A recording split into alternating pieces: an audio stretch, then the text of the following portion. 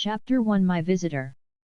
There are some events of which each circumstance and surrounding detail seems to be graven on the memory in such fashion that we cannot forget it, and so it is with the scene that I am about to describe. It rises as clearly before my mind at this moment as though it had happened yesterday. It was in this very month something over 20 years ago that I, Ludwig Horace Hawley, was sitting one night in my rooms at Cambridge, grinding away at some mathematical work, I forget what. I was to go up for my fellowship within a week, and was expected by my tutor and my college generally to distinguish myself. At last, wearied out, I flung my book down, and, going to the mantelpiece, took down a pipe and filled it. There was a candle burning on the mantelpiece, and a long, narrow glass at the back of it, and as I was in the act of lighting the pipe I caught sight of my own countenance in the glass, and paused to reflect. The lighted match burned away till it scorched my fingers, forcing me to drop it, but still I stood and stared at myself in the glass, and reflected. Well, I said aloud, at last, it is to be hoped that I shall be able to do something with the inside of my head, for I shall certainly never do anything by the help of the outside. This remark will doubtless strike anybody who reads it as being slightly obscure, but I was in reality alluding to my physical deficiencies. Most men of 22 are endowed at any rate with some share of the comeliness of youth, but to me even this was denied. Short, thick-set, and deep-chested almost to deformity, with long sinewy arms, heavy features, deep-set grey eyes, a low brow half overgrown with a mop of thick black hair, like a deserted clearing on which the forest had once more begun to encroach, such was my appearance nearly a quarter of a century ago, and such, with some modification, is it to this day. Like Cain, I was branded by nature with the stamp of abnormal ugliness, as I was gifted by nature with iron and abnormal strength and considerable intellectual powers. So ugly was I that the spruce young men of my college, though they were proud enough of my feats of endurance and physical prowess, did not even care to be seen walking with me. Was it wonderful that I was misanthropic and sullen? Was it wonderful that I brooded and worked alone, and had no friends, at least, only one? I was set apart by nature to live alone, and draw comfort from her breast, and hers only. Women hated the sight of me. Only a week before I had heard one call me a monster when she thought I was out of hearing, and say that I had converted her to the monkey theory. Once, indeed, a woman pretended to care for me, and I lavished all the pent-up affection of my nature upon her. Then money that was to have come to me went elsewhere, and she discarded me. I pleaded with her as I have never pleaded with any living creature before or since, for I was caught by her sweet face, and loved her, and in the end by way of answer she took me to the glass, and stood side by side with me, and looked into it. Now, she said, if I am beauty, who are you? That was when I was only 20. And so I stood and stared, and felt a sort of grim satisfaction in the sense of my own loneliness, for I had neither father, nor mother, nor brother, and as I did so there came a knock at my door. I listened before I went to open it, for it was nearly 12 o'clock at night, and I was in no mood to admit any stranger. I had but one friend in the college, or, indeed, in the world perhaps it was he. Just then the person outside the door coughed, and I hastened to open it, for I knew the cough. A tall man of about 30, with the remains of great personal beauty, came hurrying in, staggering beneath the weight of a massive iron box which he carried by a handle with his right hand. He placed the box upon the table, and then fell into an awful fit of coughing. He coughed and coughed till his face became quite purple, and at last he sank into a chair and began to spit up blood. I poured out some whiskey into a tumbler, and gave it to him. He drank it, and seemed better, though his better was very bad indeed. Why did you keep me standing there in the cold? He asked pettishly. You know the draughts are death to me. I did not know who it was, I answered. You are a late visitor. Yes, and I verily believe it is my last visit, he answered, with a ghastly attempt at a smile. I am done for, Holly. I am done for. I do not believe that I shall see tomorrow. Nonsense, I said. Let me go for a doctor. He waved me back imperiously. It is sober sense, but I want no doctors. I have studied medicine, and I know all about it. No doctors can help me. My last hour has come. For a year past I have only lived by a miracle. Now listen to me as you never listened to anybody before, for you will not have the opportunity of getting me to repeat my words. We have been friends for 2 years, now tell me how much do you know about me? I know that you are rich, and have had a fancy to come to college long after the age that most men leave it. I know that you have been married, and that your wife died, and that you have been the best, indeed almost the only friend I ever had. Did you know that I have a son? No, I have. He is 5 years old. He cost me his mother's life, and I have never been able to bear to look upon his face in consequence. Holly, if you will accept the trust, I am going to leave you that boy's sole guardian. I sprang almost out of my chair. Me? I said. Yes, you. I have not studied you for 2 years for nothing. I have known for some time that I could not last, and since I realized the fact I have been searching for someone to whom I could confide the boy in this, and he tapped the iron box. You are the man, Holly, for, like a rugged tree, you are hard and sound at core. Listen, the boy will be the only representative of one of the most ancient families in the world, that is, so far as families can be traced. You will laugh at me when I say it, but one day it will be proved to you beyond a doubt, that my 65th or 66th lineal ancestor was an Egyptian priest of Isis, though he was himself of Grecian extraction, and was called Callicrates. His father was one of the Greek mercenaries raised by Haggard, a Menchian pharaoh of the 29th dynasty, and his grandfather, I believe, was that very Callicrates mentioned by Herodotus. In or about the year 339 before Christ, just at the time of the final one, the strong and beautiful, or, more accurately, the beautiful in strength. The Callicrates here referred to by my friend was a Spartan, spoken of by Herodotus, Herod 9, as being remarkable for his beauty. He fell at the glorious Battle of Plataea, September 22, BC 479, when the Lacedaemonians and Athenians under Pausanias routed the Persians, putting nearly 300,000 of them to the sword. The following is a translation of the passage: for Callicrates died out of the battle, he came to the army the most beautiful man of the fall of the pharaohs. This Callicrates, the priest, broke his vows of celibacy and fled from Egypt with a princess of royal blood who had fallen in love with him, and was finally wrecked upon the coast of Africa, somewhere, as I believe, in the neighborhood of where Delagoa Bay now is, or rather to the north of it, he and his wife being saved, and all the remainder of their company destroyed in one way or another.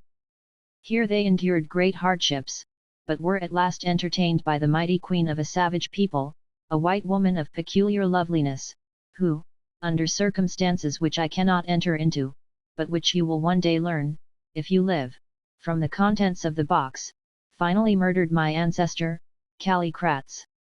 His wife, however, escaped, how I know not, to Athens, bearing a child with her, whom she named Tisses thence, or the mighty avenger. 500 Greeks of that day, not only of the Lacedaemonians themselves, but of the other Greeks also. He, when Pausanias was sacrificing, was wounded in the side by an arrow, and then they fought, but on being carried off he regretted his death, and said to Aramnestus, a Plataean, that he did not grieve at dying for Greece, but at not having struck a blow, or, although he desired so to do, performed any deed worthy of himself.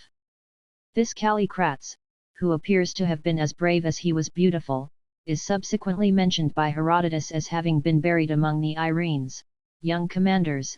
Apart from the other Spartans and the Helots, years or more afterwards the family migrated to Rome under circumstances of which no trace remains, and here, probably with the idea of preserving the idea of vengeance which we find set out in the name of Tisses thence, they appear to have pretty regularly assumed the cognomen of Vindex, or Avenger. Here, too, they remained for another 5 centuries or more, till about 770 AD, when Charlemagne invaded Lombardy, where they were then settled, whereon the head of the family seems to have attached himself to the great emperor, and to have returned with him across the Alps, and finally to have settled in Brittany. 8 generations later his lineal representative crossed to England in the reign of Edward the Confessor, and in the time of William the Conqueror was advanced to great honour and power. From that time till the present day I can trace my descent without a break. Not that the Vinceys, for that was the final corruption of the name after its bearers took root in English soil, have been particularly distinguished. They never came much to the fore. Sometimes they were soldiers, sometimes merchants, but on the whole they have preserved a dead level of respectability, and a still deader level of mediocrity. From the time of Charles II till the beginning of the present century they were merchants. About 1790 my grandfather made a considerable fortune out of brewing, and retired. In 1821 he died, and my father succeeded him, and dissipated most of the money. 10 years ago he died also, leaving me a net income of about 2,000 a year. Then it was that I undertook an expedition in connection with that, and he pointed to the iron chest, which ended disastrously enough. On my way back I travelled in the south of Europe, and finally reached Athens. There I met my beloved wife, who might well also have been called the Beautiful, like my old Greek ancestor. There I married her, and there, a year afterwards, when my boy was born, she died. He paused a while, his head sunk upon his hand, and then continued, my marriage had diverted me from a project which I cannot enter into now. I have no time, Holly, I have no time. One day, if you accept my trust, you will learn all about it. After my wife's death I turned my mind to it again. But first it was necessary, or, at least, I conceived that it was necessary, that I should attain to a perfect knowledge of Eastern dialects, especially Arabic. It was to facilitate my studies that I came here. Very soon, however, my disease developed itself, and now there is an end of me. And as though to emphasize his words he burst into another terrible fit of coughing. I gave him some more whiskey, and after resting he went on, I have never seen my boy, Leo, since he was a tiny baby. I never could bear to see him, but they tell me that he is a quick and handsome child. In this envelope, and he produced a letter from his pocket addressed to myself, I have jotted down the course I wish followed in the boy's education. It is a somewhat peculiar one. At any rate, I could not entrust it to a stranger. Once more, will you undertake it? I must first know what I am to undertake, I answered. You are to undertake to have the boy, Leo, to live with you till he is 25 years of age, not to send him to school, remember. On his 25th birthday your guardianship will end, and you will then, with the keys that I give you now, and he placed them on the table, open the iron box, and let him see and read the contents, and say whether or no he is willing to undertake the quest. There is no obligation on him to do so. Now, as regards terms. My present income is 2,200 a year. Half of that income I have secured to you by will for life, contingent on your undertaking the guardianship, that is, 1,000 a year remuneration to yourself, for you will have to give up your life to it, and 100 a year to pay for the board of the boy. The rest is to accumulate till Leo is 25, so that there may be a sum in hand should he wish to undertake the quest of which I spoke. And suppose I were to die? I asked. Then the boy must become a ward of Chancery and take his chance. Only be careful that the iron chest is passed on to him by your will. Listen, Holly, don't refuse me. Believe me, this is to your advantage. You are not fit to mix with the world, it would only embitter you. In a few weeks you will become a fellow of your college, and the income that you will derive from that, combined with what I have left you, will enable you to live a life of learned leisure, alternated with the sport of which you are so fond, such as will exactly suit you. He paused and looked at me anxiously, but I still hesitated. The charge seemed so very strange. For my sake, Holly. We have been good friends, and I have no time to make other arrangements. Very well, I said, I will do it, provided there is nothing in this paper to make me change my mind, and I touched the envelope he had put upon the table by the keys. Thank you, Holly, thank you. There is nothing at all. Swear to me by God that you will be a father to the boy, and follow my directions to the letter." "I swear it," I answered solemnly. "Very well, remember that perhaps one day I shall ask for the account of your oath, for though I am dead and forgotten, yet shall I live. There is no such thing as death, Holly, only a change, and, as you may perhaps learn in time to come, I believe that even here that change could under certain circumstances be indefinitely postponed," and again he broke into one of his dreadful fits of coughing. "There," he said, "I must go. You have the chest, and my will be found among my papers, under the authority of which the child will be handed over to you. You will be well paid, Holly, and I know that you are honest, but if you betray my trust, by heaven I will haunt you." I said nothing, being, indeed, too bewildered to speak. He held up the candle, and looked at his own face in the glass. It had been a beautiful face, but disease had wrecked it. "Food for the worms," he said. "Curious to think that in a few hours I shall be stiff and cold. The journey done, the little game played out. Ah me, Holly, life is not worth the trouble of life, except when one is in love at least. Mine has not been, but the boy Leo's may be if he has the courage and the faith. Goodbye, my friend," and with a sudden access of tenderness he flung his arm about me and kissed me on the forehead, and then turned to go. "Look here, Vincey," I said, "if you are as ill as you think, you had better let me fetch a doctor." "No, no," he said earnestly. "Promise me that you won't. I am going to die, and, like a poisoned rat, I wish to die alone." "I don't believe that you are going to do anything of the sort," I answered.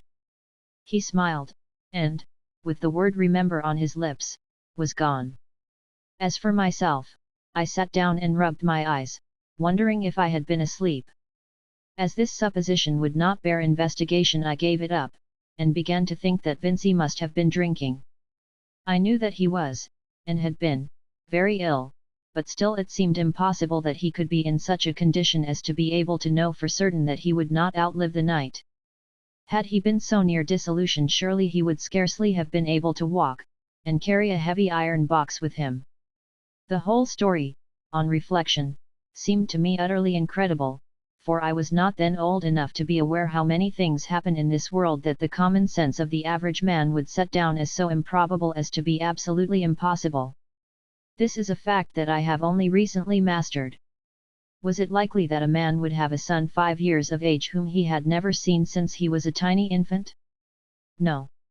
Was it likely that he could foretell his own death so accurately? No.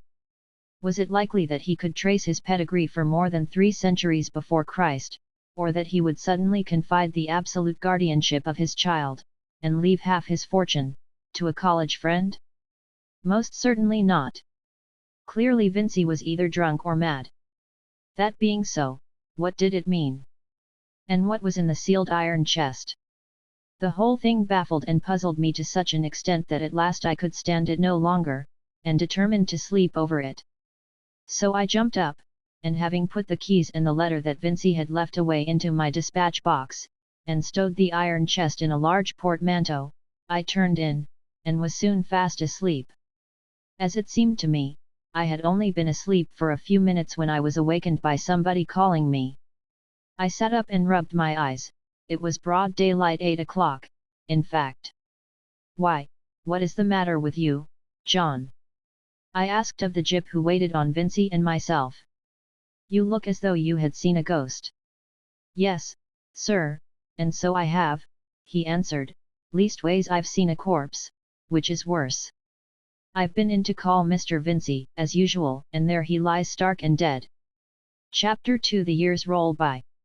Of course, poor Vincey's sudden death created a great stir in the college, but, as he was known to be very ill, and a satisfactory doctor's certificate was forthcoming, there was no inquest.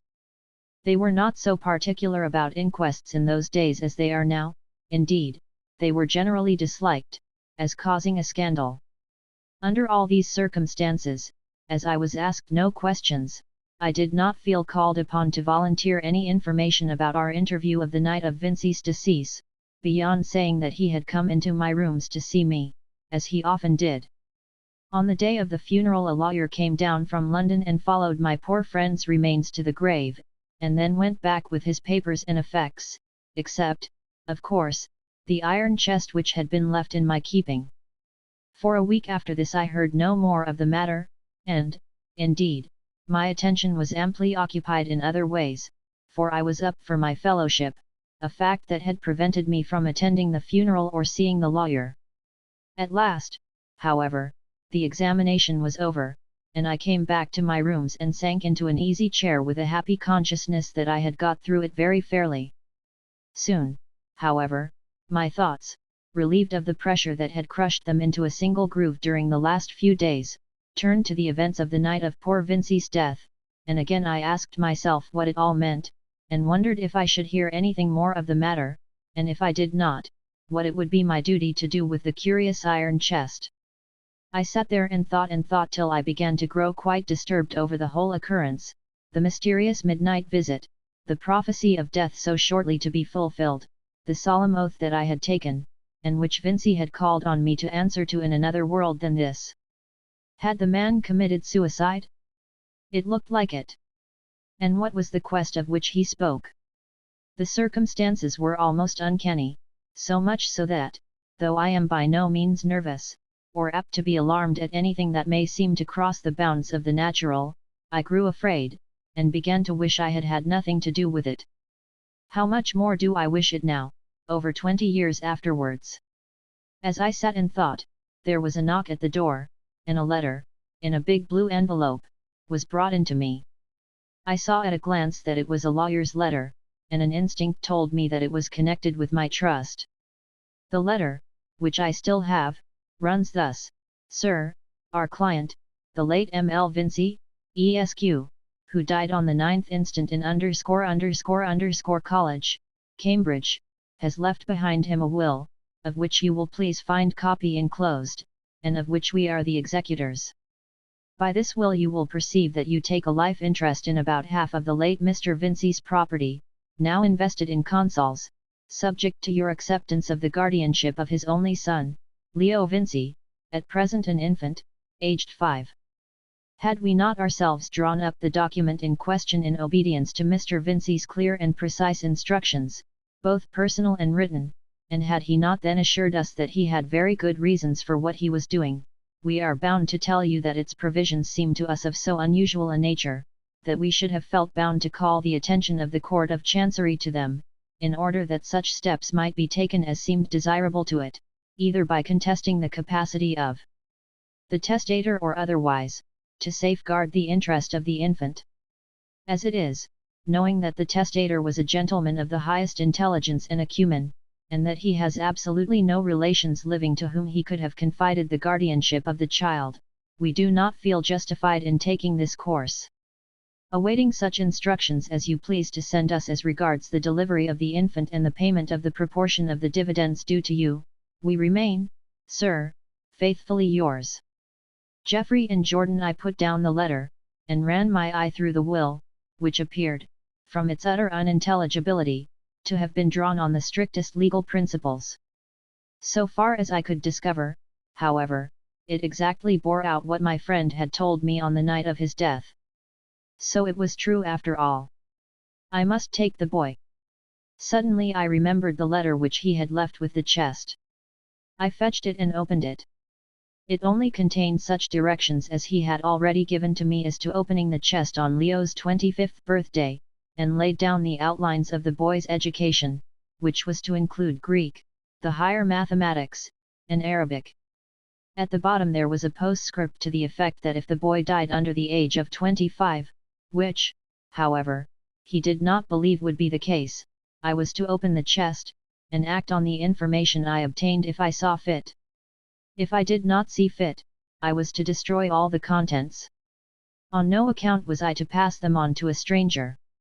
As this letter added nothing material to my knowledge, and certainly raised no further objection in my mind to undertaking the task I had promised my dead friend to undertake, there was only one course open to me, namely, to write to Messrs. Geoffrey and Jordan, and express my readiness to enter on the trust, stating that I should be willing to commence my guardianship of Leo in 10 days' time. This done, I proceeded to the authorities of my college, and, having told them as much of the story as I considered desirable, which was not very much, after considerable difficulty succeeded in persuading them to stretch a point, and, in the event of my having obtained a fellowship, which I was pretty certain I had done, allow me to have the child to live with me. Their consent, however, was only granted on the condition that I vacated my rooms in college and took lodgings. This I did, and with some difficulty succeeded in obtaining very good apartments quite close to the college gates. The next thing was to find a nurse. And on this point I came to a determination. I would have no woman to lord it over me about the child, and steal his affections from me. The boy was old enough to do without female assistance, so I set to work to hunt up a suitable male attendant. With some difficulty I succeeded in hiring a most respectable round-faced young man, who had been a helper in a hunting stable, but who said that he was one of a family of 17 and well accustomed to the ways of children, and professed himself quite willing to undertake the charge of Master Leo when he arrived. Then, having taken the iron box to town, and with my own hands deposited it at my banker's, I bought some books upon the health and management of children, and read them, first to myself, and then aloud to Job, that was the young man's name, and waited. At length the child arrived in the charge of an elderly person, who wept bitterly at parting with him, and a beautiful boy he was. Indeed, I do not think that I ever saw such a perfect child before or since. His eyes were grey, his forehead broad, and his face, even at that early age, clean cut as a cameo, without being pinched or thin. But perhaps his most attractive point was his hair, which was pure gold in color and tightly curled over his shapely head. He cried a little when his nurse finally tore herself away and left him with us. Never shall I forget the scene.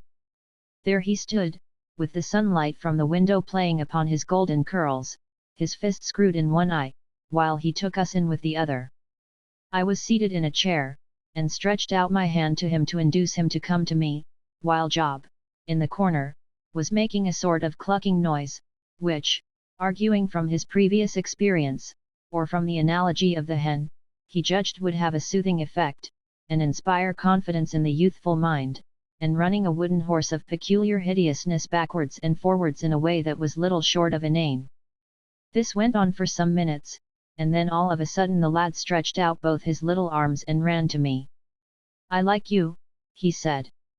"You is ugly, but you is good."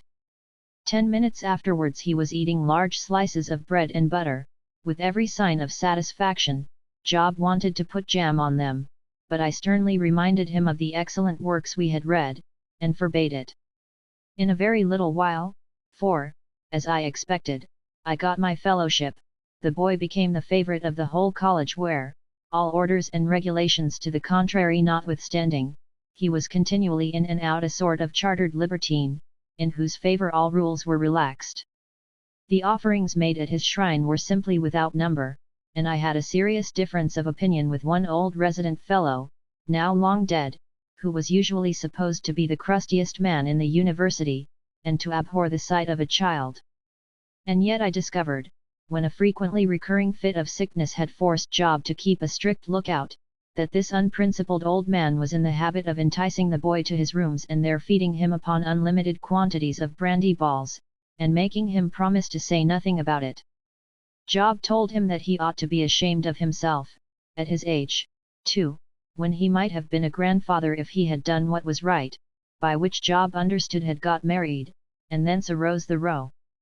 But I have no space to dwell upon those delightful years, round which memory still fondly hovers. One by one they went by, and as they passed we too grew dearer and yet more dear to each other. Few sons have been loved as I love Leo, and few fathers know the deep and continuous affection that Leo bears to me. The child grew into the boy, and the boy into the young man, as one by one the remorseless years flew by, and as he grew and increased so did his beauty and the beauty of his mind grow with him. When he was about 15 they used to call him Beauty about the college, and me they nicknamed the Beast. Beauty and the Beast was what they called us when we went out walking together, as we used to do every day. Once Leo attacked a great strapping butcher's man, twice his size, because he sang it out after us, and thrashed him, thrashed him fairly. I walked on and pretended not to see, till the combat got too exciting, when I turned round and cheered him on to victory. It was the chaff of the college at the time, but I could not help it. Then when he was a little older the undergraduates got fresh names for us. They called me Karen and Leo the Greek god. I will pass over my own appellation with the humble remark that I was never handsome, and did not grow more so as I grew older. As for his, there was no doubt about its fitness. Leo at 21 might have stood for a statue of the youthful Apollo. I never saw anybody to touch him in looks, or anybody so absolutely unconscious of them. As for his mind, he was brilliant and keen-witted, but not a scholar. He had not the dullness necessary for that result.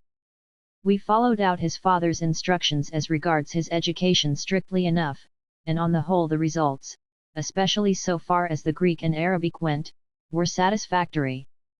I learned the latter language in order to help to teach it to him, but after 5 years of it he knew it as well as I did, almost as well as the professor who instructed us both.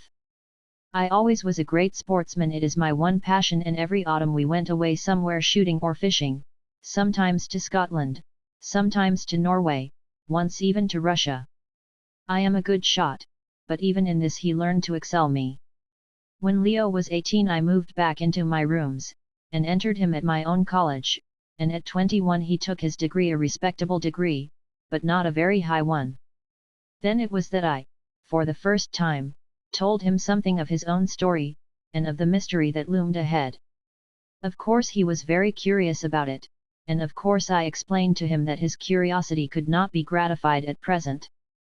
After that, to pass the time away, I suggested that he should get himself called to the bar, and this he did, reading at Cambridge, and only going up to London to eat his dinners. I had only one trouble about him, and that was that every young woman who came across him, or, if not every one, nearly so, would insist on falling in love with him.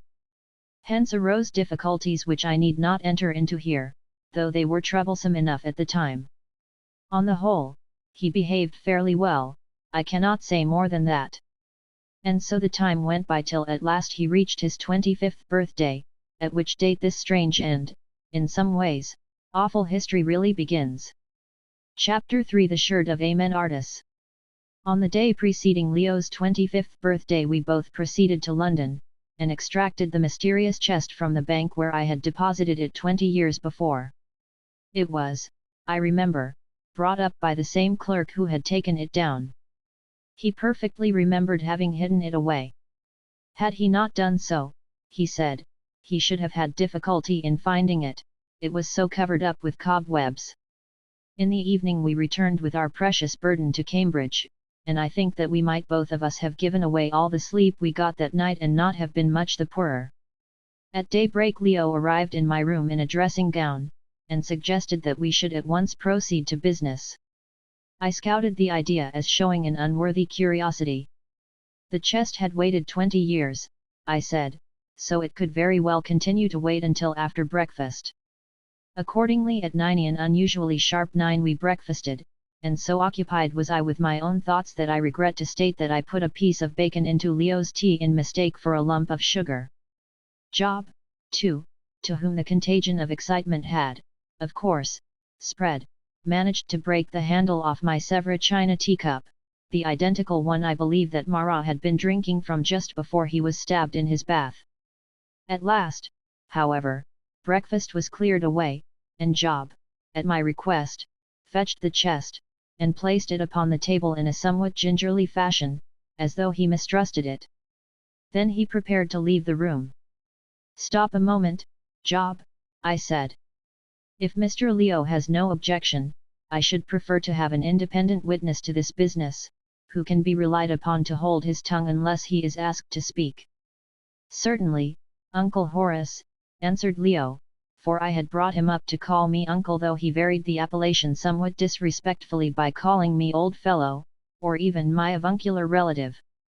Job touched his head, not having a hat on. "Lock the door, Job," I said, and bring me my dispatch box." He obeyed, and from the box I took the keys that poor Vincey, Leo's father, had given me on the night of his death.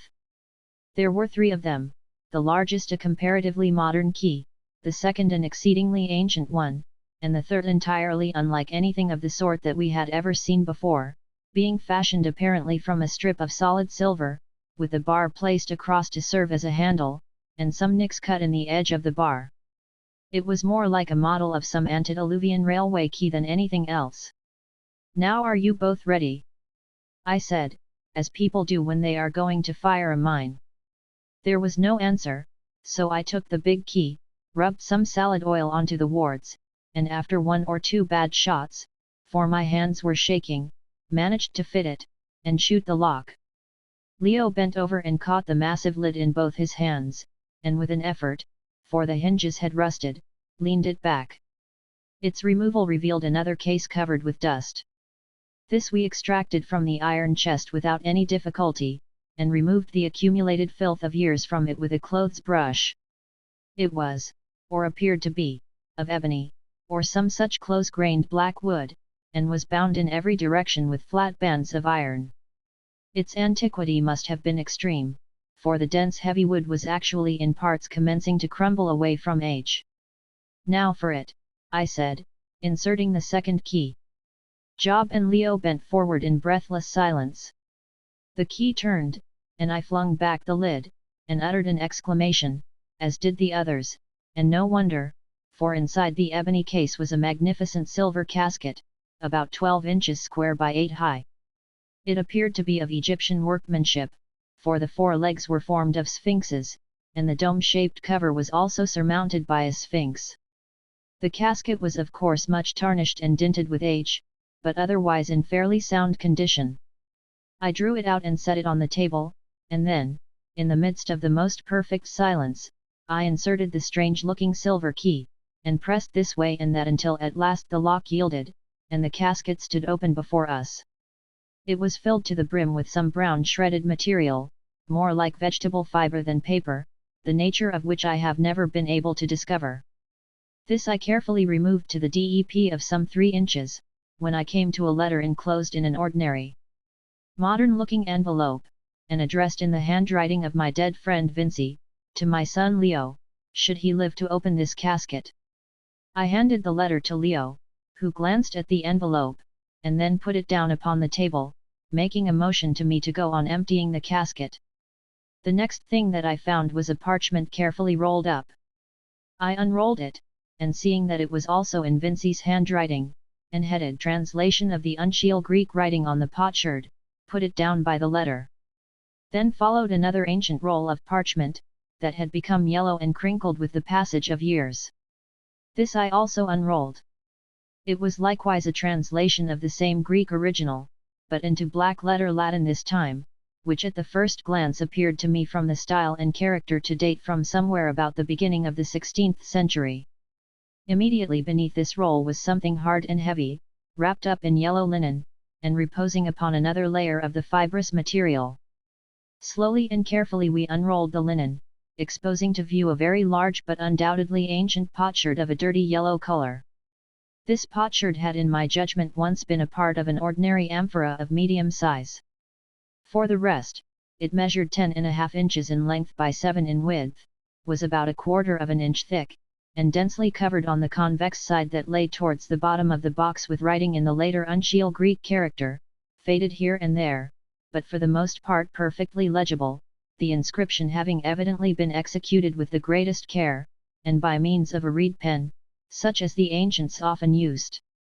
I must not forget to mention that in some remote age this wonderful fragment had been broken in 2, and rejoined by means of cement and 8 long rivets. Also there were numerous inscriptions on the inner side, but these were of the most erratic character, and had clearly been made by different hands and in many different ages, and of them, together with the writings on the parchments, I shall have to speak presently. "Is there anything more?" asked Leo, in a kind of excited whisper. I groped about, and produced something hard, done up in a little linen bag. Out of the bag we took first a very beautiful miniature done upon ivory, and, secondly, a small chocolate-colored composition scarabaeus, marked thus, see illustration, symbols which, we have since ascertained, mean Sutton Sera, which is being translated the royal son of Ra or the Sunday. The miniature was a picture of Leo's Greek mother, a lovely, dark-eyed creature. On the back of it was written, in poor Vincey's handwriting, my beloved wife. That is all, I said. Very well, answered Leo, putting down the miniature, at which he had been gazing affectionately, and now let us read the letter, and without further ado he broke the seal, and read aloud as follows, My son Leo, when you open this, if you ever live to do so, you will have attained to manhood, and I shall have been long enough dead to be absolutely forgotten by nearly all who knew me. Yet in reading it remember that I have been, and for anything you know may still be, and that in it, through this link of pen and paper, I stretch out my hand to you across the gulf of death, and my voice speaks to you from the unutterable silence of the grave. Though I am dead, and no memory of me remains in your mind, yet am I with you in this hour that you read. Since your birth to this day I have scarcely seen your face. Forgive me this. Your life supplanted the life of one whom I loved better than women are often loved, and the bitterness of it endureth yet. Had I lived I should in time have conquered this foolish feeling, but I am not destined to live.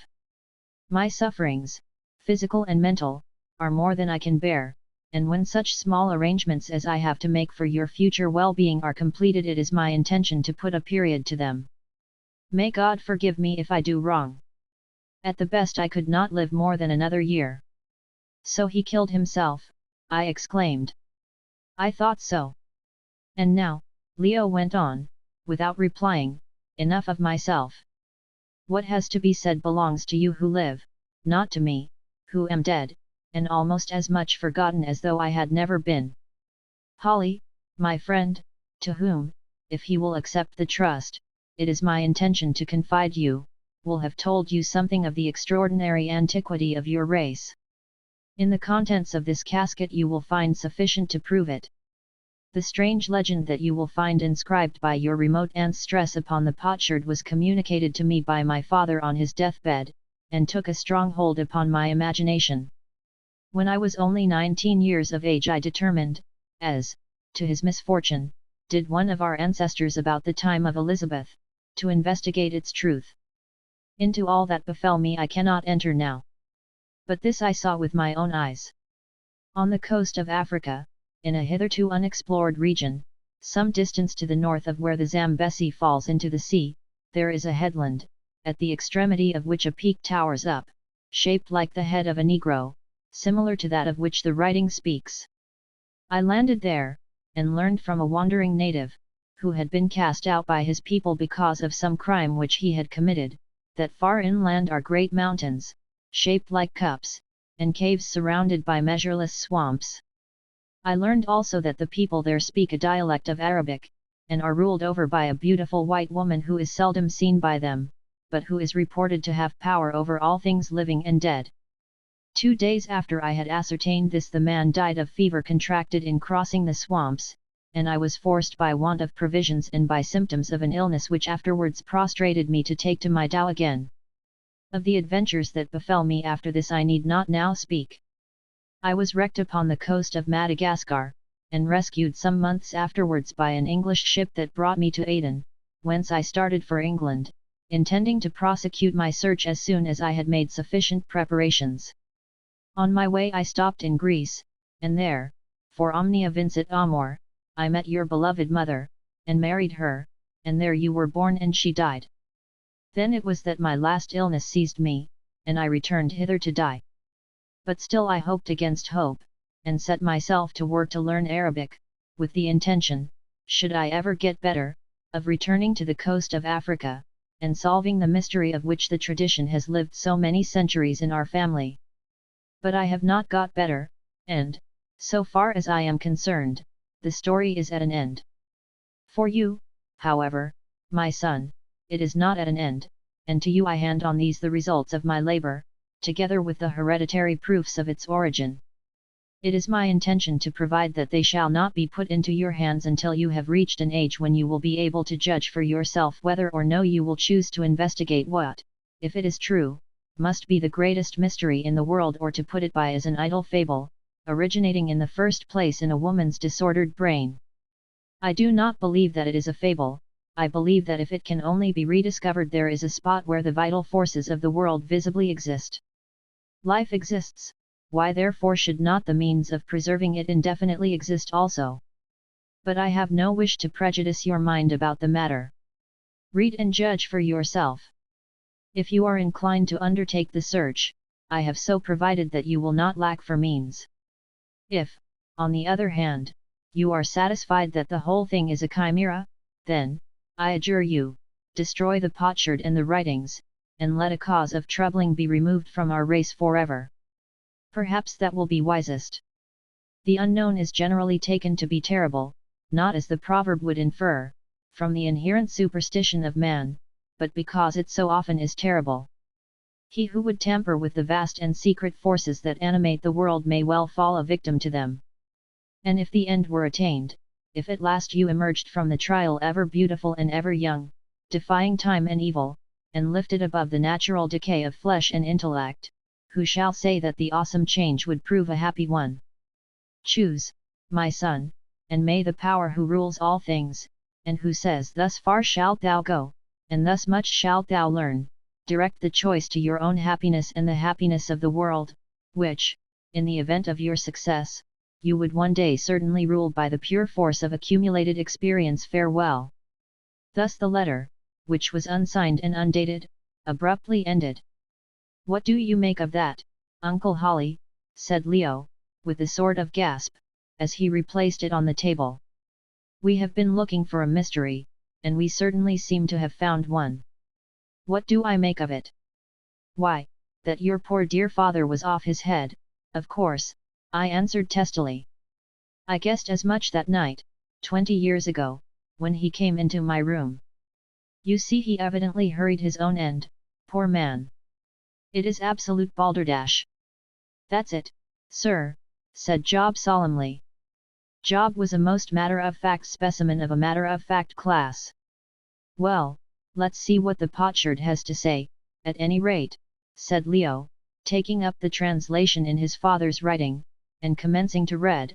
I, Amenartis, of the royal house of the pharaohs of Egypt, wife of Callicrates, the beautiful in strength, a priest of Isis whom the gods cherish and the demons obey, being about to die, to my little son Tisses thence, the mighty avenger. I fled with thy father from Egypt in the days of Nectanebes, 3 causing him through love to break the vow that he had vowed. We fled southward, across the waters, and we wandered for twice 12 moons on the coast of Libya, Africa, that looks towards the rising sun, where by a river is a great rock carven like the head of an Ethiopian. 4 days on the water from the mouth of a mighty river were we cast away, and some were drowned and some died of sickness.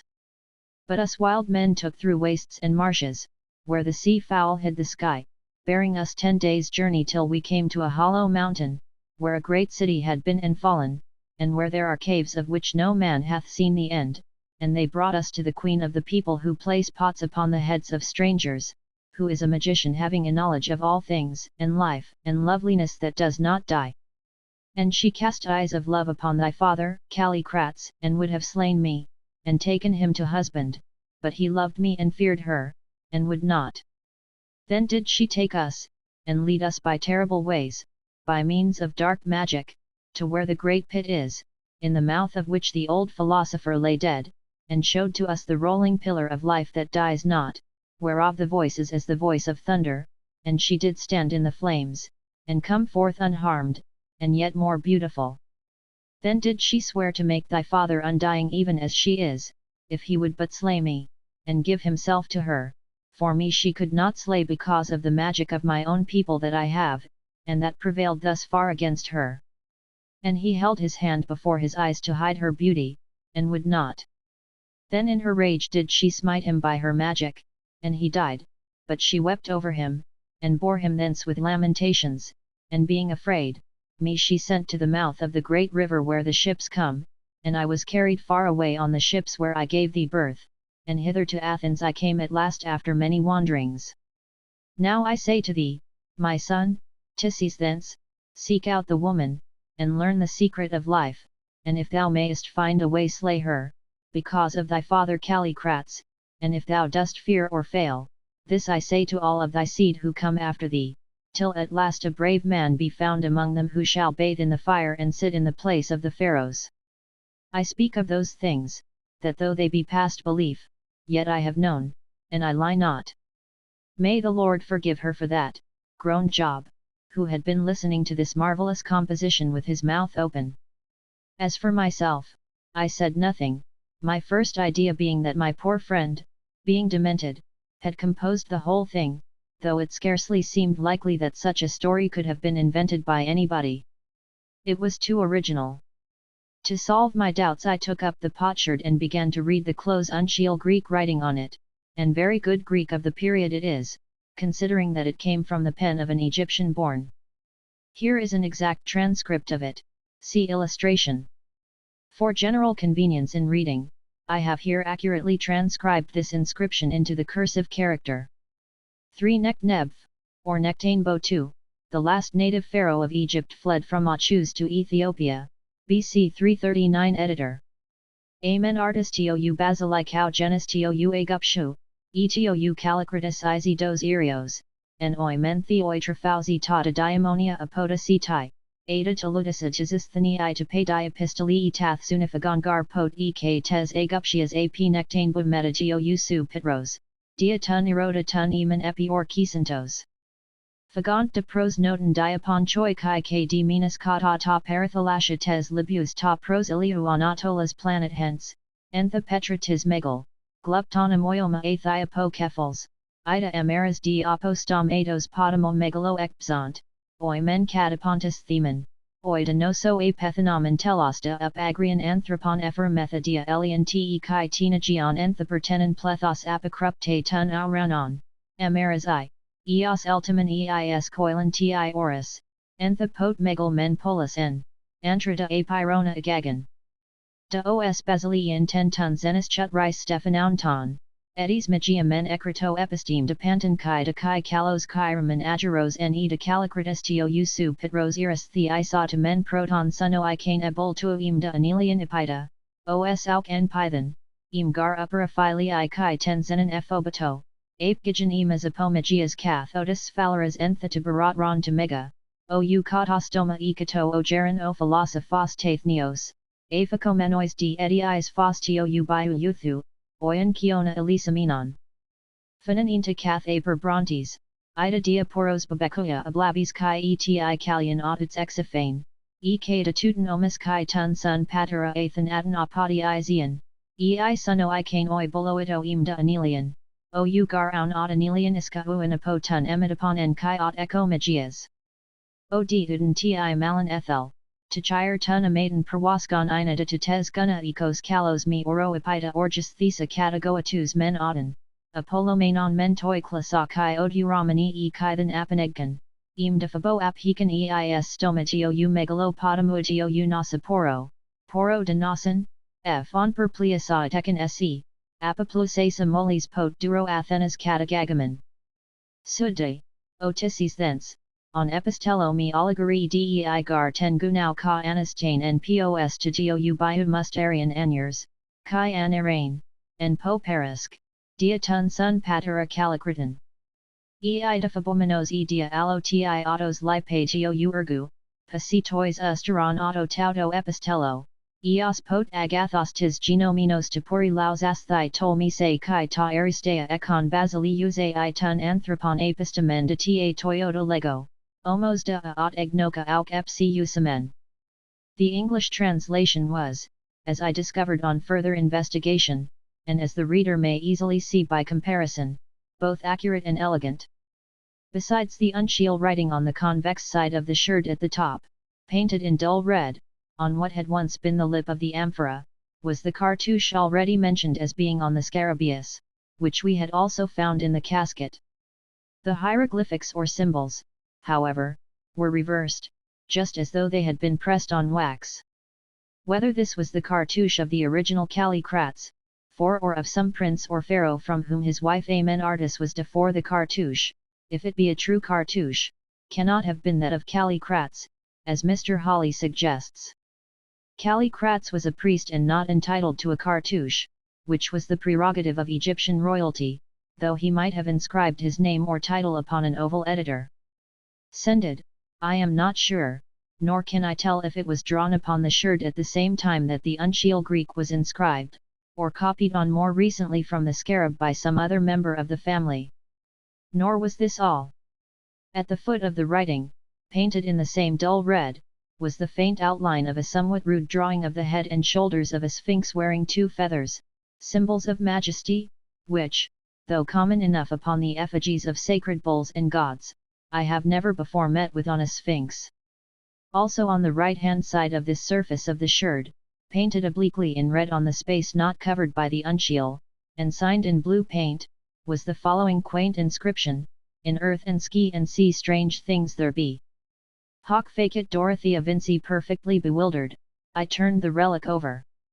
It was covered from top to bottom with notes and signatures in Greek, Latin, and English.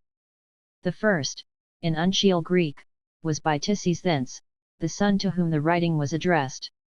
It was, I could not go. Tisses thence to his son, Callicrates. Here it is in facsimile with its cursive equivalent, see illustration.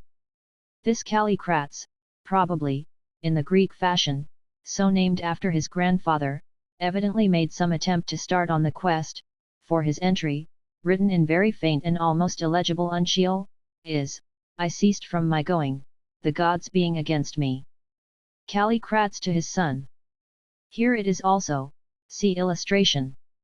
Between these 2 ancient writings, the second of which was inscribed upside down and was so faint and worn that, had it not been for the transcript of it executed by Vincey, I should scarcely have been able to read it, since, owing to its having been written on that portion of the tile which had, in the course of ages, undergone the most handling, it was nearly rubbed out, was the bold, modern-looking signature of one Lionel Vincey, Etate Sua 17, which was written thereon, I think, by Leo's grandfather.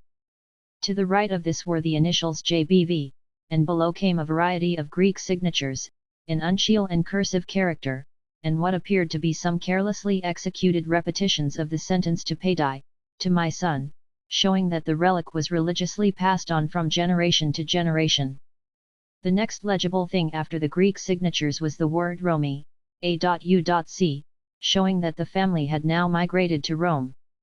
Unfortunately, however, with the exception of its termination, CVI, the date of their settlement there is forever lost, for just where it had been placed a piece of the potsherd is broken away. Then followed 12 Latin signatures, jotted about here and there, wherever there was a space upon the tile suitable to their inscription. These signatures, with 3 exceptions only, ended with the name Vindex or the Avenger, which seems to have been adopted by the family after its migration to Rome as a kind of equivalent to the Grecian Tisses thence, which also means an avenger. Ultimately, as might be expected, this Latin cognomen of Vindex was transformed first into Da Vinci, and then into the plain, modern Vincey. It is very curious to observe how the idea of revenge, inspired by an Egyptian before the time of Christ, is thus, as it were, embalmed in an English family name. A few of the Roman names inscribed upon the shirt I have actually since found mentioned in history and other records. They were, if I remember right, Msizivs, Vindex Sex, Vetivs, Marvelv Fitivs, CF Vindex and Liberia Pompeiana, Konivks, Macroni, Vindicis, the last being, of course, the name of a Roman lady. The following list, however, comprises all the Latin names upon the shirt: C. Cecilivs Vindex, M. Amalivs Vindex, Sex, Vetivs, Marvelvs Cusosivs Priscvs Senecio Vindex, Elvalievs Kaminivs Vindex Sex, Otasilivs, MF, L. Ativs, Vindex Msizivs Vindex C. Fitivs, CF Vindex Lakinivs Favstvs Liberia Pompeiana Konivks Macroni Vindicis Manilia, Ulfsilla Konivks Marvli Vindicis. After the Roman names there is evidently a gap of very many centuries. Nobody will ever know now what was the history of the relic during those dark ages, or how it came to have been preserved in the family. My poor friend Vincey had, it will be remembered, told me that his Roman ancestors finally settled in Lombardy, and when Charlemagne invaded it, returned with him across the Alps, and made their home in Brittany, whence they crossed to England in the reign of Edward the Confessor. How he knew this I am not aware, for there is no reference to Lombardy or Charlemagne upon the tile, though, as will presently be seen, there is a reference to Brittany. To continue, the next entries on the sherd, if I may except a long splash of either blood or red colouring matter of some sort, consist of 2 crosses drawn in red pigment, and probably representing crusaders' swords, and a rather neat monogram, DV, in scarlet and blue, perhaps executed by that same Dorothea Vincey who wrote, or rather painted, the doggerel couplet. To the left of this, inscribed in faint blue, were the initials AV, and after them a date, 1800. Then came what was perhaps as curious an entry as anything upon this extraordinary relic of the past. It is executed in black letter, written over the crosses or crusaders' swords, and dated 1445. I here give the original Latin without the contractions, from which it will be seen that the writer was a fair medieval Latinist. Also we discovered what is still more curious, an English version of the black letter Latin.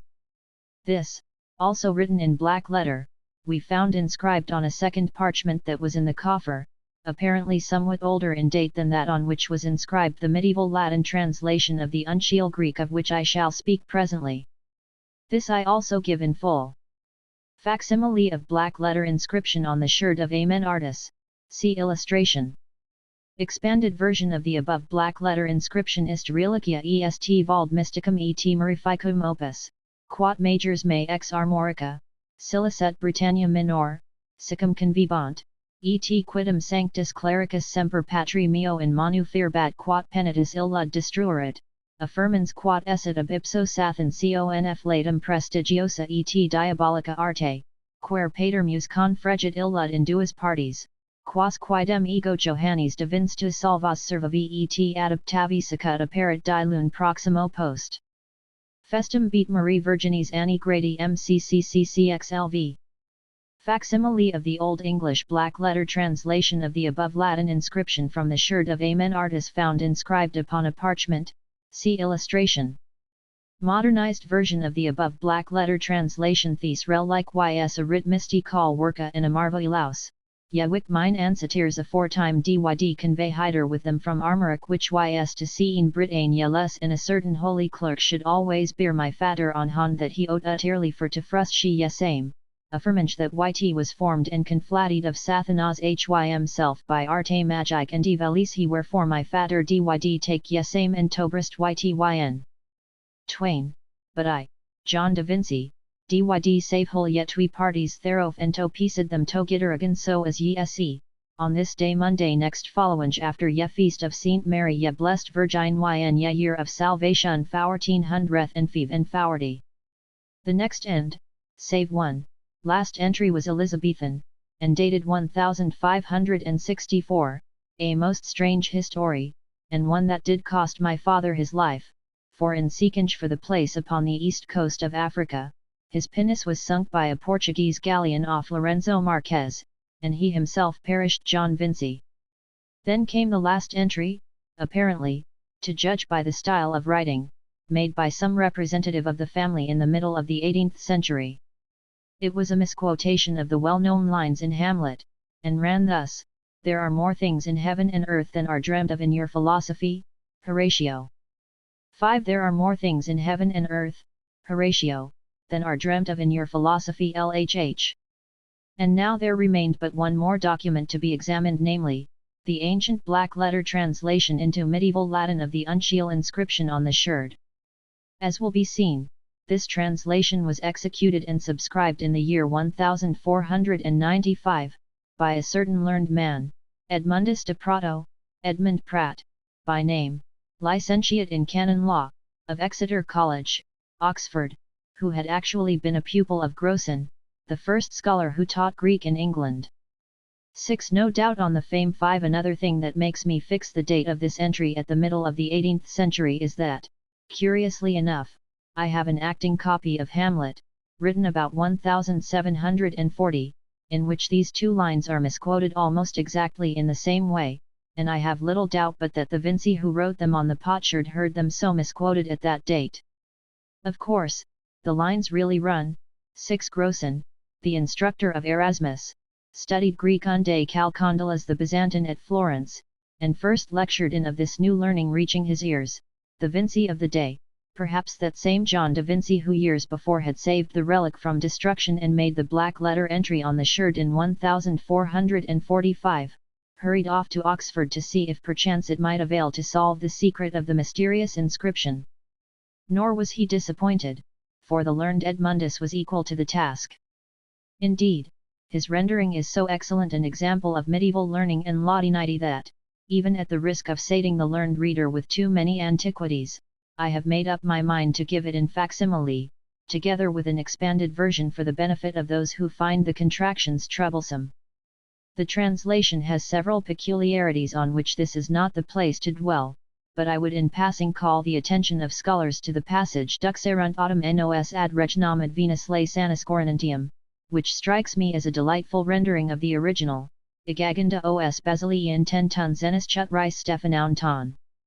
Medieval black letter Latin translation of the uncial inscription on the sherd of Amen Artis, see illustration. Expanded version of the above medieval Latin translation Amen Artis, e genera regio Egyptii, uxor calicratus, sacerdotes Isides, quam dei fovent demonia attendunt, filiala suotasis thini jam moribunda ita man hall of Exeter College, Oxford, in 1491 editor. Dat. Fug quandam ex Egypto, reg ante nectanebo, cum patra tuo, proter me amorum pejurato. Fugiens autumn versus notum transmere, et viginti quaetuor menses per litera libi versus orientem errantes, ubi est petra quidam magna sculpta in star Ethiopis capitis, dient dies quaetuor abastio flum inus magni ejecti partum submersi sumus partum morbo mortui sumus, in fine autumn afferis hominibus portabamer per palliads et veda, ubi avium multitudo coelum obumbrat, dies deciem, dunac ad venimus ad cavum quendam montem, ubi olim magna urbs erat, cavern quoque immense, duxerunt autumn nos ad regnomet Venus lay saniscorinantium, que magica udibator et peritia omnium rerum, et saltum pulchritudine et vigoriens nisibilis erat.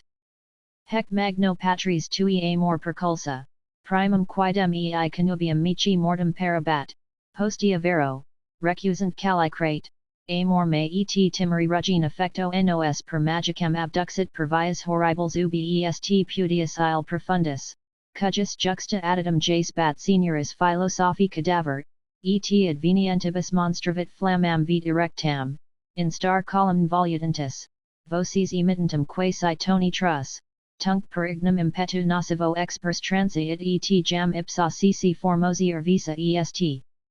Quibus factis juravit se patrem tuum quoque immortalem ossens urum esse, me prius oxis ruggine contubernium mallet, nec enim ipsa me oxidir valuit, proter nostratum magicam quius ego met partum habeo. Il vero nicil hujus generis malabat, manibus anti oculos passis, ne mulieris formositatum ad spiceret, postea illum magica percussit arte, et mortuum efferbat and cum flatibus et vegetibus, et me per timorum expulit ad ostium magni flum inus, vila vali, poro in nave, in qua te peperi, vix post dies huc Athenas vecta sum. Et tu, otices thence, ne quid quorum mandu nasi fac, necess enim est mulierum exquire si qua vit mysterium impetra et vindicator, quantum in teest, patrem tuum calicritum in ruggine mort. Sin timori seu aliqua causa rem relinquis infectam, hoc ipsum omnibus posteris mandu, dum bonus quis inveniator qui ignis lavacrum non peroresit, et potentia dignus dominabiter hominum. Talia dico incredibilia quidem et minime ficta de rebus mici cognitus. Hec res scripta Latine redidit vir doctus Edmundus de Prato, in Decretis Licenciatus, e collegio exonensi oxoniensi doctissimi grossini quandam e pupillus, Oedibus Aprilis Anno Domini MCCCCLXXXXV. Well, I said, when at length I had read out and carefully examined these writings and paragraphs, at least those of them that were still easily legible, that is the conclusion of the whole matter, Leo, and now you can form your own opinion on it. I have already formed mine. And what is it? He asked, in his quick way. It is this. I believe that potsherd to be perfectly genuine, and that, wonderful as it may seem, it has come down in your family from since the 4th century before Christ. The entries absolutely prove it, and therefore, however improbable it may seem, it must be accepted. But there I stop. That your remote aunt's stress, the Egyptian princess, or some scribe under her direction, wrote that which we see on the sherd I have no doubt, nor have I the slightest doubt but that her sufferings and the loss of her husband had turned her head, and that she was not right in her mind when she did write it. How do you account for what my father saw and heard there? Asked Leo. Coincidence? No doubt there are bluffs on the coast of Africa that look something like a man's head, and plenty of people who speak bastard Arabic. Also, I believe that there are lots of swamps.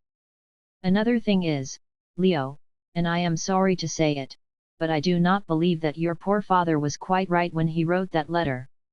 He had met with a great trouble, and also he had allowed this story to prey on his imagination, and he was a very imaginative man. Anyway, I believe that the whole thing is the most unmitigated rubbish. I know that there are curious things and forces in nature which we rarely meet with, and, when we do meet them, cannot understand. But until I see it with my own eyes, which I am not likely to, I never will believe that there is any means of avoiding death, even for a time, or that there is or was a white sorceress living in the heart of an African swamp. It is bosh, my boy, all bosh. What do you say, Job? I say, sir, that it is a lie, and, if it is true, I hope Mr. Leo won't meddle with no such things, for no good can't come of it. Perhaps you are both right, said Leo very quietly. I express no opinion. But I say this. I am going to set the matter at rest once and for all, and if you won't come with me I will go by myself. I looked at the young man, and saw that he meant what he said. When Leo means what he says he always puts on a curious look about the mouth. It has been a trick of his from a child. Now, as a matter of fact, I had no intention of allowing Leo to go anywhere by himself, for my own sake, if not for his. I was far too much attached to him for that. I am not a man of many ties or affections. Circumstances have been against me in this respect, and men and women shrink from me, or at least I fancy they do, which comes to the same thing, thinking, perhaps, that my somewhat forbidding exterior is a key to my character. Rather than endure this, I have, to a great extent, secluded myself from the world, and cut myself off from those opportunities which with most men result in the formation of relations more or less intimate. Therefore Leo was all the world to me, brother, child, and friend, and until he wearied of me, where he went there I should go too. But, of course, it would not do to let him see how great a hold he had over me, so I cast about for some means whereby I might let myself down easy. Yes, I shall go, uncle, and if I don't find the rolling pillar of life, at any rate I shall get some first-class shooting. Here was my opportunity, and I took it. Shooting? I said. Ah, yes, I never thought of that. It must be a very wild stretch of country, and full of big game. I have always wanted to kill a buffalo before I die. Do you know, my boy, I don't believe in the quest, but I do believe in big game, and really, on the whole, if, after thinking it over, you make up your mind to go, I will take a holiday, and come with you. Ah, said Leo, I thought that you would not lose such a chance. But how about money? We shall want a good lot. You need not trouble about that, I answered. There is all your income that has been accumulating for years, and besides that I have saved 2/3 of what your father left to me, as I consider, in trust for you. There is plenty of cash. Very well, then, we may as well stow these things away and go up to town to see about our guns. By the way, Job, are you coming too? It's time you began to see the world. Well, sir, answered Job stolidly, I don't hold much with foreign parts, but if both you gentlemen are going you will want somebody to look after you, and I am not the man to stop behind after serving you for 20 years. That's right, Job, said I. You won't find out anything wonderful, but you will get some good shooting. And now look here, both of you. I won't have a word said to a living soul about this nonsense, and I pointed to the potsherd. If it got out, and anything happened to me, my next of kin would dispute my will on the ground of insanity, and I should become the laughingstock of Cambridge. That day 3 months we were on the ocean, bound for Zanzibar. Chapter 4 The Squall. How different is the scene that I have now to tell from that which has just been told. Gone are the quiet college rooms, gone the wind-swayed English elms and cawing rooks, and the familiar volumes on the shelves, and in their place there rises a vision of the great calm ocean gleaming in shaded silver lights beneath the beams of the full African moon. A gentle breeze fills the huge sail of our dhow, and draws us through the water that ripples musically against our sides. Most of the men are sleeping forward, for it is near midnight, but a stout swarthy Arab, Mahomed by name, stands at the tiller, lazily steering by the stars. 3 miles or more to our starboard is a low dim line. It is the eastern shore of Central Africa. We are running to the southward, before the northeast monsoon, between the mainland and the reef that for hundreds of miles fringes that perilous coast. The night is quiet, so quiet that a whisper can be heard fore and aft the dhow, so quiet that a faint booming sound rolls across the water to us from the distant land. The Arab at the tiller holds up his hand, and says one word, Symbolion. We all sit up and listen. Then it comes again, a slow, majestic sound that thrills us to the marrow. Tomorrow by 10 o'clock, I say, we ought, if the captain is not out in his reckoning, which I think very probable, to make this mysterious rock with a man's head, and begin our shooting. And begin our search for the ruined city and the fire of life, corrected Leo, taking his pipe from his mouth, and laughing a little. Nonsense! I answered. You were airing your Arabic with that man at the tiller this afternoon. What did he tell you? He has been trading, slave trading probably, up and down these latitudes for half of his iniquitous life, and once landed on this very man rock. Did he ever hear anything of the ruined city or the caves? No, answered Leo. He says that the country is all swamp behind, and full of snakes, especially pythons, and game, and that no man lives there. But then there is a belt of swamp all along the East African coast, so that does not go for much. Yes, I said, it does. It goes for malaria. You see what sort of an opinion these gentry have of the country. Not one of them will go with us. They think that we are mad, and upon my word I believe that they are right.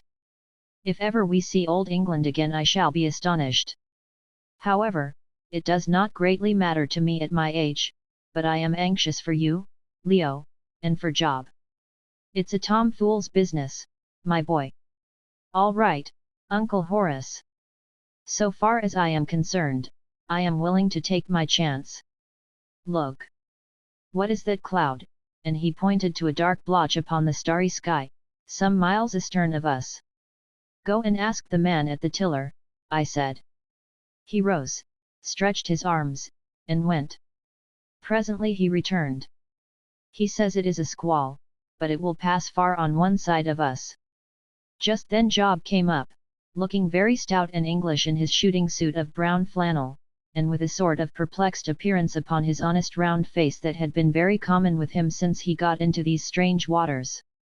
Please, sir, he said, touching his sun hat, which was stuck on to the back of his head in a somewhat ludicrous fashion, as we have got all those guns and things in the whaleboat astern, to say nothing of the provisions in the lockers, I think it would be best if I got down and slept in her. I don't like the looks here. He dropped his voice to a portentous whisper of these black gentry, they have such a wonderful thievish way about them. Supposing now that some of them were to slip into the boat at night and cut the cable, and make off with her? That would be a pretty go, that would. The whaleboat, I may explain, was one specially built for us at Dundee, in Scotland. We had brought it with us, as we knew that this coast was a network of creeks, and that we might require something to navigate them with.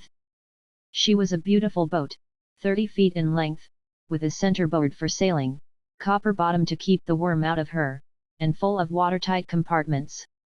The captain of the dhow had told us that when we reached the rock, which he knew, and which appeared to be identical with the one described upon the sherd and by Leo's father, he would probably not be able to run up to it on account of the shallows and breakers. Therefore we had employed 3 hours that very morning, while we were totally becalmed, the wind having dropped at sunrise, in transferring most of our goods and chattels to the whaleboat, and placing the guns, ammunition, and preserved provisions in the watertight lockers specially prepared for them, so that when we did sight the fabled rock we should have nothing to do but step into the boat, and run her ashore. Another reason that induced us to take this precautionary step was that Arab captains are apt to run past the point that they are making, either from carelessness or owing to a mistake in its identity. Now, as sailors know, it is quite impossible for a dhow which is only rigged to run before the monsoon to beat back against it.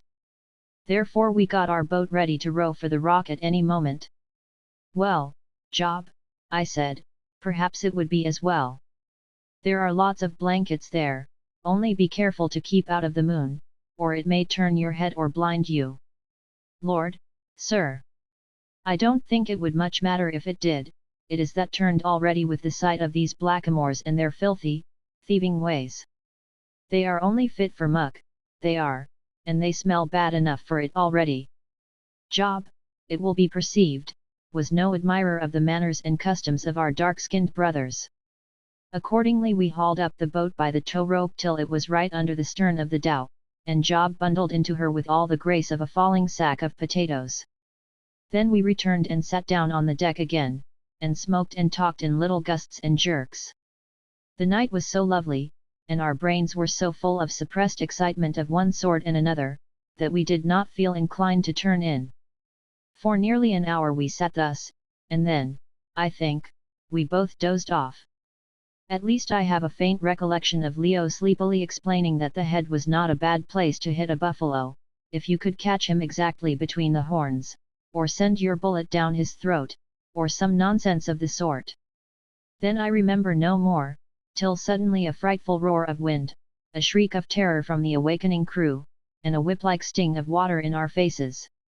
Some of the men ran to let go the halyards and lower the sail, but the parrel jammed and the yard would not come down. I sprang to my feet and hung on to a rope. The sky aft was dark as pitch, but the moon still shone brightly ahead of us and lit up the blackness. Beneath its sheen a huge white-topped breaker, 20 feet high or more, was rushing onto us. It was on the break the moon shone on its crest and tipped its foam with light. On it rushed beneath the inky sky, driven by the awful squall behind it.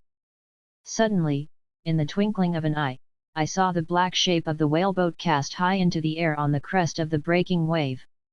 Then a shock of water, a wild rush of boiling foam, and I was clinging for my life to the shroud, I, swept straight out from it like a flag in a gale. We were pooped. The wave passed. It seemed to me that I was under water for minutes, really it was seconds. I looked forward. The blast had torn out the great sail, and high in the air it was fluttering away to leeward like a huge wounded bird. Then for a moment there was comparative calm, and in it I heard Job's voice yelling wildly, "Come here to the boat." Bewildered and half drowned as I was, I had the sense to rush aft. I felt the dhow sinking under me. She was full of water. Under her counter the whaleboat was tossing furiously, and I saw the Arab Mahomed, who had been steering, leap into her. I gave one desperate pull at the tow rope to bring the boat alongside. Wildly I sprang also, and Job caught me by one arm and I rolled into the bottom of the boat. Down went the dhow bodily, and as she did so Mahomed drew his curved knife and severed the fibre rope by which we were fast to her, and in another second we were driving before the storm over the place where the dhow had been. "Great God!" I shrieked, "where is Leo? Leo! Leo! He's gone, sir, God help him, roared Job into my ear, and such was the fury of the squall that his voice sounded like a whisper. I wrung my hands in agony. Leo was drowned, and I was left alive to mourn him. Look out, yelled Job. Here comes another. I turned, a second huge wave was overtaking us. I half hoped that it would drown me. With a curious fascination I watched its awful advent. The moon was nearly hidden now by the wreaths of the rushing storm, but a little light still caught the crest of the devouring breaker. There was something dark on it, a piece of wreckage. It was on us now, and the boat was nearly full of water. But she was built in airtight compartments, heaven bless the man who invented them, and lifted up through it like a swan. Through the foam and turmoil I saw the black thing on the wave hurrying right at me. I put out my right arm to ward it from me, and my hand closed on another arm, the wrist of which my fingers gripped like a vice. I am a very strong man, and had something to hold to, but my arm was nearly torn from its socket by the strain and weight of the floating body. Had the rush lasted another 2 seconds I must either have let go or gone with it. But it passed, leaving us up to our knees in water. Bail out! Bail out! Shouted Job, suiting the action to the word. But I could not bail just then, for as the moon went out and left us in total darkness, one faint, flying ray of light lit upon the face of the man I had gripped, who was now half lying, half floating in the bottom of the boat. It was Leo. Leo brought back by the wave, back, dead or alive, from the very jaws of death. Bail out! Bail out! Yelled Job. Or we shall founder.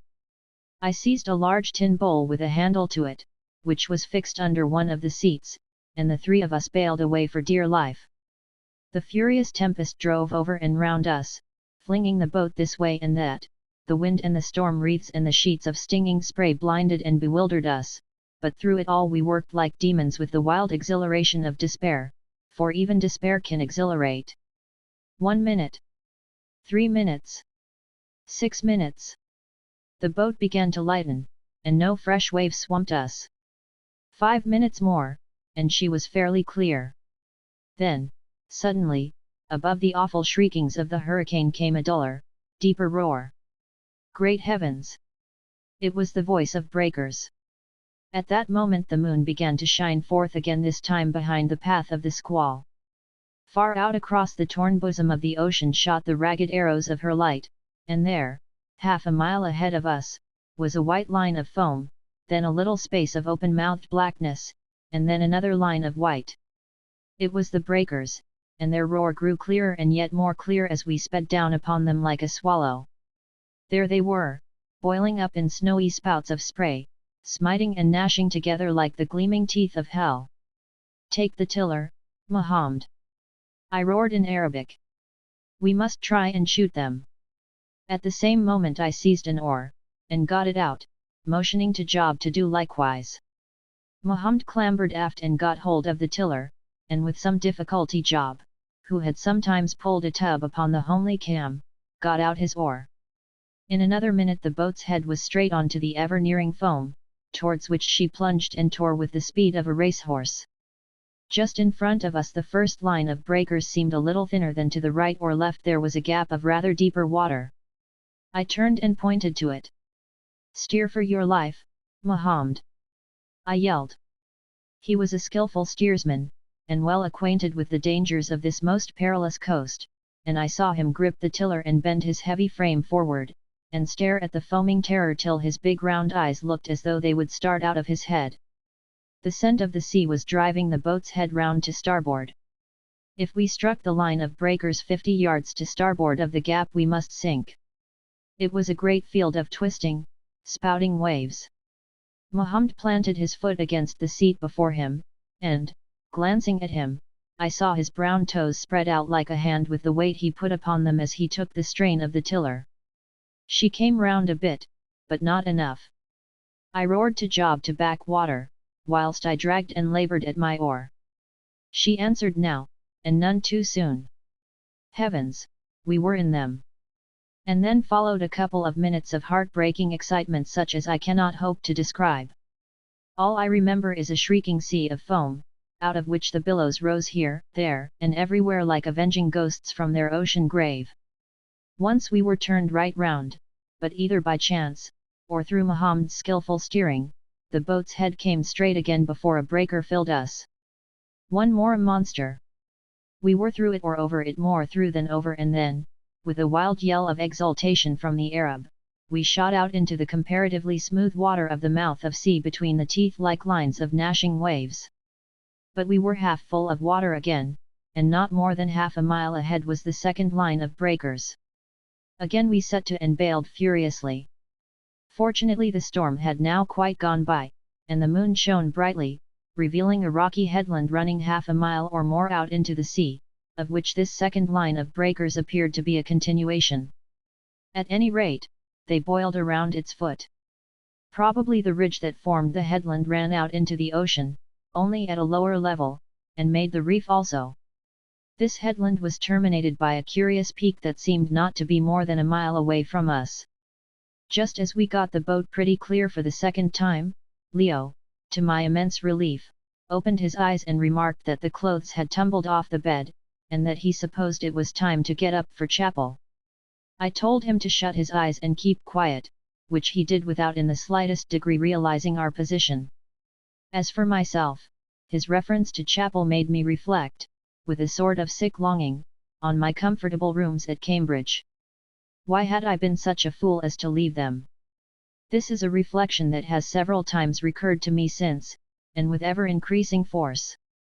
But now again we were drifting down on the breakers, though with lessened speed, for the wind had fallen, and only the current or the tide, it afterwards turned out to be the tide, was driving us. Another minute, and with a sort of howl to Allah from the Arab, a pious ejaculation from myself, and something that was not pious from Job, we were in them. And then the whole scene, down to our final escape, repeated itself, only not quite so violently. Mahomed's skillful steering and the airtight compartments saved our lives. In 5 minutes we were through, and drifting, for we were too exhausted to do anything to help ourselves except keep the boat's head straight with the most startling rapidity round the headland which I have described. Round we went with the tide, until we got well under the lee of the point, and then suddenly the speed slackened, we ceased to make way, and finally appeared to be in dead water. The storm had entirely passed, leaving a clean-washed sky behind it. The headland intercepted the heavy sea that had been occasioned by the squall, and the tide, which had been running so fiercely up the river, for we were now in the mouth of a river, was sluggish before it turned, so we floated quietly, and before the moon went down managed to bail out the boat thoroughly and get her a little shipshape. Leo was sleeping profoundly, and on the whole I thought it wise not to wake him.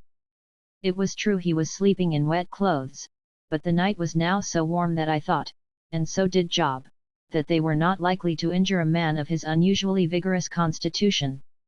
Besides, we had no dry ones at hand.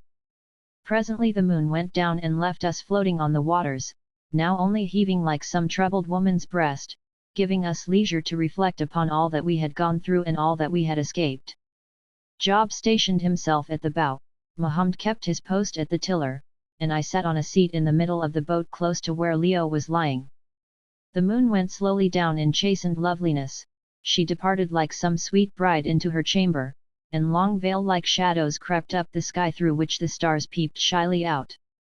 Soon, however, they too began to pale before a splendor in the east, and then the quivering footsteps of the dawn came rushing across the newborn blue, and shook the planets from their places. Quieter and yet more quiet grew the sea, quiet as the soft mist that brooded on her bosom, and covered up her troubling, as the elusive wreaths of sleep brood upon a pain-racked mind, causing it to forget its sorrow.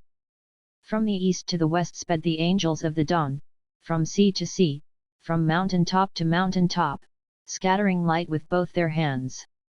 On they sped out of the darkness, perfect, glorious, like spirits of the just breaking from the tomb, on, over the quiet sea, over the low coastline, and the swamps beyond, and the mountains beyond them, over those who slept in peace, and those who woke in sorrow, over the evil and the good, over the living and dead, over the wide world and all that breathes or has breathed thereon.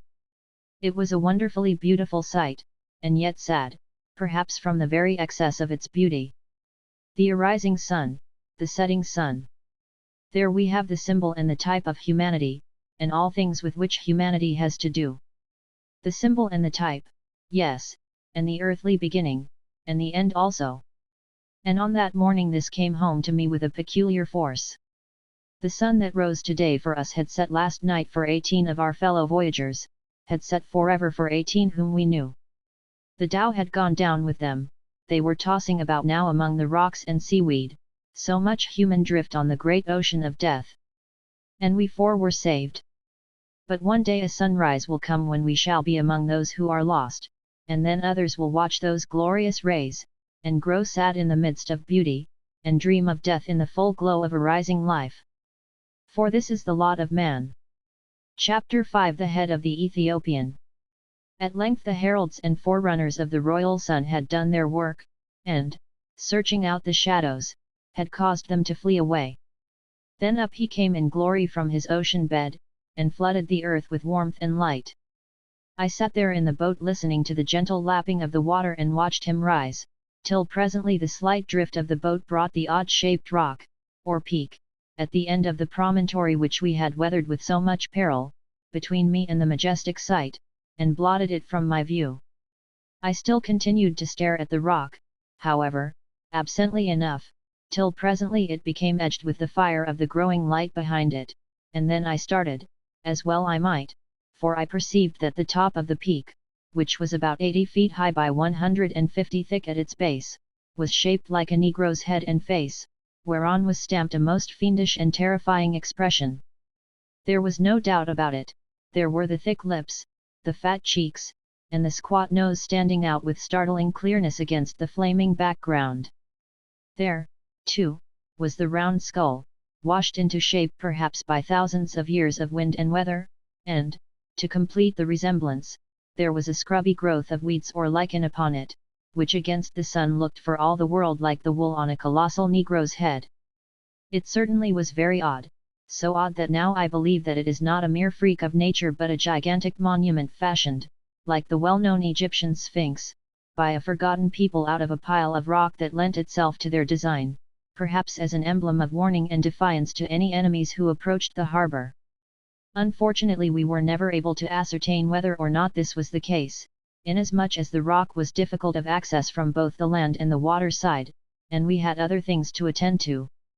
Myself, considering the matter by the light of what we afterwards saw, I believe that it was fashioned by man, but whether or not this is so, there it stands, and sullenly stares from age to age out across the changing sea. There it stood 2,000 years and more ago, when Amenartis, the Egyptian princess, and the wife of Leo's remote ancestor Callicrates, gazed upon its devilish face, and there I have no doubt it will still stand when as many centuries as are numbered between her day and our own are added to the year that bore us to oblivion. What do you think of that, Job?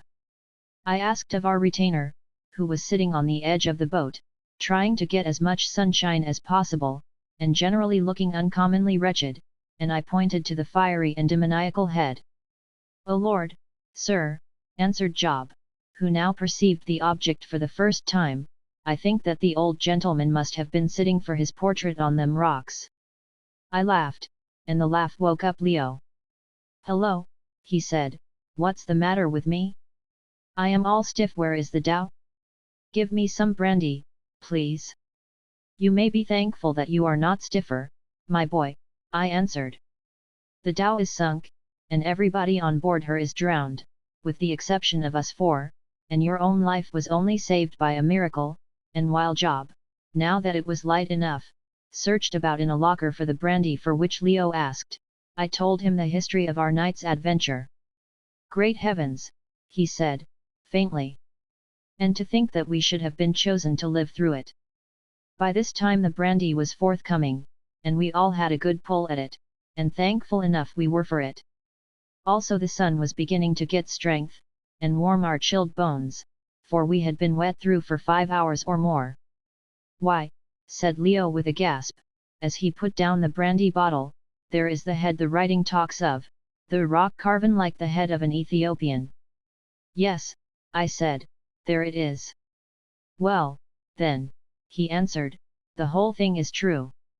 I don't at all see that follows, I answered.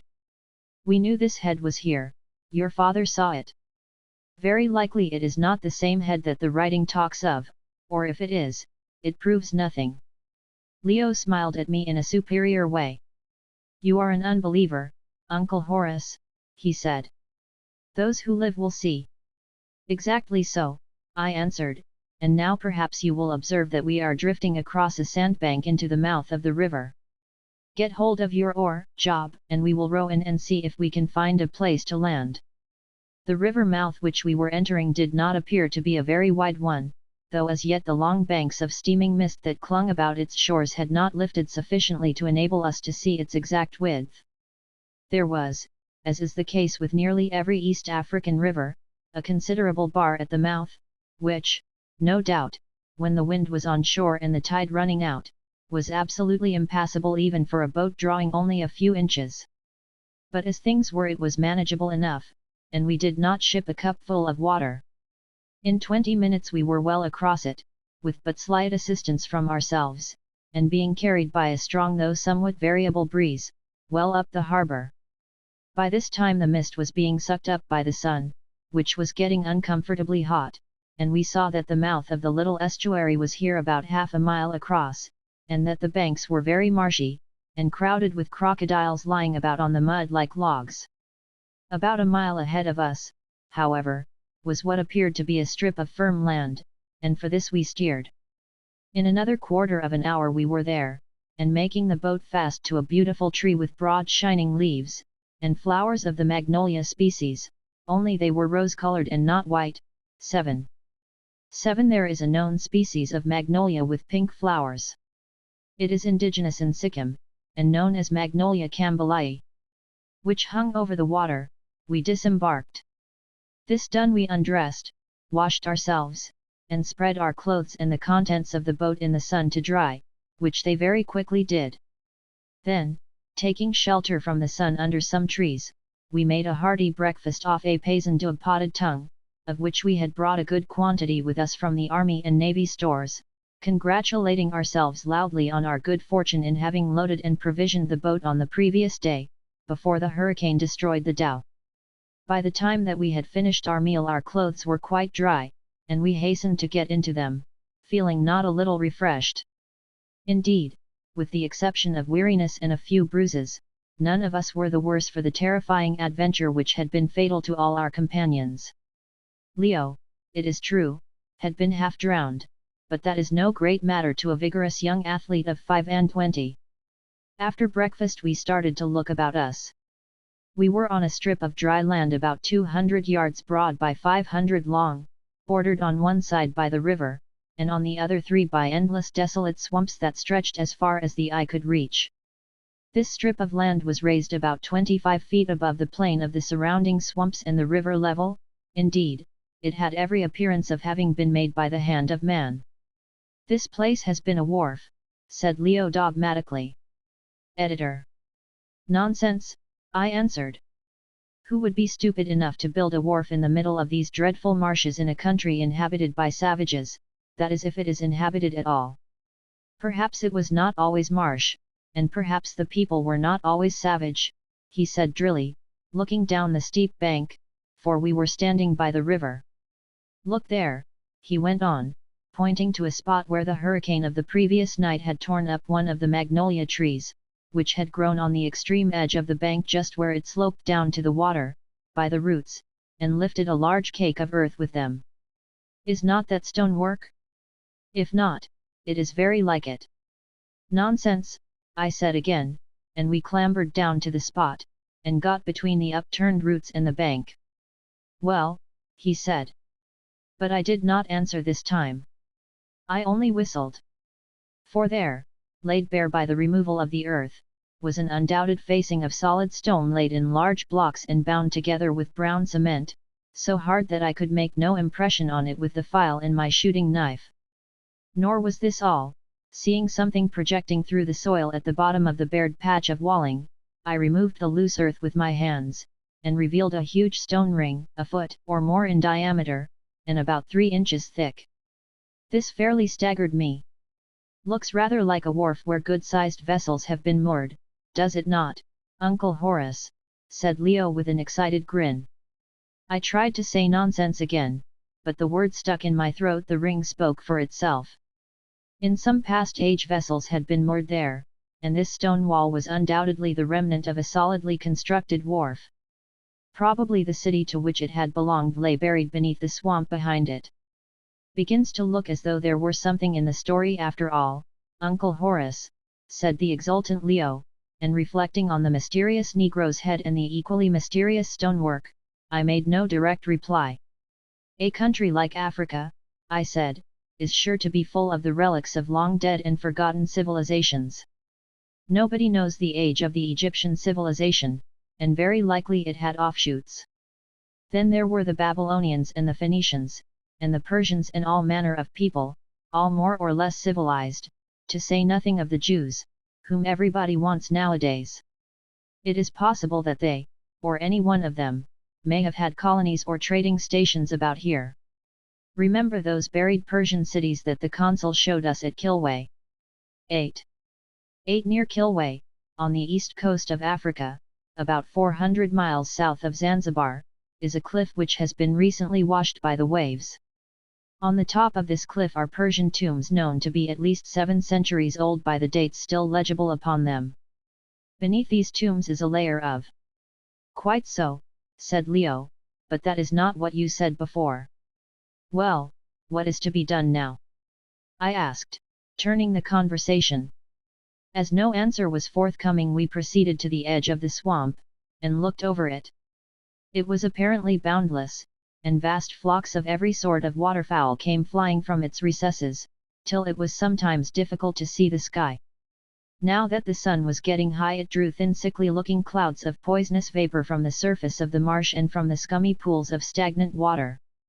2 things are clear to me, I said, addressing my 3 companions, who stared at this spectacle in dismay. First, that we can't go across there. I pointed to the swamp, and, secondly, that if we stop here we shall certainly die of fever. That's as clear as a haystack, sir, said Job. Very well, then, there are 2 alternatives before us. One is to bout ship, and try and run for some port in the whaleboat, which would be a sufficiently debris representing a city. Further down the cliff is a second layer representing an older city, and further down still a third layer, the remains of yet another city of vast and unknown antiquity. Beneath the bottom city were recently found some specimens of glazed earthenware, such as are occasionally to be met with on that coast to this day.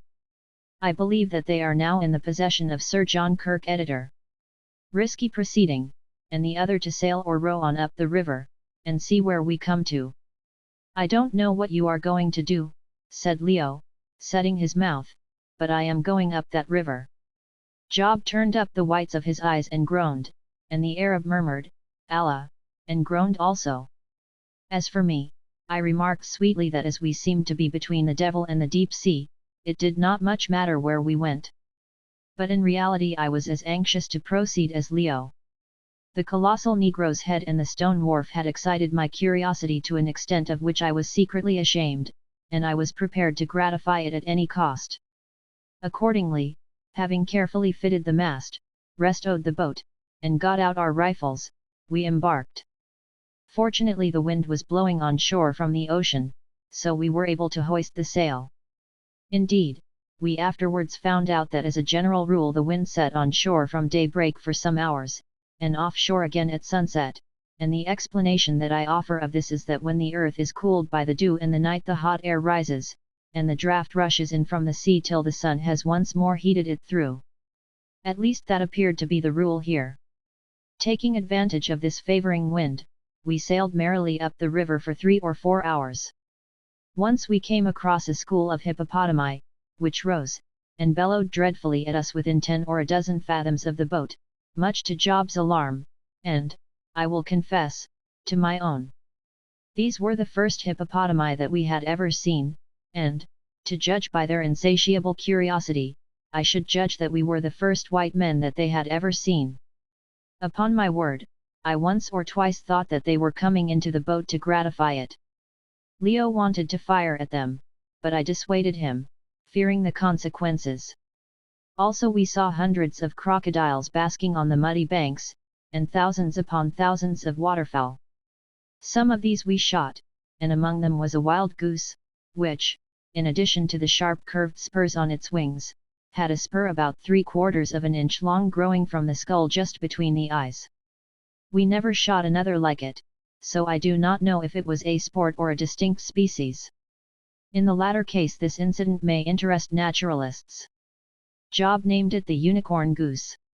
About midday the sun grew intensely hot, and the stench drawn up by it from the marshes which the river drains was something too awful, and caused us instantly to swallow precautionary doses of quinine.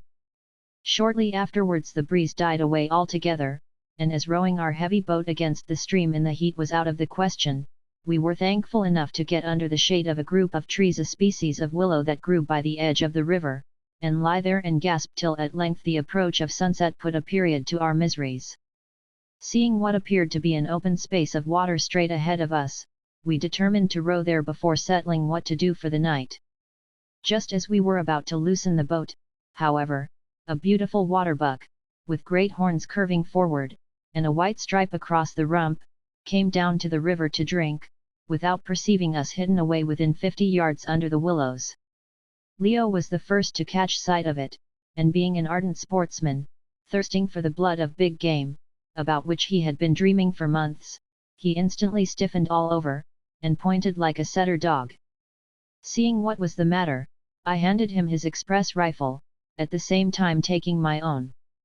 "Now then," I whispered, "mind you don't miss." "Miss?" he whispered back contemptuously. "I could not miss it if I tried." He lifted the rifle, and the roan-colored buck, having drunk his fill, raised his head and looked out across the river. He was standing right against the sunset sky on a little eminence, or ridge of ground, which ran across the swamp, evidently a favorite path for game, and there was something very beautiful about him. Indeed, I do not think that if I live to 100 I shall ever forget that desolate and yet most fascinating scene. It is stamped upon my memory. To the right and left were wide stretches of lonely, death-breeding swamp, unbroken and unrelieved so far as the eye could reach, except here and there by ponds of black and peaty water that, mirror-like, flashed up the red rays of the setting sun. Behind us and before stretched the vista of the sluggish river, ending in glimpses of a reed-fringed lagoon, on the surface of which the long lights of the evening played as the faint breeze stirred the shadows. To the west loomed the huge red ball of the sinking sun, now vanishing down the vapory horizon, and filling the great heaven, high across whose arch the cranes and wildfowl streamed in line, square, and triangle, with flashes of flying gold and the lurid stain of blood. And then ourselves, three modern Englishmen in a modern English boat, seeming to jar upon and looking out of tone with that measureless desolation, and in front of us the noble buck limned out upon a background of ruddy sky. Bang! Away he goes with a mighty bound. Leo has missed him. Bang! Right under him again. Now for a shot. I must have one, though he is going like an arrow, and 100 yards away and more. By Jove! Over and over and over. Well, I think I've wiped your eye there, Master Leo, I say, struggling against the ungenerous exultation that in such a supreme moment of one's existence will rise in the best-mannered sportsman's breast. Confound you, yes, growled Leo, and then, with that quick smile that is one of his charms lighting up his handsome face like a ray of light, I beg your pardon, old fellow, I congratulate you, it was a lovely shot, and mine were vile. We got out of the boat and ran to the buck, which was shot through the spine and stone dead. It took us a quarter of an hour or more to clean it and cut off as much of the best meat as we could carry, and, having packed this away, we had barely light enough to row up into the lagoon-like space, into which, there being a hollow in the swamp, the river here expanded. Just as the light vanished we cast anchor about 30 fathoms from the edge of the lake. We did not dare to go ashore, not knowing if we should find dry ground to camp on, and greatly fearing the poisonous exhalations from the marsh, from which we thought we should be freer on the water. So we lighted a lantern, and made our evening meal off another potted tongue in the best fashion that we could, and then prepared to go to sleep, only, however, to find that sleep was impossible. For, whether they were attracted by the lantern, or by the unaccustomed smell of a white man, for which they had been waiting for the last 1,000 years or so, I know not, but certainly we were presently attacked by tens of thousands of the most bloodthirsty, pertinacious, and huge mosquitoes that I ever saw or read of. In clouds they came, and pinged and buzzed and bit till we were nearly mad. Tobacco smoke only seemed to stir them into a merrier and more active life, till at length we were driven to covering ourselves with blankets, head and all, and sitting to slowly stew and continually scratch and swear beneath them. And as we sat, suddenly rolling out like thunder through the silence came the deep roar of a lion, and then of a second lion, moving among the reeds within 60 yards of us. "I say," said Leo, sticking his head out from under his blanket, "lucky we ain't on the bank, avuncular."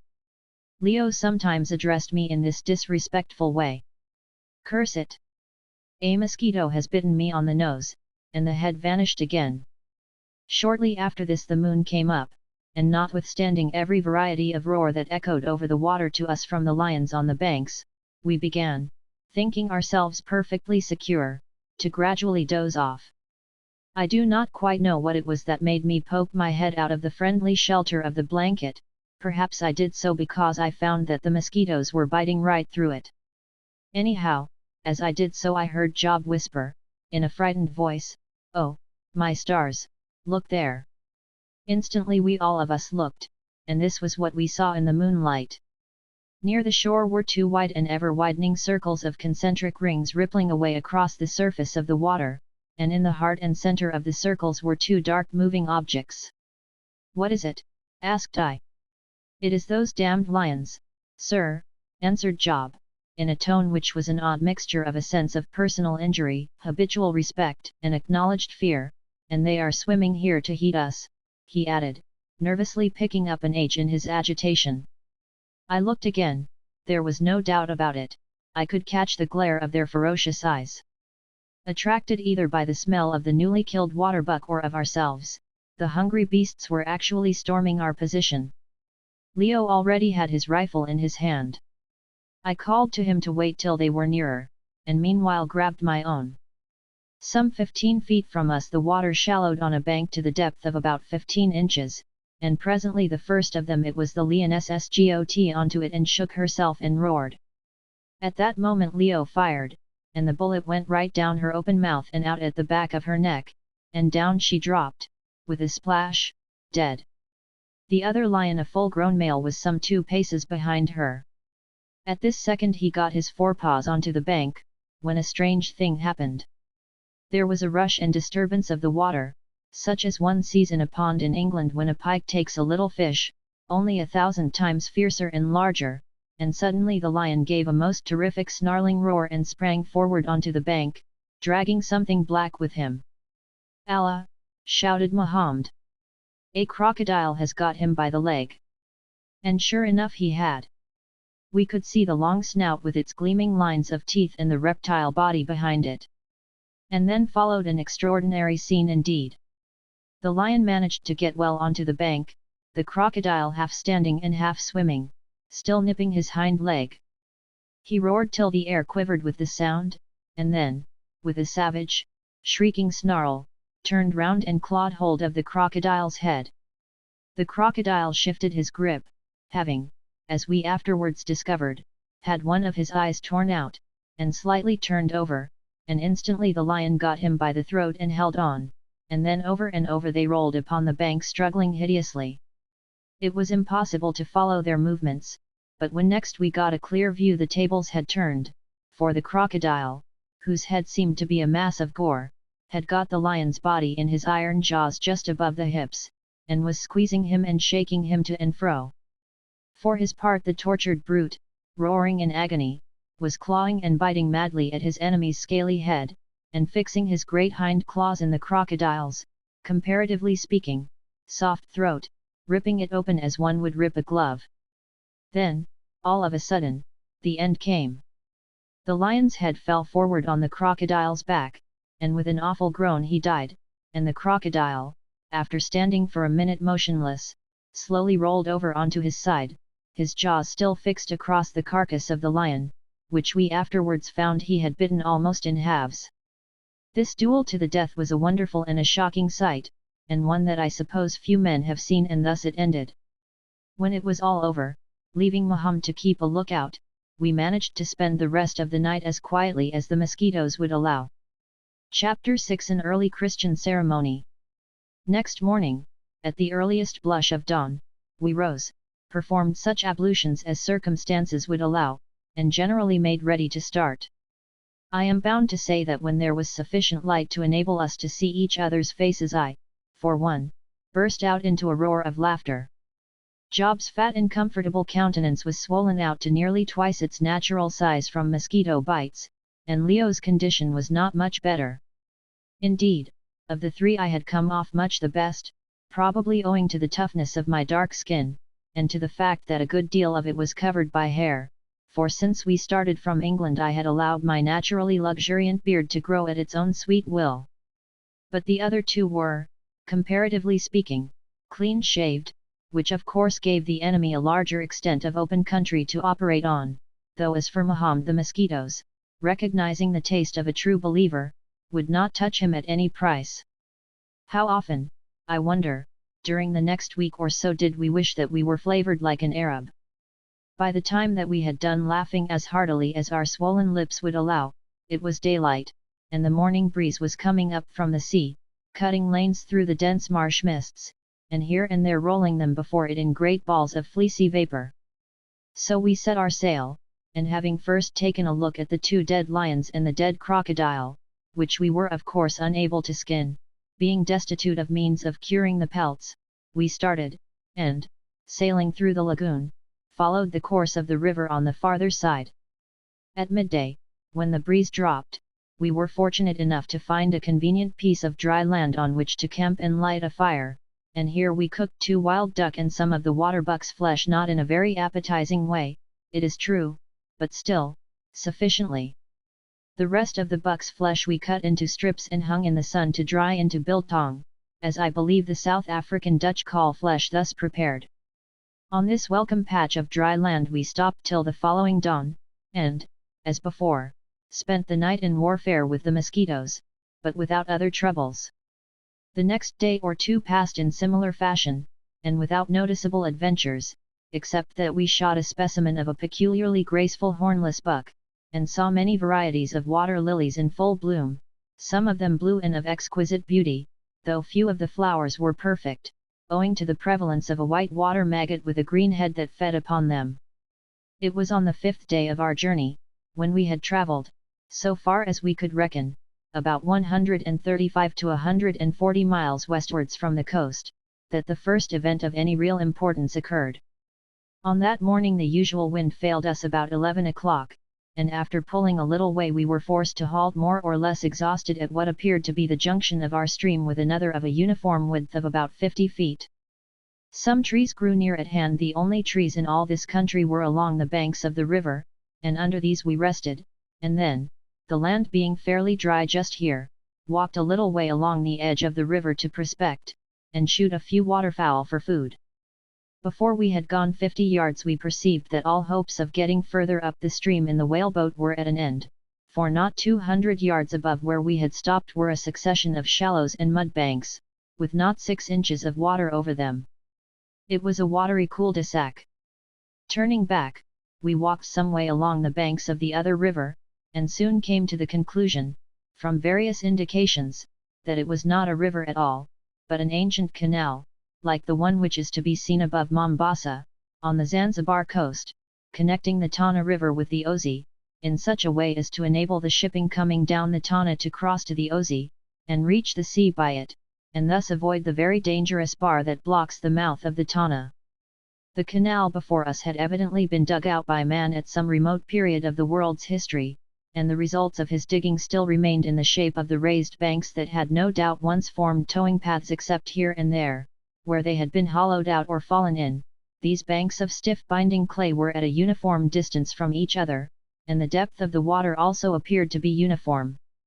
Current there was little or none, and, as a consequence, the surface of the canal was choked with vegetable growth, intersected by little paths of clear water, made, I suppose, by the constant passage of waterfowl, iguanas, and other vermin.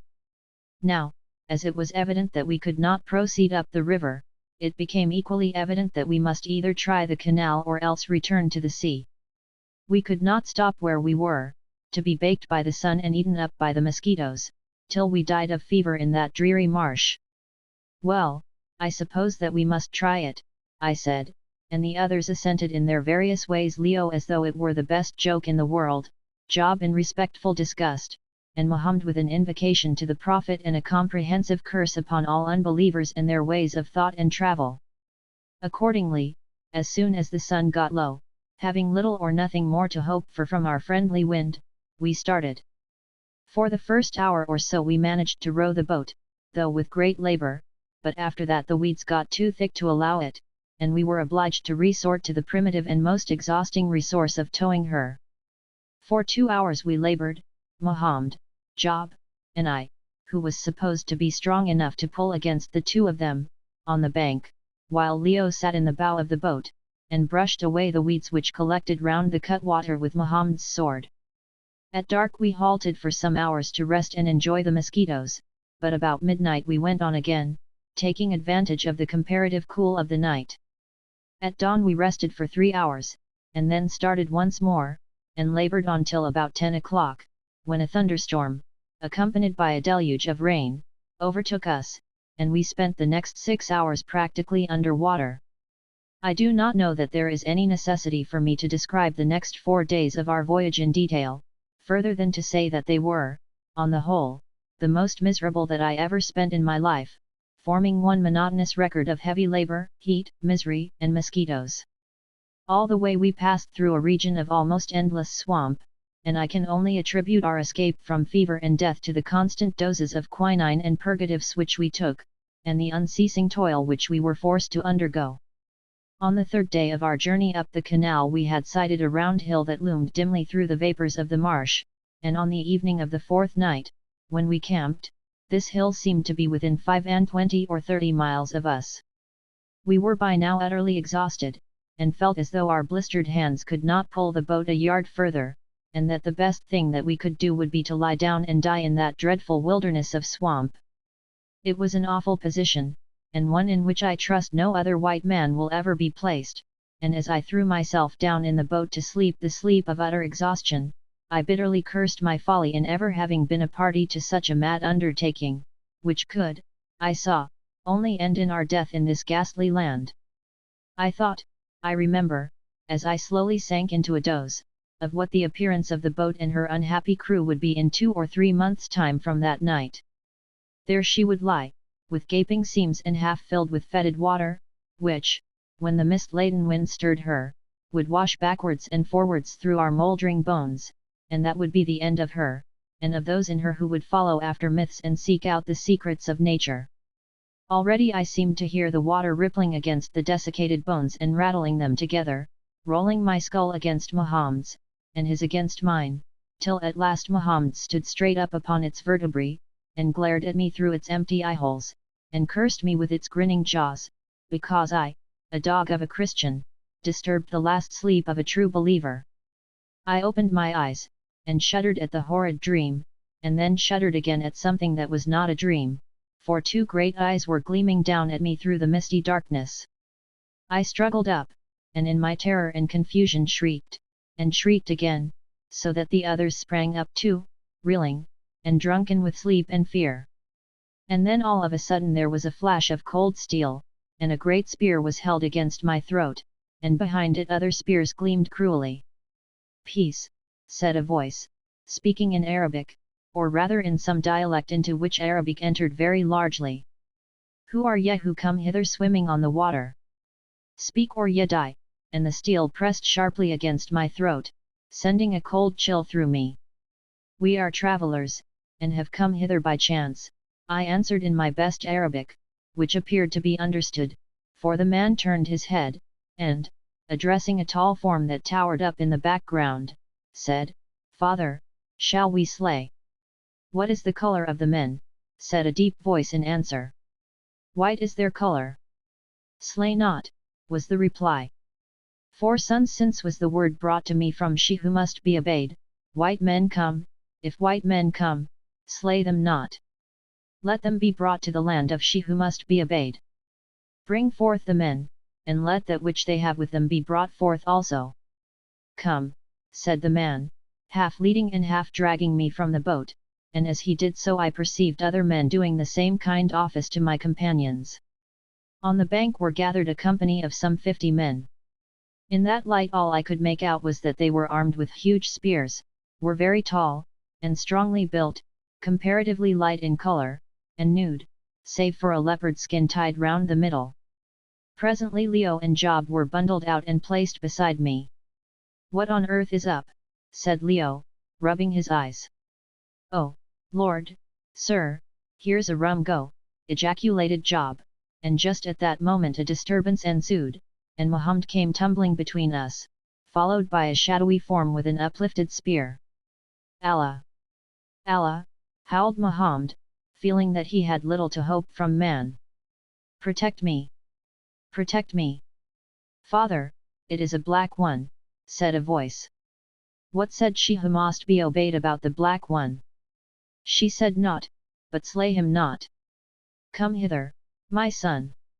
The man advanced, and the tall shadowy form bent forward and whispered something. "Yes, yes," said the other, and chuckled in a rather blood-curdling tone. "Are the 3 white men there?" asked the form. "Yes, they are there." "Then bring up that which is made ready for them, and let the men take all that can be brought from the thing which floats." Hardly had he spoken when men came running up, carrying on their shoulders neither more nor less than palanquins, 4 bearers and 2 spare men to a palanquin, and in these it was promptly indicated we were expected to stow ourselves. "Well," said Leo, "it is a blessing to find anybody to carry us after having to carry ourselves so long." Leo always takes a cheerful view of things. There being no help for it, after seeing the others into theirs I tumbled into my own litter, and very comfortable I found it. It appeared to be manufactured of cloth woven from grass fibre, which stretched and yielded to every motion after the body, and, being bound top and bottom to the bearing pole, gave a grateful support to the head and neck. Scarcely had I settled myself when, accompanying their steps with a monotonous song, the bearers started at a swinging trot.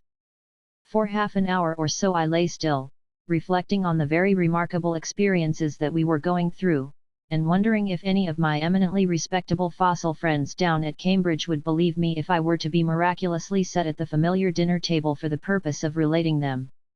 I don't want to convey any disrespectful notion or slight when I call those good and learned men fossils, but my experience is that people are apt to fossilize even at a university if they follow the same paths too persistently.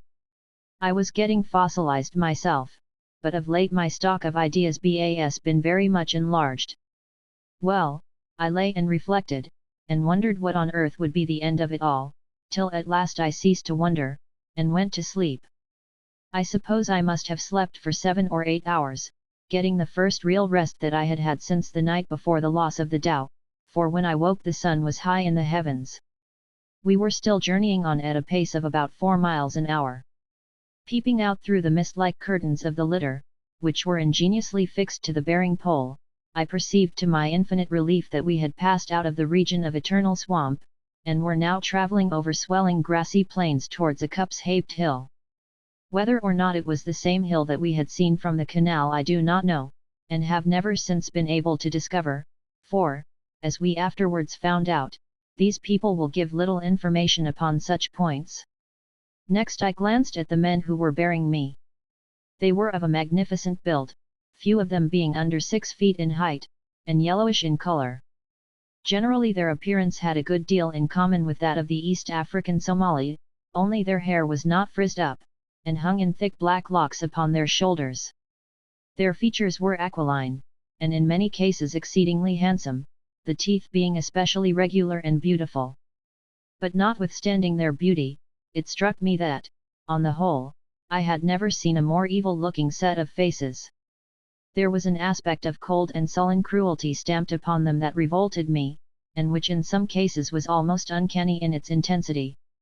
Another thing which struck me about them was that they never seemed to smile. Sometimes they sang the monotonous song of which I have spoken, but when they were not singing they remained almost perfectly silent, and the light of a laugh never came to brighten their sombre and evil countenances. Of what race could these people be? Their language was a bastard Arabic, and yet they were not Arabs, I was quite sure of that. For one thing they were too dark, or rather yellow. I could not say why, but I know that their appearance filled me with a sick fear of which I felt ashamed.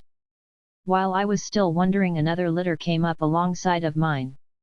In it, for the curtains were drawn, sat an old man, clothed in a whitish robe, made apparently from coarse linen, that hung loosely about him, who, I at once jumped to the conclusion, was the shadowy figure who had stood on the bank and been addressed as father. He was a wonderful-looking old man, with a snowy beard, so long that the ends of it hung over the sides of the litter, and he had a hooked nose, above which flashed out a pair of eyes as keen as a snake's, while his whole countenance was instinct with a look of wise and sardonic humour impossible to describe on paper. "Art thou awake, stranger?" he said in a deep and low voice. "Surely, my father," I answered courteously, feeling certain that I should do well to conciliate this ancient mammon of unrighteousness.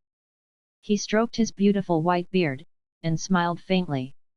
"From whatever country thou camest," he said, "and by the way it must be from one where somewhat of our language is known, they teach their children courtesy there, my stranger son. And now wherefore comest thou unto this land, which scarce an alien foot has pressed from the time that man know it? Art thou and those with thee weary of life?" "We came to find new things," I answered boldly. "We are tired of the old things, we have come up out of the sea to know that which is unknown. We are of a brave race who fear not death, my very much respected father, that is, if we can get a little fresh information before we die." "Humph," said the old gentleman. "That may be true, it is rash to contradict, otherwise I should say that thou wast lying, my son. However, I dare say that she who must be obeyed will meet thy wishes in the matter." "Who is she who must be obeyed?" I asked curiously. The old man glanced at the bearers, and then answered, with a little smile that somehow sent my blood to my heart, "Surely, my stranger son, thou wilt learn soon enough, if it be her pleasure to see thee at all in the flesh." "In the flesh?" I answered. "What may my father wish to convey?" But the old man only laughed a dreadful laugh, and made no reply. "What is the name of my father's people?" I asked. "The name of my people is Haggard, the people of the rocks." "And if a son might ask, what is the name of my father?" "My name is Billy." "And whither go we, my father?" "That shalt thou see," and at a sign from him his bearers started forward at a run till they reached the litter in which Job was reposing, with one leg hanging over the side. Apparently, however, he could not make much out of Job, for presently I saw his bearers trot forward to Leo's litter.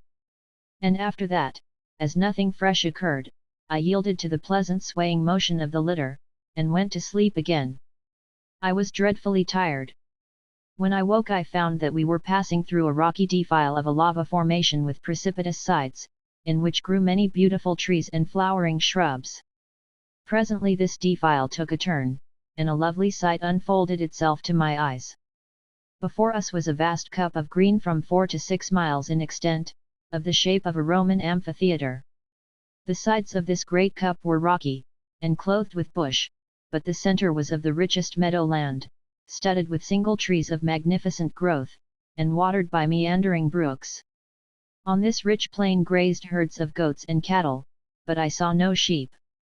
At first I could not imagine what this strange spot could be, but presently it flashed upon me that it must represent the crater of some long-extinct volcano, which had afterwards been a lake, and was ultimately drained in some unexplained way. And here I may state that from my subsequent experience of this in a much larger, but otherwise similar spot, which I shall have occasion to describe by and by, I have every reason to believe that this conclusion was correct. What puzzled me, however, was that, although there were people moving about herding the goats and cattle, I saw no signs of any human habitation. Where did they all live? I wondered. My curiosity was soon destined to be gratified. Turning to the left, the string of litters followed the cliffy sides of the crater for a distance of about half a mile, or perhaps a little less, and then halted. Seeing the old gentleman, my adopted father, Billy, emerge from his litter, I did the same, and so did Leo and Job. The first thing I saw was our wretched Arab companion, Mahomed, lying exhausted on the ground.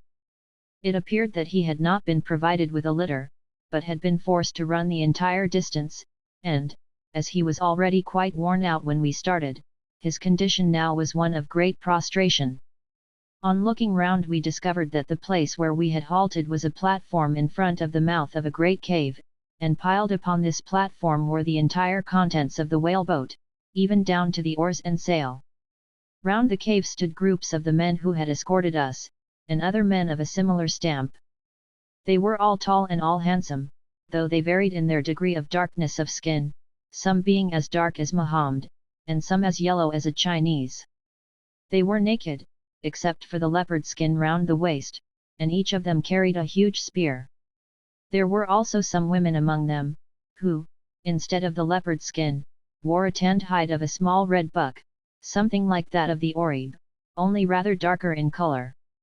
These women were, as a class, exceedingly good-looking, with large, dark eyes, well-cut features, and a thick bush of curling hair not crisped like a Negro's, ranging from black to chestnut in hue, with all shades of intermediate color. Some, but very few of them, wore a yellowish linen garment, such as I have described as worn by Billy, but this, as we afterwards discovered, was a mark of rank, rather than an attempt at clothing. For the rest, their appearance was not quite so terrifying as that of the men, and they sometimes, though rarely, smiled. As soon as we had alighted, they gathered round us and examined us with curiosity, but without excitement. Leo's tall, athletic form and clear-cut Grecian face, however, evidently excited their attention, and when he politely lifted his hat to them, and showed his curling yellow hair, there was a slight murmur of admiration. Nor did it stop there, for, after regarding him critically from head to foot, the handsomest of the young women, one wearing a robe, and with hair of a shade between brown and chestnut, deliberately advanced to him, and, in a way that would have been winning had it not been so determined, quietly put her arm round his neck, bent forward, and kissed him on the lips. I gave a gasp, expecting to see Leo instantly speared, and Job ejaculated, "The hussy, well, I never." As for Leo, he looked slightly astonished, and then, remarking that we had got into a country where they clearly followed the customs of the early Christians, deliberately returned the embrace. Again I gasped, thinking that something would happen, but to my surprise, though some of the young women showed traces of vexation, the older ones and the men only smiled slightly. When we came to understand the customs of this extraordinary people, the mystery was explained. It then appeared that, in direct opposition to the habits of almost every other savage race in the world, women among the Amazigh are not only upon terms of perfect equality with the men, but are not held to them by any binding ties. Descent is traced only through the line of the mother, and while individuals are as proud of a long and superior female ancestry as we are of our families in Europe, they never pay attention to, or even acknowledge, any man as their father, even when their male parentage is perfectly well known.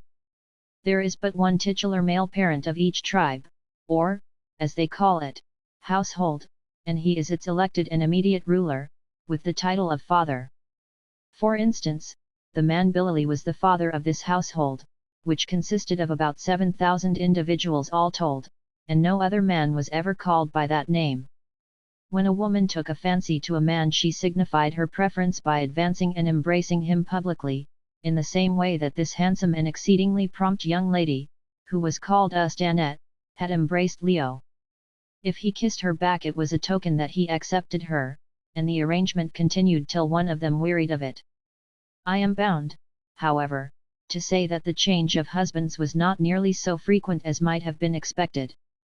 Nor did quarrels arise out of it, at least among the men, who, when their wives deserted them in favor of a rival, accepted the whole thing much as we accept the income tax or our marriage laws, as something not to be disputed, and as tending to the good of the community, however disagreeable they may in particular instances prove to the individual.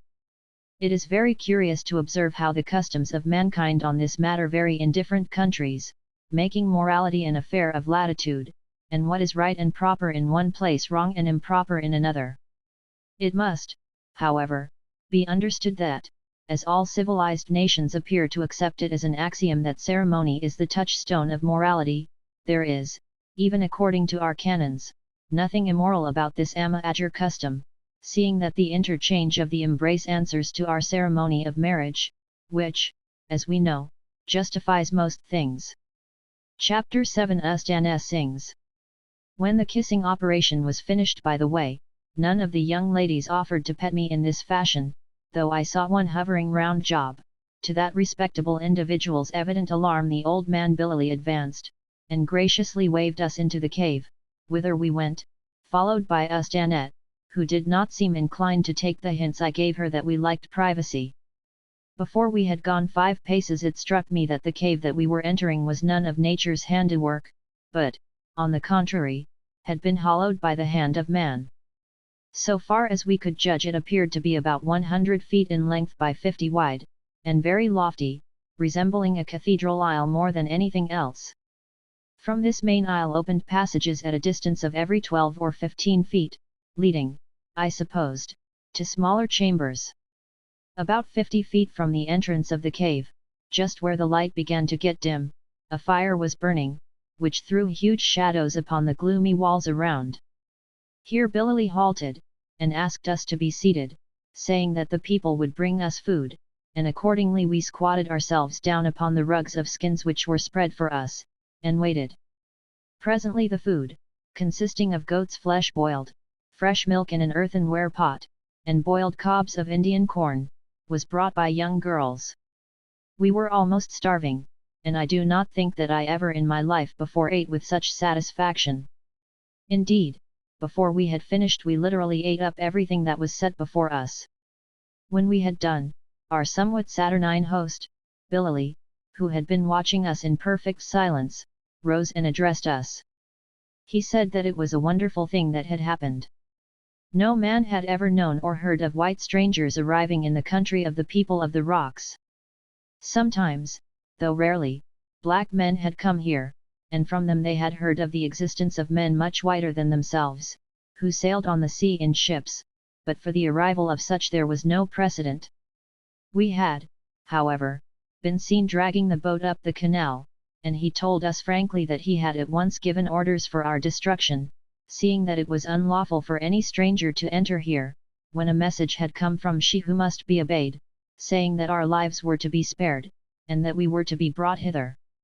Pardon me, my father, I interrupted at this point, but if, as I understand, she who must be obeyed lives yet farther off, how could she have known of our approach?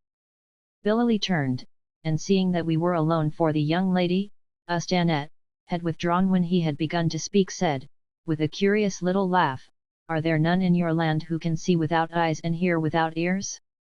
Ask no questions, she knew."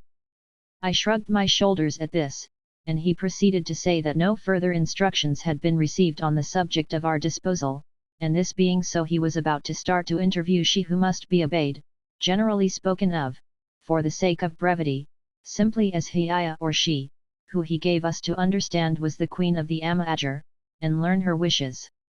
I asked him how long he proposed to be away, and he said that by travelling hard he might be back on the 5th day, but there were many miles of marsh to cross before he came to where she was.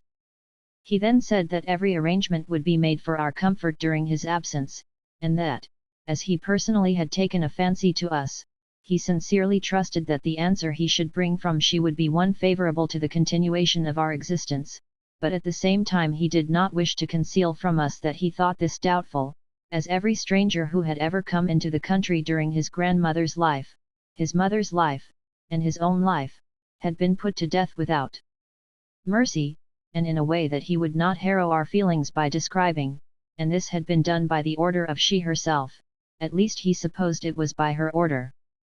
At any rate, she never interfered to save them. "Why," I said, "but how can that be? You are an old man, and the time you talk of must reach back 3 men's lives. How therefore could she have ordered the death of anybody at the beginning of the life of your grandmother, seeing that she herself would not have been born?"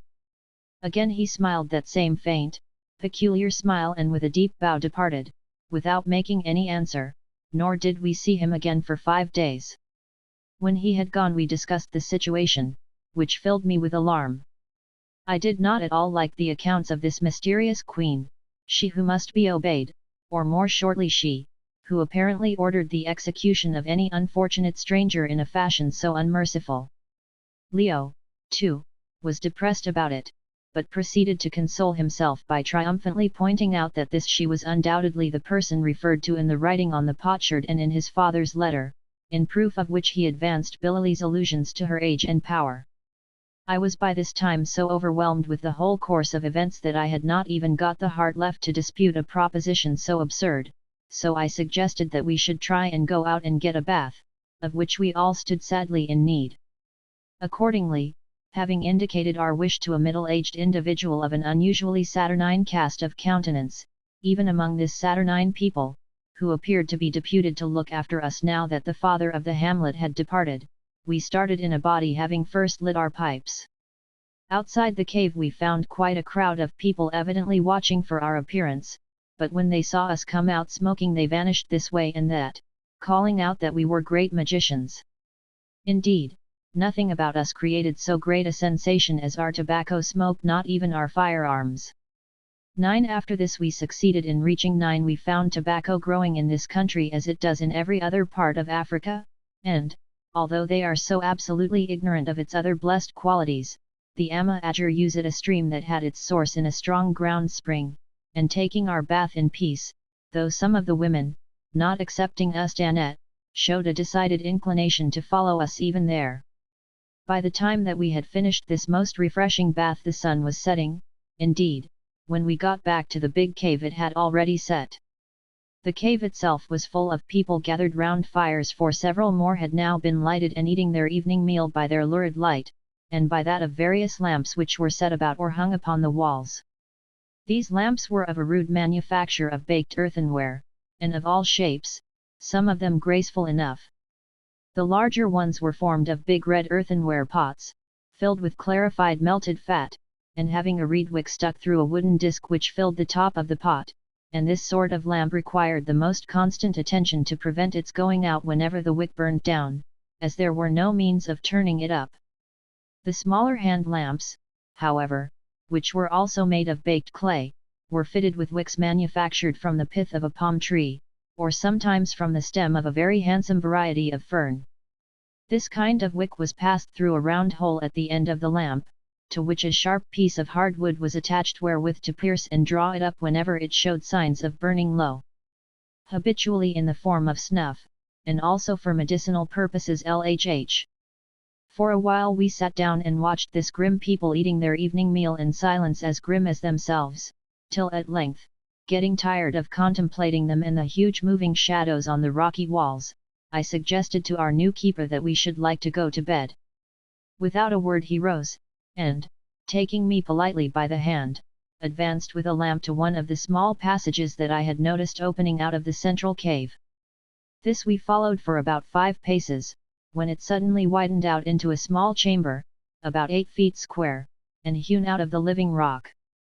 On one side of this chamber was a stone slab, about 3 feet from the ground, and running its entire length like a bunk in a cabin, and on this slab he intimated that I was to sleep. There was no window or air hole to the chamber, and no furniture, and, on looking at it more closely, I came to the disturbing conclusion, in which, as I afterwards discovered, I was quite right, that it had originally served for a sepulchre for the dead rather than a sleeping place for the living, the slab being designed to receive the corpse of the departed. The thought made me shudder in spite of myself, but, seeing that I must sleep somewhere, I got over the feeling as best I might, and returned to the cavern to get my blanket, which had been brought up from the boat with the other things. There I met Job, who, having been inducted to a similar apartment, had flatly declined to stop in it, saying that the look of the place gave him the horrors, and that he might as well be dead and buried in his grandfather's brick grave at once, and expressed his determination of sleeping with me if I would allow him. This, of course, I was only too glad to do. The night passed very comfortably on the whole. I say on the whole, for personally I went through a most horrible nightmare of being buried alive, induced, no doubt, by the sepulchral nature of my surroundings.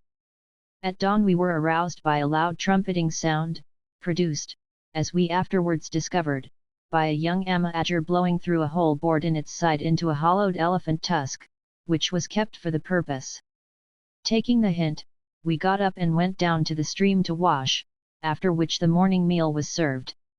At breakfast one of the women, no longer quite young, advanced, and publicly kissed Job. I think it was in its way the most delightful thing, putting its impropriety aside for a moment, that I ever saw. Never shall I forget the respectable Job's abject terror and disgust. Job, like myself, is a bit of a misogynist, I fancy, chiefly owing to the fact of his having been one of a family of 17 and the feelings expressed upon his countenance when he realized that he was not only being embraced publicly, and without authorization on his own part, but also in the presence of his masters, were too mixed and painful to admit of accurate description. He sprang to his feet, and pushed the woman, a buxom person of about 30, from him. "Well, I never," he gasped, whereupon, probably thinking that he was only coy, she embraced him again. "Be off with you! Get away, you minx!" he shouted, waving the wooden spoon, with which he was eating his breakfast, up and down before the lady's face. "Beg your pardon, gentlemen, I am sure I haven't encouraged her. Oh, Lord! She's coming for me again. Hold her, Mr. Holly. Please hold her. I can't stand it, I can't, indeed. This has never happened to me before, gentlemen, never. There's nothing against my character," and here he broke off, and ran as hard as he could go down the cave, and for once I saw the Amahagger laugh. As for the woman, however, she did not laugh. On the contrary, she seemed to bristle with fury, which the mockery of the other women about only served to intensify. She stood there literally snarling and shaking with indignation, and, seeing her, I wished Job's scruples had been at Jericho, forming a shrewd guess that his admirable behavior had endangered our throats. Nor, as the sequel shows, was I wrong. The lady having retreated, Job returned in a great state of nervousness, and keeping his weather eye fixed upon every woman who came near him. I took an opportunity to explain to our hosts that Job was a married man, and had had very unhappy experiences in his domestic relations, which accounted for his presence here and his terror at the sight of women, but my remarks were received in grim silence, it being evident that our retainer's behavior was considered as a slight to the household at large, although the women, after the manner of some of their more civilized sisters, made merry at the rebuff of their companion. After breakfast we took a walk and inspected the Amahagger herds, and also their cultivated lands. They have two breeds of cattle, one large and angular, with no horns, but yielding beautiful milk, and the other, a red breed, very small and fat, excellent for meat, but of no value for milking purposes. This last breed closely resembles the Norfolk Red Poll strain, only it has horns which generally curve forward over the head, sometimes to such an extent that they have to be cut to prevent them from growing into the bones of the skull. The goats are long-haired, and are used for eating only, at least I never saw them milked. As for the Amahagger cultivation, it is primitive in the extreme, being all done by means of a spade made of iron, for these people smelt and work iron. This spade is shaped more like a big spearhead than anything else, and has no shoulder to it on which the foot can be set. As a consequence, the labor of digging is very great. It is, however, all done by the men, the women, contrary to the habits of most savage races, being entirely exempt from manual toil. But then, as I think I have said elsewhere, among the Amahagger the weaker sex has established its rights. At first we were much puzzled as to the origin and constitution of this extraordinary race, points upon which they were singularly uncommunicative. As the time went on, for the next 4 days passed without any striking event, we learned something from Leo's lady friend Ustanette, who, by the way, stuck to that young gentleman like his own shadow. As to origin, they had none, at least, so far as she was aware. There were, however, she informed us, mounds of masonry and many pillars near the place where she lived, which was called Kor, and which the wise said had once been houses wherein men lived, and it was suggested that they were descended from these men. No one, however, dared go near these great ruins, because they were haunted. They only looked on them from a distance. Other similar ruins were to be seen, she had heard, in various parts of the country, that is, wherever one of the mountains rose above the level of the swamp. Also, the caves in which they lived had been hollowed out of the rocks by men, perhaps the same who built the cities.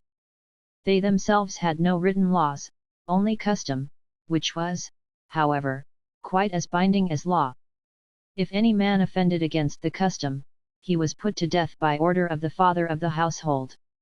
I asked how he was put to death, and she only smiled, and said that I might see one day soon. They had a queen, however. She was their queen, but she was very rarely seen, perhaps once in 2 or 3 years, when she came forth to pass sentence on some offenders, and when seen was muffled up in a big cloak, so that nobody could look upon her face. Those who waited upon her were deaf and dumb, and therefore could tell no tales, but it was reported that she was lovely as no other woman was lovely, or ever had been. It was rumored also that she was immortal, and had power over all things, but she, Ustanette, could say nothing of all that. What she believed was that the queen chose a husband from time to time, and as soon as a female child was born, this husband, who was never again seen, was put to death. Then the female child grew up and took the place of the queen when its mother died, and had been buried in the great caves. But of these matters none could speak for certain. Only she was obeyed throughout the length and breadth of the land, and to question her command was certain death. She kept a guard, but had no regular army, and to disobey her was to die. I asked what size the land was, and how many people lived in it. She answered that there were 10 households, like this that she knew of, including the big household, where the queen was, that all the households lived in caves, in places resembling this stretch of raised country, dotted about in a vast extent of swamp, which was only to be threaded by secret paths. Often the households made war on each other until she sent word that it was to stop, and then they instantly ceased. That and the fever which they caught in crossing the swamps prevented their numbers from increasing too much. They had no connection with any other race, indeed, none lived near them, or were able to thread the vast swamps. Once an army from the direction of the great river, presumably the Zambesi, had attempted to attack them, but they got lost in the marshes, and at night, seeing the great balls of fire that move about there, tried to come to them, thinking that they marked the enemy's camp, and half of them were drowned. As for the rest, they soon died of fever and starvation, not a blow being struck at them. The marshes, she told us, were absolutely impassable except to those who knew the paths, adding, what I could well believe, that we should never have reached this place where we then were had we not been brought thither. These and many other things we learned from Ustanette during the 4 days' pause before our real adventures began, and, as may be imagined, they gave us considerable cause for thought. The whole thing was exceedingly remarkable, almost incredibly so, indeed, and the oddest part of it was that so far it did more or less correspond to the ancient writing on the sherd. And now it appeared that there was a mysterious queen clothed by rumor with dread and wonderful attributes, and commonly known by the impersonal but, to my mind, rather awesome title of she. Altogether, I could not make it out, nor could Leo, though of course he was exceedingly triumphant over me because I had persistently mocked at the whole thing. As for Job, he had long since abandoned any attempt to call his reason his own, and left it to drift upon the sea of circumstance. Mahomed, the Arab, who was, by the way, treated civilly indeed, but with chilling contempt, by the amateur, was, I discovered, in a great fright, though I could not quite make out what he was frightened about. He would sit crouched up in a corner of the cave all day long, calling upon Allah and the Prophet to protect him. When I pressed him about it, he said that he was afraid because these people were not men and women at all, but devils, and that this was an enchanted land, and, upon my word, once or twice since then I have been inclined to agree with him. And so the time went on, till the night of the 4th day after Bilali had left, when something happened. We three and Ustana were sitting round a fire in the cave just before bedtime, when suddenly the woman, who had been brooding in silence, rose, and laid her hand upon Leo's golden curls, and addressed him. Even now, when I shut my eyes, I can see her proud, imperial form, clothed alternately in dense shadow and the red flickering of the fire, as she stood, the wild centre of as weird a scene as I ever witnessed, and delivered herself of the burden of her thoughts and forebodings in a kind of rhythmical speech that ran something as follows: "Thou art my chosen, I have waited for thee from the beginning. Thou art very beautiful. Who hath hair like unto thee, or skin so white? Who hath so strong an arm, who is so much a man? Thine eyes are the sky, and the light in them is the stars. Thou art perfect and of a happy face, and my heart turned itself towards thee. When mine eyes fell on thee I did desire thee, then did I take thee to me, thou, my beloved, and hold thee fast, lest harm should come unto thee. I did cover thine head with mine hair, lest the sun should strike it, and altogether was I thine, and thou wast altogether mine.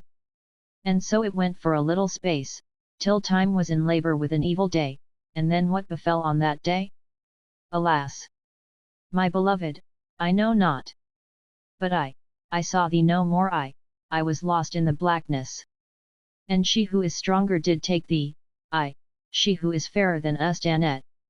Yet didst thou turn and call upon me, and let thine eyes wander in the darkness. But, nevertheless, she prevailed by beauty, and led thee down horrible places, and then, Then my beloved, here this extraordinary woman broke off her speech, or chant, which was so much musical gibberish to us, for all that we understood of what she was talking about, and seemed to fix her flashing eyes upon the deep shadow before her. Then in a moment they acquired a vacant, terrified stare, as though they were striving to realize some half-seen horror. She lifted her hand from Leo's head, and pointed into the darkness.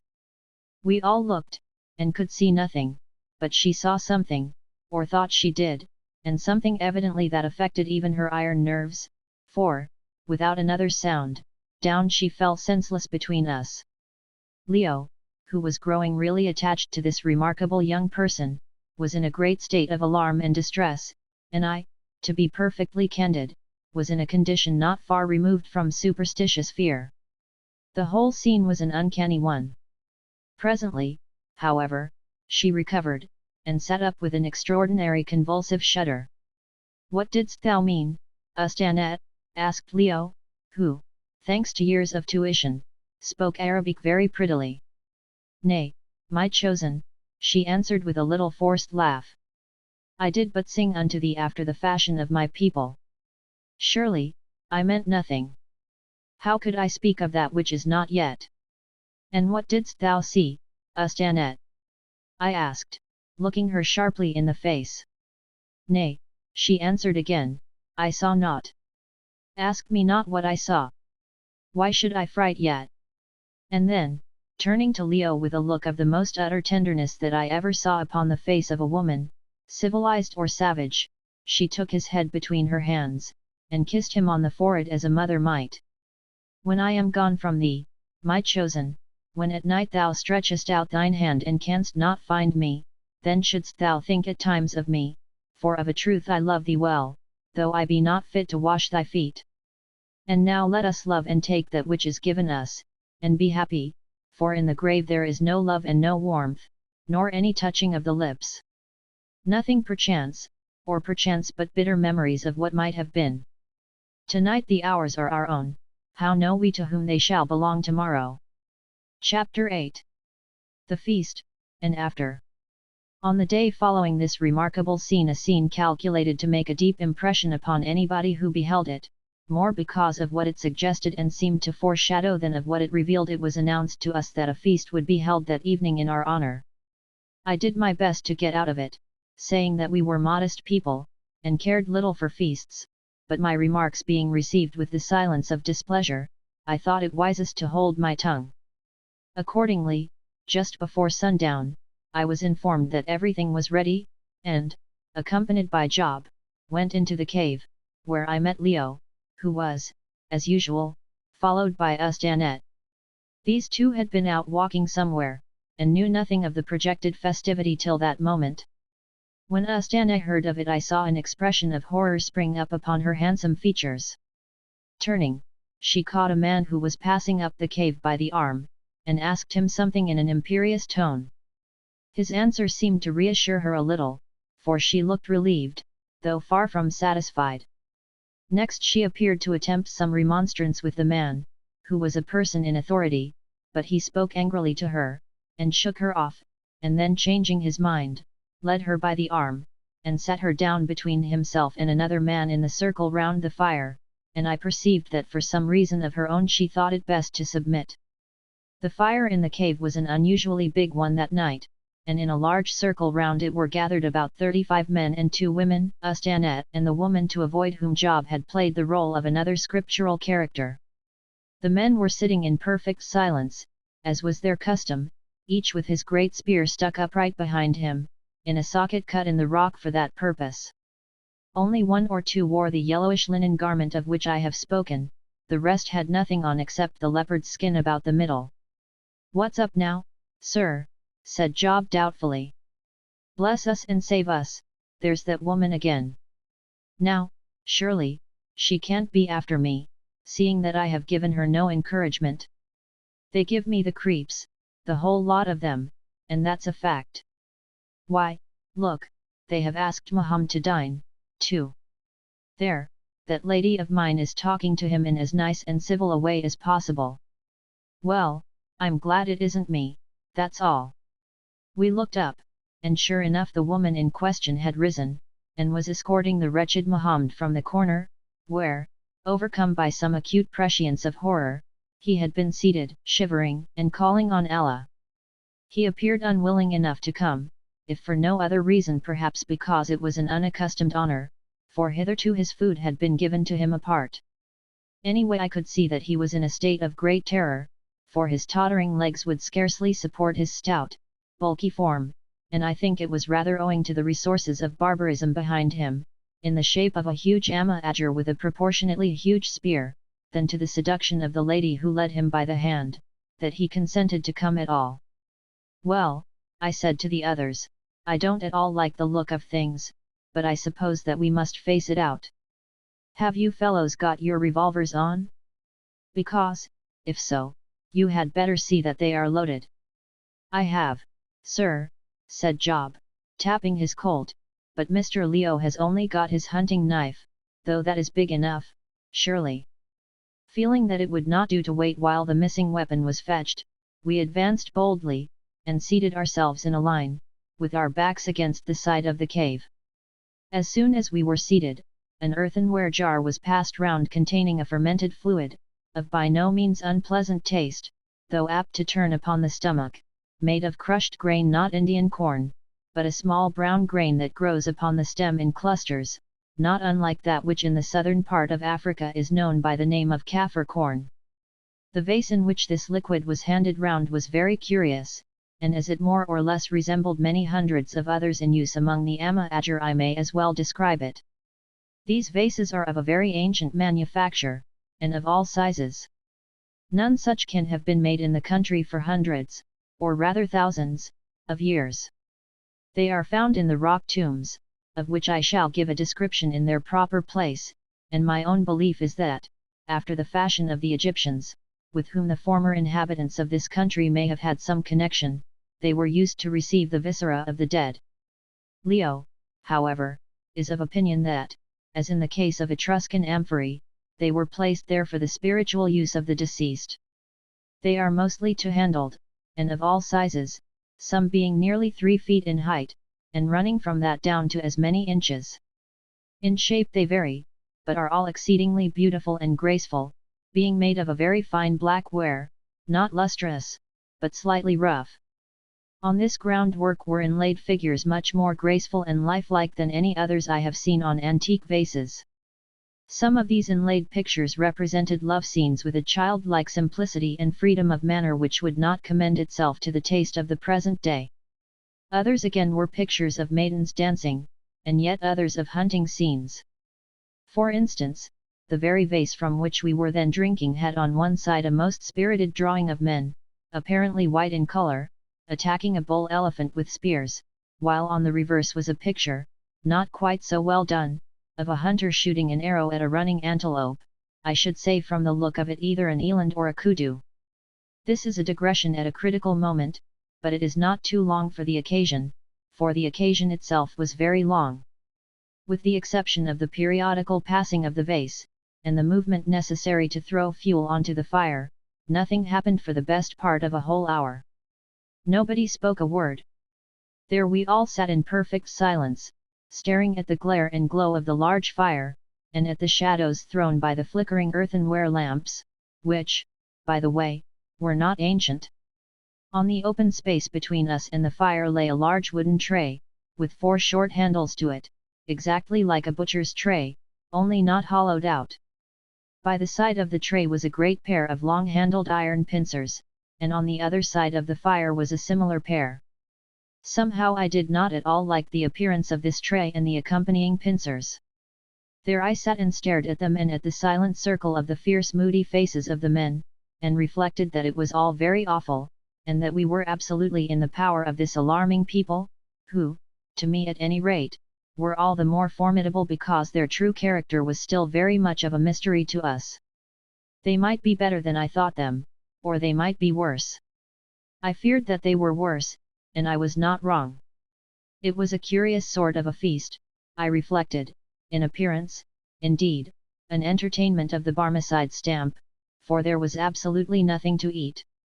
At last, just as I was beginning to feel as though I were being mesmerized, a move was made.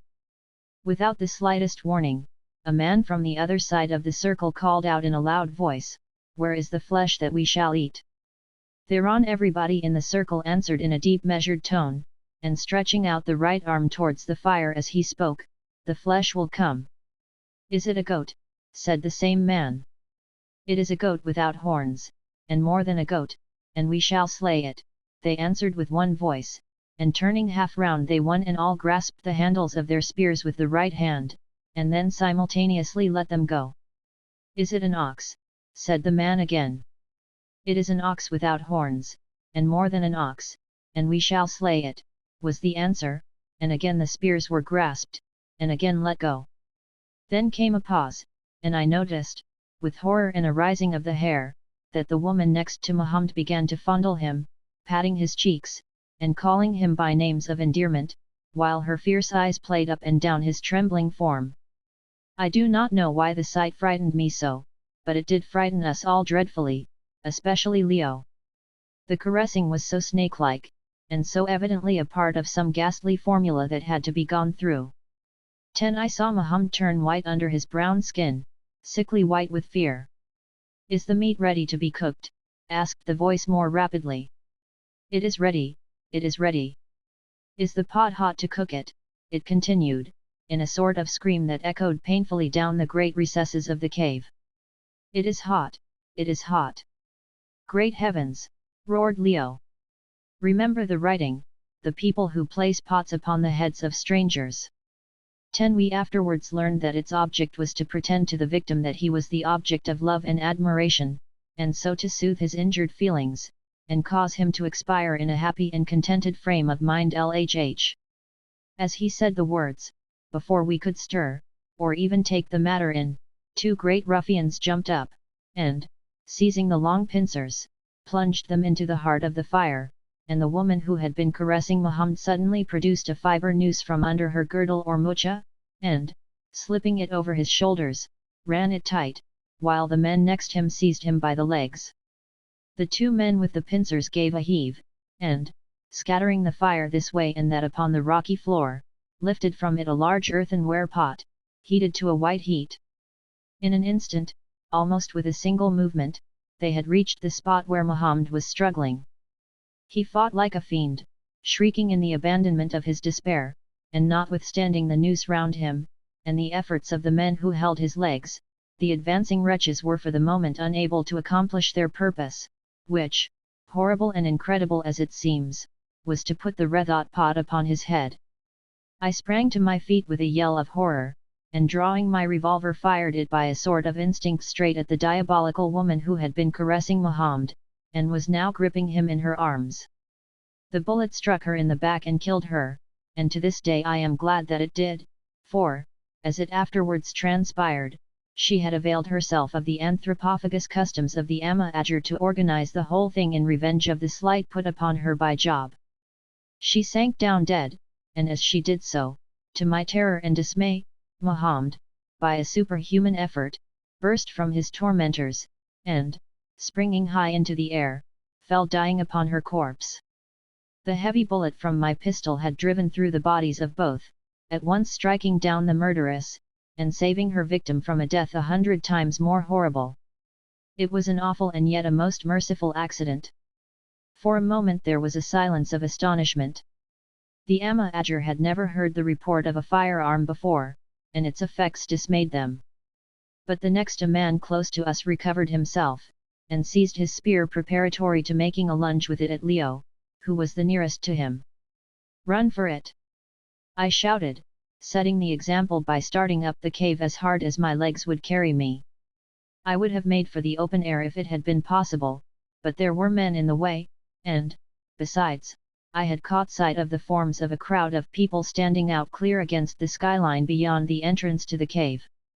Up the cave I went, and after me came the others, and after them thundered the whole crowd of cannibals, mad with fury at the death of the woman. With a bound I cleared the prostrate form of Mahomed. As I flew over him I felt the heat from the red-hot pot which was lying close by, strike upon my legs, and by its glow saw his hands, for he was not quite dead, still feebly moving. At the top of the cave was a little platform of rock 3 feet or so high by about 8 deep, on which 2 large lamps were placed at night. Whether this platform had been left as a seat, or as a raised point afterwards to be cut away when it had served its purpose as a standing place from which to carry on the excavations, I do not know. At least, I did not then. At any rate, we all 3 reached it, and, jumping on it, prepared to sell our lives as dearly as we could. For a few seconds the crowd that was pressing on our heels hung back when they saw us face round upon them. Job was on one side of the rock to the left, Leo in the center, and I to the right. Behind us were the lamps. Leo bent forward, and looked down the long lane of shadows, terminated in the fire and lighted lamps, through which the quiet forms of our would-be murderers flitted to and fro with the faint light glinting on their spears, for even their fury was silent as a bulldog's. The only other thing visible was the red-hot pot still glowing angrily in the gloom. There was a curious light in Leo's eyes, and his handsome face was set like a stone. In his right hand was his heavy hunting knife. He shifted its thong a little up his wrist, and then put his arm round me and gave me a good hug. "Goodbye, old fellow," he said, "my dear friend, my more than father. We have no chance against those scoundrels, they will finish us in a few minutes, and eat us afterwards, I suppose. Goodbye. I led you into this. I hope you will forgive me. Goodbye, Job." "God's will be done," I said, setting my teeth, as I prepared for the end. At that moment, with an exclamation, Job lifted his revolver and fired, and hit a man, not the man he had aimed at. By the way, anything that Job shot at was perfectly safe. On they came with a rush, and I fired 2 as fast as I could, and checked them between us. Job and I, besides the woman, killed or mortally wounded 5 men with our pistols before they were emptied.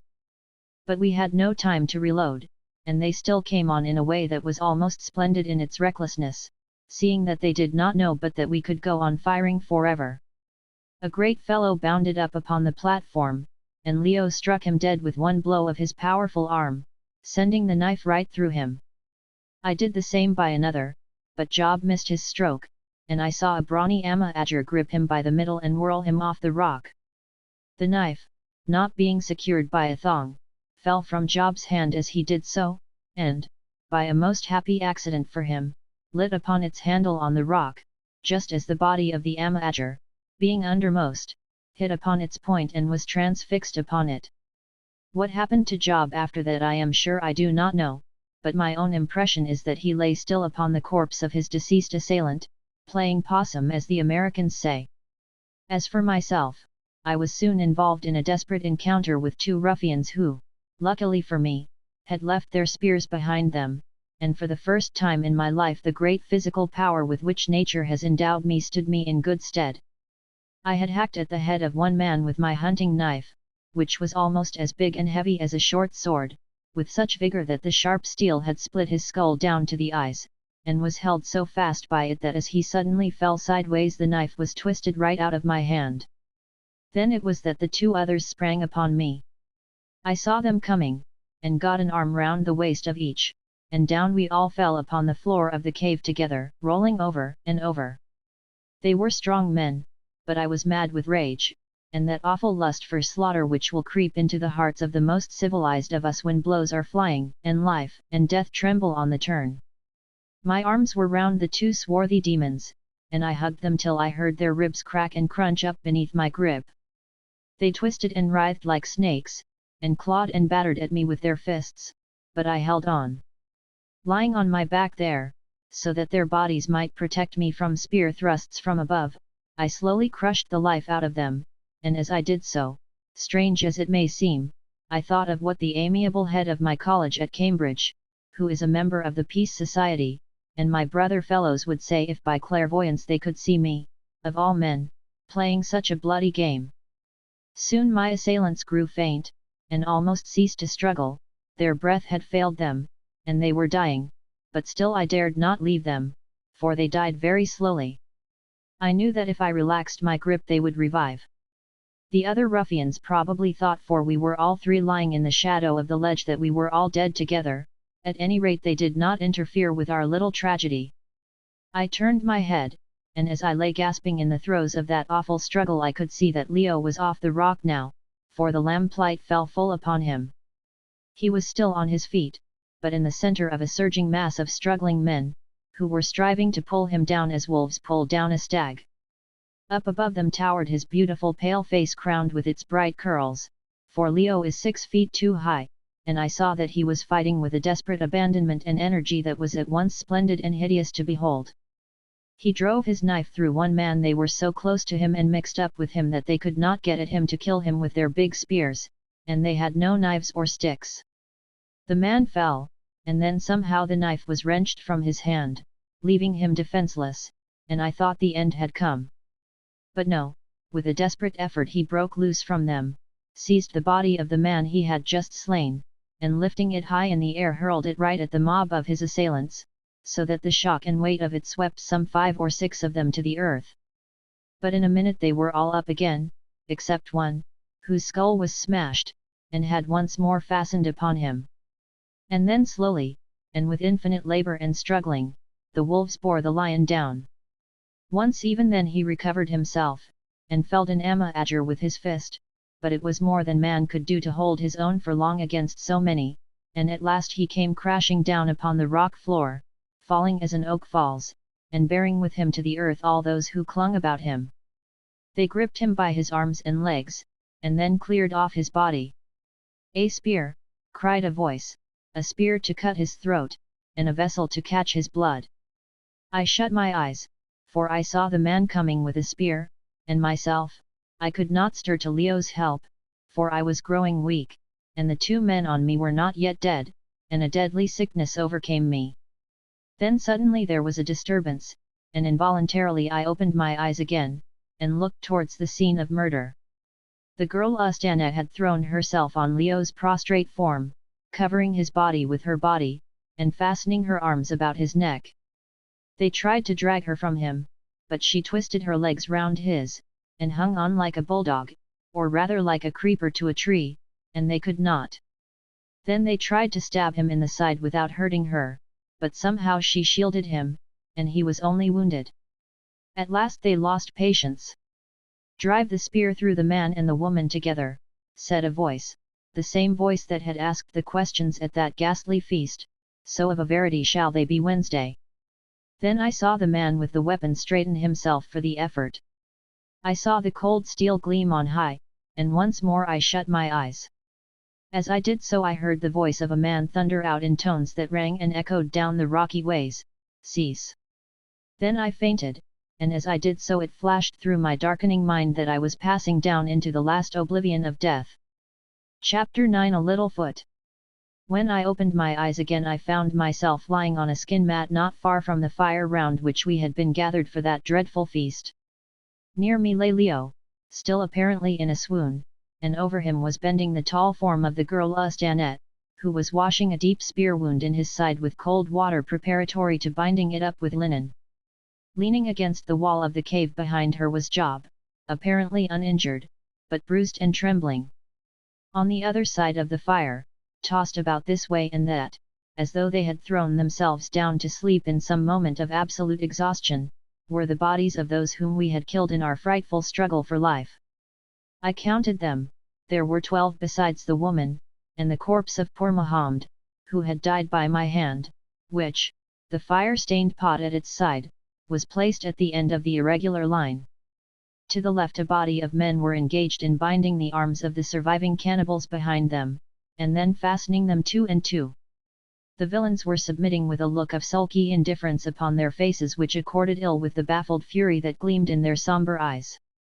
In front of these men, directing the operations, stood no other than our friend Billy, looking rather tired, but particularly patriarchal with his flowing beard, and as cool and unconcerned as though he were superintending the cutting up of an ox. Presently he turned, and perceiving that I was sitting up advanced to me, and with the utmost courtesy said that he trusted that I felt better. I answered that at present I scarcely knew how I felt, except that I ached all over. Then he bent down and examined Leo's wound. "It is a nasty cut," he said, "but the spear has not pierced the entrails. He will recover." "Thanks to thy arrival, my father," I answered.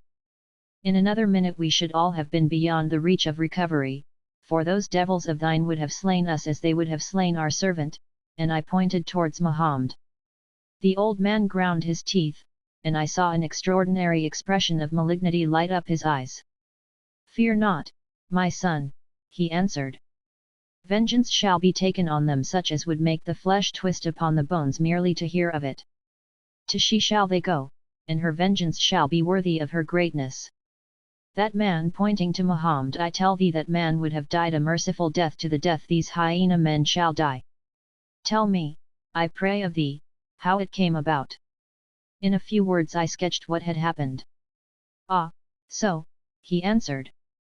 "Thou seest, my son, here there is a custom that if a stranger comes into this country he may be slain by the pot, and eaten." "It is hospitality turned upside down," I answered feebly. "In our country we entertain a stranger, and give him food to eat. Here yet eat him, and are entertained." "It is a custom," he answered with a shrug. "Myself I think it an evil one, but then," he added as an afterthought, "I do not like the taste of strangers, especially after they have wandered through the swamps and lived on wildfowl." When she who must be obeyed sent orders that ye were to be saved alive, she said naught of the black man. Therefore, being hyenas, these men lusted after his flesh, and the woman it was, whom thou didst rightly slay, who put it into their evil hearts to hot-pot him. Well, they will have their reward.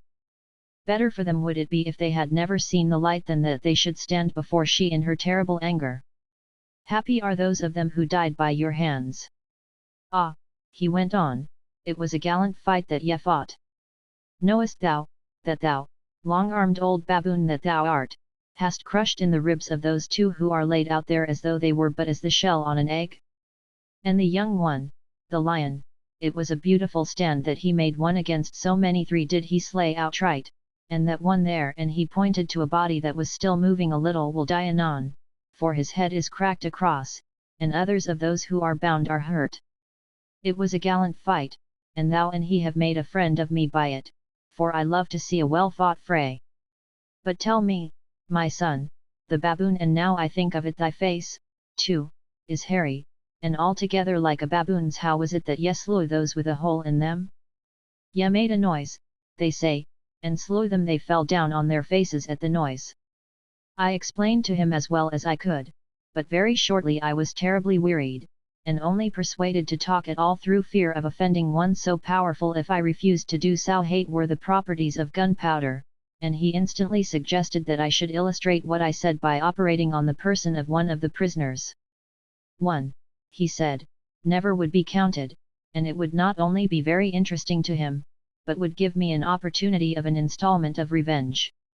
He was greatly astounded when I told him that it was not our custom to avenge ourselves in cold blood, and that we left vengeance to the law and a higher power, of which he knew nothing.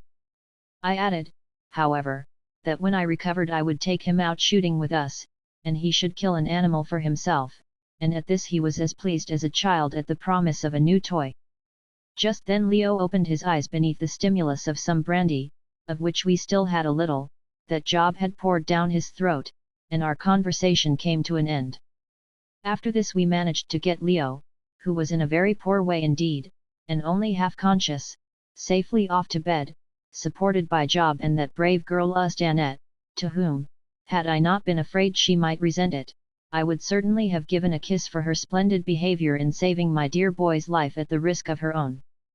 But Ustanette was not the sort of young person with whom one would care to take liberties unless one were perfectly certain that they would not be misunderstood, so I repressed my inclinations. Then, bruised and battered, but with a sense of safety in my breast to which I had for some days been a stranger, I crept off to my own little sepulchre, not forgetting before I lay down in it to thank Providence from the bottom of my heart that it was not a sepulchre indeed, as were it not for a merciful combination of events that I can only attribute to its protection, it would certainly have been for me that night. Few men have been nearer their end and yet escaped it than we were on that dreadful day. I am a bad sleeper at the best of times, and my dreams that night when at last I got to rest were not of the pleasantest. The awful vision of poor Mahomed struggling to escape the red-hot pot would haunt them, and then in the background, as it were, a veiled form was always hovering, which, from time to time, seemed to draw the coverings from its body, revealing now the perfect shape of a lovely blooming woman, and now again the white bones of a grinning skeleton, and which, as it veiled and unveiled, uttered the mysterious and apparently meaningless sentence, that which is alive hath known death, and that which is dead yet can never die, for in the circle of the spirit life is not and death is not. Yet, all things live forever, though at times they sleep and are forgotten. The morning came at last, but when it came I found that I was too stiff and sore to rise. About 7 Job arrived, limping terribly, and with his face the color of a rotten apple, and told me that Leo had slept fairly, but was very weak. 2 hours afterwards Billy, Job called him Billy Goat, to which, indeed, his white beard gave him some resemblance, or more familiarly Billy, came too, bearing a lamp in his hand, his towering form reaching nearly to the roof of the little chamber. I pretended to be asleep, and through the cracks of my eyelids watched his sardonic but handsome old face. He fixed his hawk-like eyes upon me, and stroked his glorious white beard, which, by the way, would have been worth 100 a year to any London barber as an advertisement. Ah! I heard him mutter. Billy had a habit of muttering to himself, "He is ugly as the other is beautiful, a very baboon." It was a good name. But I liked the man. Strange now, at my age, that I should like a man. What says the proverb, mistrust all men, and slay him whom thou mistrustest overmuch, and as for women, flee from them, for they are evil, and in the end will destroy thee. It is a good proverb, especially the last part of it. I think it must have come down from the ancients. Nevertheless I like this baboon, and I wonder where they taught him his tricks, and I trust that she will not bewitch him. Poor baboon! He must be wearied after that fight. I will go lest I should awake him. I waited till he had turned and was nearly through the entrance, walking softly on tiptoe, and then I called after him. "My father," I said, "is it thou?" "Yes, my son, it is I, but let me not disturb thee.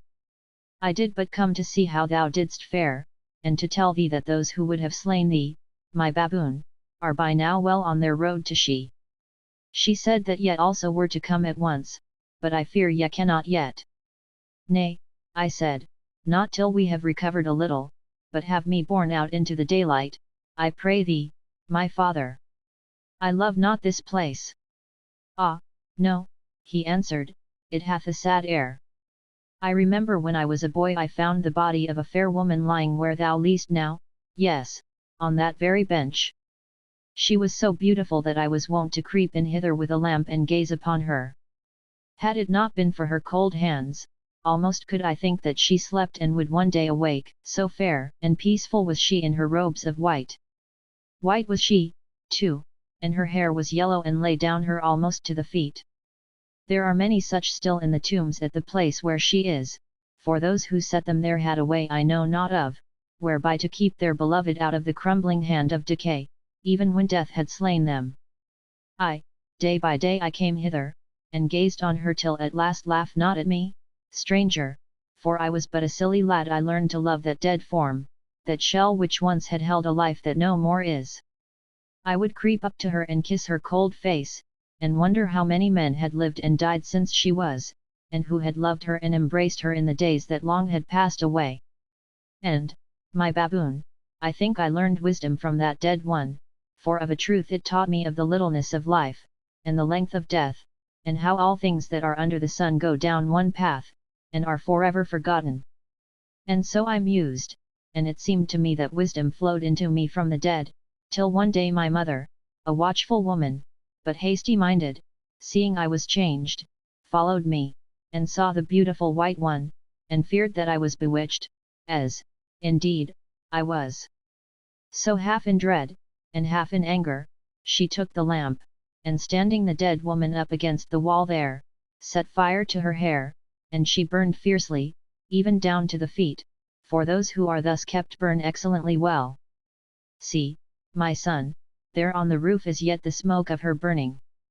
I looked up doubtfully, and there, sure enough, on the roof of the sepulchre, was a peculiarly unctuous and sooty mark, 3 feet or more across. Doubtless it had in the course of years been rubbed off the sides of the little cave, but on the roof it remained, and there was no mistaking its appearance. She burned, he went on in a meditative way, even to the feet, but the feet I came back and saved, cutting the burned bone from them, and hid them under the stone bench there, wrapped up in a piece of linen. Surely, I remember it as though it were but yesterday. Perchance they are there if none have found them, even to this hour. Of a truth I have not entered this chamber from that time to this very day. Stay, I will look, and, kneeling down, he groped about with his long arm in the recess under the stone bench. Presently his face brightened, and with an exclamation he pulled something forth that was caked in dust, which he shook onto the floor. It was covered with the remains of a rotting rag, which he undid, and revealed to my astonished gaze a beautifully shaped and almost white woman's foot, looking as fresh and as firm as though it had but now been placed there. Thou seest, my son, the baboon, he said, in a sad voice, I spake the truth to thee, for here is yet 1 foot remaining. Take it, my son, and gaze upon it. I took this cold fragment of mortality in my hand and looked at it in the light of the lamp with feelings which I cannot describe, so mixed up were they between astonishment, fear, and fascination. It was light, much lighter I should say than it had been in the living state, and the flesh to all appearance was still flesh, though about it there clung a faintly aromatic odor. For the rest it was not shrunk or shriveled, or even black and unsightly, like the flesh of Egyptian mummies, but plump and fair, and, except where it had been slightly burned, perfect as on the day of death, a very triumph of embalming. Poor little foot! I set it down upon the stone bench where it had lain for so many thousand years, and wondered whose was the beauty that it had upborne through the pomp and pageantry of a forgotten civilization, first as a merry child's, then as a blushing maid's, and lastly as a perfect woman's. Through what halls of life had its soft step echoed, and in the end, with what courage had it trodden down the dusty ways of death? To whose side had it stolen in the hush of night when the black slave slept upon the marble floor, and who had listened for its stealing? Shapely little foot! Well might it have been set upon the proud neck of a conqueror bent at last to woman's beauty, and well might the lips of nobles and of kings have been pressed upon its jewelled whiteness. I wrapped up this relic of the past in the remnants of the old linen rag which had evidently formed a portion of its owner's grave clothes, for it was partially burned, and put it away in my Gladstone bag, which I had bought at the Army and Navy stores. A strange combination, I thought. Then with Billy's help I staggered off to see Leo. I found him dreadfully bruised, worse even than myself, perhaps owing to the excessive whiteness of his skin, and faint and weak with the loss of blood from the flesh wound in his side, but for all that cheerful as a cricket, and asking for some breakfast. Job and Ustane got him onto the bottom, or rather the sacking of a litter, which was removed from its pole for that purpose, and with the aid of old Billy carried him out into the shade at the mouth of the cave, from which, by the way, every trace of the slaughter of the previous night had now been removed, and there we all breakfasted, and indeed spent that day, and most of the 2 following ones. On the 3rd morning Job and myself were practically recovered. Leo also was so much better that I yielded to Billy's often expressed entreaty, and agreed to start at once upon our journey to Kor, which we were told was the name of the place where the mysterious she lived, though I still feared for its effects upon Leo, and especially lest the motion should cause his wound, which was scarcely skinned over, to break open again.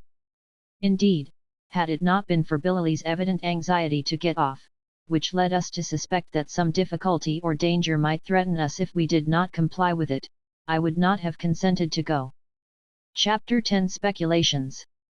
Within an hour of our finally deciding to start, 5 litters were brought up to the door of the cave, each accompanied by 4 regular bearers and 2 spare hands, also a band of about 50 armed Amahajir, who were to form the escort and carry the baggage.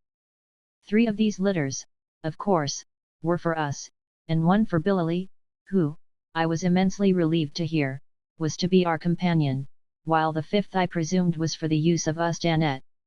"Does the lady go with us, my father?" I asked of Billy, as he stood superintending things generally. He shrugged his shoulders as he answered, "If she wills. In this country the women do what they please. We worship them, and give them their way, because without them the world could not go on, they are the source of life."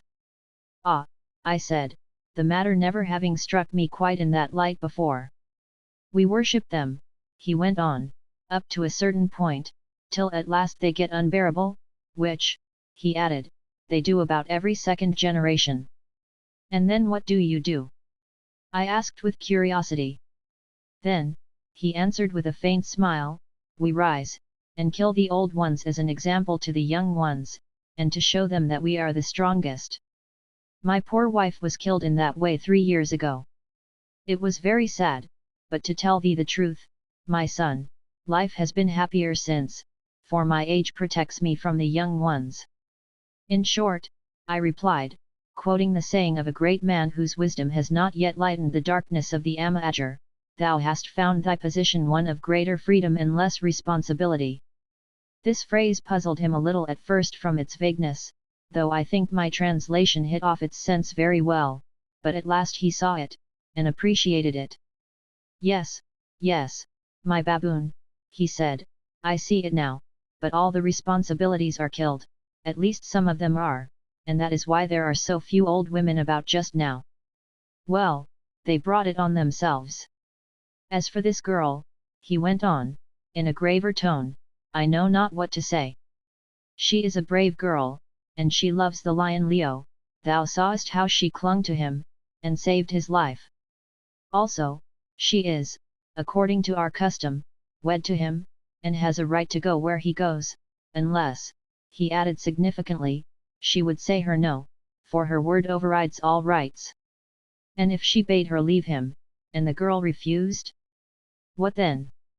If," he said with a shrug, "the hurricane bids the tree to bend, and it will not, what happens?"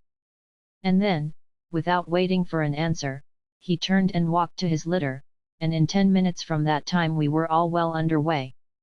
It took us an hour and more to cross the cup of the volcanic plain, and another half-hour or so to climb the edge on the farther side.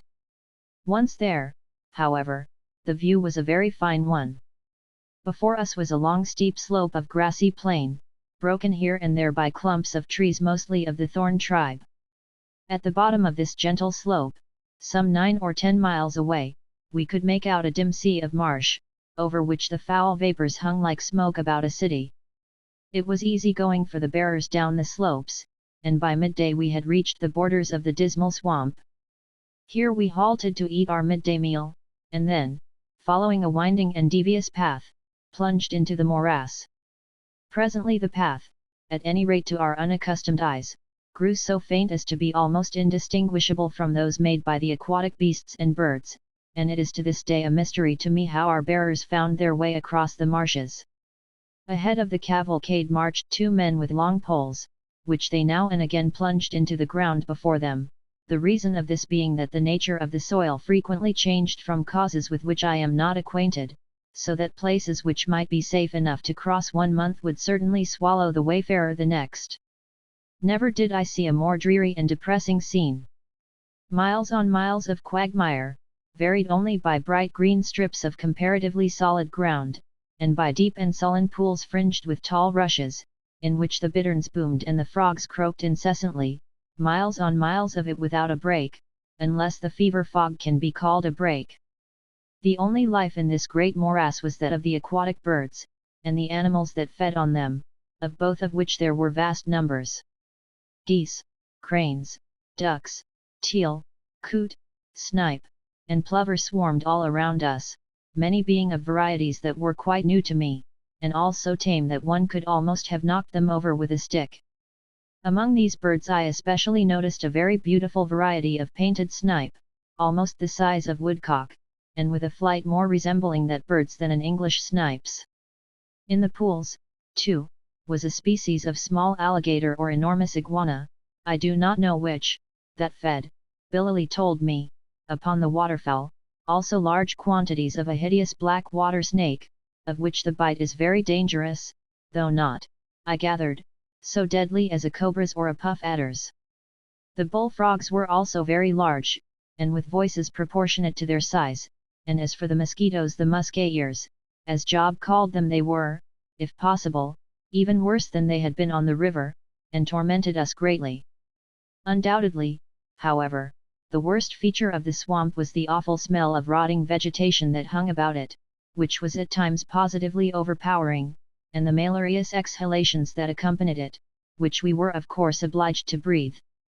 On we went through it all, till at last the sun sank in sullen splendor just as we reached a spot of rising ground about 2 acres in extent, a little oasis of dry in the midst of the miry wilderness, where Billy announced that we were to camp.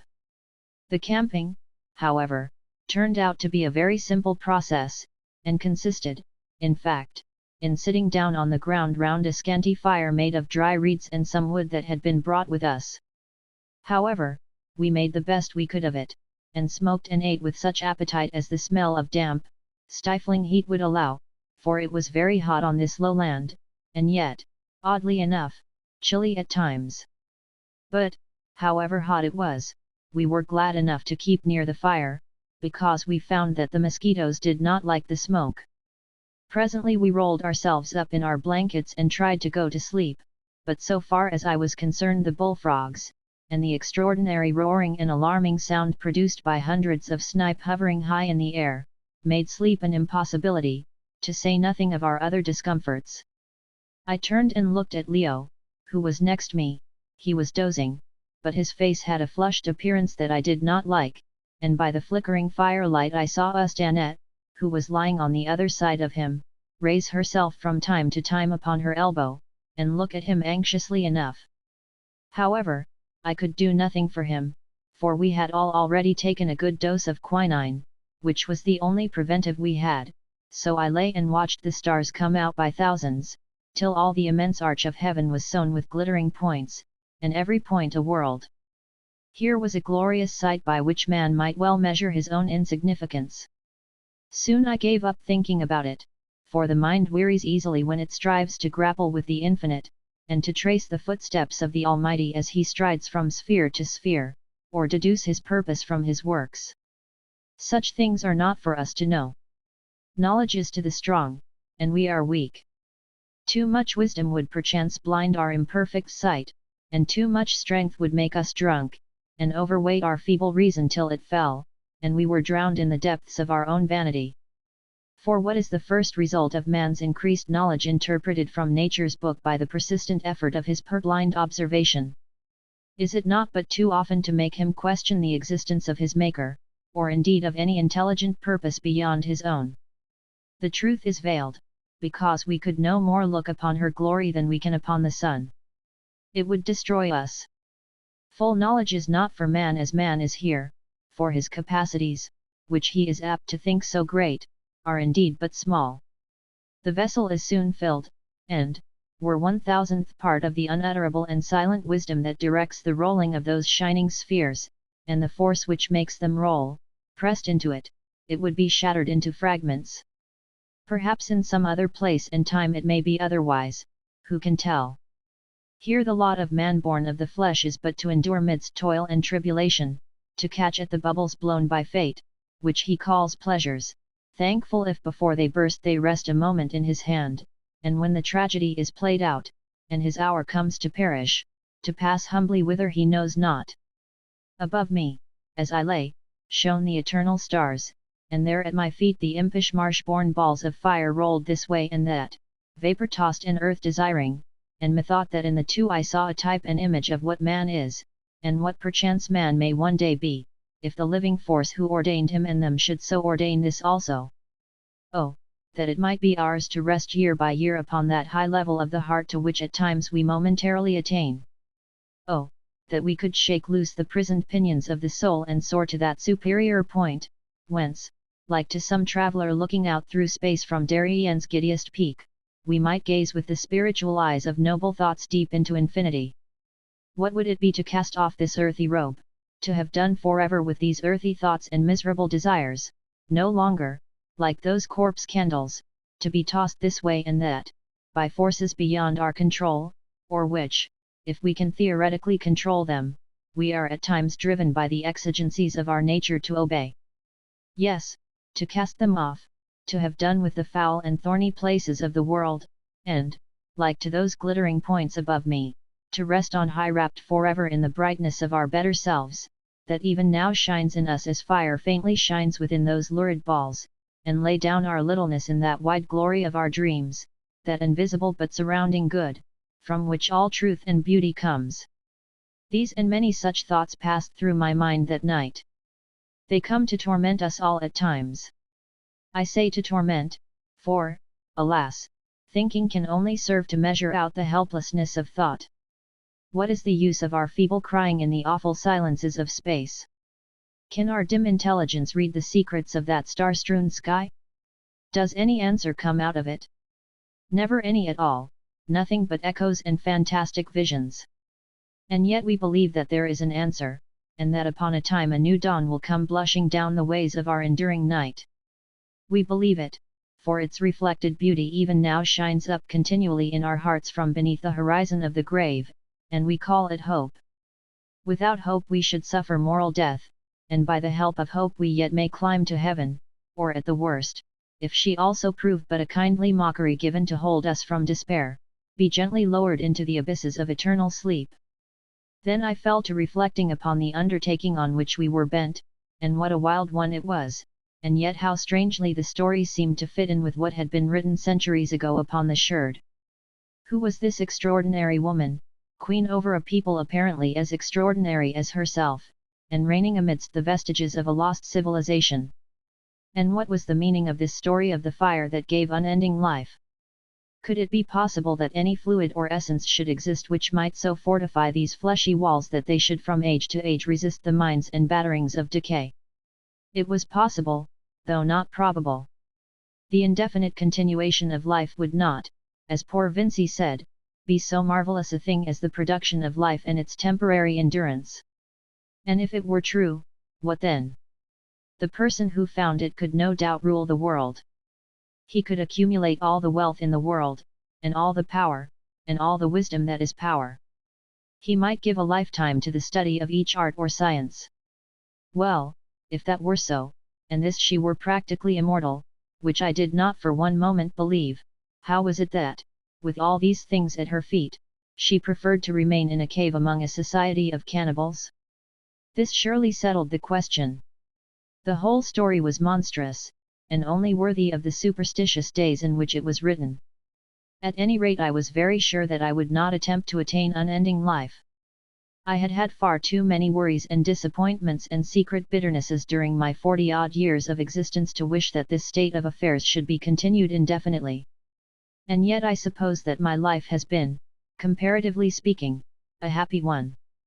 And then, reflecting that at the present moment there was far more likelihood of our earthly careers being cut exceedingly short than of their being unduly prolonged, I at last managed to get to sleep, a fact for which anybody who reads this narrative, if anybody ever does, may very probably be thankful. When I woke again it was just dawning, and the guard and bearers were moving about like ghosts through the dense morning mists, getting ready for our start. The fire had died quite down, and I rose and stretched myself, shivering in every limb from the damp cold of the dawn. Then I looked at Leo. He was sitting up, holding his hands to his head, and I saw that his face was flushed and his eye bright, and yet yellow round the pupil. "Well, Leo," I said, "how do you feel?" "I feel as though I were going to die," he answered hoarsely. "My head is splitting, my body is trembling, and I am as sick as a cat." I whistled, or if I did not whistle I felt inclined to. Leo had got a sharp attack of fever. I went to Job and asked him for the quinine, of which fortunately we had still a good supply, only to find that Job himself was not much better. He complained of pains across the back and dizziness, and was almost incapable of helping himself. Then I did the only thing it was possible to do under the circumstances, gave them both about 10 grains of quinine, and took a slightly smaller dose myself as a matter of precaution. After that I found Billy, and explained to him how matters stood, asking at the same time what he thought had best be done. He came with me, and looked at Leo and Job, whom, by the way, he had named the pig on account of his fatness, round face, and small eyes. "Ah," he said, when we were out of earshot, "the fever. I thought so. The lion has it badly, but he is young, and he may live. As for the pig, his attack is not so bad, it is the little fever which he has, that always begins with pains across the back. It will spend itself upon his fat." "Can they go on, my father?" I asked. "Nay, my son, they must go on. If they stop here they will certainly die, also, they will be better in the litters than on the ground. By tonight, if all goes well, we shall be across the marsh and in good air. Come, let us lift them into the litters and start, for it is very bad to stand still in this morning fog. We can eat our meal as we go." This we accordingly did, and with a heavy heart I once more set out upon our strange journey. For the first 3 hours all went as well as could be expected, and then an accident happened that nearly lost us the pleasure of the company of our venerable friend Billy, whose litter was leading the cavalcade. We were going through a particularly dangerous stretch of quagmire, in which the bearers sometimes sank up to their knees. Indeed, it was a mystery to me how they contrived to carry the heavy litters at all over such ground as that which we were traversing, though the 2 spare hands, as well as the 4 regular ones, had of course to put their shoulders to the pole. Presently, as we blundered and floundered along, there was a sharp cry, then a storm of exclamations, and, last of all, a most tremendous splash, and the whole caravan halted. I jumped out of my litter and ran forward. About 20 yards ahead was the edge of one of those sullen peaty pools of which I have spoken, the path we were following running along the top of its bank, which, as it happened, was a steep one. Looking towards this pool, to my horror I saw that Billy's litter was floating on it, and as for Billy himself, he was nowhere to be seen. To make matters clear I may as well explain at once what had happened. One of Billy's bearers had unfortunately trodden on a basking snake, which had bitten him in the leg, whereon he had, not unnaturally, let go of the pole, and then, finding that he was tumbling down the bank, grasped at the litter to save himself. The result of this was what might have been expected. The litter was pulled over the edge of the bank, the bearers let go, and the whole thing, including Billy and the man who had been bitten, rolled into the slimy pool. When I got to the edge of the water neither of them was to be seen, and, indeed, the unfortunate bearer never was seen again. Either he struck his head against something, or got wedged in the mud, or possibly the snake bite paralyzed him. At any rate, he vanished. But though Billy was not to be seen, his whereabouts was clear enough from the agitation of the floating litter, in the bearing cloth and curtains of which he was entangled. "He is there. Our father is there," said one of the men, but he did not stir a finger to help him, nor did any of the others. They simply stood and stared at the water. "Out of the way, you brutes," I shouted in English, and throwing off my hat I took a run and sprang well out into the horrid slimy-looking pool. A couple of strokes took me to where Billy was struggling beneath the cloth. Somehow, I do not quite know how, I managed to push this free of him, and his venerable head, all covered with green slime, like that of a yellowish bacchus with ivy leaves, emerged upon the surface of the water. The rest was easy, for Billy was an eminently practical individual, and had the common sense not to grasp hold of me as drowning people often do, so I got him by the arm and towed him to the bank, through the mud of which we were with difficulty dragged. Such a filthy spectacle as we presented I have never seen before or since, and it will perhaps give some idea of the almost superhuman dignity of Billy's appearance when I say that, coughing, half drowned, and covered with mud and green slime as he was, with his beautiful beard coming to a dripping point, like a Chinaman's freshly oiled pigtail, he still looked venerable and imposing. "Ye dogs," he said, addressing the bearers, as soon as he had sufficiently recovered to speak, "ye left me, your father, to drown. Had it not been for this stranger, my son the baboon, assuredly I should have drowned. Well, I will remember it," and he fixed them with his gleaming though slightly watery eye, in a way I saw they did not like, though they tried to appear sulkily indifferent. "As for thee, my son," the old man went on, turning towards me and grasping my hand, "rest assured that I am thy friend through good and evil. Thou hast saved my life, perchance a day may come when I shall save thine." After that we cleaned ourselves as best we could, fished out the litter, and went on, minus the man who had been drowned.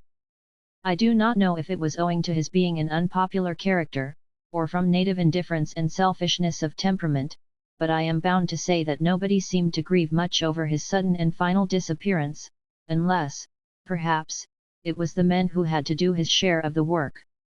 Chapter 11 The Plain of Kor. About an hour before sundown we at last, to my unbounded gratitude, emerged from the great belt of marsh onto land that swelled upwards in a succession of rolling waves. Just on the hither side of the crest of the first wave we halted for the night. My first act was to examine Leo's condition. It was, if anything, worse than in the morning, and a new and very distressing feature, vomiting, set in, and continued till dawn. Not one wink of sleep did I get that night, for I passed it in assisting Stanette, who was one of the most gentle and indefatigable nurses I ever saw, to wait upon Leo and Job. However, the air here was warm and genial without being too hot, and there were no mosquitoes to speak of. Also, we were above the level of the marsh mist, which lay stretched beneath us like the dim smoke pall over a city, lit up here and there by the wandering globes of fen fire. Thus it will be seen that we were, speaking comparatively, in clover.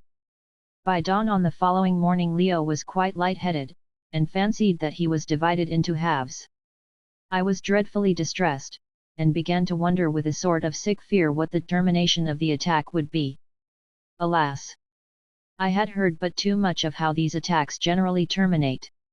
As I was doing so Billy came up and said that we must be getting on, more especially as, in his opinion, if Leo did not reach some spot where he could be quiet, and have proper nursing, within the next 12 hours, his life would only be a matter of a day or two. I could not but agree with him, so we got him into the litter, and started on, Stanette walking by Leo's side to keep the flies off him, and see that he did not throw himself out onto the ground. Within half an hour of sunrise we had reached the top of the rise of which I have spoken, and a most beautiful view broke upon our gaze. Beneath us was a rich stretch of country, verdant with grass and lovely with foliage and flowers. In the background, at a distance, so far as I could judge, of some 18 miles from where we then stood, a huge and extraordinary mountain rose abruptly from the plain. The base of this great mountain appeared to consist of a grassy slope, but rising from this, I should say, from subsequent observation, at a height of about 500 feet above the level of the plain, was a most tremendous and absolutely precipitous wall of bare rock, quite 12 or 1500 feet in height. The shape of the mountain, which was undoubtedly of volcanic origin, was round, and of course, as only a segment of its circle was visible, it was difficult to estimate its exact size, which was enormous. I afterwards discovered that it could not cover less than 50 square miles of ground. Anything more grand and imposing than the sight presented by this great natural castle, starting in solitary grandeur from the level of the plain, I never saw, and I suppose I never shall. Its very solitude added to its majesty, and its towering cliffs seemed to kiss the sky. Indeed, generally speaking, they were clothed in clouds that lay in fleecy masses upon their broad and level battlements. I sat up in my hammock and gazed out across the plain at this thrilling and majestic sight, and I suppose that Billy noticed it, for he brought his litter alongside. "Behold the house of she who must be obeyed," he said. "Had ever a queen such a throne before?" "It is wonderful, my father," I answered. "But how do we enter? Those cliffs look hard to climb." "Thou shalt see, my baboon. Look now at the plain below us. What thinkest thou that is? Thou art a wise man. Come, tell me." I looked, and saw what appeared to be the line of roadway running straight towards the base of the mountain, though it was covered with turf. There were high banks on each side of it, broken here and there, but fairly continuous on the whole, the meaning of which I did not understand. It seemed so very odd that anybody should embank a roadway. "Well, my father," I answered, "I suppose that it is a road, otherwise I should have been inclined to say that it was the bed of a river, or rather," I added, observing the extraordinary directness of the cutting, of a canal. Billy, who, by the way, was none the worse for his immersion of the day before, nodded his head sagely as he replied, "Thou art right, my son. It is a channel cut out by those who were before us in this place to carry away water. Of this am I sure, within the rocky circle of the great mountain whither we journey was once a great lake. But those who were before us, by wonderful arts of which I know not, hewed a path for the water through the solid rock of the mountain, piercing even to the bed of the lake. But first they cut the channel that thou seest across the plain. Then, when at last the water burst out, it rushed down the channel that had been made to receive it, and crossed this plain till it reached the lowland behind the rise, and there, perchance, it made the swamp through which we had come. Then when the lake was drained dry, the people whereof I speak built a mighty city, whereof naught but ruins and the name of Kor yet remaineth, on its bed, and from age to age hewed the caves and passages that thou wilt see." "It may be," I answered, "but if so, how is it that the lake does not fill up again with the rains and the water of the springs?" "Nay, my son, the people were a wise people, and they left a drain to keep it clear. Seest thou the river to the right?" and he pointed to a fair-sized stream that wound away across the plain, some 4 miles from us. "That is the drain, and it comes out through the mountain wall where this cutting goes in. At first, perhaps, the water ran down this canal, but afterwards the people turned it, and used the cutting for a road." "And is there then no other place where one may enter into the great mountain?" I asked, "except through the drain?" "There is a place," he answered, "where cattle and men on foot may cross with much labour, but it is secret. A year mightest thou search and shouldst never find it. It is only used once a year, when the herds of cattle that have been fatting on the slopes of the mountain, and on this plain, are driven into the space within." "And does she live there always?" I asked, "or does she come at times without the mountain?" "Nay, my son, where she is, there she is." By now we were well onto the great plain, and I was examining with delight the varied beauty of its semi-tropical flowers and trees, the latter of which grew singly, or at most in clumps of 3 or 4, much of the timber being of large size, and belonging apparently to a variety of evergreen oak. There were also many palms, some of them more than 100 feet high, and the largest and most beautiful tree ferns that I ever saw, about which hung clouds of jeweled honeysuckers and great winged butterflies. Wandering about among the trees or crouching in the long and feathered grass were all varieties of game, from rhinoceros down. I saw rhinoceros, buffalo, a large herd, eland, quagga, and sable antelope, the most beautiful of all the bucks, not to mention many smaller varieties of game, and 3 ostriches which scudded away at our approach like white drift before a gale. So plentiful was the game that at last I could stand it no longer. I had a single-barrel sporting martini with me in the litter, the express being too cumbersome, and espying a beautiful fat eland rubbing himself under one of the oak-like trees, I jumped out of the litter, and proceeded to creep as near to him as I could. He let me come within 80 yards, and then turned his head, and stared at me, preparatory to running away. I lifted the rifle, and taking him about midway down the shoulder, for he was side on to me, fired. I never made a cleaner shot or a better kill in all my small experience, for the great buck sprang right up into the air and fell dead. The bearers, who had all halted to see the performance, gave a murmur of surprise, an unwanted compliment from these sullen people, who never appear to be surprised at anything, and a party of the guard at once ran off to cut the animal up. As for myself, though I was longing to have a look at him, I sauntered back to my litter as though I had been in the habit of killing eland all my life, feeling that I had gone up several degrees in the estimation of the amateur, who looked on the whole thing as a very high-class manifestation of witchcraft. As a matter of fact, however, I had never seen an eland in a wild state before. Billy received me with enthusiasm.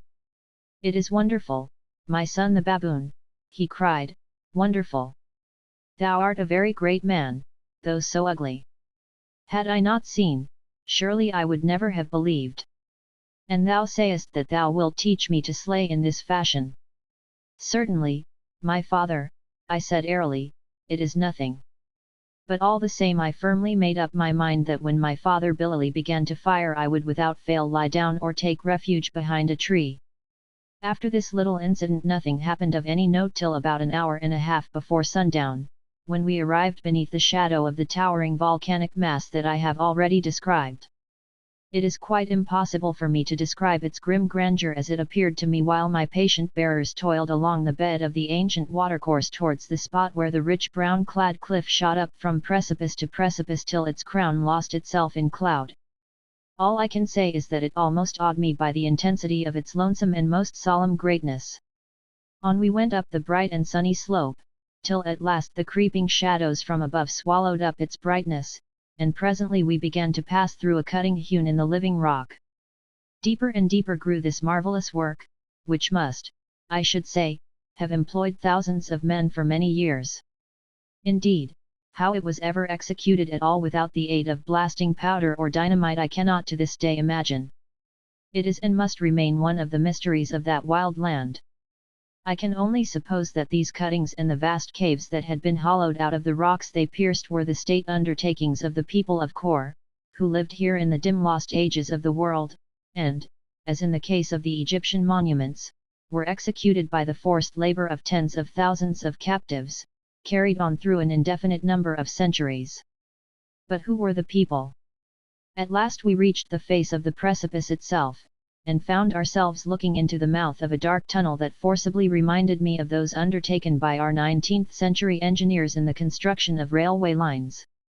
Out of this tunnel flowed a considerable stream of water. Indeed, though I do not think that I have mentioned it, we had followed this stream, which ultimately developed into the river I have already described as winding away to the right, from the spot where the cutting in the solid rock commenced. Half of this cutting formed a channel for the stream, and half, which was placed on a slightly higher level 8 feet, perhaps was devoted to the purposes of a roadway. At the termination of the cutting, however, the stream turned off across the plain and followed a channel of its own. At the mouth of the cave the cavalcade was halted, and, while the men employed themselves in lighting some earthenware lamps they had brought with them, Billy, descending from his litter, informed me politely but firmly that the orders of she were that we were now to be blindfolded, so that we should not learn the secret of the paths through the bowels of the mountains. To this I, of course, assented cheerfully enough, but Job, who was now very much better, notwithstanding the journey, did not like it at all, fancying, I believe, that it was but a preliminary step to being hot-potted. He was, however, a little consoled when I pointed out to him that there were no hot pots at hand, and, so far as I knew, no fire to heat them in. As for poor Leo, after turning restlessly for hours, he had, to my deep thankfulness, at last dropped off into a sleep or stupor, I do not know which, so there was no need to blindfold him. The blindfolding was performed by binding a piece of the yellowish linen whereof those of the Ayesha who condescended to wear anything in particular made their dresses tightly round the eyes. This linen I afterwards discovered was taken from the tombs, and was not, as I had at first supposed, of native manufacture. The bandage was then knotted at the back of the head, and finally brought down again and the ends bound under the chin to prevent its slipping. Ustana was, by the way, also blindfolded, I do not know why, unless it was from fear that she should impart the secrets of the route to us. This operation performed, we started on once more, and soon, by the echoing sound of the footsteps of the bearers and the increased noise of the water caused by reverberation in a confined space, I knew that we were entering into the bowels of the great mountain. It was an eerie sensation, being borne along into the dead heart of the rock we knew not whither, but I was getting used to eerie sensations by this time, and by now was pretty well prepared for anything. So I lay still, and listened to the tramp of the bearers and the rushing of the water, and tried to believe that I was enjoying myself. Presently the men set up the melancholy little chant that I had heard on the first night when we were captured in the whaleboat, and the effect produced by their voices was very curious, and quite indescribable on paper. After a while the air began to get exceedingly thick and heavy, so much so, indeed, that I felt as though I were going to choke, till at length the litter took a sharp turn, then another, and the sound of the running water ceased. After this the air got fresher again, but the turns were continuous, and to me, blindfolded as I was, most bewildering. I tried to keep a map of them in my mind in case it might ever be necessary for us to try and escape by this route, but, needless to say, failed utterly. Another half-hour or so passed, and then suddenly I became aware that we were once more in the open air. I could see the light through my bandage and feel its freshness on my face. A few more minutes and the caravan halted, and I heard Billy order Ustana to remove her bandage and undo ours. Without waiting for her attentions I got the knot of mine loose, and looked out. As I anticipated, we had passed right through the precipice, and were now on the farther side, and immediately beneath its beetling face. The first thing I noticed was that the cliff was not nearly so high here, not so high I should say by 500 feet, which proved that the bed of the lake, or rather of the vast ancient crater in which we stood, was much above the level of the surrounding plain. For the rest, we found ourselves in a huge rock-surrounded cup, not unlike that of the first place where we had sojourned, only 10 times the size. Indeed, I could only just make out the frowning line of the opposite cliffs. A great portion of the plain thus enclosed by nature was cultivated, and fenced in with walls of stone placed there to keep the cattle and goats, of which there were large herds about, from breaking into the gardens. Here and there rose great grass mounds, and some miles away towards the center I thought that I could see the outline of colossal ruins. I had no time to observe anything more at the moment, for we were instantly surrounded by crowds of Ayesha, similar in every particular to those with whom we were already familiar, who, though they spoke little, pressed round us so closely as to obscure the view to a person lying in a hammock. Then all of a sudden a number of armed men arranged in companies, and marshalled by officers who held ivory wands in their hands, came running swiftly towards us, having, so far as I could make out, emerged from the face of the precipice like ants from their burrows. These men as well as their officers were all robed in addition to the usual leopard skin, and, as I gathered, formed the bodyguard of she herself. Their leader advanced to Billy, saluted him by placing his ivory wand transversely across his forehead, and then asked some question which I could not catch, and billily having answered him the whole regiment turned and marched along the side of the cliff, our cavalcade of litters following in their track. After going thus for about half a mile we halted once more in front of the mouth of a tremendous cave, measuring about 60 feet in height by 80 wide, and here billily descended finally, and requested Job and myself to do the same. Leo, of course, was far too ill to do anything of the sort. I did so, and we entered the great cave, into which the light of the setting sun penetrated for some distance, while beyond the reach of the light it was faintly illuminated with lamps which seemed to me to stretch away for an almost immeasurable distance, like the gas lights of an empty London street. The first thing that I noticed was that the walls were covered with sculptures in bas-relief, of a sort, pictorially speaking, similar to those that I have described upon the vases, love scenes principally, then hunting pictures, pictures of executions, and the torture of criminals by the placing of a presumably red-hot pot upon the head, showing whence our hosts bad derived this pleasant practice. There were very few battle pieces, though many of duels, and men running and wrestling, and from this fact I am led to believe that this people was not much subject to attack by exterior foes, either on account of the isolation of its position or because of its great strength. Between the pictures were columns of stone characters of a formation absolutely new to me, at any rate they were neither Greek, nor Egyptian, nor Hebrew, nor Assyrian that I am sure of. They looked more like Chinese writings than any other that I am acquainted with. Near the entrance of the cave both pictures and writings were worn away, but further in they were in many cases absolutely fresh and perfect as the day on which the sculptor had ceased work upon them. The regiment of guards did not come further than the entrance to the cave, where they formed up to let us pass through. On entering the place itself we were, however, met by a man robed in white, who bowed humbly, but said nothing, which, as it afterwards appeared that he was a deaf-mute, was not very wonderful. Running at right angles to the great cave, at a distance of some 20 feet from the entrance, was a smaller cave or wide gallery that was pierced into the rock both to the right and to the left of the main cavern. In front of the gallery to our left stood 2 guards, from which circumstance I argued that it was the entrance to the apartments of she herself.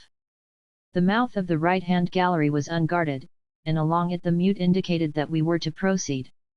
Walking a few yards down this passage, which was lighted with lamps, we came to the entrance to a chamber having a curtain made of some grass material, not unlike a Zanzibar mat in appearance, hung over the doorway. This the mute drew back with another profound obeisance, and led the way into a good-sized apartment, hewn, of course, out of the solid rock, but to my great delight lighted by means of a shaft pierced in the face of the precipice. In this room was a stone bedstead, pots full of water for washing, and beautifully tanned leopard skins to serve as blankets. Here we left Leo, who was still sleeping heavily, and with him stopped us Annette. I noticed that the mute gave her a very sharp look, as much as to say, "Who are you, and by whose orders do you come here?" Then he conducted us to another similar room, which Job took, and then to 2 more that were respectively occupied by Billy and myself. Chapter 12. The first care of Job and myself, after seeing to Leo, was to wash ourselves and put on clean clothing, for what we were wearing had not been changed since the loss of the dhow. Fortunately, as I think that I have said, by far the greater part of our personal baggage had been packed into the whaleboat, and was therefore saved and brought hither by the bearers, although all the stores laid in by us for barter and presents to the natives were lost. Nearly all our clothing was made of a well-shrunk and very strong grey flannel, and excellent I found it for travelling in these places, because though a Norfolk jacket, shirt, and pair of trousers of it only weighed about 4 pounds, a great consideration in a tropical country, where every extra ounce tells on the wearer, it was warm, and offered a good resistance to the rays of the sun, and best of all to chills, which are so apt to result from sudden changes of temperature. Never shall I forget the comfort of the wash and brush up, and of those clean flannels. The only thing that was wanting to complete my joy was a cake of soap, of which we had none. Afterwards I discovered that the amateur, who do not include dirt among their many disagreeable qualities, use a kind of burned earth for washing purposes, which, though unpleasant to the touch till one gets accustomed to it, forms a very fair substitute for soap. By the time that I was dressed, and had combed and trimmed my black beard, the previous condition of which was certainly sufficiently unkempt to give weight to Billy's appellation for me, the baboon, I began to feel most uncommonly hungry. Therefore I was by no means sorry when, without the slightest preparatory sound or warning, the curtain over the entrance to my cave was flung aside, and another mute, a young girl this time, announced to me by signs that I could not misunderstand, that is, by opening her mouth and pointing down it, that there was something ready to eat. Accordingly I followed her into the next chamber, which we had not yet entered, where I found Job, who had also, to his great embarrassment, been conducted thither by a fair mute. Job had never got over the advances the former lady had made towards him, and suspected every girl who came near to him of similar designs. "These young parties have a way of looking at one, sir," he would say apologetically, "which I don't call respectable." This chamber was twice the size of the sleeping caves, and I saw at once that it had originally served as a refectory, and also probably as an embalming room for the priests of the dead, for I may as well say at once that these hollowed-out caves were nothing more or less than vast catacombs, in which for tens of ages the mortal remains of the great extinct race whose monuments surrounded us had been first preserved, with an art and a completeness that has never since been equalled, and then hidden away for all time. On each side of this particular rock chamber was a long and solid stone table, about 3 feet wide by 3 feet 6 in height, hewn out of the living rock, of which it had formed part, and was still attached to at the base.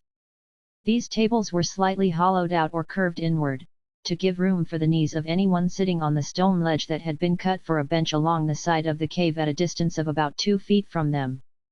Each of them, also, was so arranged that it ended right under a shaft pierced in the rock for the admission of light and air.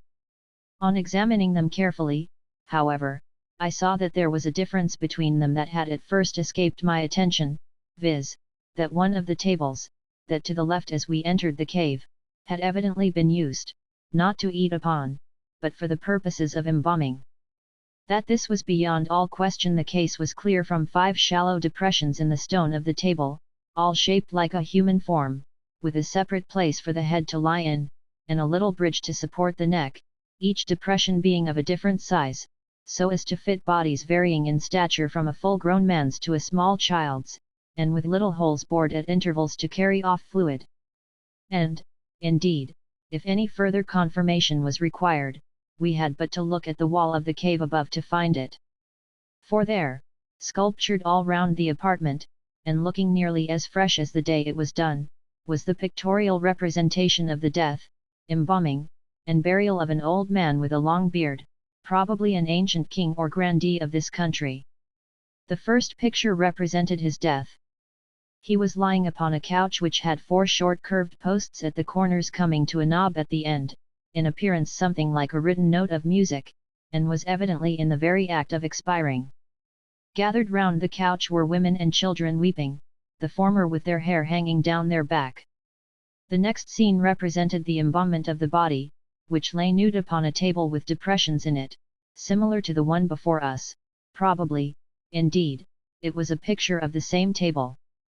3 men were employed at the work, one superintending, one holding a funnel shaped exactly like a port wine strainer, of which the narrow end was fixed in an incision in the breast, no doubt in the great pectoral artery, while the third, who was depicted as standing straddle-legged over the corpse, held a kind of large jug high in his hand, and poured from it some steaming fluid which fell accurately into the funnel. The most curious part of this sculpture is that both the man with the funnel and the man who poured the fluid are drawn holding their noses, either I suppose because of the stench arising from the body, or more probably to keep out the aromatic fumes of the hot fluid which was being forced into the dead man's veins. Another curious thing which I am unable to explain is that all 3 men were represented as having a band of linen tied round the face with holes in it for the eyes. The third sculpture was a picture of the burial of the deceased. There he was, stiff and cold, clothed in a linen robe, and laid out on a stone slab such as I had slept upon at our first sojourning place. At his head and feet burned lamps, and by his side were placed several of the beautiful painted vases that I have described, which were perhaps supposed to be full of provisions. The little chamber was crowded with mourners, and with musicians playing on an instrument resembling a lyre, while near the foot of the corpse stood a man with a sheet, with which he was preparing to cover it from view. These sculptures, looked at merely as works of art, were so remarkable that I make no apology for describing them rather fully. They struck me also as being of surpassing interest as representing, probably with studious accuracy, the last rites of the dead as practiced among an utterly lost people, and even then I thought how envious some antiquarian friends of my own at Cambridge would be if ever I got an opportunity of describing these wonderful remains to them. Probably they would say that I was exaggerating, notwithstanding that every page of this history must bear so much internal evidence of its truth that it would obviously have been quite impossible for me to have invented it. To return. As soon as I had hastily examined these sculptures, which I think I omitted to mention were executed in relief, we sat down to a very excellent meal of boiled goat's flesh, fresh milk, and cakes made of meal, the whole being served upon clean wooden platters. When we had eaten, Job and I returned to see how poor Leo was getting on, Billy going to wait upon she and hear her commands. On reaching Leo's room we found the poor boy in a very bad way. He had woke up from his torpor, and was altogether off his head, babbling about some boat race on the Cam, and was inclined to be violent. Indeed, when we entered the room Ustana was holding him down. I spoke to him, and my voice seemed to soothe him, at any rate he grew much quieter, and was persuaded to swallow a dose of quinine. I had been sitting with him for an hour, perhaps at any rate I know that it was getting so dark that I could only just make out his head lying like a gleam of gold upon the pillow we had extemporized out of a bag covered with a blanket when suddenly Billy arrived with an air of great importance, and informed me that she herself had deigned to express a wish to see me in honor, he added, accorded to but very few. I think that he was a little horrified at my cool way of taking the honor, but the fact was that I did not feel overwhelmed with gratitude at the prospect of seeing some savage, dusky queen, however absolute and mysterious she might be, more especially as my mind was full of dear Leo, for whose life I began to have great fears. However, I rose to follow him, and as I did so I caught sight of something bright lying on the floor, which I picked up. Perhaps the reader will remember that with the potsherd in the casket was a composition scarabaeus marked with a round O, a goose, and another curious hieroglyphic, the meaning of which signs is Sutton Sera, or Royal Son of the Sunday. This scarab, which is a very small one, Leo had insisted upon having set in a massive gold ring, such as is generally used for signets, and it was this very ring that I now picked up. He had pulled it off in the paroxysm of his fever, at least I suppose so, and flung it down upon the rock floor. Thinking that if I left it about it might get lost, I slipped it onto my own little finger, and then followed Billy, leaving Job and Ustana with Leo. We passed down the passage, crossed the great aisle-like cave, and came to the corresponding passage on the other side, at the mouth of which the guards stood like two statues. As we came they bowed their heads in salutation, and then lifting their long spears placed them transversely across their foreheads, as the leaders of the troop that had met us had done with their ivory wands. We stepped between them, and found ourselves in an exactly similar gallery to that which led to our own apartments, only this passage was, comparatively speaking, brilliantly lighted.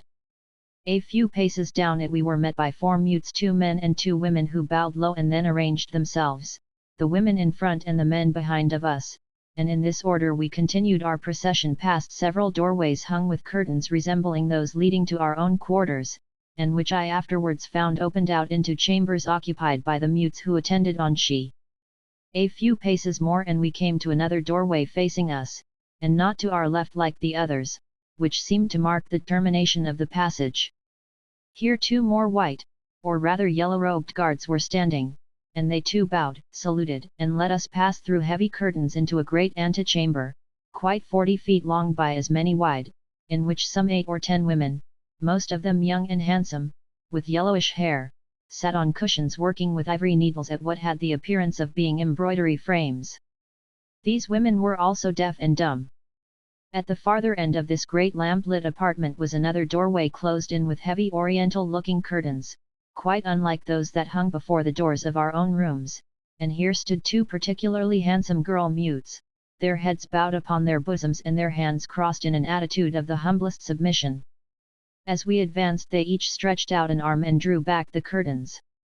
Thereupon Billy did a curious thing.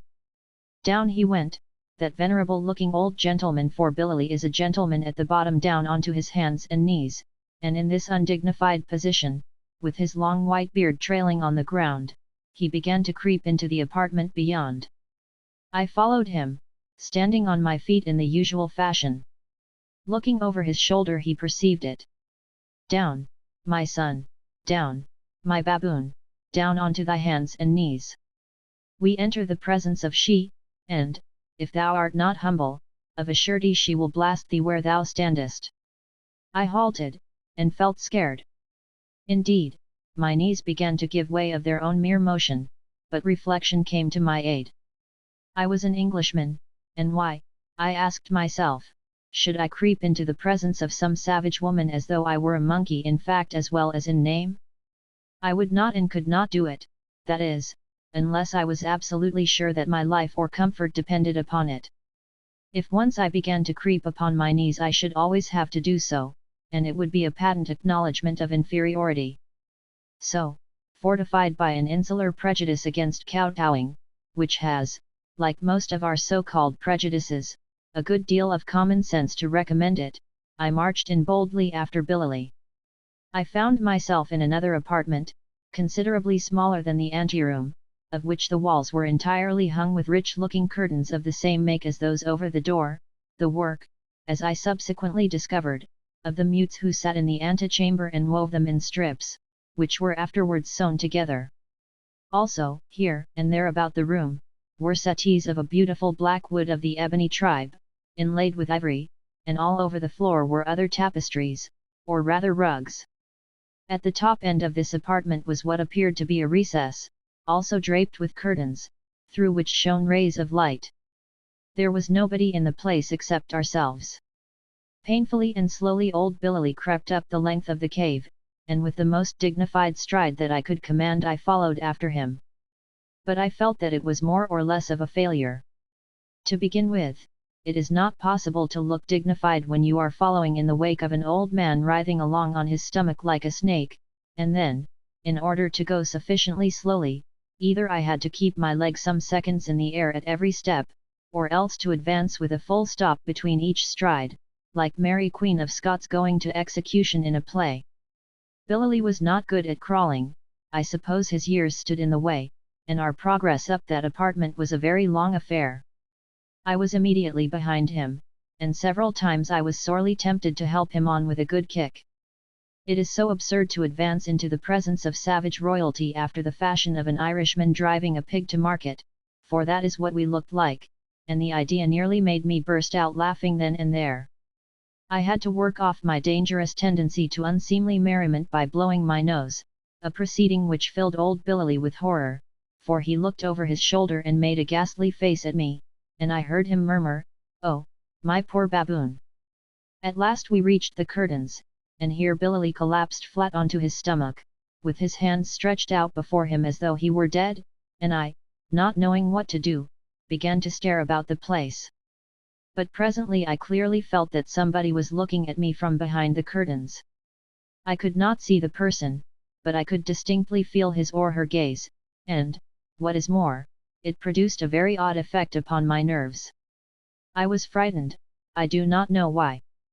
The place was a strange one, it is true, and looked lonely, notwithstanding its rich hangings and the soft glow of the lamps. Indeed, these accessories added to, rather than detracted from its loneliness, just as a lighted street at night has always a more solitary appearance than a dark one. It was so silent in the place, and there lay Billy like one dead before the heavy curtains, through which the odor of perfume seemed to float up towards the gloom of the arched roof above.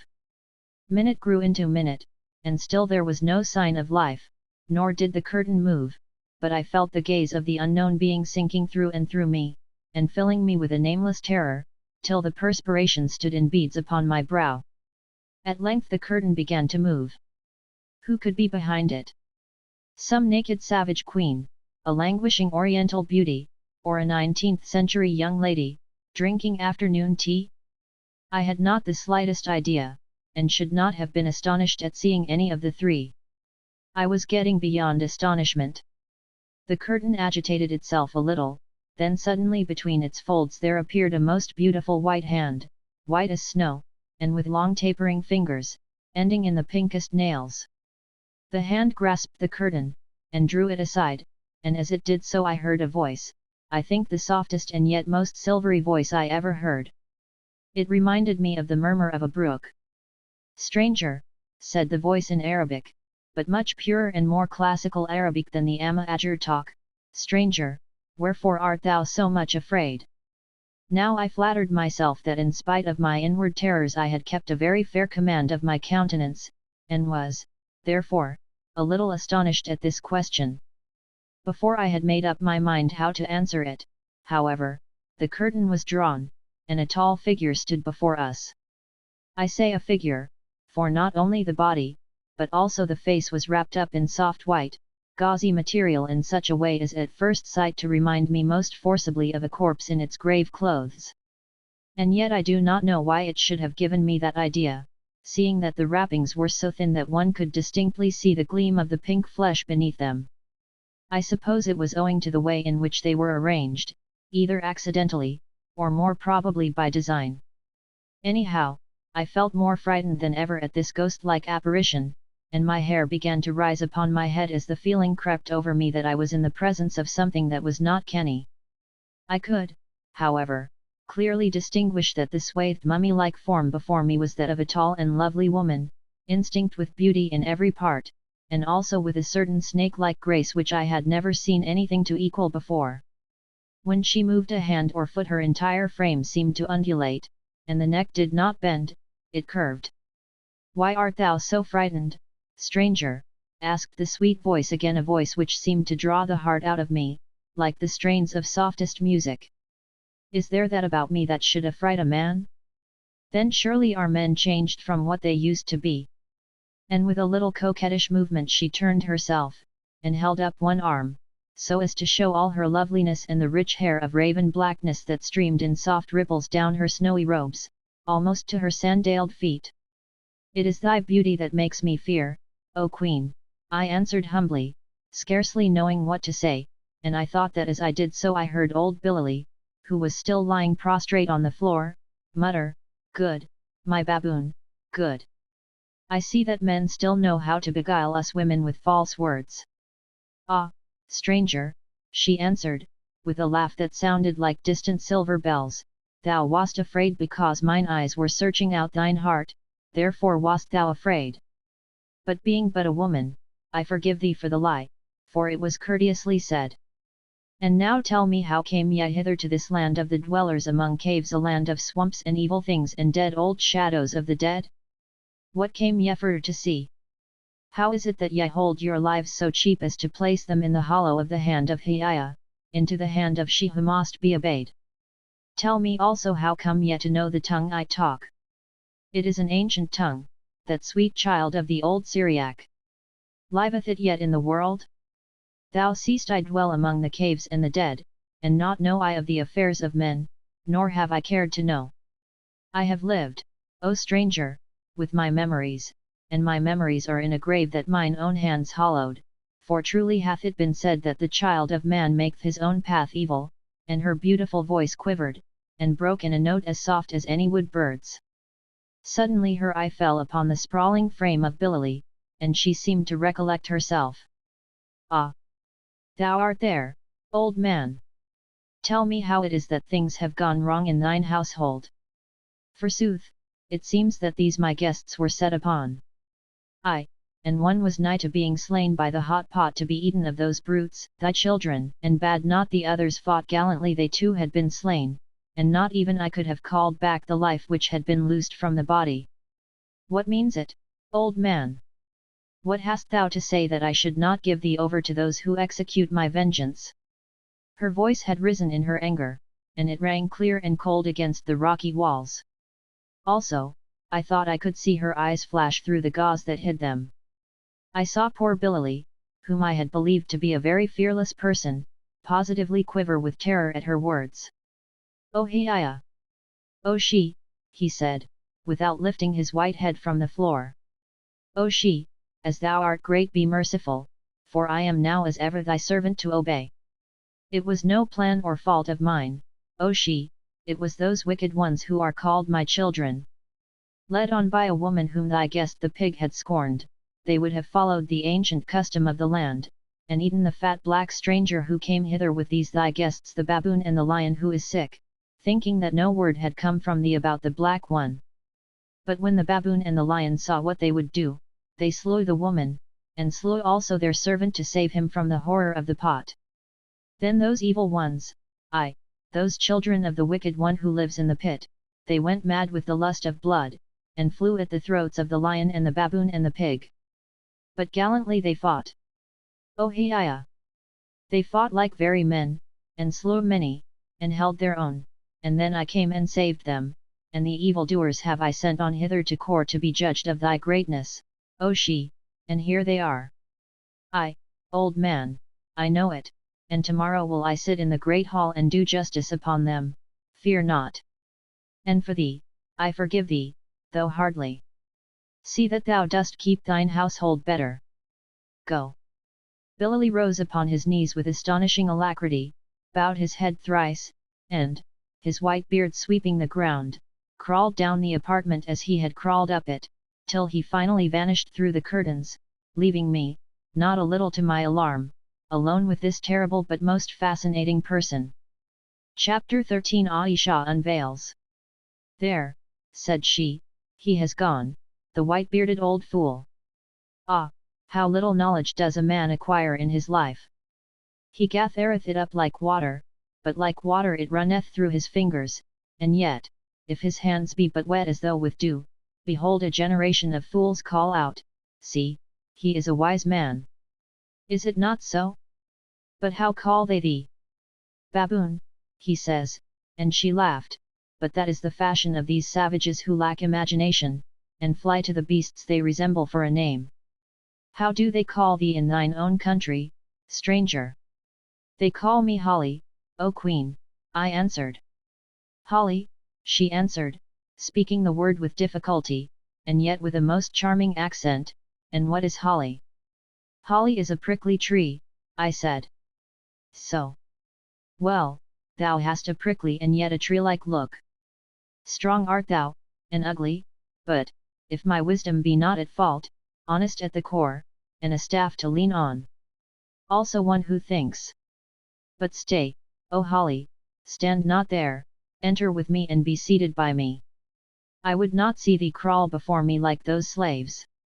I am aweary of their worship and their terror, sometimes when they vex me I could blast them for very sport, and to see the rest turn white, even to the heart." And she held the curtain aside with her ivory hand to let me pass in. I entered, shuddering. This woman was very terrible.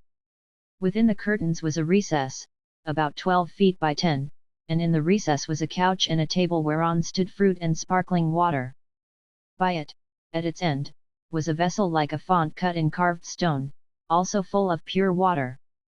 The place was softly lit with lamps formed out of the beautiful vessels of which I have spoken, and the air and curtains were laden with a subtle perfume.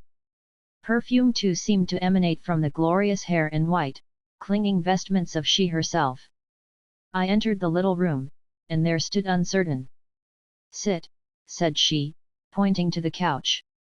"As yet thou hast no cause to fear me. If thou hast cause, thou shalt not fear for long, for I shall slay thee. Therefore let thy heart be light." I sat down on the end of the couch near to the font-like basin of water, and she sank down softly onto the other end. "Now, Holly," she said, "how comest thou to speak Arabic?"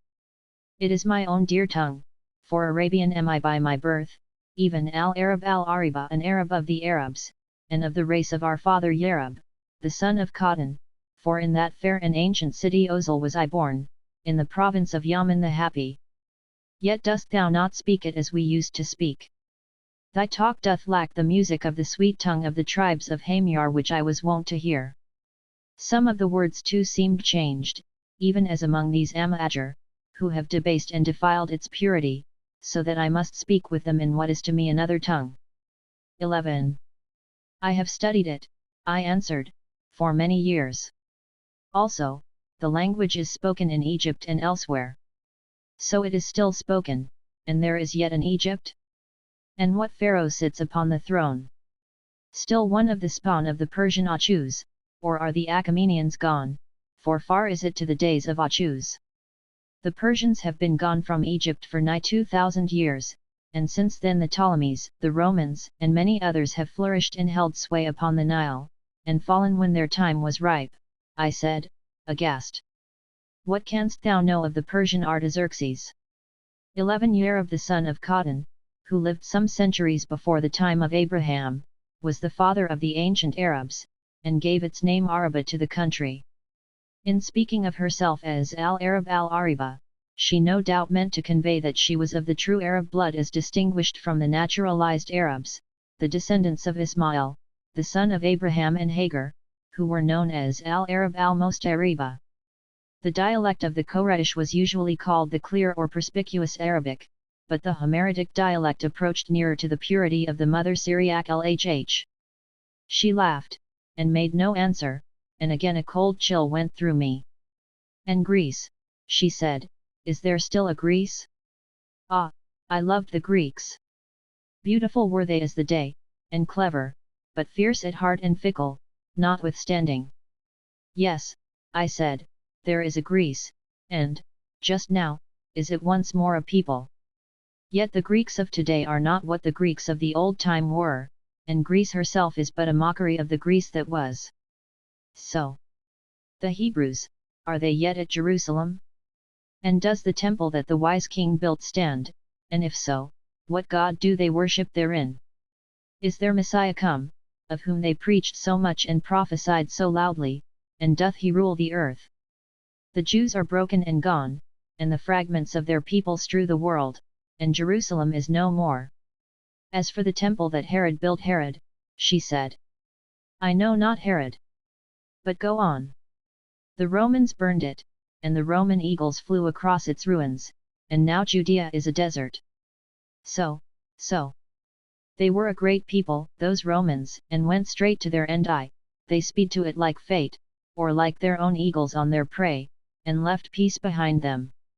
Solitudinem facient, paciem appellant, I suggested. Ah, thou canst speak the Latin tongue, too, she said, in surprise. It hath a strange ring in my ears after all these days, and it seems to me that thy accent does not fall as the Romans put it. Who was it wrote that? I know not the saying, but it is a true one of that great people. It seems that I have found a learned Manon whose hands have held the water of the world's knowledge. Knowest thou Greek also? Yes, O Queen, and something of Hebrew, but not to speak them well. They are all dead languages now. She clapped her hands in childish glee. Of a truth, ugly tree that thou art, thou growest the fruits of wisdom, O Holly, she said, but of those Jews whom I hated, for they called me heathen when I would have taught them my philosophy. Did their Messiah come, and doth he rule the world? Their Messiah came, I answered with reverence, but he came poor and lowly, and they would have none of him. They scourged him, and crucified him upon a tree, but yet his words and his works live on, for he was the Son of God, and now of a truth he doth rule half the world, but not with an empire of the world. Ah, the fierce-hearted wolves, she said, the followers of sense and of many gods, greedy of gain and faction torn. I can see their dark faces yet. So they crucified their Messiah? Well can I believe it. That he was a son of the living Spirit would be naught to them, if indeed he was so, and of that we will talk afterwards. They would care not for any god if he came not with pomp and power. They, a chosen people, a vessel of him they call Jehovah, and a vessel of Baal, and a vessel of Astoreth, and a vessel of the gods of the Egyptians, a high-stomached people, greedy of aught that brought them wealth and power. So they crucified their Messiah because he came in lowly guise, and now are they scattered about the earth. Why, if I remember, so said one of their prophets that it should be. Well, let them go. They broke my heart, those Jews, and made me look with evil eyes across the world, and drove me to this wilderness, this place of a people that was before them. When I would have taught them wisdom in Jerusalem, they stoned me, at the gate of the temple, whose white-bearded hypocrites and rabbis hounded the people on to stone me. See, here is the mark of it to this day. And with a sudden move she pulled up the gauzy wrapping on her rounded arm, and pointed to a little scar that showed red against its milky beauty. I shrank back horrified. "Pardon me, O Queen," I said, "but I am bewildered. Nigh upon 2,000 years have rolled across the earth since the Jewish Messiah hung upon his cross at Golgotha. How then canst thou have taught thy philosophy to the Jews before he was? Thou art a woman, and no spirit. How can a woman live 2,000 years? Why dost thou befool me, O Queen?" She leaned back on the couch, and once more I felt the hidden eyes playing upon me and searching out my heart. "O man," she said at last, speaking very slowly and deliberately, "it seems that there are still things upon the earth of which thou knowest not. Dost thou still believe that all things die, even as those very Jews believed? I tell thee that naught really dies. There is no such thing as death, though there be a thing called change. See," and she pointed to some sculptures on the rocky wall. 3 times 2,000 years have passed since the last of the great race that hewed those pictures fell before the breath of the pestilence which destroyed them, yet are they not dead. E'en now they live, perchance their spirits are drawn towards us at this very hour, and she glanced round. Of a surety it sometimes seems to me that my eyes can see them. Yes, but to the world they are dead. For a time, but even to the world are they born again and again. Yes, Ayesha 12, for that is my name. Stranger, I say to thee that I wait now for one I love to be born again, and here I tarry till he finds me, knowing of a surety that hither he will come, and that here, and here only, shall he greet me. Why, dost thou suppose that I, who am all-powerful, whose loveliness is more than the loveliness of the Grecian Helen, of whom they used to sing, and whose wisdom is wider, far more wide and deep than the wisdom of Solomon the wise, who know the secrets of the earth and its riches, and can turn all things to my uses, who have even for a while overcome change, that ye call death? Why, I say, O stranger, dost thou think that I herd here with barbarians lower than the beasts? I know not, I said humbly. 12 pronounced Asa Lhh, because I wait for him I love. My life has perchance been evil, I know not, for who can say what is evil and what good, so I fear to die even if I could die, which I cannot until mine hour comes, to go and seek him where he is, for between us there might rise a wall I could not climb, at least, I dread it. Surely easy would it be also to lose the way in seeking in those great spaces wherein the planets wander on forever. But the day will come, it may be when 5,000 more years have passed, and are lost and melted into the vault of time, even as the little clouds melt into the gloom of night, or it may be tomorrow, when he, my love, shall be born again, and then, following a law that is stronger than any human plan, he shall find me here, where once he knew me, and of a surety his heart will soften towards me though I sinned against him, even though he know me not again, yet will he love me, if only for my beauty's sake. For a moment I was dumbfounded, and could not answer. The matter was too overpowering for my intellect to grasp. But even so, O Queen, I said at last, even if we men be born again and again, that is not so with thee, if thou speakest truly. Here she looked up sharply, and once more I caught the flash of those hidden eyes. Thou, I went on hurriedly, who hast never died. That is so, she said, and it is so because I have, half by chance and half by learning, solved one of the great secrets of the world. Tell me, stranger, life is why therefore should not life be lengthened for a while? What are 10 or 20 or 50,000 years in the history of life? Why in 10,000 years scarce will the rain and storms lessen a mountain top by a span in thickness. In 2,000 years these caves have not changed, nothing has changed, but the beasts and man, who is as the beasts. There is naught that is wonderful about the matter, couldst thou but understand. Life is wonderful, but that it should be a little lengthened is not wonderful. Nature hath her animating spirit as well as man, who is nature's child, and he who can find that spirit, and let it breathe upon him, shall live with her life. He shall not live eternally, for nature is not eternal, and she herself must die, even as the nature of the moon hath died. She herself must die, I say, or rather change and sleep till it be time for her to live again. But when shall she die? Not yet, I ween, and while she lives, so shall he who hath all her secret live with her.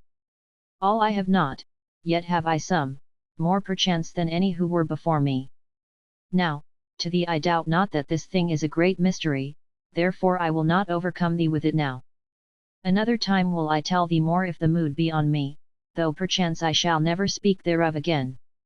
Dost thou wonder how I knew that ye were coming to this land, and so saved your heads from the hot pot? I, O Queen, I answered feebly. Then gaze upon that water, and she pointed to the font-like vessel, and then, bending forward, held her hand over it. I rose and gazed, and instantly the water darkened. Then it cleared, and I saw as distinctly as I ever saw anything in my life. I saw, I say, our boat upon that horrible canal. There was Leo lying at the bottom asleep in it, with a coat thrown over him to keep off the mosquitoes, in such a fashion as to hide his face, and myself, Job, and Mahomed towing on the bank. I started back aghast, and cried out that it was magic, for I recognized the whole sea night was one which had actually occurred. Nay, nay, O Holly, she answered, it is no magic, that is a fiction of ignorance. There is no such thing as magic, though there is such a thing as a knowledge of the secrets of nature. That water is my glass, in it I see what passes if I care to summon up the pictures, which is not often. Therein I can show thee what thou wilt of the past, if it be anything to do with this country and with what I have known, or anything that thou, the gazer, hast known. Think of a face if thou wilt, and it shall be reflected from thy mind upon the water. I know not all the secret, yet I can read nothing in the future. But it is an old secret, I did not find it. In Arabia and in Egypt the sorcerers knew it centuries ago. So one day I chanced to bethink me of that old canal some 20 centuries ago. I sailed upon it, and I was minded to look thereon again. And so I looked, and there I saw the boat and 3 men walking, and one, whose face I could not see, but a youth of a noble form, sleeping in the boat, and so I sent and saved yet. And now farewell. But stay, tell me of this youth the lion, as the old man calls him. I would look upon him, but he is sick, thou sayest sick with the fever, and also wounded in the fray. He is very sick, I answered sadly. Canst thou do nothing for him, O Queen who knowest so much? Of a surety I can. I can cure him, but why speakest thou so sadly? Doth thou love the youth? Is he perchance thy son? He is my adopted son, O Queen. Shall he be brought in before thee? Nay. How long hath the fever taken him? This is the 3rd day. Good, then let him lie another day. Then will he perchance throw it off by his own strength, and that is better than that I should cure him, for my medicine is of a sort to shake the life in its very citadel. If, however, by tomorrow night, at that hour when the fever first took him, he doth not begin to mend, then will I come to him and cure him. Stay, who nurses him? Our white servant, him whom Billy names the pig, also. And here I spoke with some little hesitation, a woman named Ustanette, a very handsome woman of this country, who came and embraced him when first she saw him, and hath stayed by him ever since, as I understand is the fashion of thy people, O Queen. My people? Speak not to me of my people, she answered hastily, these slaves are no people of mine, they are but dogs to do my bidding till the day of my deliverance comes, and as for their customs, naught have I to do with them. Also, call me not queen, I am sick of flattery and titles, call me Ayesha, the name hath a sweet sound in mine ears, it is an echo from the past. As for this Ustanette, I know not. I wonder if it be she against whom I was warned, and whom I in turn did warn. Hath she stay, I will see, and, Bending forward, she passed her hand over the font of water and gazed intently into it. "See," she said quietly, "is that the woman?" I looked into the water, and there, mirrored upon its placid surface, was the silhouette of Ustana's stately face. She was bending forward, with a look of infinite tenderness upon her features, watching something beneath her, and with her chestnut locks falling onto her right shoulder. "It is she," I said, in a low voice, for once more I felt much disturbed at this most uncommon sight. "She watches Leo asleep." "Leo," said Ayesha in an absent voice. "Why, that is lion in the Latin tongue. The old man hath named happily for once. It is very strange," she went on speaking to herself, "very so like, but it is not possible." With an impatient gesture she passed her hand over the water once more. It darkened, and the image vanished as silently and mysteriously as it had risen, and once more the lamplight, and the lamplight only, shone on the placid surface of that limpid, living mirror. "Hast thou ought to ask me before thou goest, O Holly," she said after a few moments' reflection. "It is but a rude life that thou must live here, for these people are savages, and know not the ways of cultivated man. Not that I am troubled thereby, for, behold my food," and she pointed to the fruit upon the little table. "Naught but fruit doth ever pass my lips, fruit and cakes of flour, and a little water. I have bidden my girls to wait upon thee. They are mutes, thou knowest, deaf are they and dumb, and therefore the safest of servants, save to those who can read their faces and their signs. I bred them so. It hath taken many centuries and much trouble, but at last I have triumphed. Once I succeeded before, but the race was too ugly, so I let it die away, but now, as thou seest, they are otherwise. Once, too, I reared a race of giants, but after a while nature would no more of it, and it died away. Hast thou ought to ask of me?" "One thing, O Ayesha," I said boldly, but feeling by no means as bold as I trust I looked. "I would gaze upon thy face." She laughed out in her bell-like notes. "Bethink thee, Holly," she answered, "bethink thee. It seems that thou knowest the old myths of the gods of Greece.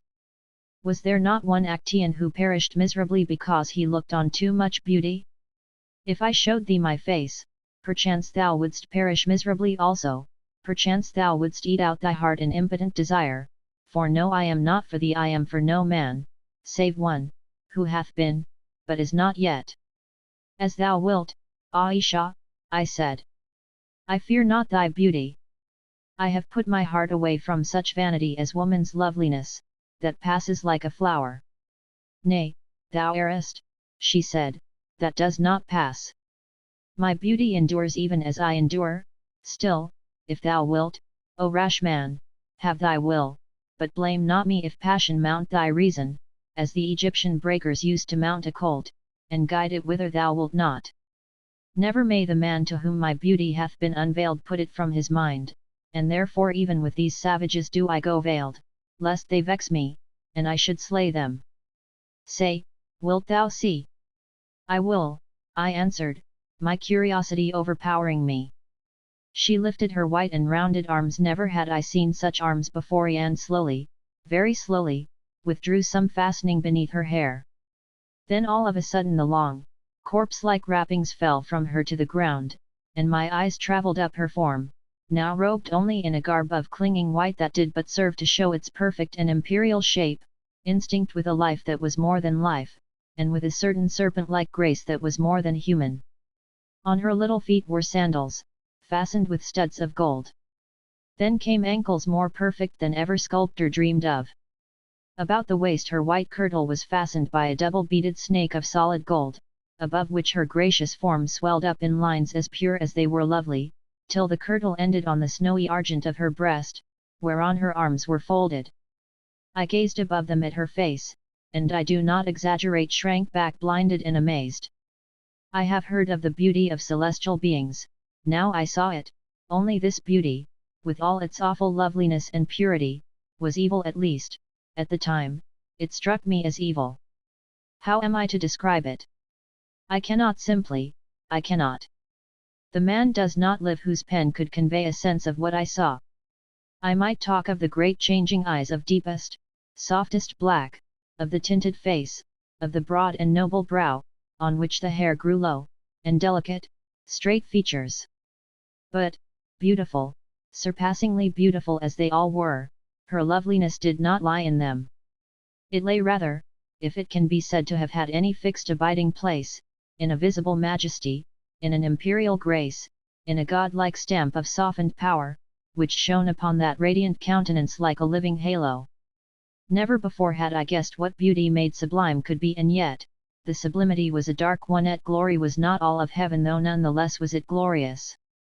Though the face before me was that of a young woman of certainly not more than 30 years, in perfect health, and the first flush of ripened beauty, yet it had stamped upon it a look of unutterable experience, and of deep acquaintance with grief and passion. Not even the lovely smile that crept about the dimples of her mouth could hide this shadow of sin and sorrow. It shone even in the light of the glorious eyes, it was present in the air of majesty, and it seemed to say, "Behold me, lovely as no woman was or is, undying and half divine, memory haunts me from age to age, and passion leads me by the hand. Evil have I done, and with sorrow have I made acquaintance from age to age, and from age to age evil I shall do, and sorrow shall I know till my redemption comes." Drawn by some magnetic force which I could not resist, I let my eyes rest upon her shining orbs, and felt a current pass from them to me that bewildered and half blinded me. She laughed, how musically, and nodded her little head at me with an air of sublimated coquetry that would have done credit to a Venus Victrix. "Rash man," she said. "Like Actaeon, thou hast had thy will, be careful lest, like Actaeon, thou too dost perish miserably, torn to pieces by the banhounds of thine own passions. I too, O Holly, am a virgin goddess, not to be moved of any man, save one, and it is not thou. Say, hast thou seen enough?" "I have looked on beauty, and I am blinded," I said hoarsely, lifting my hand to cover up my eyes. "So? What did I tell thee? Beauty is like the lightning, it is lovely, but it destroys especially trees, O Holly." And again she nodded and laughed. Suddenly she paused, and through my fingers I saw an awful change come over her countenance.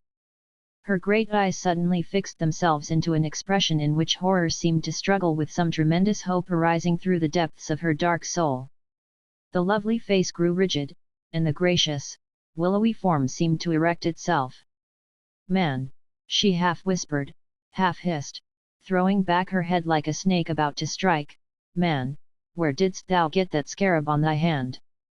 Speak, or by the spirit of life I will blast thee where thou standest." And she took one light step towards me, and from her eyes there shone such an awful light to me it seemed almost like a flame that I fell, then and there, on the ground before her, babbling confusedly in my terror. "Peace," she said, with a sudden change of manner, and speaking in her former soft voice, "I did affright thee. Forgive me. But at times, O Holly, the almost infinite mind grows impatient of the slowness of the very finite, and I am tempted to use my power out of pure vexation. Very nearly wast thou dead, but I remembered but the scarab about the scarabaeus. I picked it up, I gurgled feebly as I got onto my feet again, and it is a solemn fact that my mind was so disturbed that at the moment I could remember nothing else about the ring except that I had picked it up in Leo's cave. It is very strange," she said, with a sudden access of woman-like trembling and agitation which seemed out of place in this awful woman, "but once I knew a scarab like that. It hung round the neck of one I loved," and she gave a little sob, "and I saw that after all she was only a woman, although she might be a very old one. There," she went on, "it must be one like it, and yet never did I see one like it, for there too hung a history, and he who wrote it prized it much. 13 But the 13 I am informed by a renowned and most learned Egyptologist, to whom I have submitted this very interesting and beautifully finished scarab, Sutton Sera, that he has never seen one resembling it. Although it bears a title frequently given to Egyptian royalty, he is of opinion that it is not necessarily the cartouche of a pharaoh, on which either the throne or personal name of the monarch is generally inscribed. What the history of this particular scarab may have been we can now, unfortunately, never know, but I have little doubt but that it played some part in the tragic story of the Princess Amenartis and her lover Callicrates, the forsworn priest of Isis. Editor. Scarab that I knew was not set thus in the bezel of a ring. Go now, Holly, go, and, if thou canst, try to forget that thou hast looked upon Ayesha's beauty, and, turning from me, she flung herself on her couch, and buried her face in the cushions. As for me, I stumbled from her presence, and I do not remember how I reached my own cave. Chapter 14 A Soul in Hell. It was nearly 10 o'clock at night when I cast myself down upon my bed, and began to gather my scattered wits, and reflect upon what I had seen and heard. But the more I reflected the less I could make of it. Was I mad, or drunk, or dreaming, or was I merely the victim of a gigantic and most elaborate hoax? How was it possible that I, a rational man, not unacquainted with the leading scientific facts of our history, and hitherto an absolute and utter disbeliever in all the hocus-pocus that in Europe goes by the name of the supernatural, could believe that I had within the last few minutes been engaged in conversation with a woman 2,000 and odd years old? The thing was contrary to the experience of human nature, and absolutely and utterly impossible. It must be a hoax, and yet, if it were a hoax, what was I to make of it? What, too, was to be said of the figures on the water, of the woman's extraordinary acquaintance with the remote past, and her ignorance, or apparent ignorance, of any subsequent history? What, too, of her wonderful and awful loveliness? This, at any rate, was a patent fact, and beyond the experience of the world. No merely mortal woman could shine with such a supernatural radiance. About that she had, at any rate, been in the right. It was not safe for any man to look upon such beauty. I was a hardened vessel in such matters, having, with the exception of one painful experience of my green and tender youth, put the softer sex, I sometimes think that this is a misnomer, almost entirely out of my thoughts. But now, to my intense horror, I knew that I could never put away the vision of those glorious eyes, and, alas, the very diablerie of the woman, whilst it horrified and repelled, attracted in even a greater degree. A person with the experience of 2,000 years at her back, with the command of such tremendous powers and the knowledge of a mystery that could hold off death, was certainly worth falling in love with, if ever woman was. But alas, it was not a question of whether or no she was worth it, for so far as I could judge, not being versed in such matters, I, a fellow of my college, noted for what my acquaintances are pleased to call my misogyny, and a respectable man now well on in middle life, had fallen absolutely and hopelessly in love with this white sorceress. Nonsense, it must be nonsense. She had warned me fairly, and I had refused to take the warning. Curses on the fatal curiosity that is ever prompting man to draw the veil from woman, and curses on the natural impulse that begets it.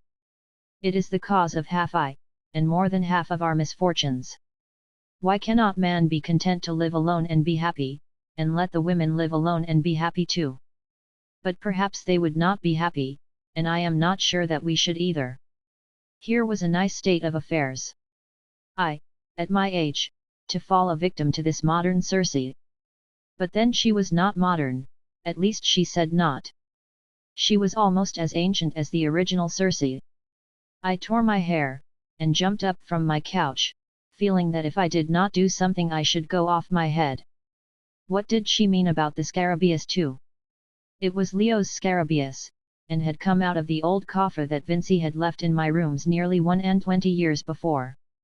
Could it be, after all, that the whole story was true, and the writing on the shirt was not a forgery, or the invention of some crack-brained, long-forgotten individual? And if so, could it be that Leo was the man that she was waiting for, the dead man who was to be born again? Impossible again! The whole thing was gibberish. Who ever heard of a man being born again? But if it were possible that a woman could exist for 2,000 years, this might be possible also. Anything might be possible. I myself might, for aught I knew, be a reincarnation of some other forgotten self, or perhaps the last of a long line of ancestral selves. Well, vive la guerre! Why not? Only, unfortunately, I had no recollection of these previous conditions.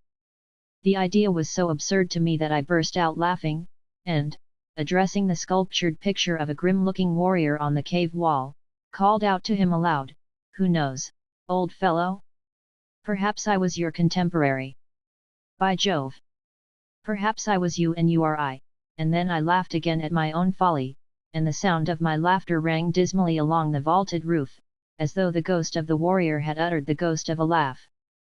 Next I bethought me that I had not been to see how Leo was, so, taking up one of the lamps which was burning at my bedside, I slipped off my shoes and crept down the passage to the entrance of his sleeping cave.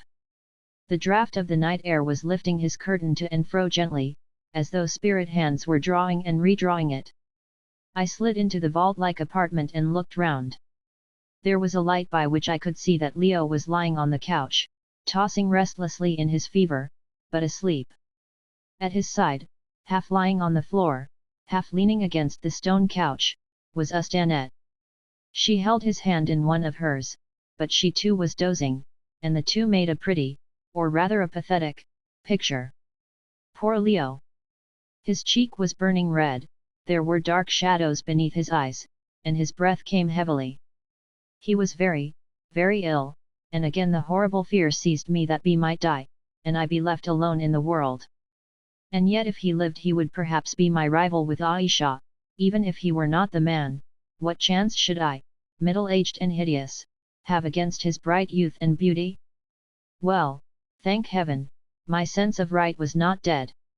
She had not killed that yet, and, as I stood there, I prayed to the Almighty in my heart that my boy, my more than son, might live even if he proved to be the man.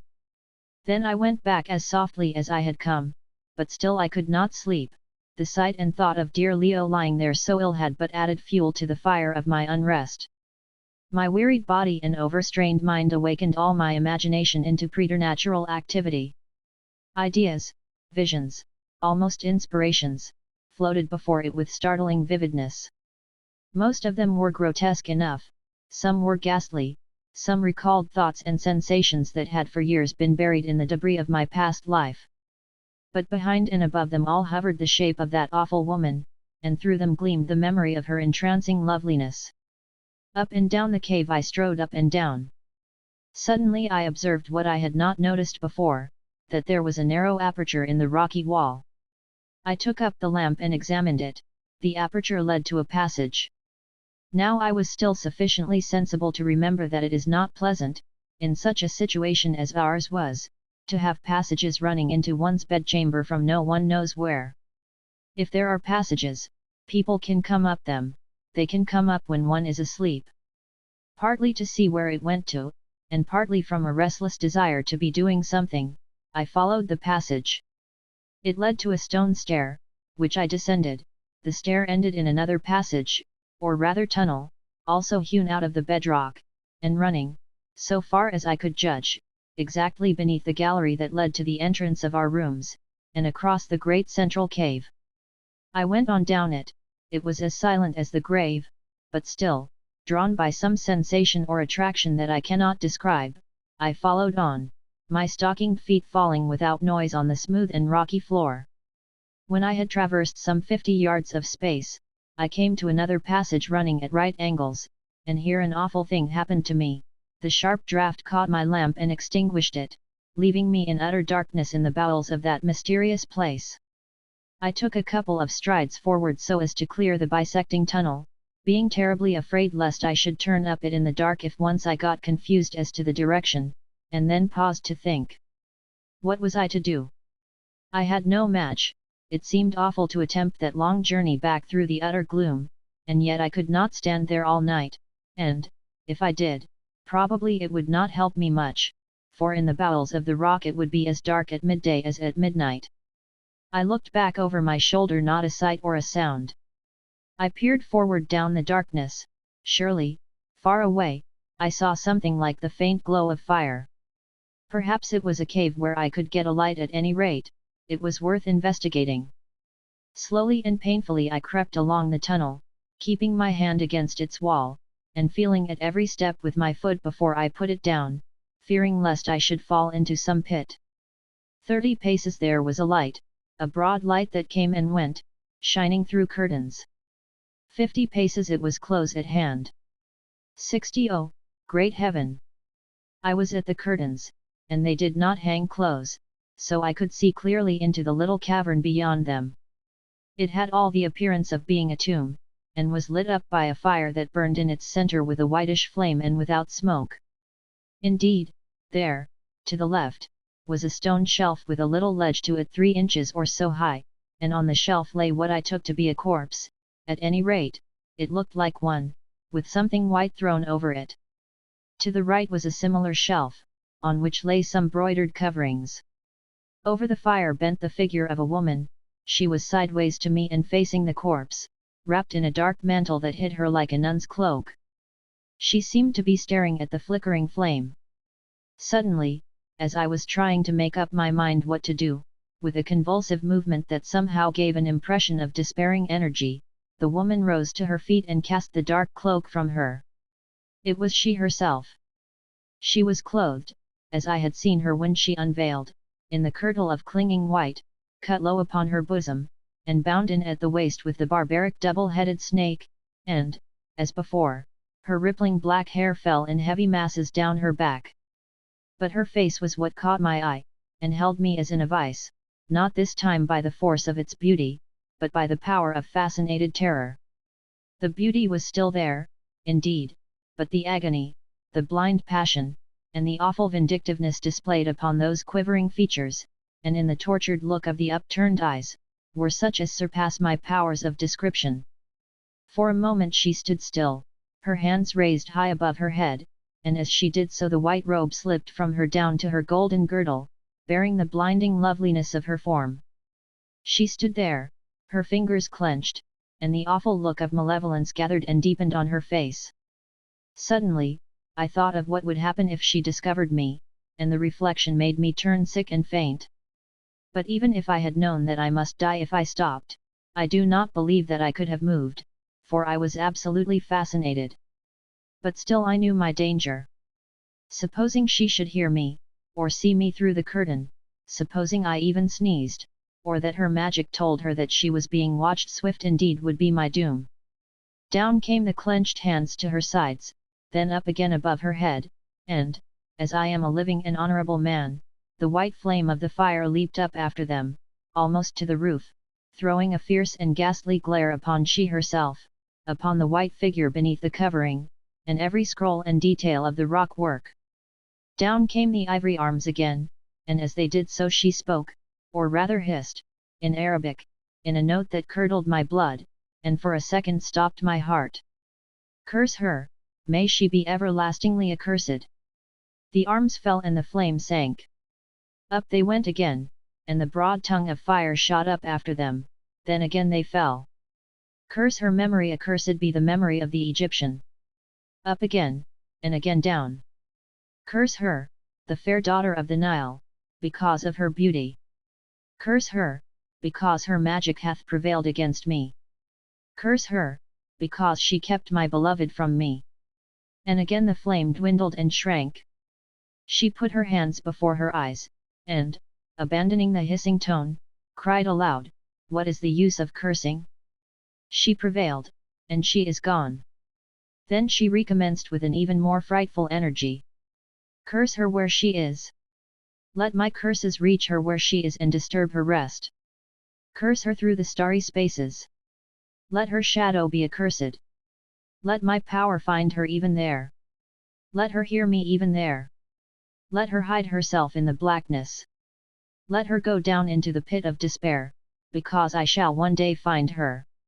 Again the flame fell, and again she covered her eyes with her hands. "It is no use, no use," she wailed. "Who can reach those who sleep? Not even I can reach them."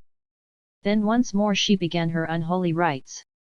"Curse her when she shall be born again! Let her be born accursed! Let her be utterly accursed from the hour of her birth until sleep finds her! Yet, then, let her be accursed, for then shall I overtake her with my vengeance, and utterly destroy her." And so on. The flame rose and fell, reflecting itself in her agonized eyes, the hissing sound of her terrible maledictions, and no words of mine, especially on paper, can convey how terrible they were, ran round the walls and died away in little echoes, and the fierce light and deep gloom alternated themselves on the white and dreadful form stretched upon that bier of stone. But at length she seemed to wear herself out, and ceased. She set herself down upon the rocky floor, and shook the dense cloud of her beautiful hair over her face and breast, and began to sob terribly in the torture of a heart-rending despair. 2,000 years, she moaned, 2,000 years have I waited and endured, but though century doth still creep on to century, and time give place to time, the sting of memory hath not lessened, the light of hope doth not shine more bright. Oh, to have lived 2,000 years, with my passion eating at my heart, and with my sin ever before me. Oh, that for me life cannot bring forgetfulness. Oh, for the weary years that have been and are yet to come, and evermore to come, endless and without end. My love! My love! My love! Why did that stranger bring thee back to me after this sort? For 500 years I have not suffered thus. Oh, if I sinned against thee, have I not wiped away the sin? When wilt thou come back to me who have all, and yet without thee have not? What is there that I can do? What? What? What? And perchance that Egyptian doth abide with thee where thou art, and mock my memory. Oh, why could I not die with thee, I who slew thee? Alas, that I cannot die! Alas! Alas! And she flung herself prone upon the ground, and sobbed and wept till I thought her heart must burst. Suddenly she ceased, raised herself to her feet, rearranged her robe, and, tossing back her long locks impatiently, swept across to where the figure lay upon the stone. "O Callicrates," she cried, and I trembled at the name, "I must look upon thy face again, though it be agony. It is a generation since I looked upon thee whom I slew with mine own hand," and with trembling fingers she seized the corner of the sheet-like wrapping that covered the form upon the stone bier, and then paused.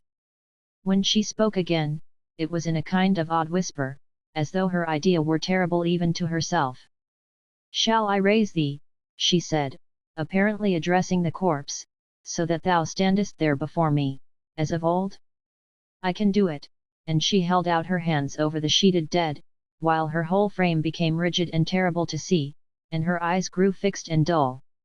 I shrank in horror behind the curtain, my hair stood up upon my head, and whether it was my imagination or a fact I am unable to say, but I thought that the quiet form beneath the covering began to quiver, and the winding sheet to lift as though it lay on the breast of one who slept. Suddenly she withdrew her hands, and the motion of the corpse seemed to me to cease. "What is the use?" she said gloomily. "Of what use is it to recall the semblance of life when I cannot recall the spirit? Even if thou stoodest before me thou wouldst not know me, and couldst but do what I bid thee. The life in thee would be my life, and not thy life, Callicrates." For a moment she stood there brooding, and then cast herself down on her knees beside the form, and began to press her lips against the sheet, and weep. There was something so horrible about the sight of this awe-inspiring woman letting loose her passion on the dead, so much more horrible even than anything that had gone before, that I could no longer bear to look at it, and, turning, began to creep, shaking as I was in every limb, slowly along the pitch-dark passage, feeling in my trembling heart that I had had a vision of a soul in hell. On I stumbled, I scarcely know how. Twice I fell, once I turned up the bisecting passage, but fortunately found out my mistake in time. For 20 minutes or more I crept along, till at last it occurred to me that I must have passed the little stair by which I descended. So, utterly exhausted, and nearly frightened to death, I sank down at length there on the stone flooring, and sank into oblivion. When I came to, I noticed a faint ray of light in the passage just behind me. I crept to it, and found it was the little stair down which the weak dawn was stealing. Passing up it I gained my chamber in safety, and, flinging myself on the couch, was soon lost in slumber or rather stupor. Chapter 15 Ayesha gives judgment. The next thing that I remember is opening my eyes and perceiving the form of Job, who had now practically recovered from his attack of fever. He was standing in the ray of light that pierced into the cave from the outer air, shaking out my clothes as a makeshift for brushing them, which he could not do because there was no brush, and then folding them up neatly and laying them on the foot of the stone couch. This done, he got my travelling dressing case out of the Gladstone bag, and opened it ready for my use. First, he stood it on the foot of the couch also, then, being afraid, I suppose, that I should kick it off, he placed it on a leopard skin on the floor, and stood back a step or two to observe the effect. It was not satisfactory, so he shut up the bag, turned it on end, and, having rested it against the foot of the couch, placed the dressing case on it. Next, he looked at the pots full of water, which constituted our washing apparatus. "Ah," I heard him murmur, "no hot water in this beastly place. I suppose these poor creatures only use it to boil each other in," and he sighed deeply. "What is the matter, Job?" I said. "Beg pardon, sir," he said, touching his hair. "I thought you were asleep, sir, and I am sure you look as though you want it. One might think from the look of you that you had been having a night of it." I only groaned by way of answer. I had, indeed, been having a night of it, such as I hoped never to have again. "How is Mr. Leo, Job?" "Much the same, sir. If he don't soon mend, he'll end, sir, and that's all about it, though I must say that there savage, Ustanette, do her best for him, almost like a baptized Christian. She is always hanging round and looking after him, and if I ventures to interfere, it's awful to see her. Her hair seems to stand on end, and she curses and swears away in her heathen talk. At least I fancy she must be cursing from the look of her." "And what do you do then?" "I make her a polite bow, and I say, 'Young woman, your position is one that I don't quite understand, and can't recognize. Let me tell you that I has a duty to perform to my master as is incapacitated by illness, and that I am going to perform it until I am incapacitated too,' but she don't take no heed, not she only curses and swears away worse than ever. Last night she put her hand under that sort of nightshirt she wears and whips out a knife with a kind of a curl in the blade, so I whips out my revolver, and we walks round and round each other till at last she bursts out laughing. It isn't nice treatment for a Christian man to have to put up with from a savage, however handsome she may be, but it is what people must expect as is fools enough." Job laid great emphasis on the fools to come to such a place to look for things no man is meant to find. "It's a judgment on us, sir, that's my opinion, and I, for one, is of opinion that the judgment isn't half done yet, and when it is done, we shall be done too, and just stop in these beastly caves with the ghosts and the corpses for once and all. And now, sir, I must be seeing about Mr. Leo's broth, if that wild cat will let me, and, perhaps, you would like to get up, sir, because it's past 9 o'clock. Job's remarks were not of an exactly cheering order to a man who had passed such a night as I had, and, what is more, they had the weight of truth. Taking one thing with another, it appeared to me to be an utter impossibility that we should escape from the place where we were. Supposing that Leo recovered, and supposing that she would let us go, which was exceedingly doubtful, and that she did not blast us in some moment of vexation, and that we were not hot-potted by the Amahagger, it would be quite impossible for us to find our way across the network of marshes which, stretching for scores and scores of miles, formed a stronger and more impassable fortification round the various Amahagger households than any that could be built or designed by men. No, there was but one thing to do: face it out, and, speaking for my own part, I was so intensely interested in the whole weird story that, so far as I was concerned, notwithstanding the shattered state of my nerves, I asked nothing better, even if my life paid forfeit to my curiosity. What man for whom physiology has charms could forbear to study such a character as that of this Ayesha when the opportunity of doing so presented itself? The very terror of the pursuit added to its fascination, and besides, as I was forced to own to myself even now in the sober light of day, she herself had attractions that I could not forget. Not even the dreadful sight which I had witnessed during the night could drive that folly from my mind, and alas, that I should have to admit it, it has not been driven thence to this hour. After I had dressed myself I passed into the eating, or rather embalming chamber, and had some food, which was as before brought to me by the girl mutes. When I had finished I went and saw poor Leo, who was quite off his head, and did not even know me. I asked Ustana how she thought he was, but she only shook her head and began to cry a little. Evidently her hopes were small, and I then and there made up my mind that, if it were in any way possible, I would get she to come and see him. Surely she would cure him if she chose, at any rate she said she could. While I was in the room, Billy entered, and also shook his head. "He will die at night," he said. "God forbid, my father," I answered, and turned away with a heavy heart. "She who must be obeyed commands thy presence, my baboon," said the old man as soon as we got to the curtain, "but oh, my dear son, be more careful. Yesterday I made sure in my heart that she would blast thee when thou didst not crawl upon thy stomach before her. She is sitting in the great hall even now to do justice upon those who would have smitten thee and the lion. Come on, my son, come swiftly."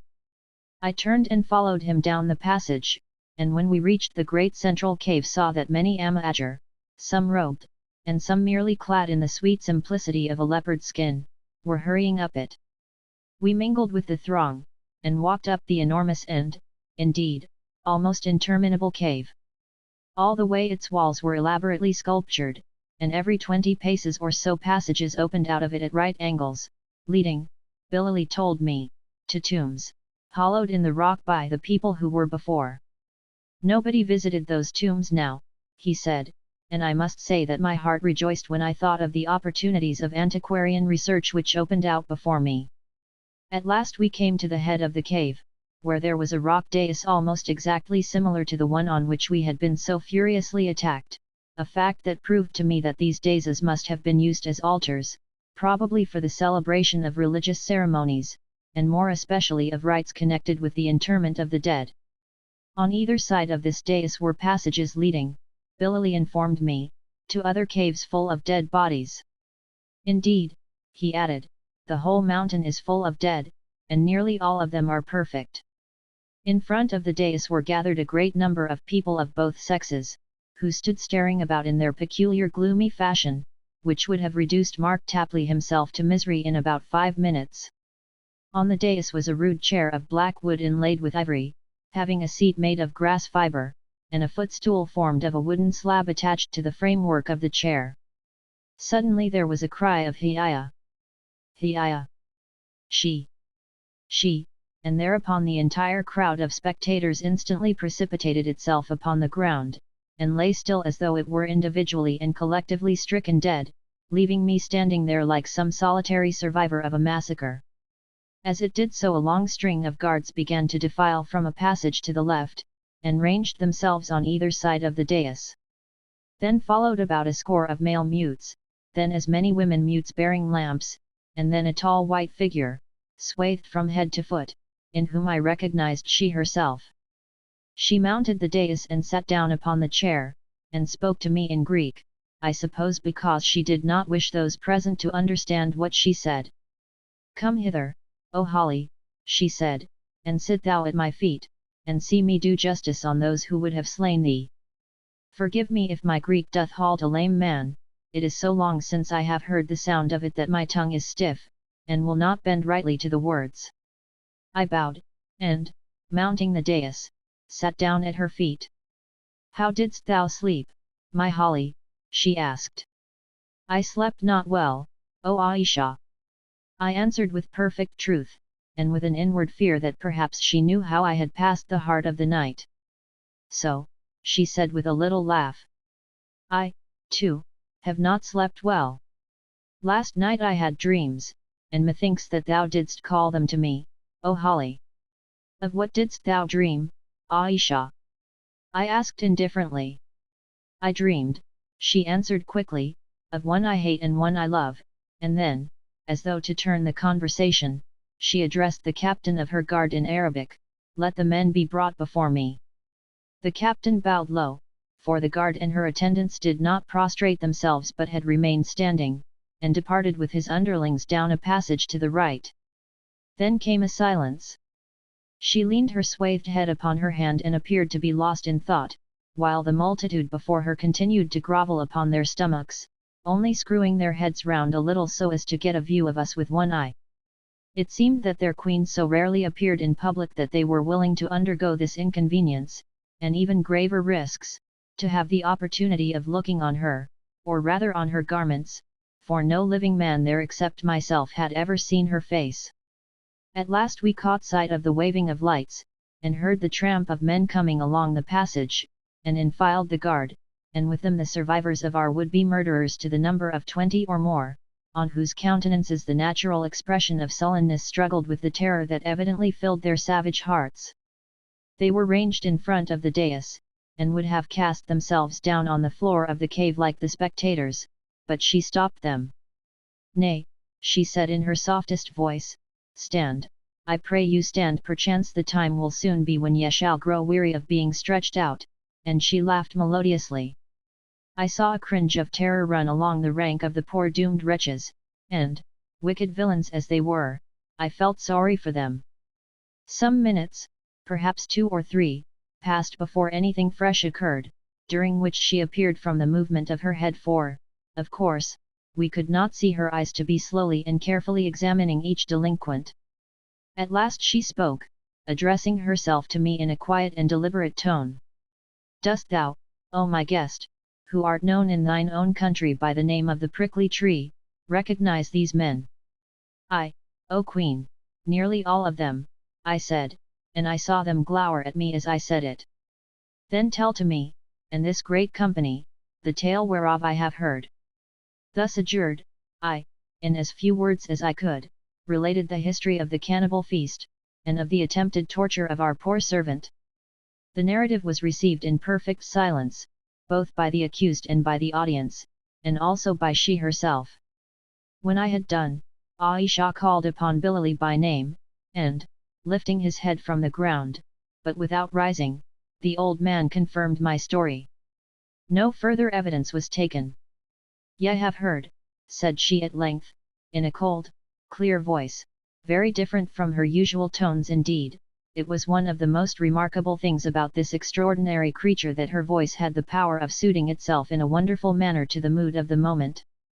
"What have ye to say, ye rebellious children, why vengeance should not be done upon you?" For some time there was no answer, but at last one of the men, a fine, broad-chested fellow, well on in middle life, with deep graven features and an eye like a hawk's, spoke, and said that the orders that they had received were not to harm the white men. Nothing was said of their black servant, so, egged on thereto by a woman who was now dead, they proceeded to try to hot-pot him after the ancient and honourable custom of their country, with the view of eating him in due course.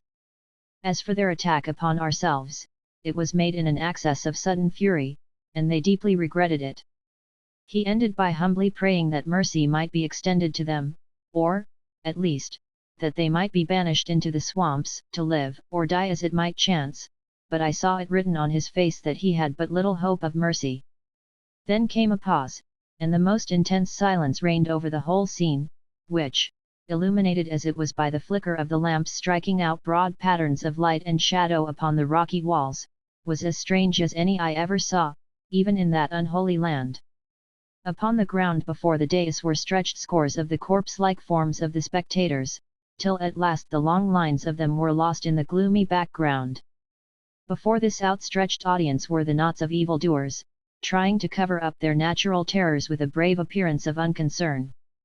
On the right and left stood the silent guards, robed in white and armed with great spears and daggers, and men and women mutes watching with hard curious eyes.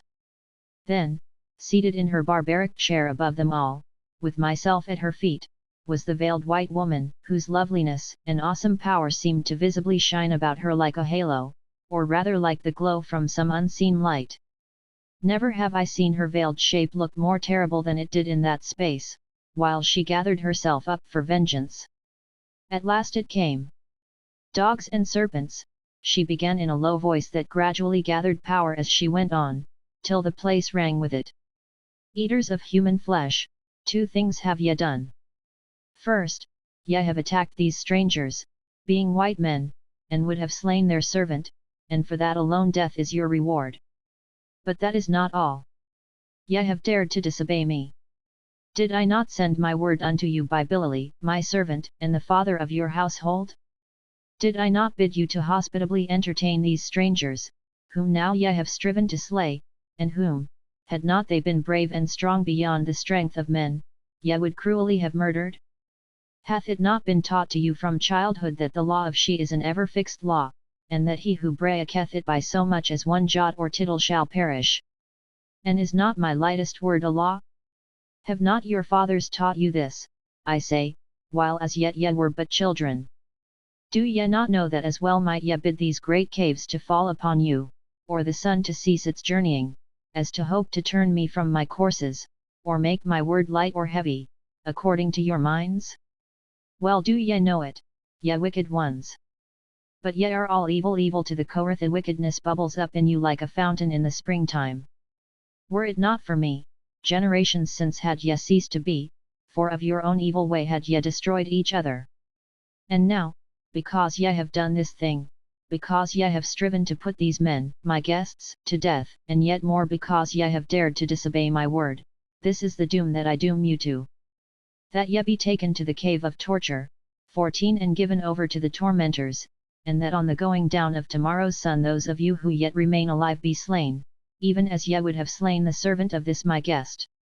She ceased, and a faint murmur of horror ran round the cave.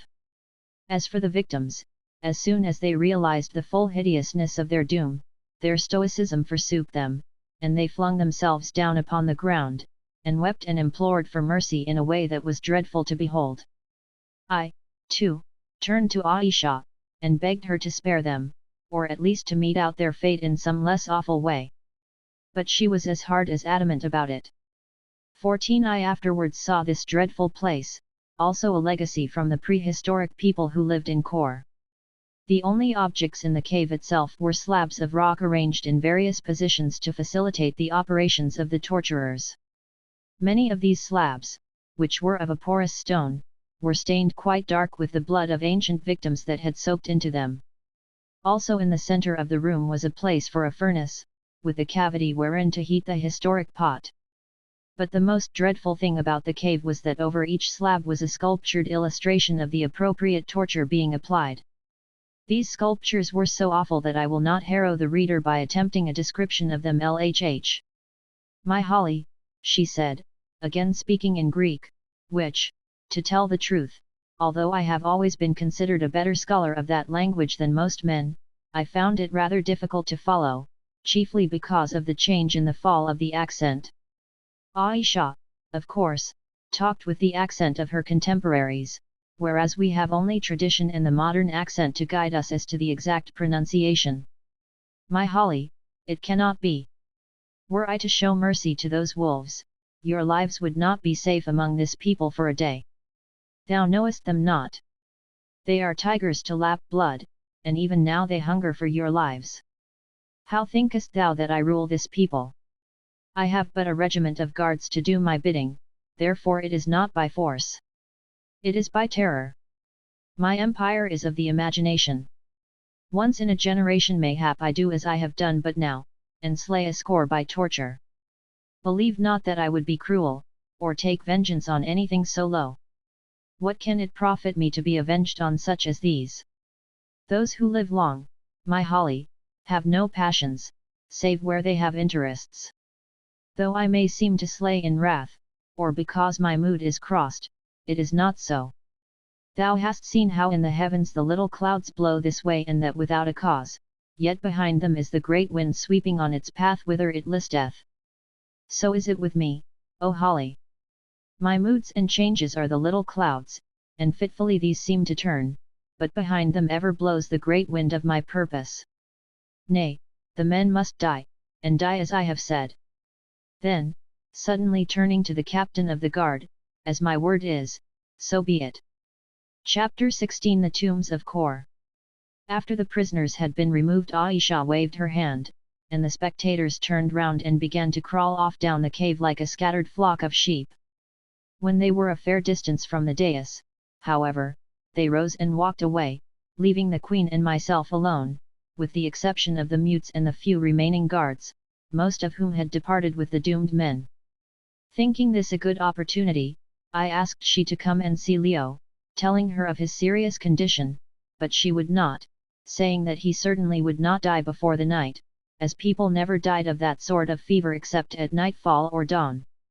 Also she said that it would be better to let the sickness spend its course as much as possible before she cured it.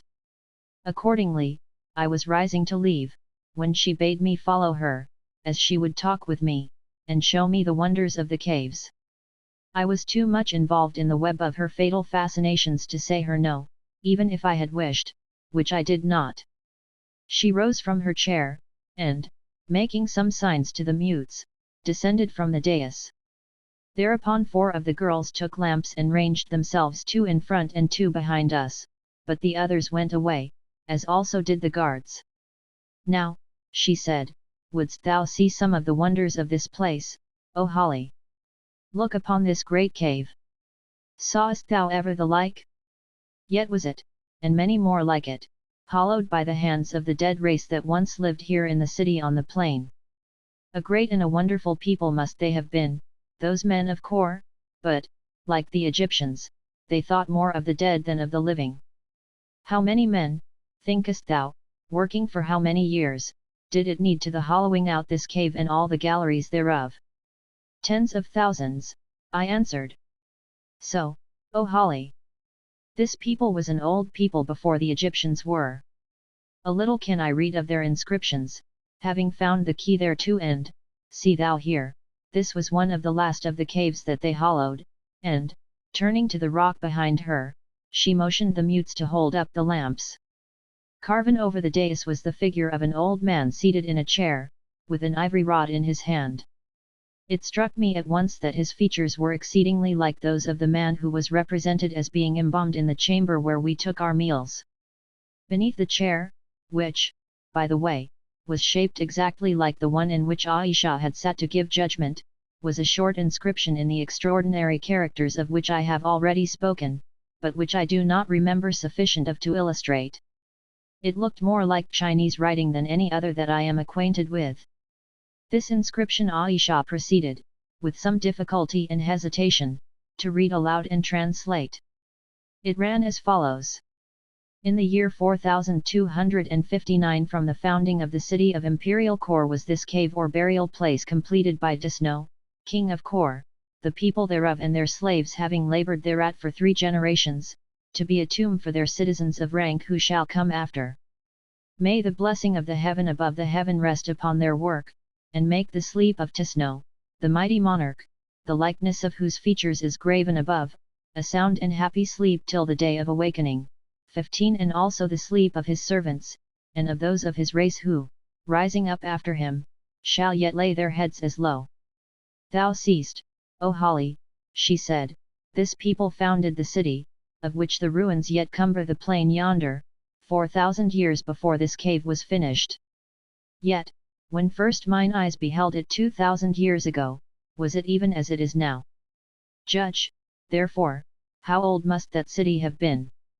And now, follow thou me, and I will show thee after what fashion this great people fell when the time was come for it to fall.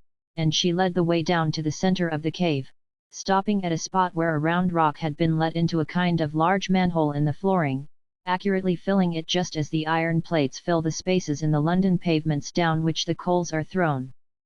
Thou seest, she said. Tell me, what is it? 15 This phrase is remarkable, as seeming to indicate a belief in a future state editor. Nay, I know not, I answered, whereon she crossed to the left-hand side of the cave, looking towards the entrance, and signed to the mutes to hold up the lamps. On the wall was something painted with a red pigment in similar characters to those hewn beneath the sculpture of Tisno, king of Kor. This inscription she proceeded to translate to me, the pigment still being quite fresh enough to show the form of the letters. It ran as follows: I, Junis, a priest of the great temple of Kor, write this upon the rock of the burying place in the year 4803 from the founding of Korea. Kor is fallen. No more shall the mighty feast in her halls, no more shall she rule the world, and her navies go out to commerce with the world. Kor is fallen. And her mighty works in all the cities of Kor, and all the harbors that she built and the canals that she made, are for the wolf and the owl and the wild swan, and the barbarian who comes after. 25 moons ago did a cloud settle upon Kor, and the 100 cities of Kor, and out of the cloud came a pestilence that slew her people, old and young, one with another, and spared not. One with another they turned black and died, the young and the old, the rich and the poor, the man and the woman, the prince and the slave. The pestilence slew, and ceased not by day or by night, and those who escaped from the pestilence were slain of the famine. No longer could the bodies of the children of Kor be preserved according to the ancient rites, because of the number of the dead, therefore were they hurled into the great pit beneath the cave through the hole in the floor of the cave. Then at last, a remnant of this the great people, the light of the whole world, went down to the coast and took ship and sailed northwards, and now am I, the priest Junis, who write this, the last man left alive of this great city of men, but whether there be any yet left in the other cities I know not. This do I write in misery of heart before I die, because Kor the imperial is no more, and because there are none to worship in her temple, and all her palaces are empty, and her princes and her captains and her traders and her fair women have passed off the face of the earth. I gave a sigh of astonishment. The utter desolation depicted in this rude scrawl was so overpowering. It was terrible to think of this solitary survivor of a mighty people recording its fate before he too went down into darkness. What must the old man have felt as, in ghastly terrifying solitude, by the light of one lamp feebly illumining a little space of gloom, he in a few brief lines daubed the history of his nation's death upon the cavern wall. What a subject for the moralist, or the painter, or indeed for anyone who can think. Doth it not occur to thee, O Holly, said Ayesha, laying her hand upon my shoulder, that those men who sailed north may have been the fathers of the first Egyptians? Nay, I know not, I said, it seems that the world is very old. Old? Yes, it is old indeed. Time after time have nations, and rich and strong nations, learned in the arts, been and passed away and been forgotten, so that no memory of them remains. This is but one of several, for time eats up the works of man, unless, indeed, he digs in caves like the people of Kor, and then mayhap the sea swallows them, or the earthquake shakes them in. Who knows what hath been on the earth, or what shall be? There is no new thing under the sun, as the wise Hebrew wrote long ago. Yet were not these people utterly destroyed, as I think. Some few remained in the other cities, for their cities were many. But the barbarians from the south, or perchance my people, the Arabs, came down upon them, and took their women to wife, and the race of the Amahajr that is now is a bastard brood of the mighty sons of Kor, and behold it dwelleth in the tombs with its fathers' bones. 16 But I know not, who can know? My arts cannot pierce so far into the blackness of time's night. A great people were they. They conquered till none were left to conquer, and then they dwelt at ease within their rocky mountain walls, with their manservants and their maidservants, their minstrels, their sculptors, and their concubines, and traded and quarrelled, and ate, and hunted and slept and made merry till their time came. But come, I will show thee the great pit beneath the cave whereof the writing speaks. Never shall thine eyes witness such another sight. 16 The name of the race Amahajr would seem to indicate a curious mingling of races such as might easily have occurred in the neighbourhood of the Zambesi. The prefix Ama is common to the Zulu and kindred races, and signifies people, while Haggard is an Arabic word meaning a stone editor. Accordingly I followed her to a side passage opening out of the main cave, then down a great number of steps, and along an underground shaft which cannot have been less than 60 feet beneath the surface of the rock, and was ventilated by curious borings that ran upward, I do not know where. Suddenly the passage ended, and she halted and bade the mutes hold up the lamps, and, as she had prophesied, I saw a scene such as I was not likely to see again. We were standing in an enormous pit, or rather on the edge of it, for it went down deeper, I do not know how much, than the level on which we stood, and was edged in with a low wall of rock.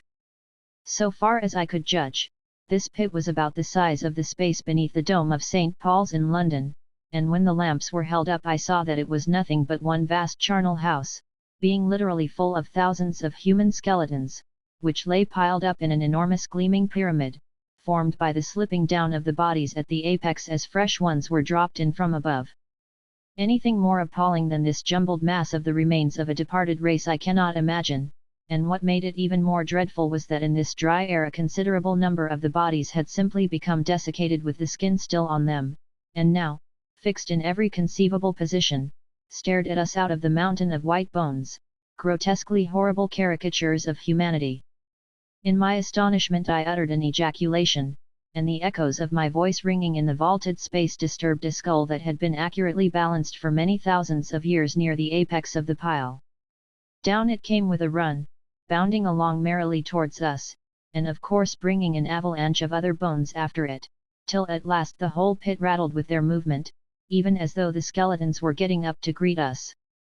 "Come," I said, "I have seen enough. These are the bodies of those who died of the great sickness, is it not so?"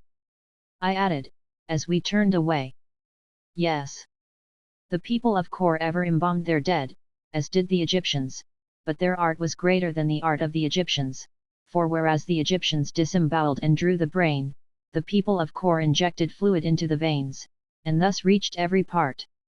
But stay, thou shalt see," and she halted at haphazard at one of the little doorways opening out of the passage along which we were walking, and motioned to the mutes to light us in. We entered into a small chamber similar to the one in which I had slept at our first stopping place, only instead of one there were 2 stone benches or beds in it. On the benches lay figures covered with yellow linen, 17 on which a fine and impalpable dust had gathered in the course of ages, but nothing like to the extent that one would have anticipated, for in these deep-hewn caves there is no material to turn to dust. About the bodies 17 all the linen that the Ama-Ager wore was taken from the tombs, which accounted for its yellow hue. If it was well washed, however, and properly rebleached, it acquired its former snowy whiteness, and was the softest and best linen I ever saw. On the stone shelves and floor of the tomb were many painted vases, but I saw very few ornaments or weapons in any of the vaults. "Uplift the cloths, O Holly," said Ayesha, but when I put out my hand to do so I drew it back again. It seemed like sacrilege, and to speak the truth I was awed by the dread solemnity of the place, and of the presences before us.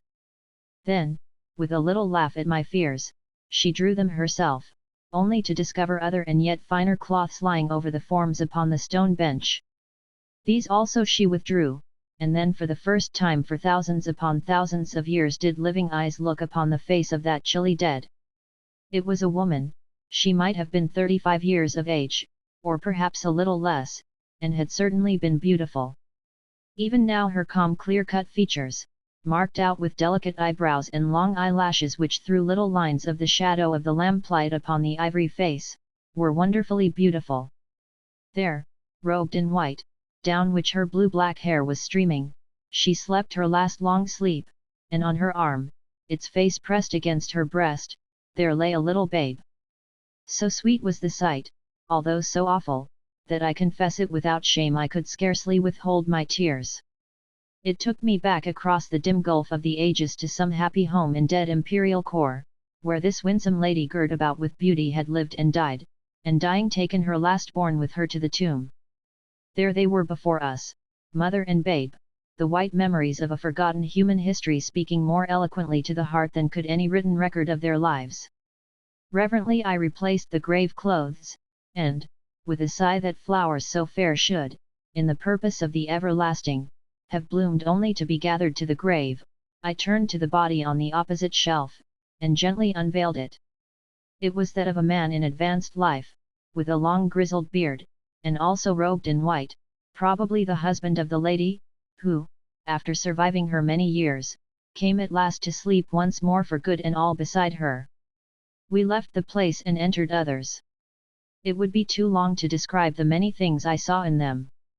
Each one had its occupants, for the 500-odd years that had elapsed between the completion of the cave and the destruction of the race had evidently sufficed to fill these catacombs, numberless as they were, and all appeared to have been undisturbed since the day when they were placed there. I could fill a book with the description of them, but to do so would only be to repeat what I have said, with variations. Nearly all the bodies, so masterly was the art with which they had been treated, were as perfect as on the day of death thousands of years before. Nothing came to injure them in the deep silence of the living rock, they were beyond the reach of heat and cold and damp, and the aromatic drugs with which they had been saturated were evidently practically everlasting in their effect. Here and there, however, we saw an exception, and in these cases, although the flesh looked sound enough externally, if one touched it it fell in, and revealed the fact that the figure was but a pile of dust. This arose, Ayesha told me, from these particular bodies having, either owing to haste in the burial or to other causes, been soaked in the preservative, 18 instead of its being injected into the substance of the flesh. About the last tomb we visited I must, however, say one word, for its contents spoke even more eloquently to the human sympathies than those of the first. It 18 Ayesha afterwards showed me the tree from the leaves of which this ancient preservative was manufactured. It is a low bush-like tree that to this day grows in wonderful plenty upon the sides of the mountains, or rather upon the slopes leading up to the rocky walls. The leaves are long and narrow, a vivid green in color, but turning a bright red in the autumn, and not unlike those of a laurel in general appearance. They have little smell when green, but if boiled the aromatic odor from them is so strong that one can hardly bear it.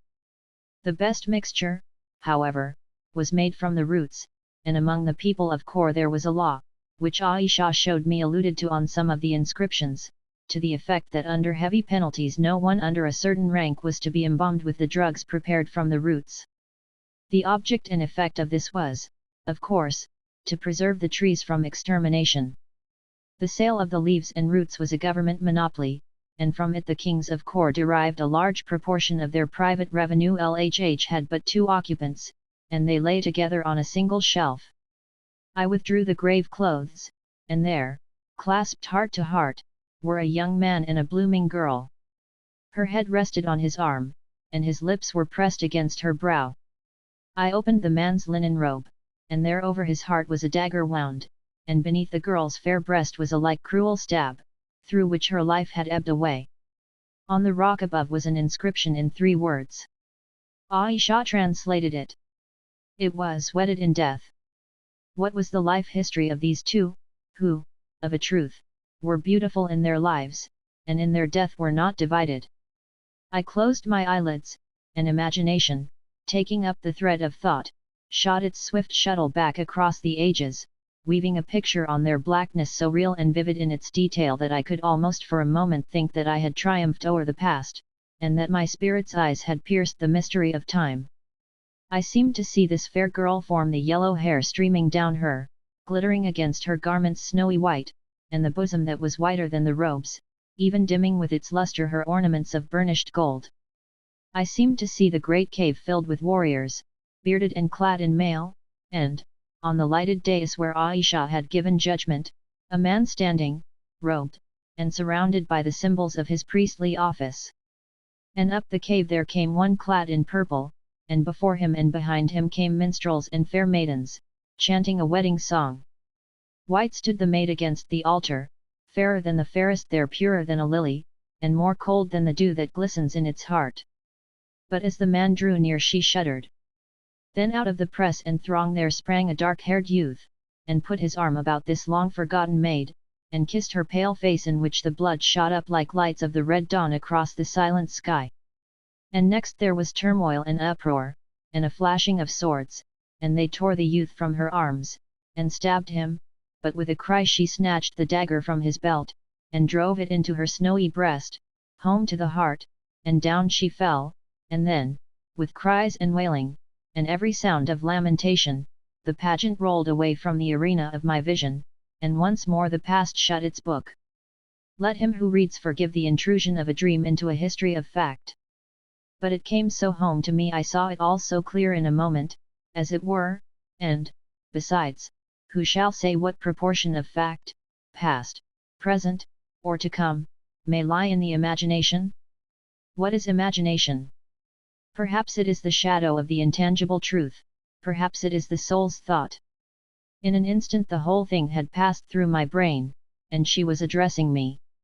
"Behold the lot of man," said the veiled Ayesha, as she drew the winding sheets back over the dead lovers, speaking in a solemn, thrilling voice, which accorded well with the dream that I had dreamed. "To the tomb, and to the forgetfulness that hides the tomb, must we all come at last. I, even I who live so long. Even for me, O Holly, thousands upon thousands of years hence, thousands of years after thou hast gone through the gate and been lost in the mists, a day will dawn whereon I shall die, and be even as thou art and these are. And then what will it avail that I have lived a little longer, holding off death by the knowledge I have wrung from nature, since at last I too must die? What is a span of 10,000 years, or 10 times 10,000 years, in the history of time? It is as naught, it is as the mists that roll up in the sunlight, it fleet away like an hour of sleep or a breath of the eternal spirit. Behold the lot of man. Certainly it shall overtake us, and we shall sleep.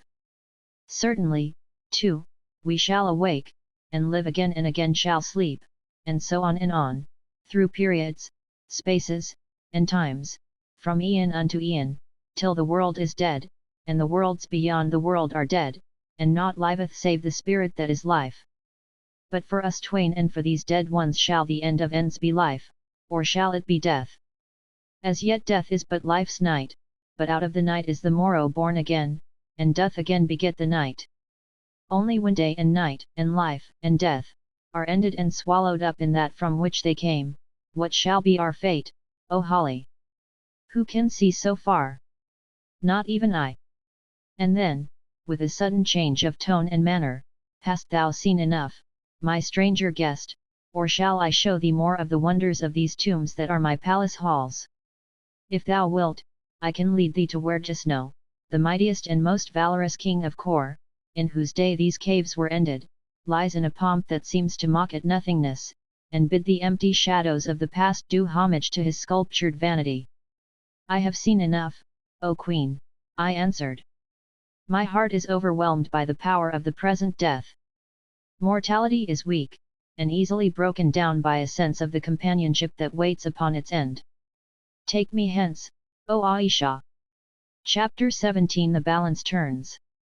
In a few minutes, following the lamps of the mutes, which, held out from the body as a bearer holds water in a vessel, had the appearance of floating down the darkness by themselves, we came to a stair which led us to She's anteroom, the same that Billy had crept up upon all fours on the previous day. Here I would have bid the Queen adieu, but she would not. "Nay," she said, "enter with me, O Holly, for of a truth thy conversation pleaseth me.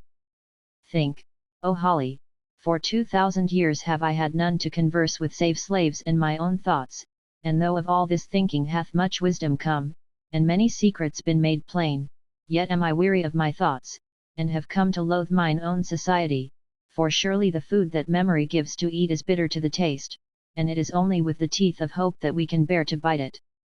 Now though thy thoughts are green and tender, as becometh one so young, yet are they those of a thinking brain, and in truth thou dost bring back to my mind certain of those old philosophers with whom in days bygone I have disputed at Athens, and at Becca in Arabia, for thou hast the same crabbed air and dusty look, as though thou hadst passed thy days in reading ill-writ Greek, and been stained dark with the grime of manuscripts. So draw the curtain, and sit here by my side, and we will eat fruit, and talk of pleasant things. See, I will again unveil to thee. Thou hast brought it on thyself, O Holly, fairly have I warned thee, and thou shalt call me beautiful as even those old philosophers were wont to do. Fie upon them, forgetting their philosophy." And without more ado she stood up and shook the white wrappings from her, and came forth shining and splendid like some glittering snake when she has cast her slough, and fixed her wonderful eyes upon me more deadly than any basilisks, and pierced me through and through with their beauty, and sent her light laugh ringing through the air like chimes of silver bells. A new mood was on her, and the very colour of her mind seemed to change beneath it.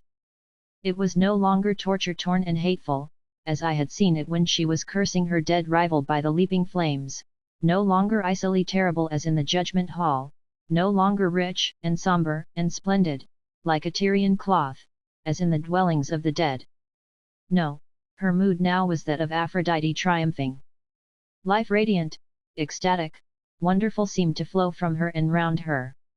Softly she laughed and sighed, and swift her glances flew. She shook her heavy tresses, and their perfume filled the place. She struck her little sandaled foot upon the floor, and hummed a snatch of some old Greek epithalamium. All the majesty was gone, or did but lurk and faintly flicker through her laughing eyes, like lightning seen through sunlight. She had cast off the terror of the leaping flame, the cold power of judgment that was even now being done, and the wise sadness of the tombs cast them off and put them behind her, like the white shroud she wore, and now stood out the incarnation of lovely tempting womanhood, made more perfect and in a way more spiritual than ever woman was before. There, my Holly, sit there where thou canst see me. It is by thine own wish, remember again I say, blame me not if thou dost spend the rest of thy little span with such a sick pain at the heart that thou wouldst fain have died before ever thy curious eyes were set upon me. There, sit so, and tell me, for in truth I am inclined for praise. Tell me, am I not beautiful? Nay, speak not so hastily, consider well the point, take me feature by feature, forgetting not my form, and my hands and feet, and my hair, and the whiteness of my skin, and then tell me truly, hast thou ever known a woman who in aught, in one little portion of her beauty, in the curve of an eyelash even, or the modelling of a shell-like ear, is justified to hold a light before my loveliness? Now, my waist. Perchance thou thinkest it too large, but of a truth it is not so, it is this golden snake that is too large, and doth not bind it as it should. It is a wise snake, and knoweth that it is ill to tie in the waist. But see, give me thy hands, so now press them round me, there, with but a little force, thy fingers touch, O Holly. I could bear it no longer. I am but a man, and she was more than a woman. Heaven knows what she was, I do not. But then and there I fell upon my knees before her, and told her in a sad mixture of languages, for such moments confuse the thoughts, that I worshipped her as never woman was worshipped, and that I would give my immortal soul to marry her, which at that time I certainly would have done, and so, indeed, would any other man, or all the race of men rolled into one. For a moment she looked a little surprised, and then she began to laugh, and clap her hands in glee. Oh, so soon, oh Holly, she said. I wondered how many minutes it would need to bring thee to thy knees. I have not seen a man kneel before me for so many days, and, believe me, to a woman's heart the sight is sweet. Wisdom and length of days take not from that dear pleasure which is our sex's only right. What wouldst thou? What wouldst thou? Thou dost not know what thou doest. Have I not told thee that I am not for thee? I love but one, and thou art not the man. Ah, Holly, for all thy wisdom and in a way thou art wise, thou art but a fool running after folly. Thou wouldst look into mine eyes, thou wouldst kiss me. Well, if it pleaseth thee, look, and she bent herself towards me, and fixed her dark and thrilling orbs upon my own, and kiss too, if thou wilt, for, thanks be given to the scheme of things, kisses leave no marks, except upon the heart. But if thou dost kiss, I tell thee of a surety wilt thou eat out thy breast with love of me, and die. And she bent yet further towards me till her soft hair brushed my brow, and her fragrant breath played upon my face, and made me faint and weak. Then of a sudden, even as I stretched out my arms to clasp, she straightened herself, and a quick change passed over her. Reaching out her hand, she held it over my head, and it seemed to me that something flowed from it that chilled me back to common sense, and a knowledge of propriety and the domestic virtues. Enough of this wanton play, she said with a touch of sternness. Listen, Holly. Thou art a good and honest man, and I fain would spare thee, but, oh, it is so hard for a woman to be merciful. I have said I am not for thee, therefore let thy thoughts pass by me like an idle wind, and the dust of thy imagination sink again into the depths of despair, if thou wilt. Thou dost not know me, Holly. Hadst thou seen me but 10 hours past when my passion seized me, thou hadst shrunk from me in fear and trembling. I am a woman of many moods, and, like the water in that vessel, I reflect many things, but they pass, my Holly, they pass, and are forgotten. Only the water is the water still, and I still am I, and that which maketh the water maketh it, and that which maketh me, nor can my quality be altered. Therefore, pay no heed to what I seem, seeing that thou canst not know what I am. If thou troublest me again I will veil myself, and thou shalt behold my face no more. I rose, and sank on the cushioned couch beside her, yet quivering with emotion, though for a moment my mad passion had left me, as the leaves of a tree quiver still, although the gust be gone that stirred them.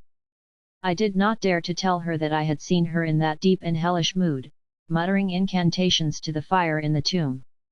So, she went on, now eat some fruit, believe me, it is the only true food for man. Oh, tell me of the philosophy of that Hebrew Messiah, who came after me, and whom thou sayest doth now rule Rome, and Greece, and Egypt, and the barbarians beyond. It must have been a strange philosophy that he taught, for in my day the peoples would have naught of our philosophies. Revel and lust and drink, blood and cold steel, and the shock of men gathered in the battle, these were the canons of their creeds. I had recovered myself a little by now, and, feeling bitterly ashamed of the weakness into which I had been betrayed, I did my best to expound to her the doctrines of Christianity, to which, however, with the single exception of our conception of heaven and hell, I found that she paid but faint attention, her interest being all directed towards the man who taught them. Also, I told her that among her own people, the Arabs, another prophet, one Mahomed, had arisen and preached a new faith to which many millions of mankind now adhered. Ah, she said. I see 2 new religions. I have known so many, and doubtless there have been many more since I knew aught beyond these caves of Korea. Mankind asks ever of the skies to vision out what lies behind them. It is terror for the end, and but a subtler form of selfishness this it is that breeds religions. Mark, my Holly, each religion claims the future for its followers, or, at the least, the good thereof. The evil is for those benighted ones who will have none of it, seeing the light the true believers worship as the fishes see the stars, but dimly. The religions come and the religions pass, and the civilizations come and pass, and naught endures but the world and human nature. Ah, if man would but see that hope is from within and not from without, that he himself must work out his own salvation. He is there, and within him is the breath of life and a knowledge of good and evil as good and evil is to him. Thereon let him build and stand erect, and not cast himself before the image of some unknown god, modelled like his poor self, but with a bigger brain to think the evil thing, and a longer arm to do it. I thought to myself, which shows how old such reasoning is, being, indeed, one of the recurring quantities of theological discussion, that her argument sounded very like some that I have heard in the 19th century, and in other places than the caves of Kor, and with which, by the way, I totally disagree, but I did not care to try and discuss the question with her. To begin with, my mind was too weary with all the emotions through which I had passed, and, in the second place, I knew that I should get the worst of it. It is weary work enough to argue with an ordinary materialist, who hurls statistics and whole strata of geological facts at your head, while you can only buffet him with deductions and instincts and the snowflakes of faith, that are, alas, so apt to melt in the hot embers of our troubles. How little chance, then, should I have against one whose brain was supernaturally sharpened, and who had 2,000 years of experience, besides all manner of knowledge of the secrets of nature at her command. Feeling that she would be more likely to convert me than I should to convert her, I thought it best to leave the matter alone, and so sat silent. Many a time since then have I bitterly regretted that I did so, for thereby I lost the only opportunity I can remember having had of ascertaining what Ayesha really believed, and what her philosophy was.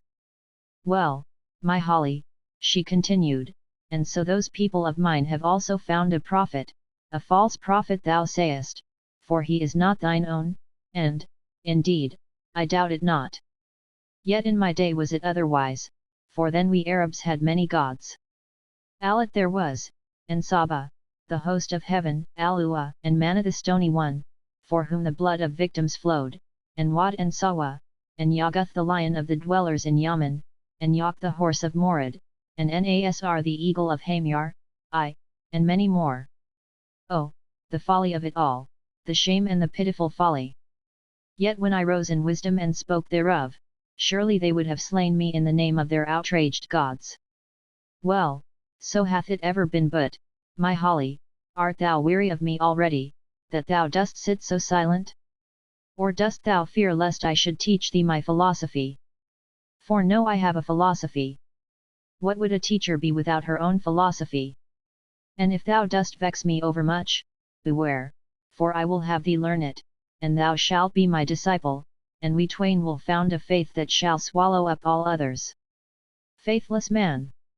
And but half an hour since thou wast upon thy knees, the posture does not suit thee, Holly, swearing that thou didst love me. What shall we do? Nay, I have it.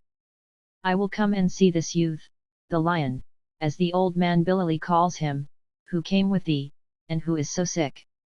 The fever must have run its course by now, and if he is about to die I will recover him. Fear not, my Holly, I shall use no magic. Have I not told thee that there is no such thing as magic, though there is such a thing as understanding and applying the forces which are in nature? Go now, and presently when I have made the drug ready I will follow thee. 19. Ayesha was a great chemist. Indeed, chemistry appears to have been her only amusement and occupation.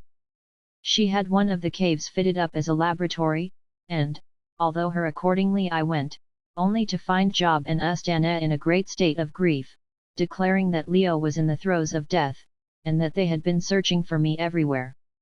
I rushed to the couch and glanced at him. Clearly he was dying. He was senseless, and breathing heavily, but his lips were quivering, and every now and again a little shudder ran down his frame. I knew enough of doctoring to see that in another hour he would be beyond the reach of earthly help, perhaps in another 5 minutes.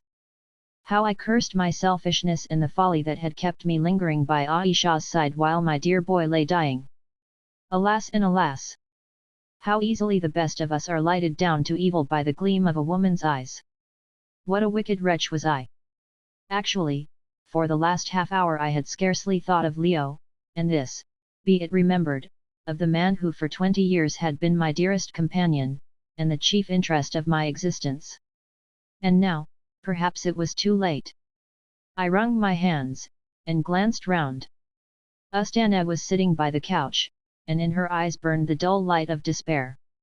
Job was blubbering. I am sorry I cannot name his distress by any more delicate word audibly in the corner. Seeing my eye fixed upon him, he went outside to give way to his grief in the passage. Obviously the only hope lay in Ayesha. She, and she alone, unless, indeed, she was an appliances were necessarily rude, the results that she attained were, as will become clear in the course of this narrative, sufficiently surprising. LHH impostor, which I could not believe could save him. I would go and implore her to come. As I started to do so, however, Job came flying into the room, his hair literally standing on end with terror. "Oh, God help us, sir," he ejaculated in a frightened whisper. "Here's a corpse coming sliding down the passage." For a moment I was puzzled, but presently, of course, it struck me that he must have seen Ayesha, wrapped in her grave-like garment, and been deceived by the extraordinary undulating smoothness of her walk into a belief that she was a white ghost gliding towards him. Indeed, at that very moment the question was settled, for Ayesha herself was in the apartment, or rather cave. Job turned and saw her sheeted form, and then, with a convulsive howl of "Here it comes," sprang into a corner and jammed his face against the wall, and Astana, guessing whose the dread presence must be, prostrated herself upon her face. "Thou comest in a good time, Ayesha," I said, "for my boy lies at the point of death." "So," she said softly, "provided he be not dead, it is no matter, for I can bring him back to life, my Holly. Is that man there thy servant, and is that the method wherewith thy servants greet strangers in thy country?" He is frightened of thy garb, it hath a death-like air, I answered. She laughed. And the girl? Ah, I see now. It is her of whom thou didst speak to me. Well, bid them both to leave us, and we will see to this sick lion of thine. I love not that underlings should perceive my wisdom. Thereon I told Ustana in Arabic and Job in English both to leave the room, an order which the latter obeyed readily enough, and was glad to obey, for he could not in any way subdue his fear. But it was otherwise with Ustana. What does she want? She whispered, divided between her fear of the terrible queen and her anxiety to remain near Leo. It is surely the right of a wife to be near her husband when he dieth. Nay, I will not go, my lord, the baboon. Why doth not that woman leave us, my Holly? Asked Ayesha from the other end of the cave, where she was engaged in carelessly examining some of the sculptures on the wall. She is not willing to leave Leo, I answered, not knowing what to say. Ayesha wheeled round, and, pointing to the girl Ustana, said one word, and one only, but it was quite enough, for the tone in which it was said meant volumes. Go. And then Ustana crept past her on her hands and knees, and went. Thou seest, my Holly, said Ayesha with a little laugh, it was needful that I should give these people a lesson in obedience. That girl went nigh to disobeying me, but then she did not learn this morn how I treat the disobedient. Well, she has gone, and now let me see the youth, and she glided towards the couch on which Leo lay, with his face in the shadow and turned toward the wall. He hath a noble shape, she said, as she bent over him to look upon his face. Next second her tall and willowy form was staggering back across the room, as though she had been shot or stabbed, staggering back till at last she struck the cavern wall, and then there burst from her lips the most awful and unearthly scream that I ever heard in all my life. What is it, Ayesha? I cried. Is he dead? She turned and sprang towards me like a tigress. Thou dog, she said in her terrible whisper, which sounded like the hiss of a snake, why didst thou hide this from me? And she stretched out her arm, and I thought that she was about to slay me. What? I ejaculated in the most lively terror. What? Ah, she said, perchance thou didst not know. Learn, my Holly, learn, there lies my lost Callicrats. Callicrats, who has come back to me at last, as I knew he would, as I knew he would. And she began to sob and to laugh, and generally to conduct herself like any other lady who is a little upset, murmuring Callicrats, Callicrats. Nonsense, thought I to myself, but I did not like to say it, and, indeed, at that moment I was thinking of Leo's life, having forgotten everything else in that terrible anxiety. What I feared now was that he should die while she was carrying on. Unless thou art able to help him, Ayesha, I put in by way of a reminder, thy Callicrats will soon be far beyond thy calling. Surely he dieth even now. True, she said with a start. Oh, why did I not come before? I am unnerved, me hand trembles, even mine, and yet it is very easy. Here, thou Holly, take this phial, and she produced a tiny jar of pottery from the folds of her garment, and pour the liquid in it down his throat. It will cure him if he be not dead. Swift, now. Swift. The man dies. I glanced towards him, it was true enough, Leo was in his death struggle. I saw his poor face turning ashen, and heard the breath begin to rattle in his throat. The phial was stoppered with a little piece of wood. I drew it with my teeth, and a drop of the fluid within flew out upon my tongue. It had a sweet flavor, and for a second made my head swim, and a mist gather before my eyes, but happily the effect passed away as swiftly as it had arisen. When I reached Leo's side he was plainly expiring, his golden head was slowly turning from side to side, and his mouth was slightly open. I called to Ayesha to hold his head, and this she managed to do, though the woman was quivering from head to foot, like an aspen leaf or a startled horse. Then, forcing the jaw a little more open, I poured the contents of the phial into his mouth. Instantly a little vapor arose from it, as happens when one disturbs nitric acid, and this sight did not increase my hopes, already faint enough, of the efficacy of the treatment. One thing, however, was certain: the death throes ceased at first, I thought, because he had got beyond them, and crossed the awful river. His face turned to a livid pallor, and his heartbeats, which had been feeble enough before, seemed to die away altogether, only the eyelids still twitched a little. In my doubt I looked up at Ayesha, whose head wrapping had slipped back in her excitement when she went reeling across the room. She was still holding Leo's head, and, with a face as pale as his own, watching his countenance with such an expression of agonized anxiety as I have never seen before. Clearly she did not know if he would live or die. 5 minutes slowly passed, and I saw that she was abandoning hope. Her lovely oval face seemed to fall in and grow visibly thinner beneath the pressure of a mental agony whose pencil drew black lines about the hollows of her eyes. The coral faded even from her lips, till they were as white as Leo's face, and quivered pitifully. It was shocking to see her. Even in my own grief I felt for hers. "Is it too late?" I gasped. She hid her face in her hands, and made no answer, and I too turned away. But as I did so I heard a deep drawn breath, and looking down perceived a line of color creeping up Leo's face, then another and another, and then, wonder of wonders, the man we had thought dead turned over on his side. "Thou seest," I said in a whisper. "I see," she answered hoarsely. "He is saved." I thought we were too late. Another moment, one little moment more, and he had been gone. And she burst into an awful flood of tears, sobbing as though her heart would break, and yet looking lovelier than ever as she did it.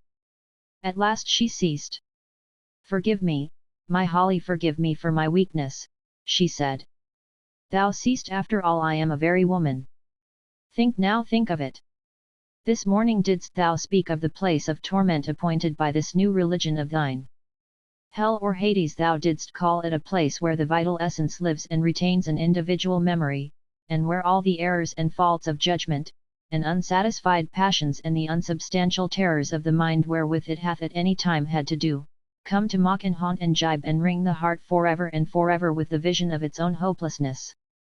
Thus, even thus, have I lived for full 2000 years, for some 66 generations, as ye reckon time in a hell, as thou callest it, tormented by the memory of a crime, tortured day and night with an unfulfilled desire, without companionship, without comfort, without death, and led on down my dreary road only by the marsh lights of hope, which though they flickered here and there, and now glowed strong, and now were not, yet, as my skill told me, would one day lead unto my deliverer. And then think of it still, O Holly, for never shalt thou hear such another tale, or see such another scene, nay, not even if I give thee 10,000 years of life, and thou shalt have it in payment if thou wilt think, at last my deliverer came, he for whom I had watched and waited through the generations. At the appointed time he came to seek me, as I knew that he must come, for my wisdom could not err, though I knew not when or how. Yet see how ignorant I was. See how small my knowledge, and how faint my strength. 4 hours he lay here sick unto death, and I felt it not. I who had waited for him for 2000 years, I knew it not. And then at last I see him, and behold, my chance is gone but by a hair's breadth even before I have it, for he is in the very jaws of death, whence no power of mine can draw him. And if he die, surely must the hell be lived through once more must I face the weary centuries, and wait till the time in its fullness shall bring my beloved back to me. And then thou gavest him the medicine, and that 5 minutes dragged along before I knew if he would live or die, and I tell thee that all the 60 generations that are gone were not so long as that 5 minutes. But they passed at length, and still he showed no sign, and I knew that if the drug works not, then, so far as I have had knowledge, it works not at all. Then thought I that he was once more dead, and all the tortures of all the years gathered themselves into a single venomed spear, and pierced me through and through, because once again I had lost Callicrates. And then, when all was done, behold! He sighed, behold! He lived, and I knew that he would live, for none die on whom the drug takes hold. Think of it now, my Holly, think of the wonder of it. He will sleep for 12 hours, and then the fever will have left him. She stopped, and laid her hand upon the golden head, and then bent down and kissed the brow with a chastened abandonment of tenderness that would have been beautiful to behold had not the sight cut me to the heart, for I was jealous. Chapter 18. Go, woman. Then followed a silence of a minute or so, during which she appeared, if one might judge from the almost angelic rapture of her face, for she looked angelic sometimes, to be plunged in a happy ecstasy. Suddenly, however, a new thought struck her, and her expression became the very reverse of angelic. Almost had I forgotten, she said, that woman, Ustanet. What is she to Callicrates his servant, or? And she paused, and her voice trembled. I shrugged my shoulders. I understand that she is wed to him according to the custom of the Amager, I answered, but I know not. Her face grew dark as a thunder cloud. Old as she was, Ayesha had not outlived jealousy. Then there is an end, she said, she must die, even now. For what crime? I asked, horrified. She is guilty of naught that thou art not guilty of thyself, O Ayesha. She loves the man, and he has been pleased to accept her love. Where, then, is her sin? Truly, O Holly, thou art foolish, she answered, almost petulantly. Where is her sin? Her sin is that she stands between me and my desire. Well, I know that I can take him from her, for dwells there a man upon this earth, O Holly, who could resist me if I put out my strength. Men are faithful for so long only as temptations pass them by. If the temptation be but strong enough, then will the man yield, for every man, like every rope, hath his breaking strain, and passion is to men what gold and power are to women the weight upon their weakness. Believe me, ill will it go with mortal women in that heaven of which thou speakest, if only the spirits be more fair, for their lords will never turn to look upon them, and their heaven will become their hell. For man can be bought with woman's beauty, if it be but beautiful enough, and woman's beauty can be ever bought with gold, if only there be gold enough. So was it in my day, and so it will be to the end of time. The world is a great mart, my Holly, where all things are for sale to him who bids the highest in the currency of our desires. These remarks, which were as cynical as might have been expected from a woman of Ayesha's age and experience, jarred upon me, and I answered testily that in our heaven there was no marriage or giving in marriage. Else would it not be heaven, dost thou mean? She put in. Fie upon thee, Holly, to think so ill of us poor women. Is it, then, marriage that marks the line between thy heaven and thy hell? But enough of this. This is no time for disputing and the challenge of our wits. Why dost thou always dispute? Art thou also a philosopher of these latter days? As for this woman, she must die, for though I can take her lover from her, yet, while she lived, might he think tenderly of her, and that I could not away with. No other woman shall dwell in my lord's thoughts, my empire shall be all my own. She hath had her day, let her be content, for better is an hour with love than a century of loneliness. Now the night shall swallow her. Nay, nay, I cried, it would be a wicked crime, and from a crime naught comes but what is evil. For thine own sake do not this deed. Is it, then, a crime, O foolish man, to put away that which stands between us and our ends? Then is our life one long crime, my Holly, for day by day we destroy that we may live, since in this world none save the strongest can endure. Those who are weak must perish, the earth is to the strong, and the fruits thereof. For every tree that grows a score shall wither, that the strong ones may take their share. We run to place and power over the dead bodies of those who fail and fall, aye, we win the food we eat from out the mouths of starving babes. It is the scheme of things. Thou sayest, too, that a crime breeds evil, but therein thou dost lack experience, for out of crimes come many good things, and out of good grows much evil. The cruel rage of the tyrant may prove a blessing to thousands who come after him, and the sweetheartedness of a holy man may make a nation slaves. Man doeth this and doeth that from the good or evil of his heart, but he knoweth not to what end his moral sense doth prompt him, for when he streaketh he is blind to where the blow shall fall, nor can he count the airy threads that weave the web of circumstance. Good and evil, love and hate, night and day, sweet and bitter, man and woman, heaven above and the earth beneath, all these things are necessary one to the other, and who knows the end of each? I tell thee that there is a hand of fate that twines them up to bear the burden of its purpose, and all things are gathered in that great rope to which all things are needful.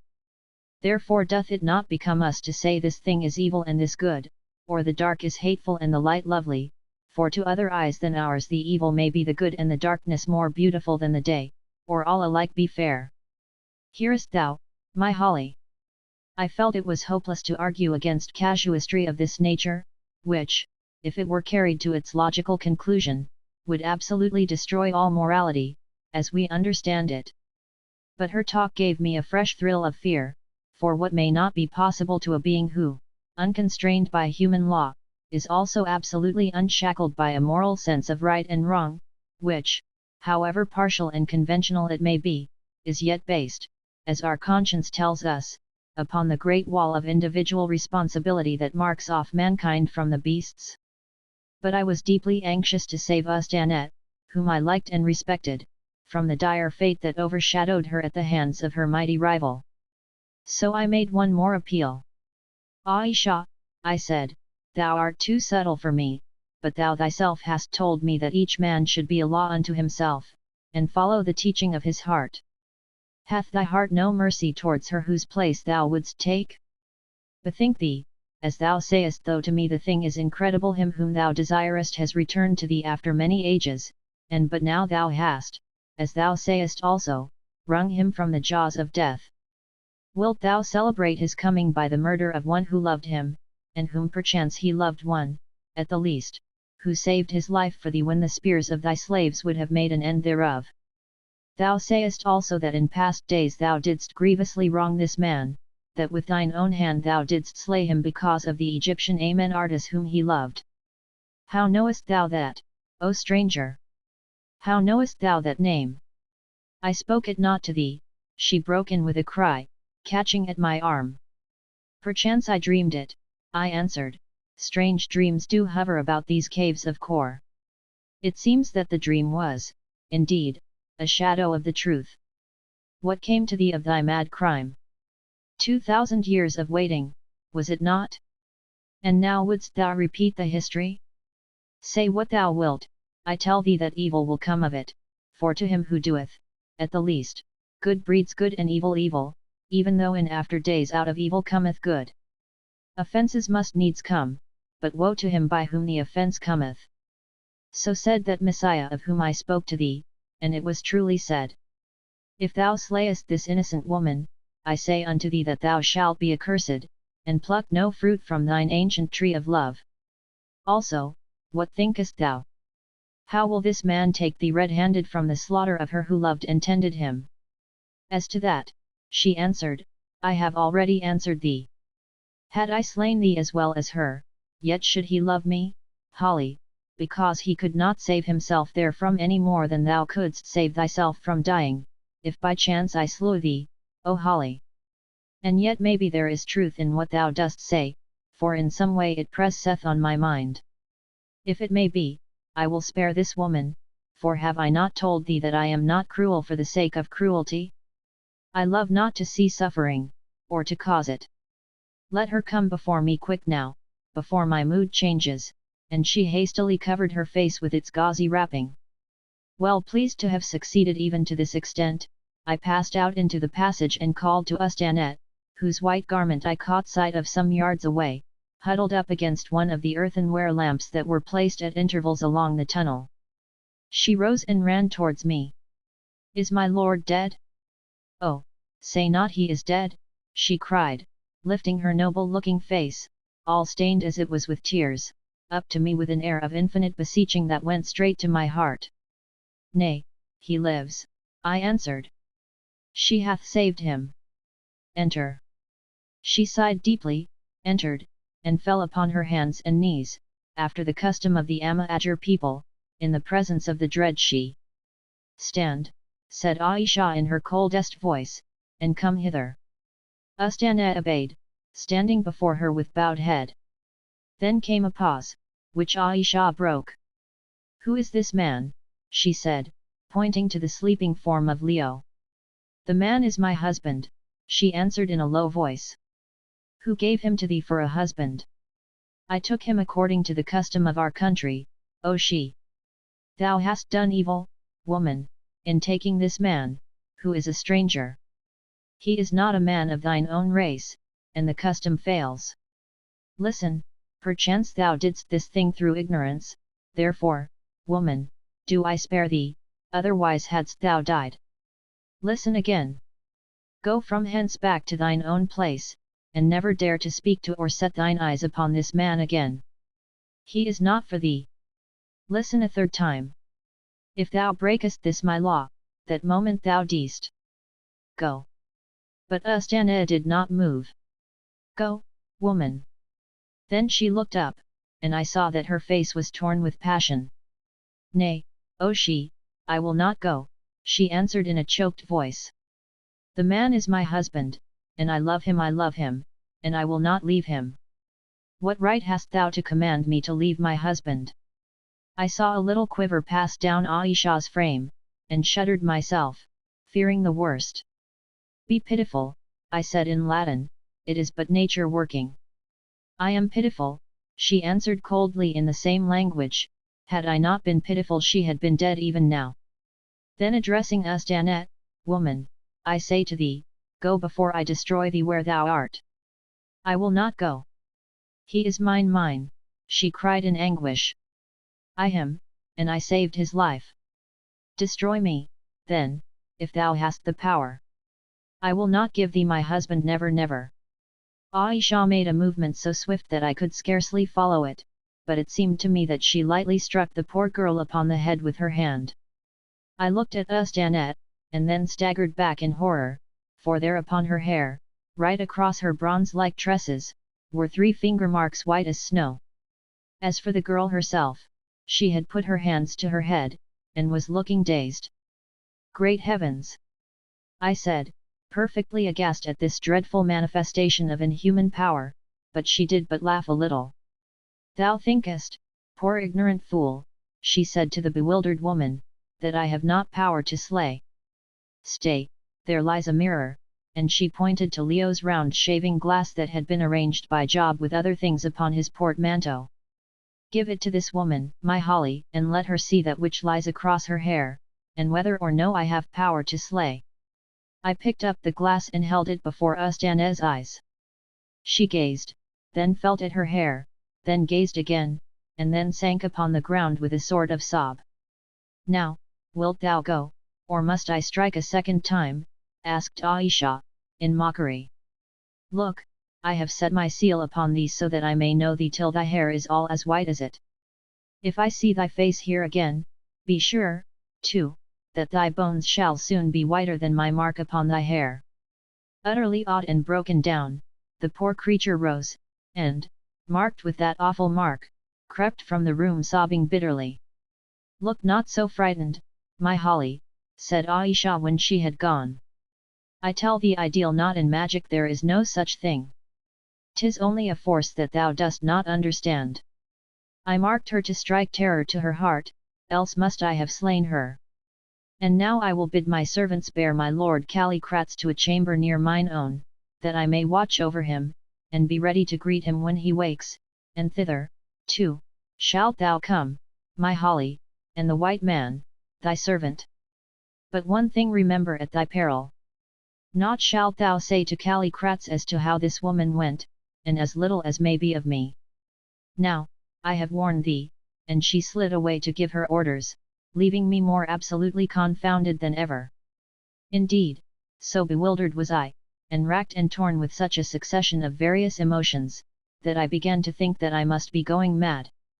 However, perhaps fortunately, I had but little time to reflect, for presently the mutes arrived to carry the sleeping Leo and our possessions across the central cave, so for a while all was bustle.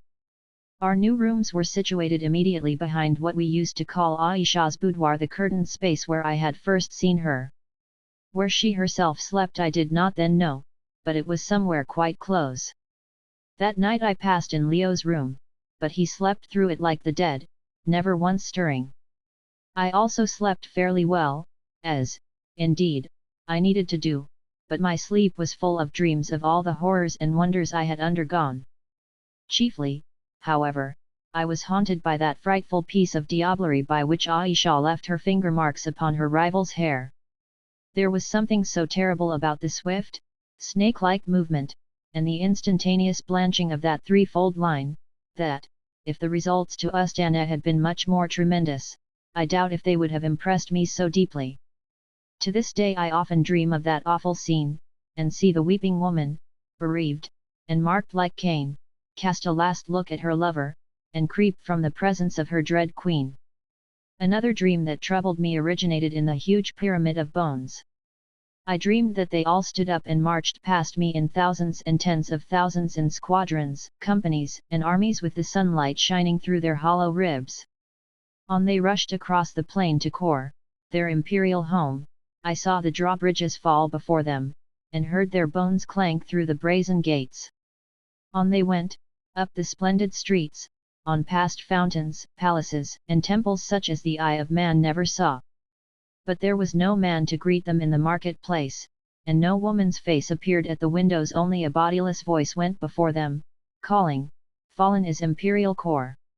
Fallen! Fallen! Fallen!" On, right through the city, marched those gleaming phalanxes, and the rattle of their bony tread echoed through the silent air as they pressed grimly on. They passed through the city and climbed the wall, and marched along the great roadway that was made upon the wall, till at length they once more reached the drawbridge.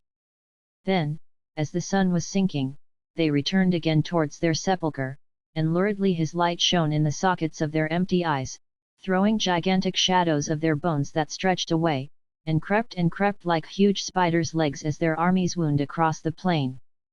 Then they came to the cave, and once more one by one flung themselves in unending files through the hole into the pit of bones, and I awoke, shuddering, to see she, who had evidently been standing between my couch and Leo's, glide like a shadow from the room. After this I slept again, soundly this time, till morning, when I awoke much refreshed, and got up. At last the hour drew near at which, according to Ayesha, Leo was to awake, and with it came she herself, as usual, veiled. "Thou shalt see, O Holly," she said, "presently shall he awake in his right mind, the fever having left him." Hardly were the words out of her mouth when Leo turned round and stretched out his arms, yawned, opened his eyes, and, perceiving a female form bending over him, threw his arms round her and kissed her, mistaking her for Ustanet. He said in Arabic, "Hello, Ustanet, why have you tied your head up like that? Have you got the toothache?" And then, in English, "I say, I'm awfully hungry." "Why, Job, you old son of a gun, where the deuce have we got to now at?" "I am sure I wish I knew, Mr. Leo," said Job, edging suspiciously past Ayesha, whom he still regarded with the utmost disgust and horror, being by no means sure that she was not an animated corpse. "But you mustn't talk, Mr. Leo, you've been very ill, and given us a great deal of anxiety, and, if this lady looking at Ayesha would be so kind as to move, I'll bring you your soup." This turned Leo's attention to the lady, who was standing by in perfect silence. "Hello," he said, "that is not Ustanet. Where is Ustanet?" Then, for the first time, Ayesha spoke to him, and her first words were a lie. "She has gone from hence upon a visit," she said, "and, behold, in her place am I here as thine handmaiden." Ayesha's silver notes seemed to puzzle Leo's half-awakened intellect, as also did her corpse-like wrappings. However, he said nothing at the time, but drank off his soup greedily enough, and then turned over and slept again till the evening. When he woke for the second time he saw me, and began to question me as to what had happened, but I had to put him off as best I could till the morrow, when he awoke almost miraculously better. Then I told him something of his illness and of my doings, but as Ayesha was present I could not tell him much except that she was the queen of the country, and well disposed towards us, and that it was her pleasure to go veiled, for, though of course I spoke in English, I was afraid that she might understand what we were saying from the expression of our faces, and besides, I remembered her warning. On the following day Leo got up almost entirely recovered. The flesh wound in his side was healed, and his constitution, naturally a vigorous one, had shaken off the exhaustion consequent on his terrible fever with a rapidity that I can only attribute to the effects of the wonderful drug which Ayesha had given to him, and also to the fact that his illness had been too short to reduce him very much. With his returning health came back full recollection of all his adventures up to the time when he had lost consciousness in the marsh, and of course of Ustana also, to whom I had discovered he had grown considerably attached. Indeed, he overwhelmed me with questions about the poor girl, which I did not dare to answer, for after Leo's first wakening she had sent for me, and again warned me solemnly that I was to reveal nothing of the story to him, delicately hinting that if I did it would be the worse for me.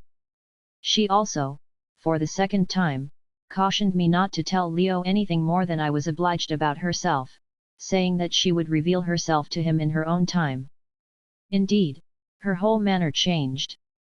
After all that I had seen, I had expected that she would take the earliest opportunity of claiming the man she believed to be her old-world lover, but this, for some reason of her own, which was at the time quite inscrutable to me, she did not do.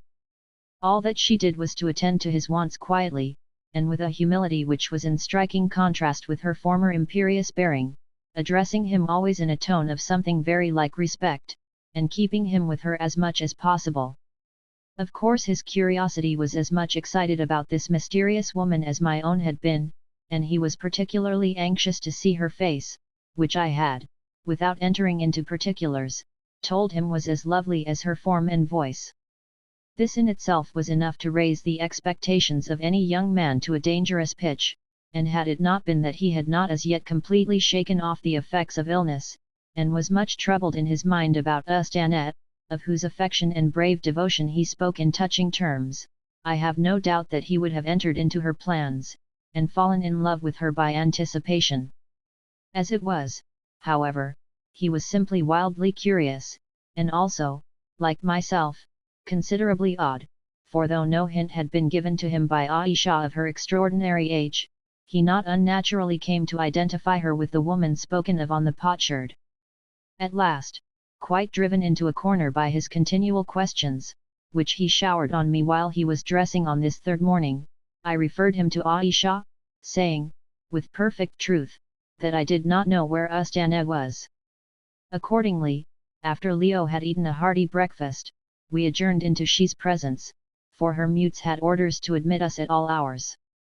She was, as usual, seated in what, for want of a better term, we called her boudoir, and on the curtains being drawn she rose from her couch and, stretching out both hands, came forward to greet us, or rather Leo, for I, as may be imagined, was now quite left in the cold.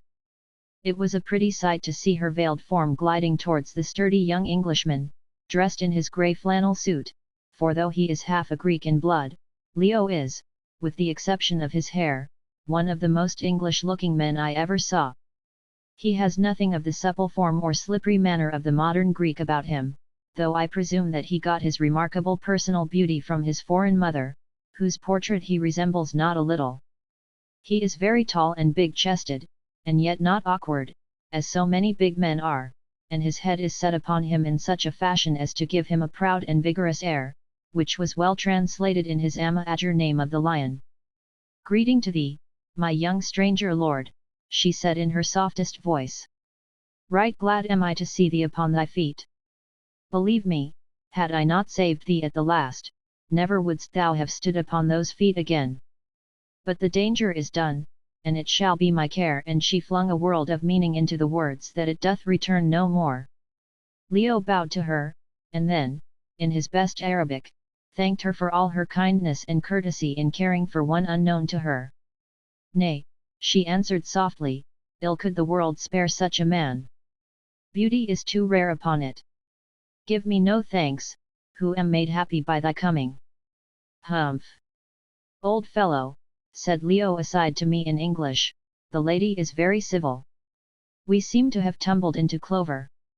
I hope that you have made the most of your opportunities. By Jove, what a pair of arms she has got." I nudged him in the ribs to make him keep quiet, for I caught sight of a gleam from Ayesha's veiled eyes, which were regarding me curiously. "I trust," went on Ayesha, "that my servants have attended well upon thee. If there can be comfort in this poor place, be sure it waits on thee. Is there aught that I can do for thee more?" "Yes, O she," answered Leo hastily. "I would fain know whither the young lady who was looking after me has gone to." "Ah," said Ayesha. "The girl, yes, I saw her." "Nay, I know not, she said that she would go, I know not whither. Perchance she will return, perchance not. It is wearisome waiting on the sick, and these savage women are fickle."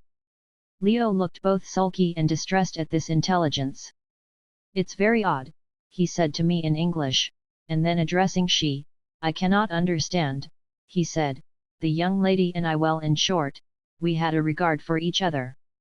Ayesha laughed a little, very musically, and then turned the subject. Chapter 19. Give me a black goat. The conversation after this was of such a desultory order that I do not quite recollect it. For some reason, perhaps from a desire to keep her identity and character in reserve, Ayesha did not talk freely, as she usually did. Presently, however, she informed Leo that she had arranged a dance that night for our amusement. I was astonished to hear this, as I fancied that the Amahagger were much too gloomy a folk to indulge in any such frivolity, but, as will presently more clearly appear, it turned out that an Amahagger dance has little in common with such fantastic festivities in other countries, savage or civilized. Then, as we were about to withdraw, she suggested that Leo might like to see some of the wonders of the caves, and as he gladly assented thither we departed, accompanied by Job and Billy. To describe our visit would only be to repeat a great deal of what I have already said. The tombs we entered were indeed different, for the whole rock was a honeycomb of sepulchres, 20, but the contents were nearly always semi-20. For a long while it puzzled me to know what could have been done with the enormous quantities of rock that must have been dug out of these vast caves, but I afterwards discovered that it was for the most part built into the walls and palaces of Kor, and also used to line the reservoirs and lar. Afterwards we visited the pyramid of bones that had haunted my dreams on the previous night, and from thence went down a long passage to one of the great vaults occupied by the bodies of the poorer citizens of Imperial Kor. These bodies were not nearly so well preserved as were those of the wealthier classes. Many of them had no linen covering on them, also they were buried from 500 to 1000 in a single large vault, the corpses in some instances being thickly piled one upon another, like a heap of slain. Leo was of course intensely interested in this stupendous and unequalled sight, which was, indeed, enough to awake all the imagination a man had in him into the most active life. But to poor Job it did not prove attractive. His nerves, already seriously shaken by what he had undergone since we had arrived in this terrible country, were, as may be imagined, still further disturbed by the spectacle of these masses of departed humanity, whereof the forms still remained perfect before his eyes, though their voices were forever lost in the eternal silence of the tomb. Nor was he comforted when old Billy, by way of soothing his evident agitation, informed him that he should not be frightened of these dead things, as he would soon be like them himself. "Sewers LHH, there's a nice thing to say of a man, sir," he ejaculated, when I translated this little remark, "but there, what can one expect of an old man-eating savage? Not but what I dare say he's right," and Job sighed. When we had finished inspecting the caves, we returned and had our meal, for it was now past 4 in the afternoon, and we all, especially Leo, needed some food and rest. At 6 o'clock we, together with Job, waited on Ayesha, who set to work to terrify our poor servant still further by showing him pictures on the pool of water in the font-like vessel.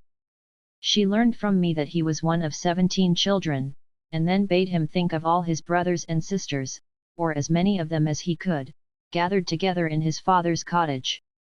Then she told him to look in the water, and there, reflected from its stilly surface, was that dead scene of many years gone by, as it was recalled to our retainer's brain.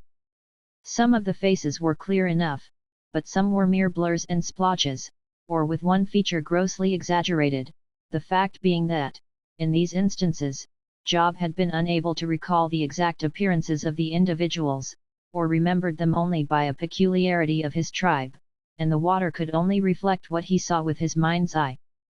For it must be remembered that she's power in this matter was strictly limited. She could apparently, except in very rare instances, only photograph upon the water what was actually in the mind of someone present, and then only by his will. But if she was personally acquainted with a locality, she could, as in the case of ourselves and the whaleboat, throw its reflection upon the water, and also it seems the reflection of anything extraneous that was passing there at the time. This power, however, did not extend to the minds of others. For instance, she could show me the interior of my college chapel, as I remembered it, but not as it was at the moment of reflection, for, where other people were concerned, her art was strictly limited to the facts or memories present to their consciousness at the moment. So much was this so, that when we tried, for her amusement, to show her pictures of noted buildings, such as St. Paul's or the Houses of Parliament, the result was most imperfect, for, of course, though we had a good general idea of their appearance, we could not recall all the architectural details, and therefore the minutiae necessary to a perfect reflection were wanting. But Job could not be got to understand this, and far from accepting a natural explanation of the matter, which was after all, though strange enough in all conscience, nothing more than an instance of glorified and perfected telepathy, he set the whole thing down as a manifestation of the blackest magic. I shall never forget the howl of terror which he uttered when he saw the more or less perfect portraits of his long-scattered brethren staring at him from the quiet water, or the merry peal of laughter with which Ayesha greeted his consternation. As for Leo, he did not altogether like it either, but ran his fingers through his yellow curls, and remarked that it gave him the creeps. After about an hour of this amusement, in the latter part of which Job did not participate, the mutes by signs indicated that Billy was waiting for an audience. Accordingly he was told to crawl up, which he did as awkwardly as usual, and announced that the dance was ready to begin if she and the white strangers would be pleased to attend. Shortly afterwards we all rose, and Ayesha having thrown a dark cloak, the same, by the way, that she had worn when I saw her cursing by the fire, over her white wrappings, we started. The dance was to be held in the open air, on the smooth rocky plateau in front of the great cave, and thither we made our way. About 15 paces from the mouth of the cave we found 3 chairs placed, and here we sat and waited, for as yet no dancers were to be seen.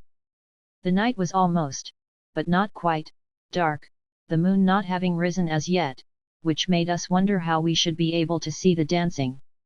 "Thou wilt presently understand," said Ayesha, with a little laugh, when Leo asked her, and we certainly did.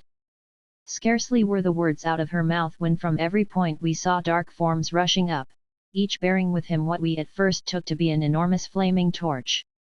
Whatever they were burning furiously, for the flames stood out a yard or more behind each bearer. On they came, 50 or more of them, carrying their flaming burdens and looking like so many devils from hell. Leo was the first to discover what these burdens were. "Great heavens," he said. "They are corpses on fire." I stared and stared again. He was perfectly right. The torches that were to light our entertainment were human mummies from the caves. On rushed the bearers of the flaming corpses, and, meeting at a spot about 20 paces in front of us, built their ghastly burdens crossways into a huge bonfire. Heavens, how they roared and flared! No tar barrel could have burned as those mummies did. Nor was this all. Suddenly I saw one great fellow seize a flaming human arm that had fallen from its parent frame, and rush off into the darkness. Presently he stopped, and a tall streak of fire shot up into the air, illumining the gloom, and also the lamp from which it sprang. That lamp was the mummy of a woman tied to a stout stake let into the rock, and he had fired her hair. On he went a few paces and touched a second, then a third, and a fourth, till at last we were surrounded on all 3 sides by a great ring of bodies flaring furiously, the material with which they were preserved having rendered them so inflammable that the flames would literally spout out of the ears and mouth in tongues of fire a foot or more in length.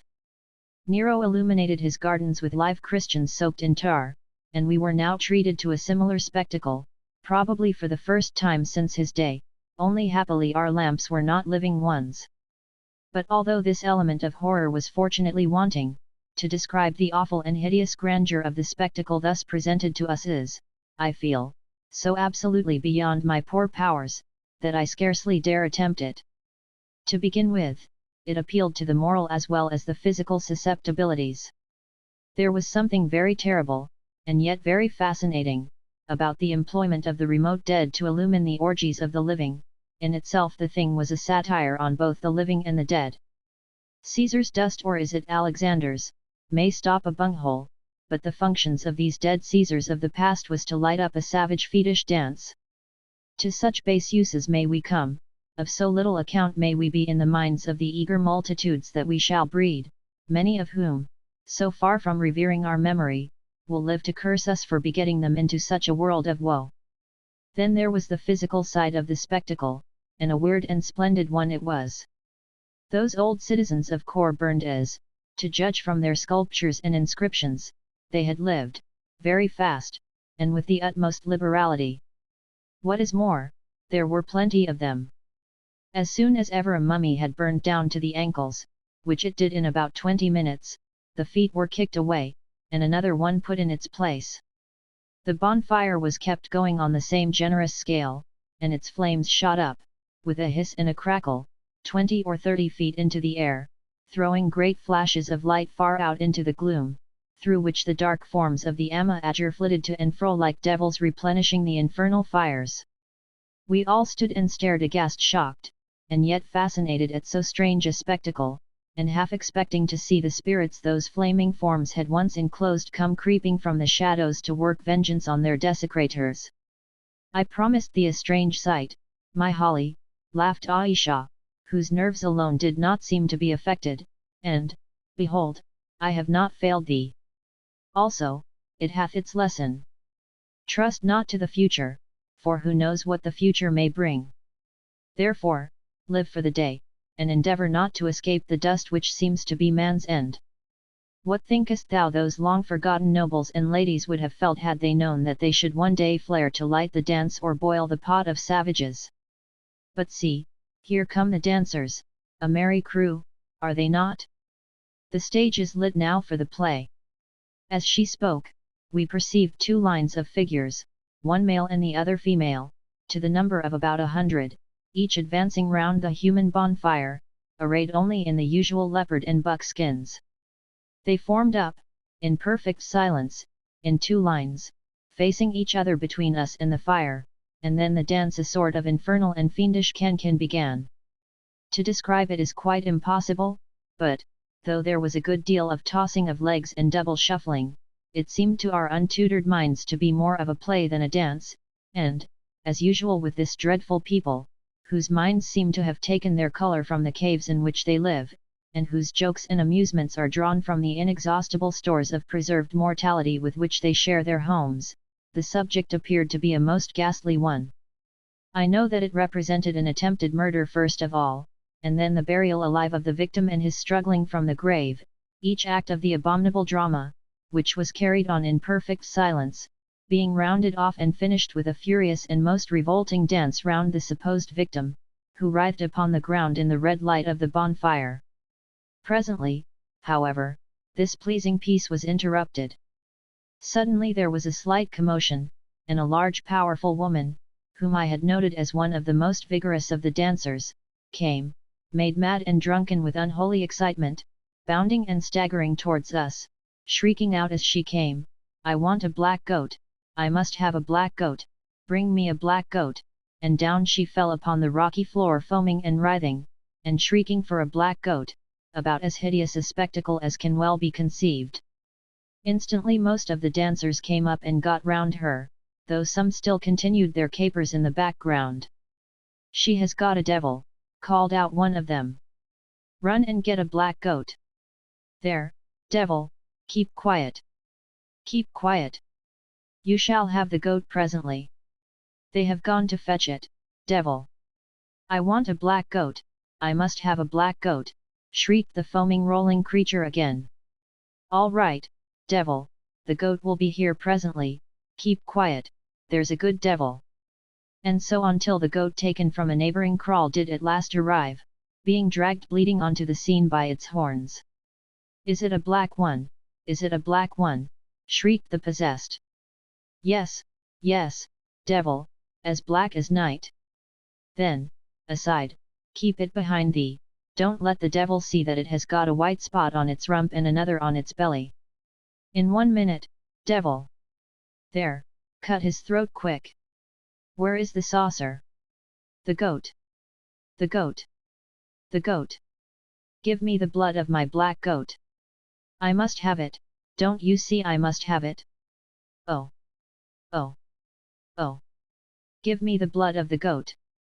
At this moment a terrified Ba announced that the poor goat had been sacrificed, and the next minute a woman ran up with a saucer full of the blood. This the possessed creature, who was then raving and foaming her wildest, seized and drank, and was instantly recovered, and without a trace of hysteria, or fits, or being possessed, or whatever dreadful thing it was she was suffering from. She stretched her arms, smiled faintly, and walked quietly back to the dancers, who presently withdrew in a double line as they had come, leaving the space between us and the bonfire deserted. I thought that the entertainment was now over, and, feeling rather queer, was about to ask she if we could rise, when suddenly what at first I took to be a baboon came hopping round the fire, and was instantly met upon the other side by a lion, or rather a human being dressed in a lion's skin. Then came a goat, then a man wrapped in an ox's hide, with the horns wobbling about in a ludicrous way. After him followed a blesbok, then an impala, then a kudu, then more goats, and many other animals, including a girl sewn up in the shining scaly hide of a boa constrictor, several yards of which trailed along the ground behind her.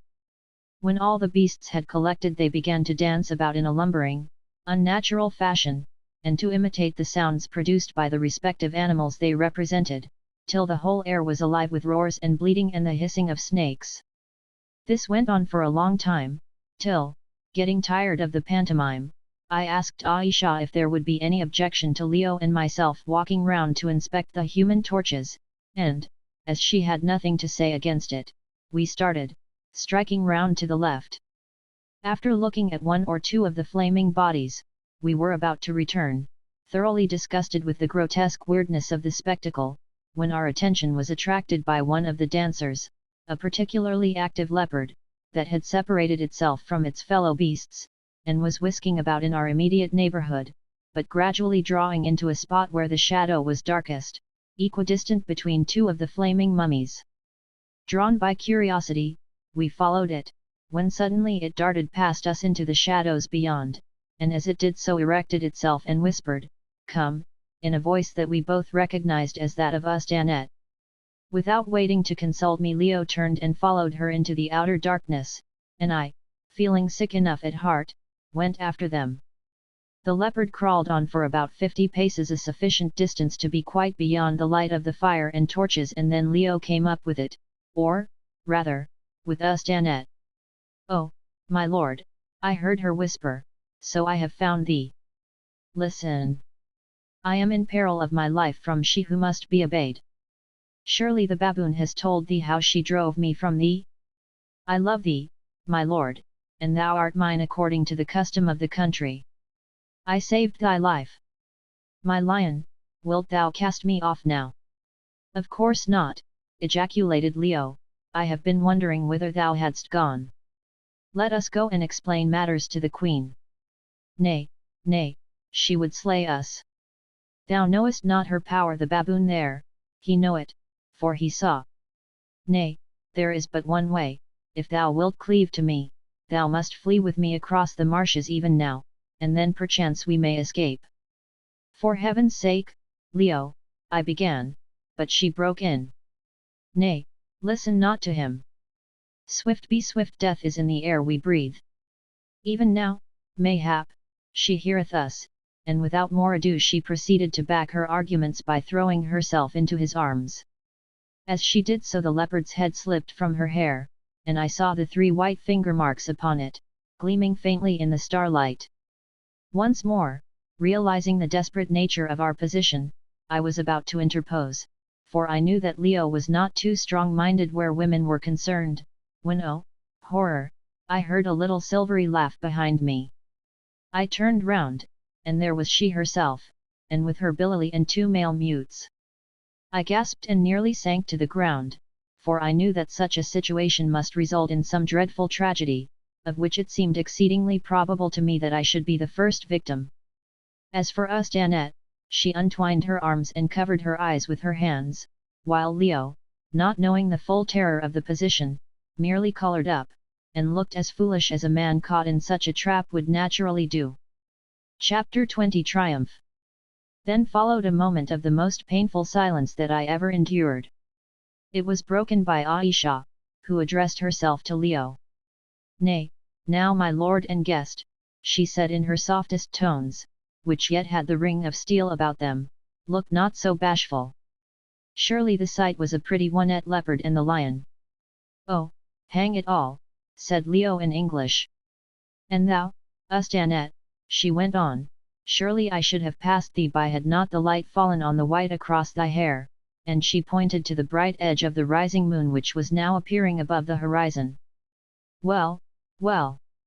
The dance is done, see, the tapers have burnt down, and all things end in silence and in ashes. So thou thoughtest it a fit time for love, Ustanette, my servant, and I, dreaming not that I could be disobeyed, thought thee already far away. Play not with me," moaned the wretched woman, "slay me, and let there be an end." "Nay, why? It is not well to go so swift from the hot lips of love down to the cold mouth of the grave," and she made a motion to the mutes, who instantly stepped up and caught the girl by either arm. With an oath Leo sprang upon the nearest, and hurled him to the ground, and then stood over him with his face set, and his fist ready. Again Ayesha laughed. "It was well thrown, my guest, thou hast a strong arm for one who so late was sick. But now out of thy courtesy I pray thee let that man live and do my bidding. He shall not harm the girl, the night air grows chill, and I would welcome her in mine own place. Surely she whom thou dost favour shall be favoured of me also." I took Leo by the arm, and pulled him from the prostrate mute, and he, half bewildered, obeyed the pressure. Then we all set out for the cave across the plateau, where a pile of white human ashes was all that remained of the fire that had lit the dancing, for the dancers had vanished. In due course we gained Ayesha's boudoir all too soon, it seemed to me, having a sad presage of what was to come lying heavy on my heart. Ayesha seated herself upon her cushions, and, having dismissed Job and Billy, by signs bade the mutes tend the lamps and retire, all save one girl, who was her favourite personal attendant. We 3 remained standing, the unfortunate Ustanette a little to the left of the rest of us. "Now, O Holly," Ayesha began, "how came it that thou who didst hear my words bidding this evildoer," and she pointed to Ustanette, "to go from hence, thou at whose prayer I did weakly spare her life, how came it, I say, that thou wast a sharer in what I saw tonight? Answer, and for thine own sake, I say, speak all the truth, for I am not minded to hear lies upon this matter." "It was by accident, O Queen," I answered. "I knew naught of it." "I do believe thee, O Holly," she answered coldly, "and well it is for thee that I do. Then does the whole guilt rest upon her?" "I do not find any guilt therein," broke in Leo. "She is not another man's wife, and it appears that she has married me according to the custom of this awful place, so who is the worse? Anyway, madam," he went on, "whatever she has done I have done too, so if she is to be punished let me be punished also, and I tell thee," he went on, working himself up into a fury, "that if thou biddest one of those deaf and dumb villains to touch her again I will tear him to pieces." And he looked as though he meant it. Ayesha listened in icy silence, and made no remark. When he had finished, however, she addressed Ustanette. "Hast thou aught to say, woman? Thou silly straw, thou feather, who didst think to float towards thy passion's petty ends, even against the great wind of my will? Tell me, for I fain would understand. Why didst thou this thing?" And then I think I saw the most tremendous exhibition of moral courage and intrepidity that it is possible to conceive. For the poor doomed girl, knowing what she had to expect at the hands of her terrible queen, knowing, too, from bitter experience how great was her adversary's power, yet gathered herself together, and out of the very depths of her despair drew materials to defy her. "I did it, oh she answered, drawing herself up to the full of her stately height, and throwing back the panther skin from her head, "because my love is stronger than the grave. I did it because my life without this man whom my heart chose would be but a living death. Therefore did I risk my life, and now that I know that it is forfeit to thine anger, yet am I glad that I did risk it, and pay it away in the risking, because he embraced me once, and told me that he loved me yet." Here Ayesha half rose from her couch, and then sank down again. "I have no magic," went on Astanet, her rich voice ringing strong and full, "and I am not a queen, nor do I live forever, but a woman's heart is heavy to sink through waters, however deep, O queen, and a woman's eyes are quick to see, even through thy veil, O queen. Listen, I know it, thou dost love this man thyself, and therefore wouldst thou destroy me who stand across thy path. I die, and go into the darkness, nor know I whither I go. But this I know. There is a light shining in my breast, and by that light, as by a lamp, I see the truth, and the future that I shall not share unroll itself before me like a scroll. When first I knew my lord," and she pointed to Leo, "I knew also that death would be the bridal gift he gave me. It rushed upon me of a sudden, but I turned not back, being ready to pay the price, and, behold, death is here. And now, even as I knew that, so do I, standing on the steps of doom, know that thou shalt not reap the profits of thy crime. Mine he is, and, though thy beauty shine like a sun among the stars, mine shall he remain for thee. Never here in this life shall he look thee in the eyes and call thee spouse. Thou too art doomed, I see," and her voice rang like the cry of an inspired prophetess. "Ah, I see." Then came an answering cry of mingled rage and terror. I turned my head. Ayesha had risen, and was standing with her outstretched hand pointing at Astanet, who had suddenly stopped speaking. I gazed at the poor woman, and as I gazed there came upon her face that same woeful, fixed expression of terror that I had seen once before when she had broken out into her wild chant. Her eyes grew large, her nostrils dilated, and her lips blanched. Ayesha said nothing, she made no sound, she only drew herself up, stretched out her arm, and, her tall veiled frame quivering like an aspen leaf, appeared to look fixedly at her victim. Even as she did so, Astanet put her hands to her head, uttered one piercing scream, turned round twice, and then fell backwards with a thud prone upon the floor. Both Leo and myself rushed to her. She was stone dead, blasted into death by some mysterious electric agency or overwhelming will force whereof the dread she had command. For a moment Leo did not quite realize what had happened.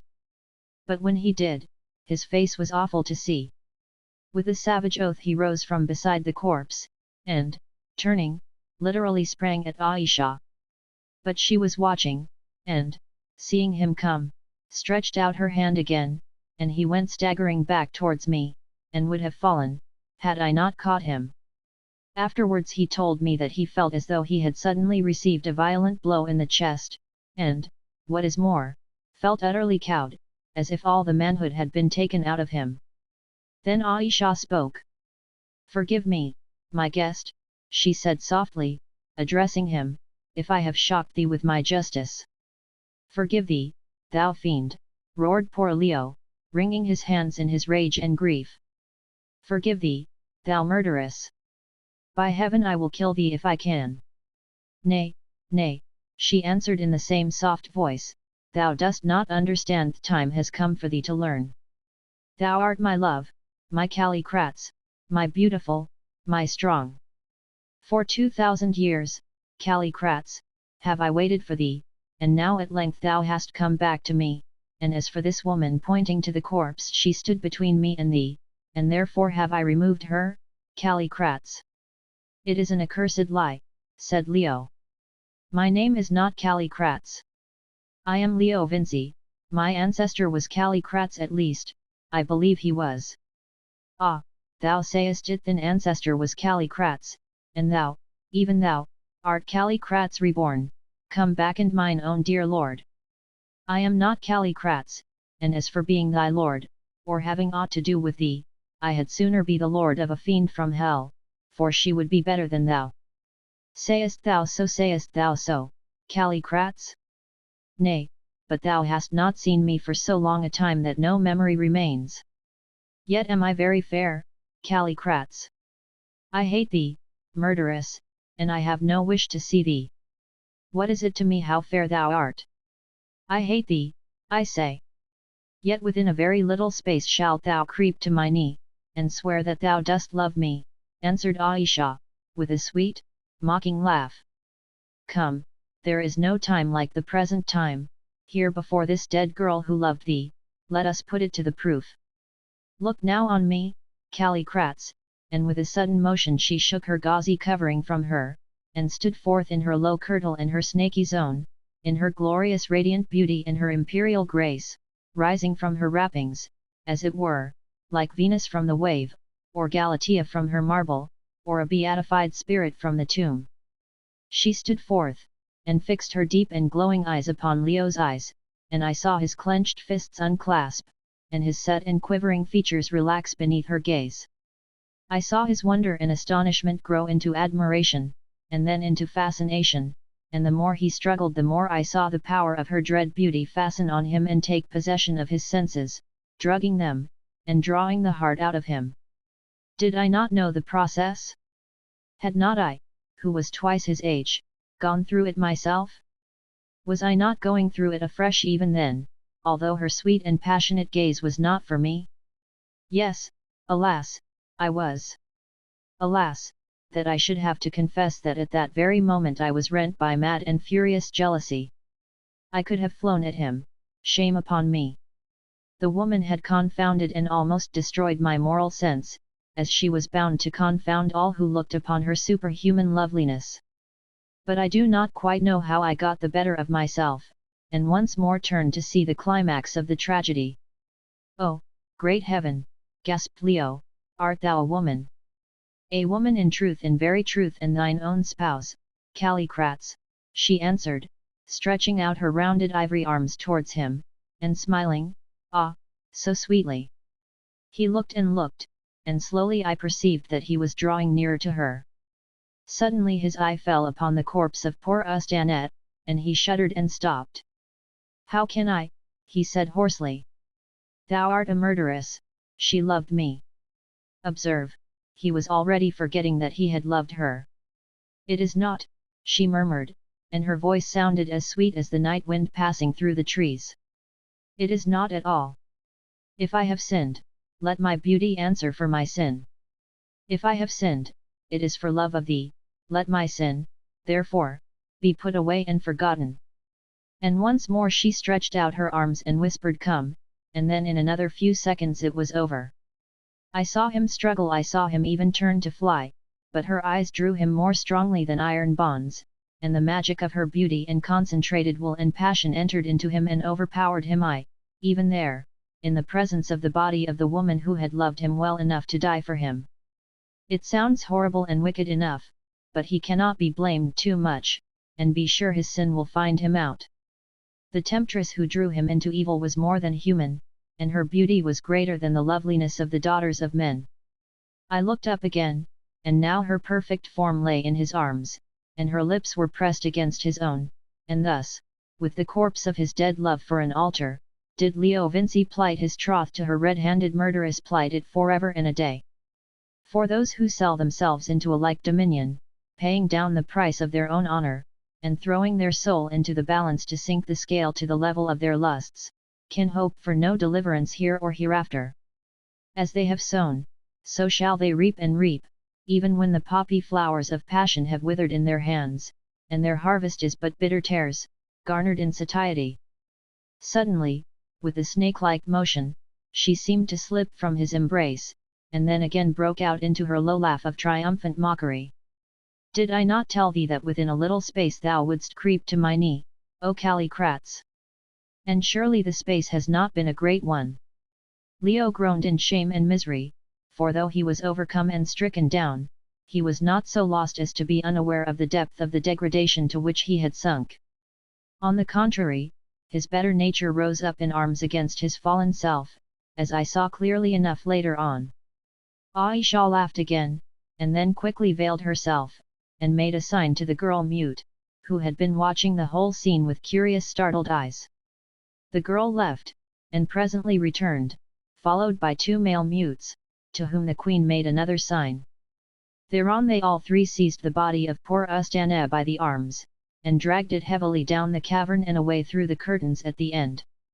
Leo watched it for a little while, and then covered his eyes with his hand, and it too, to my excited fancy, seemed to watch us as it went. "There passes the dead past," said Ayesha solemnly, as the curtains shook and fell back into their places, when the ghastly procession had vanished behind them.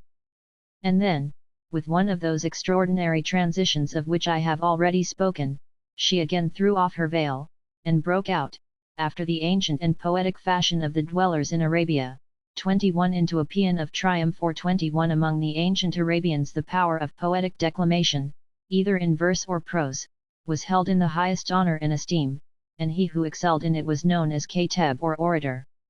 Every year a general assembly was held at which the rival poets repeated their compositions, when those poems which were judged to be the best were, so soon as the knowledge of the art of writing became general, inscribed on silk in letters of gold, and publicly exhibited, being known as al-Mudhahabat, or golden verses. In the poem given above by Mr. Hawley, Ayesha evidently followed epithalamium, which, wild and beautiful as it was, is exceedingly difficult to render into English, and ought by rights to be sung to the music of a cantata, rather than written and read. It was divided into 2 parts, one descriptive or definitive, and the other personal, and, as nearly as I can remember, ran as follows: "Love is like a flower in the desert. It is like the aloe of Arabia that blooms but once and dies. It blooms in the salt emptiness of life, and the brightness of its beauty is set upon the waste as a star is set upon a storm. It hath the sun above that is the spirit, and above it blows the air of its divinity. At the echoing of a step, love blooms, I say love blooms, and bends her beauty down to him who passeth by. He plucketh it, yet, he plucketh the red cup that is full of honey, and beareth it away, away across the desert, away till the flower be withered, away till the desert be done. There is only one perfect flower in the wilderness of life." The traditional poetic manner of her people, which was to embody their thoughts in a series of somewhat disconnected sentences, each remarkable for its beauty and the grace of its expression. Editor. That flower is love. There is only one fixed star in the mists of our wandering. That star is love. There is only one hope in our despairing night. That hope is love. All else is false. All else is shadow upon water. All else is wind and vanity. Who shall say what is the weight or the measure of love? It is born of the flesh, it dwelleth in the spirit. From each doth it draw its comfort.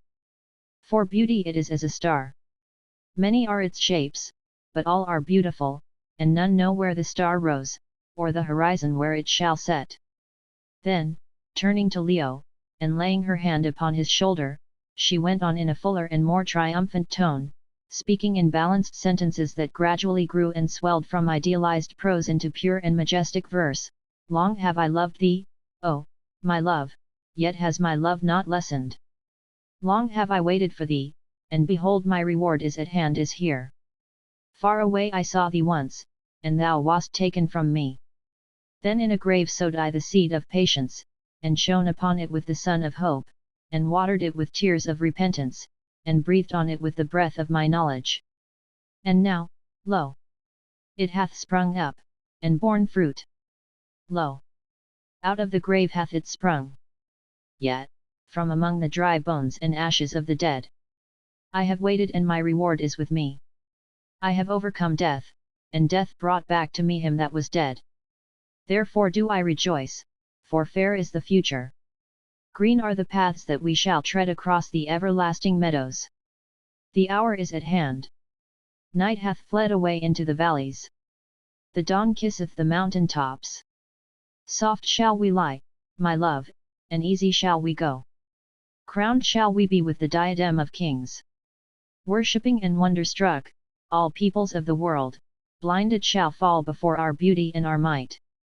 From time unto times shall our greatness thunder on, rolling like a chariot through the dust of endless days. Laughing shall we speed in our victory and pomp, laughing like the daylight as he leaps along the hills. Onward, still triumphant, to a triumph ever new. Onward, in our power, to a power unattained. Onward, never weary, clad with splendor for a robe. Till accomplished be our fate, and the night is rushing down. She paused in her strange and most thrilling allegorical chant, of which I am, unfortunately, only able to give the burden, and that feebly enough, and then said, "Perchance thou dost not believe my word, Callicrates, perchance thou thinkest that I do delude thee, and that I have not lived these many years, and that thou hast not been born again to me. Nay, look not so, put away that pale cast of doubt, for oh, be sure herein can error find no foothold. Sooner shall the suns forget their course and the swallow miss her nest, than my soul shall swear a lie and be led astray from thee, Callicrates. Blind me, take away mine eyes, and let the darkness utterly fence me in, and still mine ears would catch the tone of thine unforgotten voice, striking more loud against the portals of my sense than can the call of brazen-throated clarions. Stop up mine hearing also, and let 1,000 touch me on the brow, and I would name thee out of all, yet, rob me of every sense, and see me stand deaf and blind and dumb and with nerves that cannot weigh the value of a touch, yet would my spirit leap within me like a quickening child and cry unto my heart, Behold, Callicrates! Behold, thou watcher, the watches of thy night are ended. Behold, thou who seekest in the night season, thy morning star ariseth. She paused a while and then continued, But stay, if thy heart is yet hardened against the mighty truth and thou dost require a further pledge of that which thou dost find too deep to understand, even now shall it be given to thee, and to thee also, O my Holly. Bear each one of you a lamp, and follow after me whither I shall lead you. Without stopping to think, indeed, speaking for myself, I had almost abandoned the function in circumstances under which to think seemed to be absolutely useless. Since thought fell hourly helpless against a black wall of wonder, we took the lamps and followed her. Going to the end of her boudoir, she raised a curtain and revealed a little stair of the sort that was so common in these dim caves of Kor. As we hurried down the stair, I observed that the steps were worn in the center to such an extent that some of them had been reduced from 7½ inches, at which I guessed their original height, to about 3½ Now, all the other steps that I had seen in the caves had been practically unworn, as was to be expected, seeing that the only traffic which ever passed upon them was that of those who bore a fresh burden to the tomb. Therefore this fact struck my notice with that curious force with which little things do strike us when our minds are absolutely overwhelmed by a sudden rush of powerful sensations, beaten flat, as it were, like a sea beneath the first burst of a hurricane, so that every little object on the surface starts into an unnatural prominence. At the bottom of the staircase I stood and stared at the worn steps, and Ayesha, turning, saw me. Wonderest thou whose are the feet that have worn away the rock, my Holly? She asked. They are mine, even mine own light feet. I can remember when these stairs were fresh and level, but for 2,000 years and more have I gone down hither day by day, and see, my sandals have worn out the solid rock. I made no answer, but I do not think that anything that I had heard or seen brought home to my limited understanding so clear a sense of this being's overwhelming antiquity as that hard rock hollowed out by her soft white feet. How many millions of times must she have passed up and down that stair to bring about such a result? The stair led to a tunnel, and a few paces down the tunnel was one of the usual curtain-hung doorways, a glance at which told me that it was the same where I had been a witness of that terrible scene by the leaping flame. I recognized the pattern of the curtain, and the sight of it brought the whole event vividly before my eyes, and made me tremble even at its memory. Ayesha entered the tomb, for it was a tomb, and we followed her, I, for one, rejoicing that the mystery of the place was about to be cleared up, and yet afraid to face its solution. Chapter 21 The Dead and Living Meet.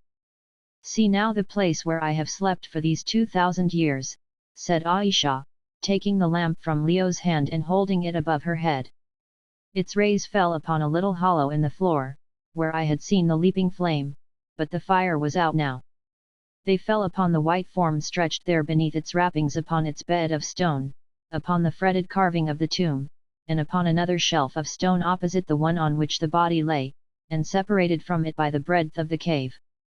Here," went on Ayesha, laying her hand upon the rock, "here have I slept night by night for all these generations, with but a cloak to cover me. It did not become me that I should lie soft when my spouse yonder," and she pointed to the rigid form, "lay stiff in death.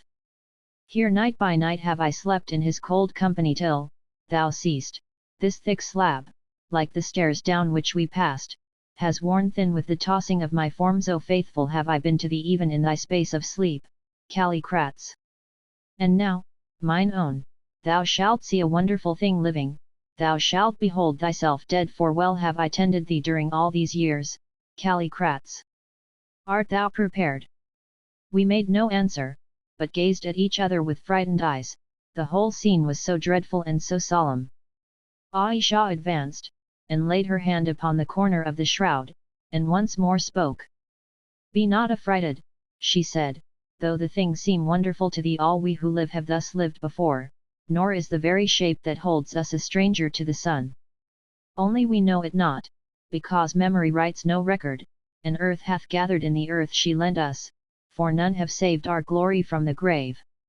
But I, by my arts and by the arts of those dead men of core which I have learned, have held thee back, O Callicrates, from the dust, that the waxen stamp of beauty on thy face should ever rest before mine eye. 'Twas a mask that memory might fill, serving to fashion out thy presence from the past, and give it strength to wander in the habitations of my thought, clad in a mummery of life that stayed my appetite with visions of dead days. Behold now, let the dead and living meet. Across the gulf of time they still are one. Time hath no power against identity, though sleep the merciful hath blotted out the tablets of our mind, and with oblivion sealed the sorrows that else would hound us from life to life, stuffing the brain with gathered griefs till it burst in the madness of uttermost despair. Still are they one, for the wrappings of our sleep shall roll away as thunderclouds before the wind, the frozen voices of the past shall melt in music like mountain snows beneath the sun, and the weeping and the laughter of the lost hours shall be heard once more most sweetly echoing up the cliffs of immeasurable time. Aye, the sleep shall roll away, and the voices shall be heard, when down the completed chain, whereof our each existence is a link, the lightning of the Spirit hath passed to work out the purpose of our being, quickening and fusing those separated days of life, and shaping them to a staff whereon we may safely lean as we went to our appointed fate. Therefore, have no fear, Callicrates, when thou living, and but lately born shalt look upon thine own departed self, who breathed and died so long ago. I do but turn one page in thy book of being, and show thee what is writ thereon. Behold!" With a sudden motion she drew the shroud from the cold form, and let the lamplight play upon it. I looked, and then shrank back terrified, since, say what she might in explanation, the sight was an uncanny one, for her explanations were beyond the grasp of our finite minds, and when they were stripped from the mists of vague esoteric philosophy, and brought into conflict with the cold and horrifying fact, did not do much to break its force. For there, stretched upon the stone bier before us, robed in white and perfectly preserved, was what appeared to be the body of Leo Vincey. I stared from Leo, standing there alive, to Leo lying there dead, and could see no difference, except, perhaps, that the body on the bier looked older. Feature for feature they were the same, even down to the crop of little golden curls, which was Leo's most uncommon beauty. It even seemed to me, as I looked, that the expression on the dead man's face resembled that which I had sometimes seen upon Leo's when he was plunged into profound sleep. I can only sum up the closeness of the resemblance by saying that I never saw twins so exactly similar as that dead and living pair. I turned to see what effect was produced upon Leo by this sight of his dead self, and found it to be one of partial stupefaction. He stood for 2 or 3 minutes staring and said nothing, and when at last he spoke it was only to ejaculate, "Cover it up and take me away." Nay, wait, Callicrats, said Ayesha, who, standing with the lamp raised above her head, flooding with its light her own rich beauty and the cold wonder of the death-clothed form upon the bier, resembled an inspired sibyl rather than a woman, as she rolled out her majestic sentences with a grandeur and a freedom of utterance which I am, alas, quite unable to reproduce. Wait, I would show thee something, that no tittle of my crime may be hidden from thee. Do thou, O Holly, open the garment on the breast of the dead Callicrats, for perchance my lord may fear to touch himself. I obeyed with trembling hands. It seemed a desecration and an unhallowed thing to touch that sleeping image of the live man by my side. Presently his broad chest was bare, and there upon it, right over the heart, was a wound, evidently inflicted with a spear. Thou seest, Callicrats, she said. Know then that it was I who slew thee, in the place of life I gave thee death. I slew thee because of the Egyptian Amenartis, whom thou didst love, for by her wiles she held thy heart, and her I could not smite as but now I smote the woman, for she was too strong for me. In my haste and bitter anger I slew thee, and now for all these days have I lamented thee, and waited for thy coming. And thou hast come, and none can stand between thee and me, and of a truth now for death I will give thee life, not life eternal, for that none can give, but life and youth that shall endure for thousands upon thousands of years, and with it pomp, and power, and wealth, and all things that are good and beautiful, such as have been to no man before thee, nor shall be to any man who comes after. And now one thing more, and thou shalt rest and make ready for the day of thy new birth. Thou seest this body, which was thine own. For all these centuries it hath been my cold comfort and my companion, but now I need it no more, for I have thy living presence, and it can but serve to stir up memories of that which I would fain forget. Let it therefore go back to the dust from which I held it. Behold! I have prepared against this happy hour, and going to the other shelf, or stone ledge, which, she said, had served her for a bed, she took from it a large vitrified double-handed vase, the mouth of which was tied up with a bladder. This she loosed, and then, having bent down and gently kissed the white forehead of the dead man, she undid the vase, and sprinkled its contents carefully over the form, taking, I observed, the greatest precautions against any drop of them touching us or herself, and then poured out what remained of the liquid upon the chest and head. Instantly a dense vapor arose, and the cave was filled with choking fumes that prevented us from seeing anything, while the deadly acid, for I presume it was some tremendous preparation of that sort, did its work. From the spot where the body lay came a fierce fizzing and cracking sound, which ceased, however, before the fumes had cleared away. At last they were all gone, except a little cloud that still hung over the corpse. In a couple of minutes more this too had vanished, and, wonderful as it may seem, it is a fact that on the stone bench that had supported the mortal remains of the ancient Callicrats for so many centuries there was now nothing to be seen but a few handfuls of smoking white powder. The acid had utterly destroyed the body, and even in places eaten into the stone. Ayesha stooped down, and, taking a handful of this powder in her grasp, threw it into the air, saying at the same time, in a voice of calm solemnity, "Dust to dust. The past to the past. The dead to the dead. Callicrats is dead, and is born again."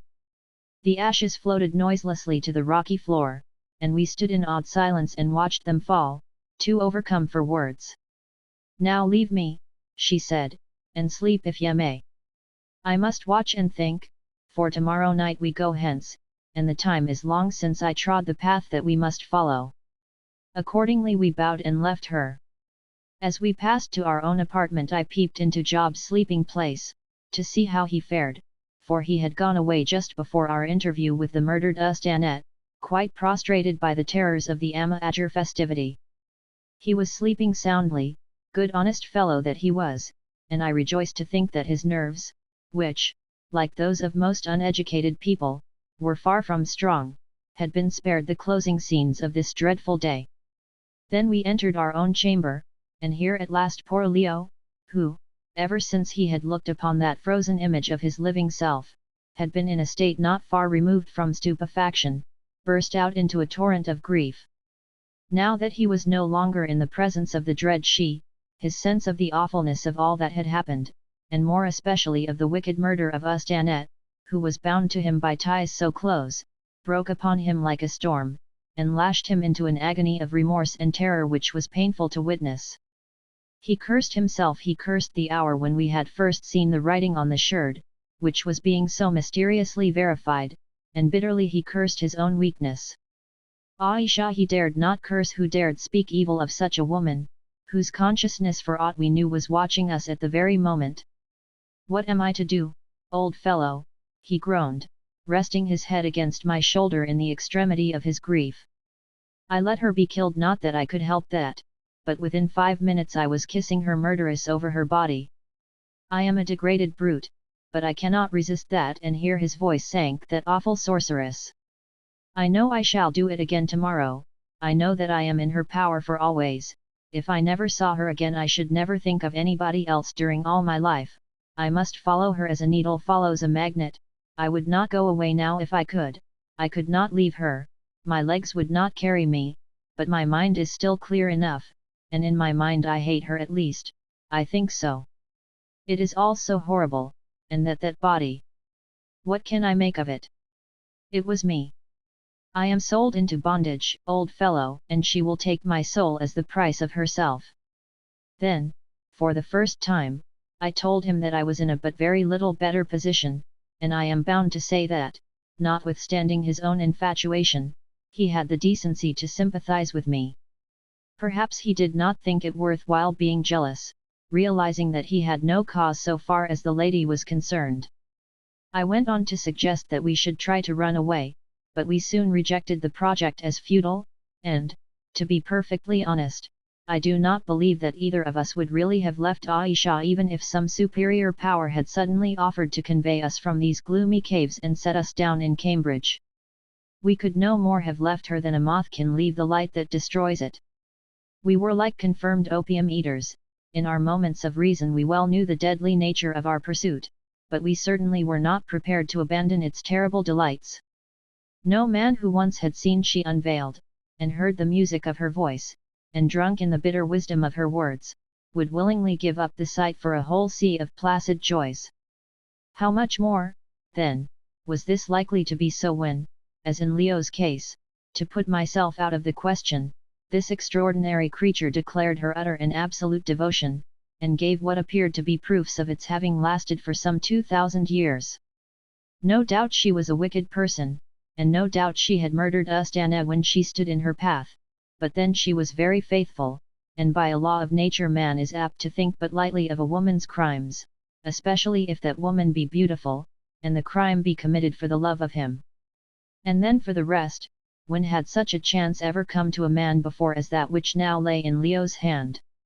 True, in uniting himself to this dread woman, he would place his life under the influence of a mysterious creature of evil tendencies, 22, but then that would be likely enough to happen to him in any ordinary 22. After some months of consideration of this statement I am bound to confess that I am not quite satisfied of its truth. It is perfectly true that Ayesha committed a murder, but I shrewdly suspect that, were we endowed with the same absolute power, and if we had the same tremendous interest at stake, we should be very apt to do likewise under parallel circumstances. Also, it must be remembered that she looked on it as an execution for disobedience under a system which made the slightest disobedience punishable by death. Putting aside this question of the murder, her evil-doing resolves itself into the expression of views and the acknowledgement of motives which are contrary to our preaching if not to our practice. Now at first sight this might be fairly taken as a proof of an evil nature, but when we come to consider the great antiquity of the individual at marriage. On the other hand, however, no ordinary marriage could bring him such awful beauty, for awful is the only word that can describe it. Such divine devotions doubtful if it was anything more than the natural cynicism which arises from age and bitter experience, and the possession of extraordinary powers of observation. It is a well-known fact that very often, putting the period of boyhood out of the question, the older we grow the more cynical and hardened we get. Indeed, many of us are only saved by timely death from utter moral petrification if not moral corruption. No one will deny that a young man is on the average better than an old one, for he is without that experience of the order of things that in certain thoughtful dispositions can it hardly fail to produce cynicism, and that disregard of acknowledged methods and established custom which we call evil. Now the oldest man upon the earth was but a babe compared to Ayesha, and the wisest man upon the earth was not 1/3 as wise. And the fruit of her wisdom was this, that there was but one thing worth living for, and that was love in its highest sense, and to gain that good thing she was not prepared to stop at trifles.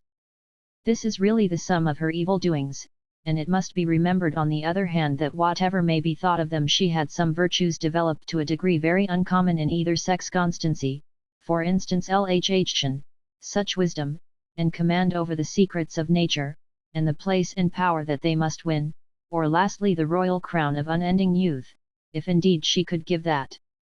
No, on the whole, it is not wonderful that though Leo was plunged in bitter shame and grief, such as any gentleman would have felt under the circumstances, he was not ready to entertain the idea of running away from his extraordinary fortune.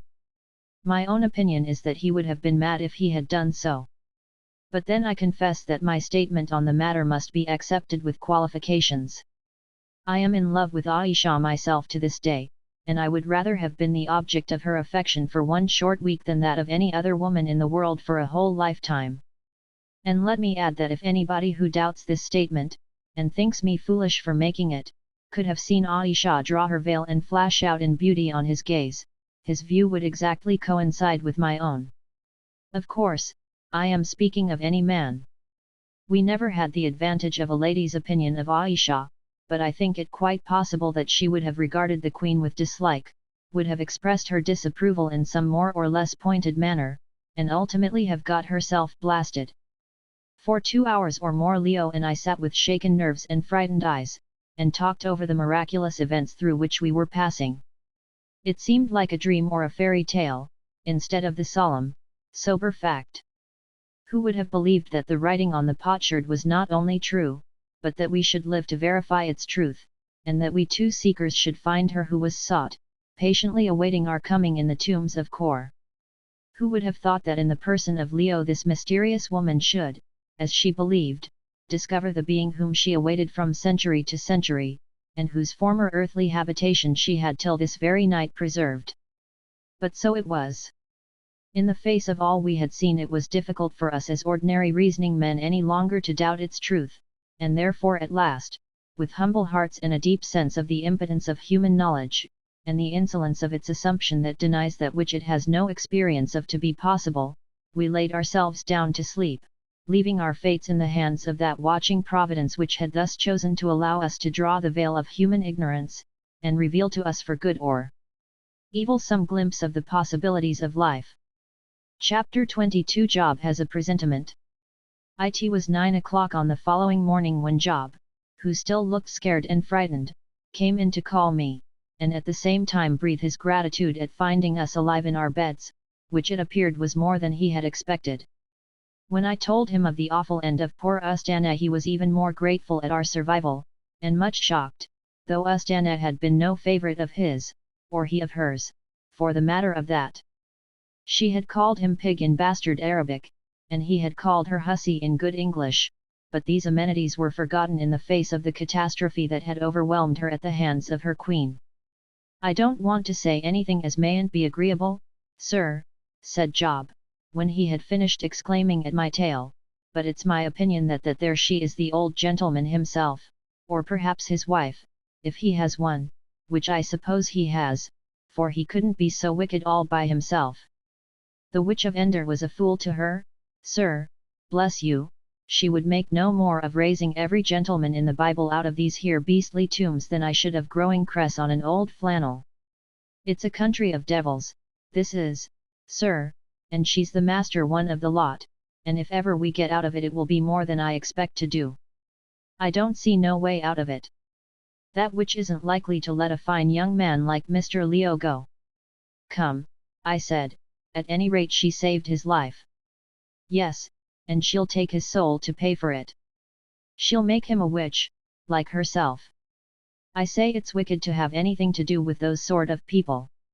Last night, sir, I lay awake and read in my little Bible that my poor old mother gave me about what is going to happen to sorceresses and them sort till my hair stood on end. Lord, how the old lady would stare if she saw where her job had got to. Yes, it's a queer country, and a queer people too, Job, I answered with a sigh, for, though I am not superstitious like Job, I admit to a natural shrinking, which will not bear investigation, from the things that are above nature.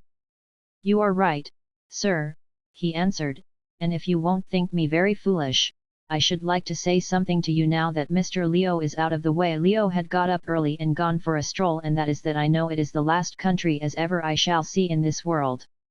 I had a dream last night, and I dreamed that I saw my old father with a kind of nightshirt on him, something like these folks wear when they want to be in particular full dress, and a bit of that feathery grass in his hand, which he may have gathered on the way, for I saw lots of it yesterday about 300 yards from the mouth of this beastly cave. Job, he said to me, solemn-like, and yet with a kind of satisfaction shining through him, more like a Methody parson when he has sold a neighbour a marked horse for a sound one and cleared £20 by the job than anything I can think on. Job, time's up, Job, but I never did expect to have to come and hunt you out in this air place, Job. Such ado as I have had to nose you up, it wasn't friendly to give your poor old father such a run, let alone that a wonderful lot of bad characters hail from this place Korea. Regular cautions, I suggested. Yes, sir, of course, sir, that's just what he said they was, cautions, downright scorchers, sir, and I'm sure I don't doubt it, seeing what I know of them and their hot-potting ways, went on Job sadly.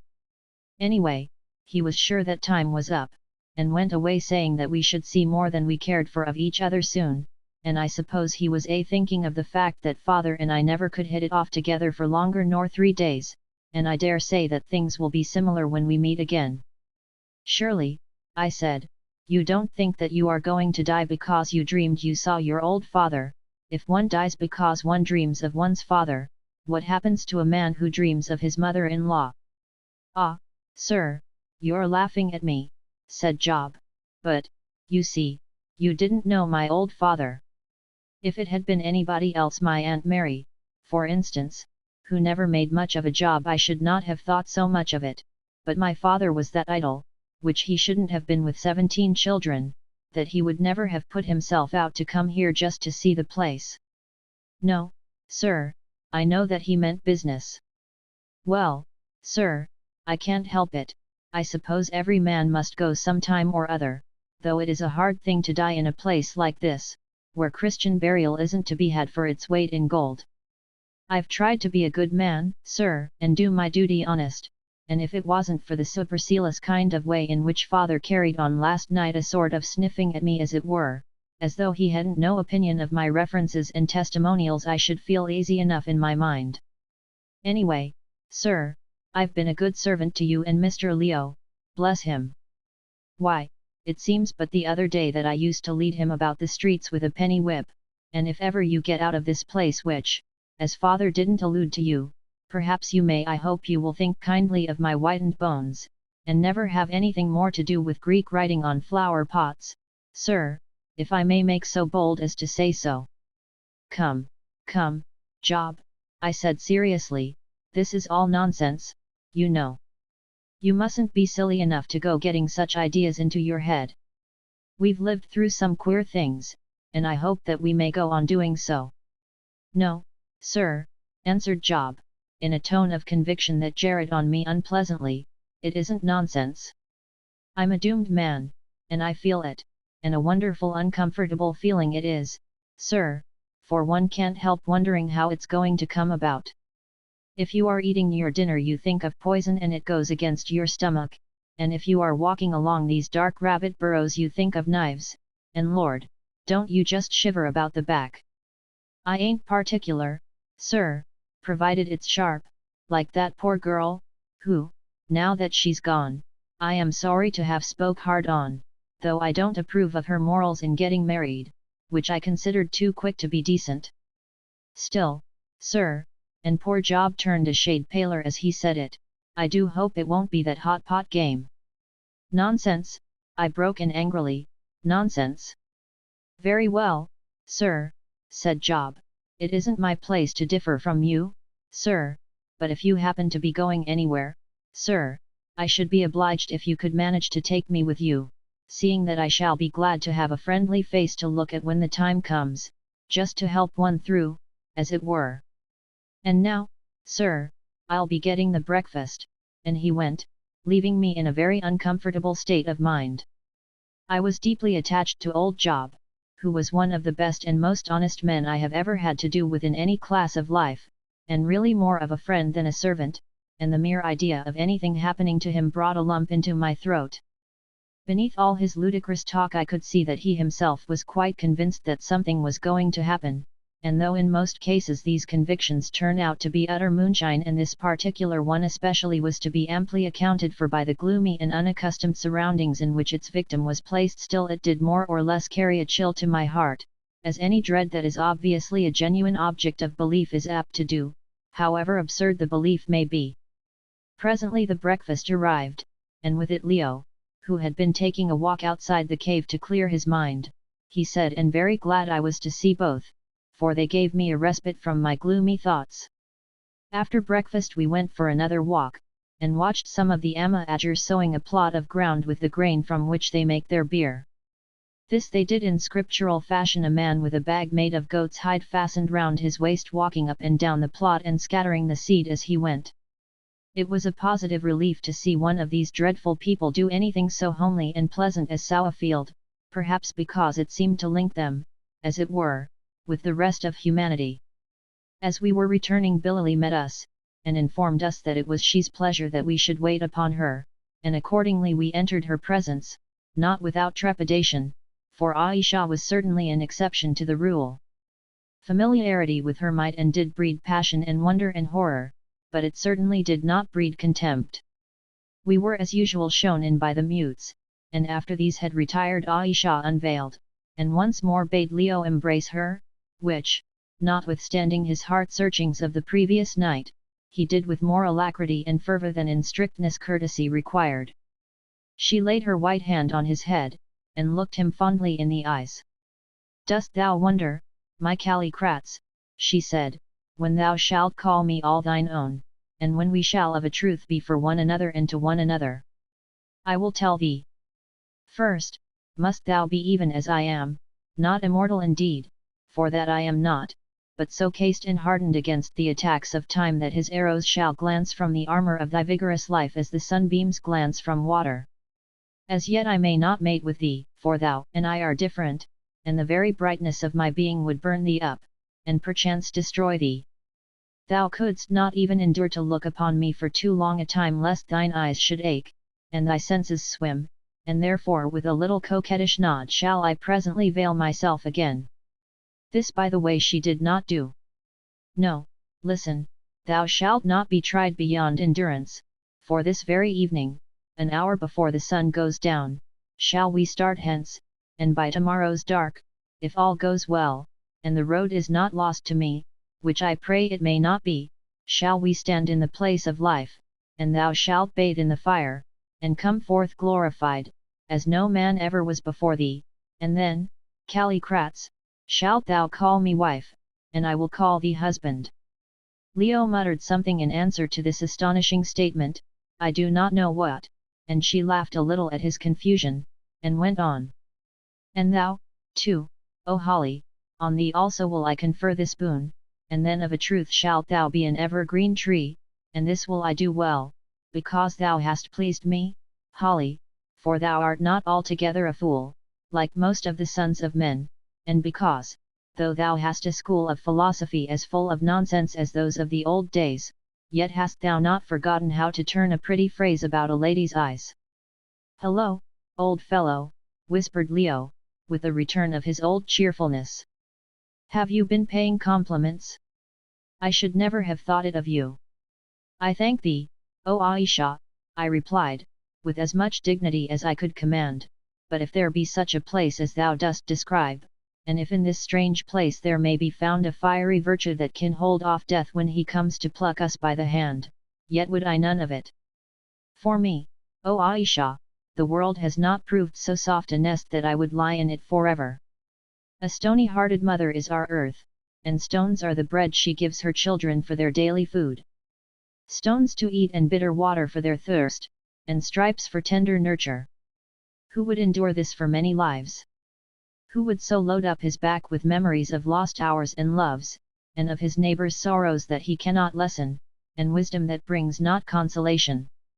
Hard is it to die, because our delicate flesh doth shrink back from the worm it will not feel, and from that unknown which the winding sheet doth curtain from our view. But harder still, to my fancy, would it be to live on, green in the leaf and fair, but dead and rotten at the core, and feel that other secret worm of recollection gnawing ever at the heart. Bethink thee, Holly, she said, yet doth long life and strength and beauty beyond measure mean power in all things that are dear to man. And what, O Queen, I answered, are those things that are dear to man?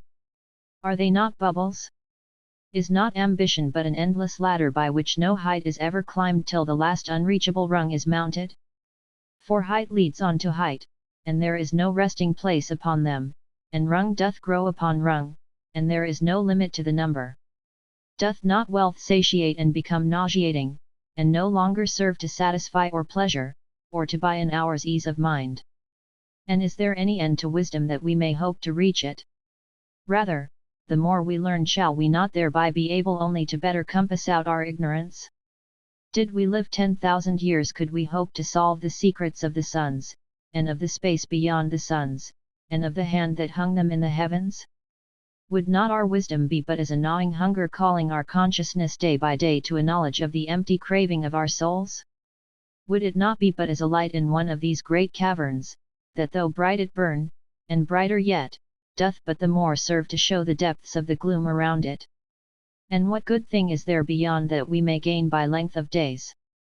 Nay, my Holly, there is love, love which makes all things beautiful, and doth breathe divinity into the very dust we tread. With love shall life roll gloriously on from year to year, like the voice of some great music that hath power to hold the hearer's heart poised on eagle's wings above the sordid shame and folly of the earth. It may be so, I answered, but if the loved one prove a broken reed to pierce us, or if the love be loved in vain, what then? Shall a man grave his sorrows upon a stone when he hath but need to write them on the water? Nay, O she, I will live my day and grow old with my generation, and die my appointed death, and be forgotten. For I do hope for an immortality to which the little span that perchance thou canst confer will be but as a finger's length laid against the measure of the great world, and, mark this, the immortality to which I look, and which my faith doth promise to me, shall be free from the bonds that here must tie my spirit down.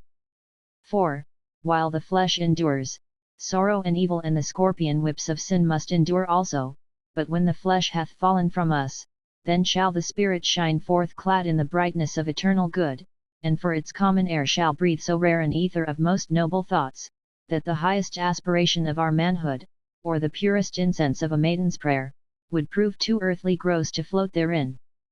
Thou lookest high, answered Ayesha, with a little laugh, and speakest clearly as a trumpet and with no uncertain sound. And yet methinks that but now didst thou talk of that unknown from which the winding sheet doth curtain us.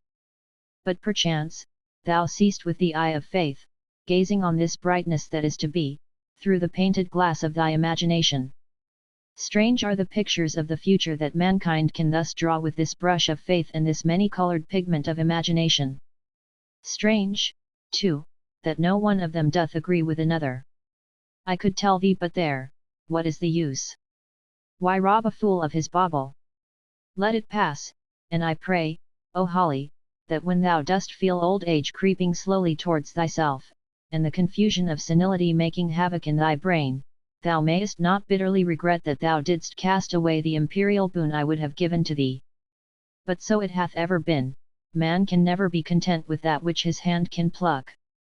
If a lamp be in his reach to light him through the darkness, he must needs cast it down because it is no star. Happiness danceth ever apace before him, like the marsh fires in the swamps, and he must catch the fire, and he must hold the star. Beauty is naught to him, because there are lips more honey sweet, and wealth is naught, because others can weigh him down with heavier shekels, and fame is not, because there have been greater men than he. Thyself thou saidst it, and I turn thy words against thee. Well, thou dreamest that thou shalt pluck the star. I believe it not, and I think thee a fool, my Holly, to throw away the lamp. I made no answer, for I could not especially before Leo tell her that since I had seen her face I knew that it would always be before my eyes, and that I had no wish to prolong an existence which must always be haunted and tortured by her memory, and by the last bitterness of unsatisfied love. But so it was, and so, alas, is it to this hour. And now, went on she, changing her tone and the subject together, tell me, my Callicrats, for as yet I know it not, how came ye to seek me here? Yesternight thou didst say that Callicrats him whom thou sawest was thine ancestor. How was it? Tell me, thou dost not speak overmuch. Thus adjured, Leo told her the wonderful story of the casket and of the potsherd that, written on by his aunt's stress, the Egyptian Amenartis, had been the means of guiding us to her. Ayesha listened intently, and, when he had finished, spoke to me. Did I not tell thee one day, when we did talk of good and evil, O Holly, it was when my beloved lay so ill that out of good came evil, and out of evil good, that they who sowed knew not what the crop should be, nor he who struck where the blow should fall? See, now, this Egyptian Amenartis, this royal child of the Nile who hated me, and whom even now I hate, for in a way she did prevail against me, see, now, she herself hath been the very means to bring her lover to mine arms. For her sake I slew him, and now, behold, through her he hath come back to me. She would have done me evil, and sowed her seeds that I might reap tares, and behold she hath given me more than all the world can give, and there is a strange square for thee to fit into thy circle of good and evil, O Holly. And so, she went on after a pause, and so she bade her son destroy me if he might, because I slew his father. And thou, my Callicrats, art the father, and in a sense thou art likewise the son, and wouldst thou avenge thy wrong, and the wrong of that far-off mother of thine upon me, O Callicrats? See, and she slid to her knees, and drew the white corsage still farther down her ivory bosom. See, here beats my heart, and there by thy side is a knife, heavy, and long, and sharp, the very knife to slay an erring woman with. Take it now, and be avenged. Strike, and strike home. So shalt thou be satisfied, Callicrats, and go through life a happy man, because thou hast paid back the wrong, and obeyed the mandate of the past. He looked at her, and then stretched out his hand and lifted her to her feet. Rise, Ayesha, he said sadly, well thou knowest that I cannot strike thee, no, not even for the sake of her whom thou slewest but last night. I am in thy power, and a very slave to thee. How can I kill thee? Sooner should I slay myself. Almost dost thou begin to love me, Callicrats, she answered, smiling. And now tell me of thy country. 'Tis a great people, is it not? With an empire like that of Rome. Surely thou wouldst return thither, and it is well, for I mean not that thou shouldst dwell in these caves of Corianae, when once thou art even as I am. We will go hence, fear not but that I shall find a path, and then shall we cross to this England of thine, and live as it becometh us to live.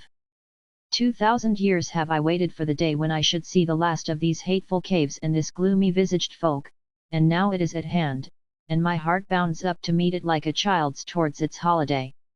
For thou shalt rule this England, but we have a queen already, broke in Leo hastily.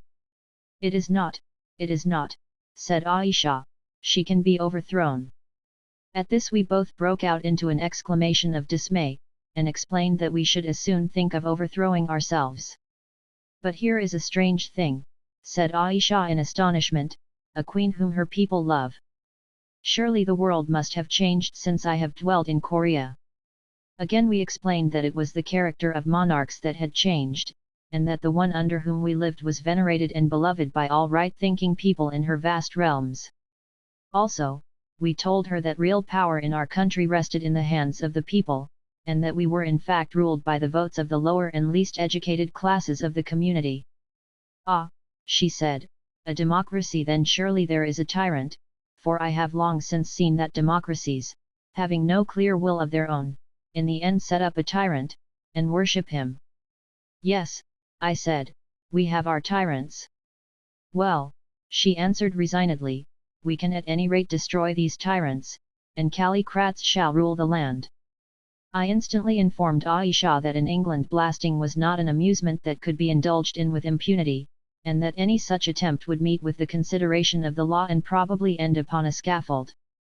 The law, she laughed with scorn, the law. Canst thou not understand, O Holly, that I am above the law, and so shall my callicrats be also? All human law will be to us as the north wind to a mountain. Does the wind bend the mountain, or the mountain the wind? And now leave me, I pray thee, and thou too, my own callicrats, for I would get me ready against our journey, and so must ye both, and your servant also. But bring no great quantity of things with thee, for I trust that we shall be but 3 days gone. Then shall we return hither, and I will make a plan whereby we can bid farewell forever to these sepulchres of Kor. Yes, surely thou mayst kiss my hand. So we went, I, for one, meditating deeply on the awful nature of the problem that now opened out before us. The terrible she had evidently made up her mind to go to England, and it made me absolutely shudder to think what would be the result of her arrival there. What her powers were I knew, and I could not doubt but that she would exercise them to the full. It might be possible to control her for a while, but her proud, ambitious spirit would be certain to break loose and avenge itself for the long centuries of its solitude. She would, if necessary, and if the power of her beauty did not unaided prove equal to the occasion, blast her way to any end she set before her, and as she could not die, and for aught I knew could not even be killed, 23 what was there to stop her? In the end she would. I regret to say that I was never able to ascertain if she was invulnerable against the accidents of life. Presumably this was so, else some misadventure would have been sure to had little doubt, assume absolute rule over the British dominions, and probably over the whole earth, and, though I was sure that she would speedily make ours the most glorious and prosperous empire that the world has ever seen, it would be at the cost of a terrible sacrifice of life. The whole thing sounded like a dream or some extraordinary invention of a speculative brain, and yet it was a fact, a wonderful fact of which the whole world would soon be called on to take notice. What was the meaning of it all? After much thinking I could only conclude that this wonderful creature, whose passion had kept her for so many centuries chained, as it were, and comparatively harmless, was now about to be used by Providence as a means to change the order of the world, and possibly, by the building up of a power that could no more be rebelled against or questioned than the decrees of fate, to change it materially for the better. Put an end to her in the course of so many centuries. True, she offered to let Leo slay her, but very probably this was only an experiment to try his temper and mental attitude towards her. Ayesha never gave way to impulse without some valid object. LHH. Chapter 23 The Temple of Truth. Our preparations did not take us very long. We put a change of clothing apiece and some spare boots into my Gladstone bag, also we took our revolvers and an express rifle each, together with a good supply of ammunition, a precaution to which, under Providence, we subsequently owed our lives over and over again. The rest of our gear, together with our heavy rifles, we left behind us. A few minutes before the appointed time we once more attended in Ayesha's boudoir, and found her also ready, her dark cloak thrown over her winding sheet like wrappings. "Are ye prepared for the great venture?" she said.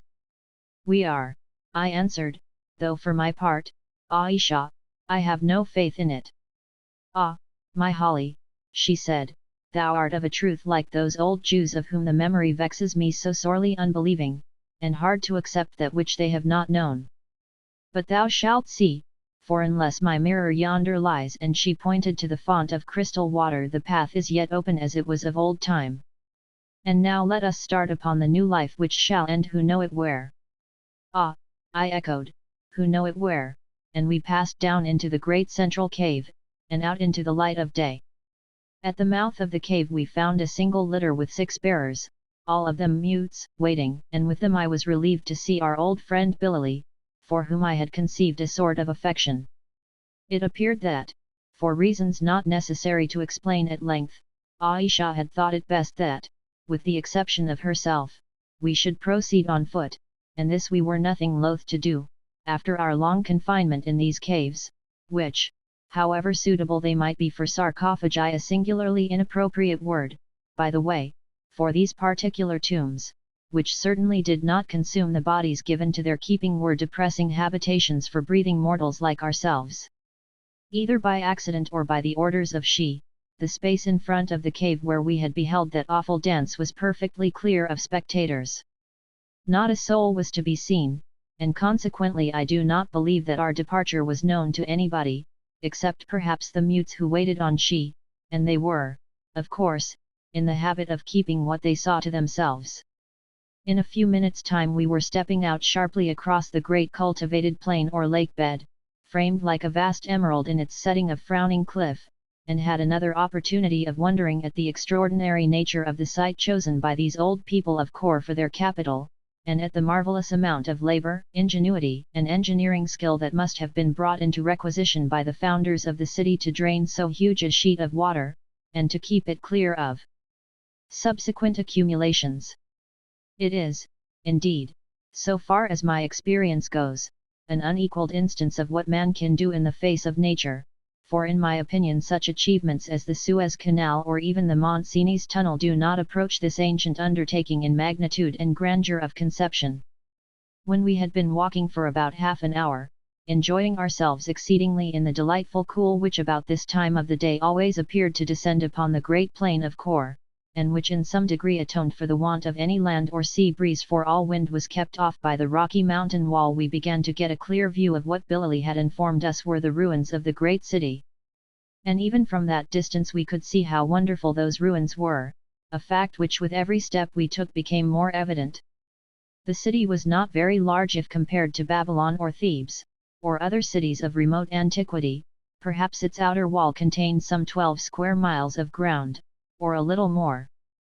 Nor had the walls, so far as we could judge when we reached them, been very high, probably not more than 40 feet, which was about their present height where they had not, through the sinking of the ground, or some such cause, fallen into ruin. The reason of this, no doubt, was that the people of Kor, being protected from any outside attack by far more tremendous ramparts than any that the hand of man could rear, only required them for show and to guard against civil discord. But on the other hand they were as broad as they were high, built entirely of dressed stone, hewn, no doubt, from the vast caves, and surrounded by a great moat about 60 feet in width, some reaches of which were still filled with water.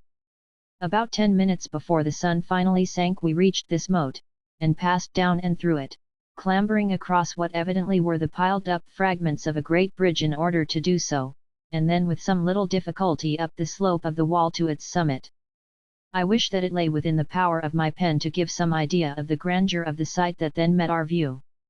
There, all bathed in the red glow of the sinking sun, were miles upon miles of ruins, columns, temples, shrines, and the palaces of kings, varied with patches of green bush. Of course, the roofs of these buildings had long since fallen into decay and vanished, but owing to the extreme massiveness of the style of building, and to the hardness and durability of the rock employed, most of the party walls and great columns still remained standing.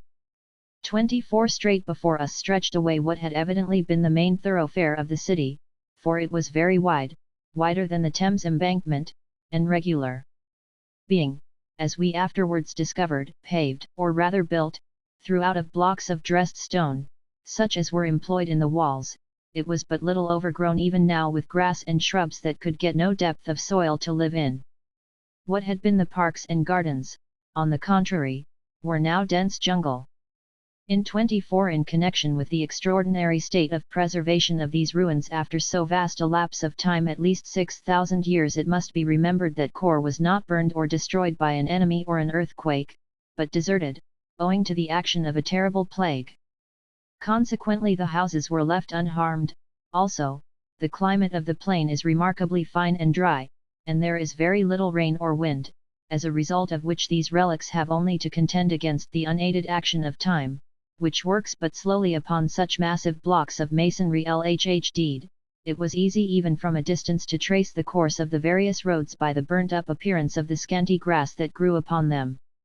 On either side of this great thoroughfare were vast blocks of ruins, each block, generally speaking, being separated from its neighbor by a space of what had once, I suppose, been garden ground, but was now dense and tangled bush.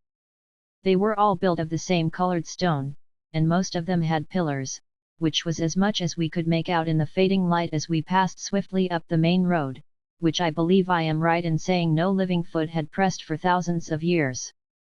25 Presently we came to an enormous pile, which we rightly took to be a temple covering at least 4 acres of ground, and apparently arranged in a series of 25. Billy told me that the Ayesha believe that the site of the city is haunted, and could not be persuaded to enter it upon any consideration.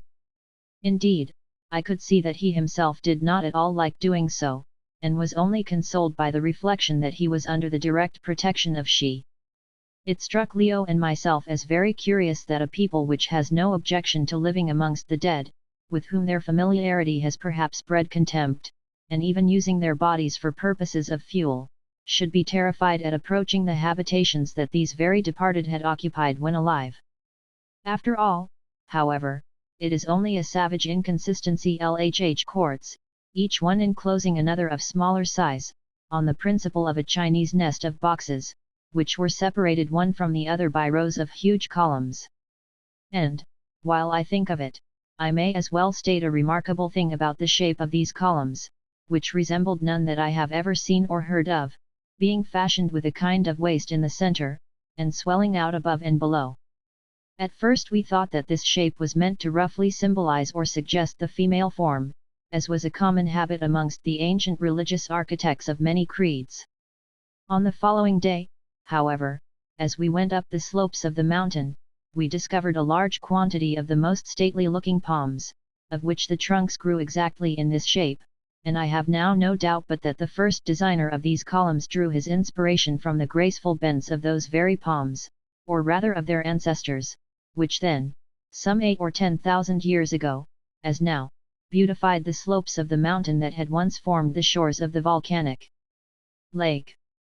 At the facade of this huge temple, which, I should imagine, is almost as large as that of El Karnak, at Thebes, some of the largest columns, which I measured, being between 18 to 20 feet in diameter at the base, by about 70 feet in height, our little procession was halted, and Ayesha descended from her litter. "There used to be a spot here, Kali Kratz," she said to Leo, who had run up to help her down, "where one might sleep.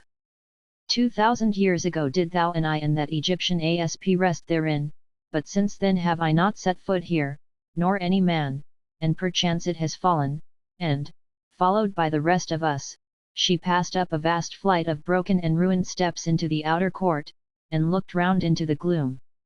Presently she seemed to recollect, and, walking a few paces along the wall to the left, halted.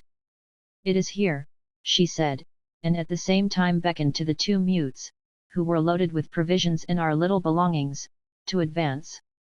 One of them came forward, and, producing a lamp, lit it from his brazier, for the Ayesha when on a journey nearly always carried with them a little lighted brazier, from which to provide fire.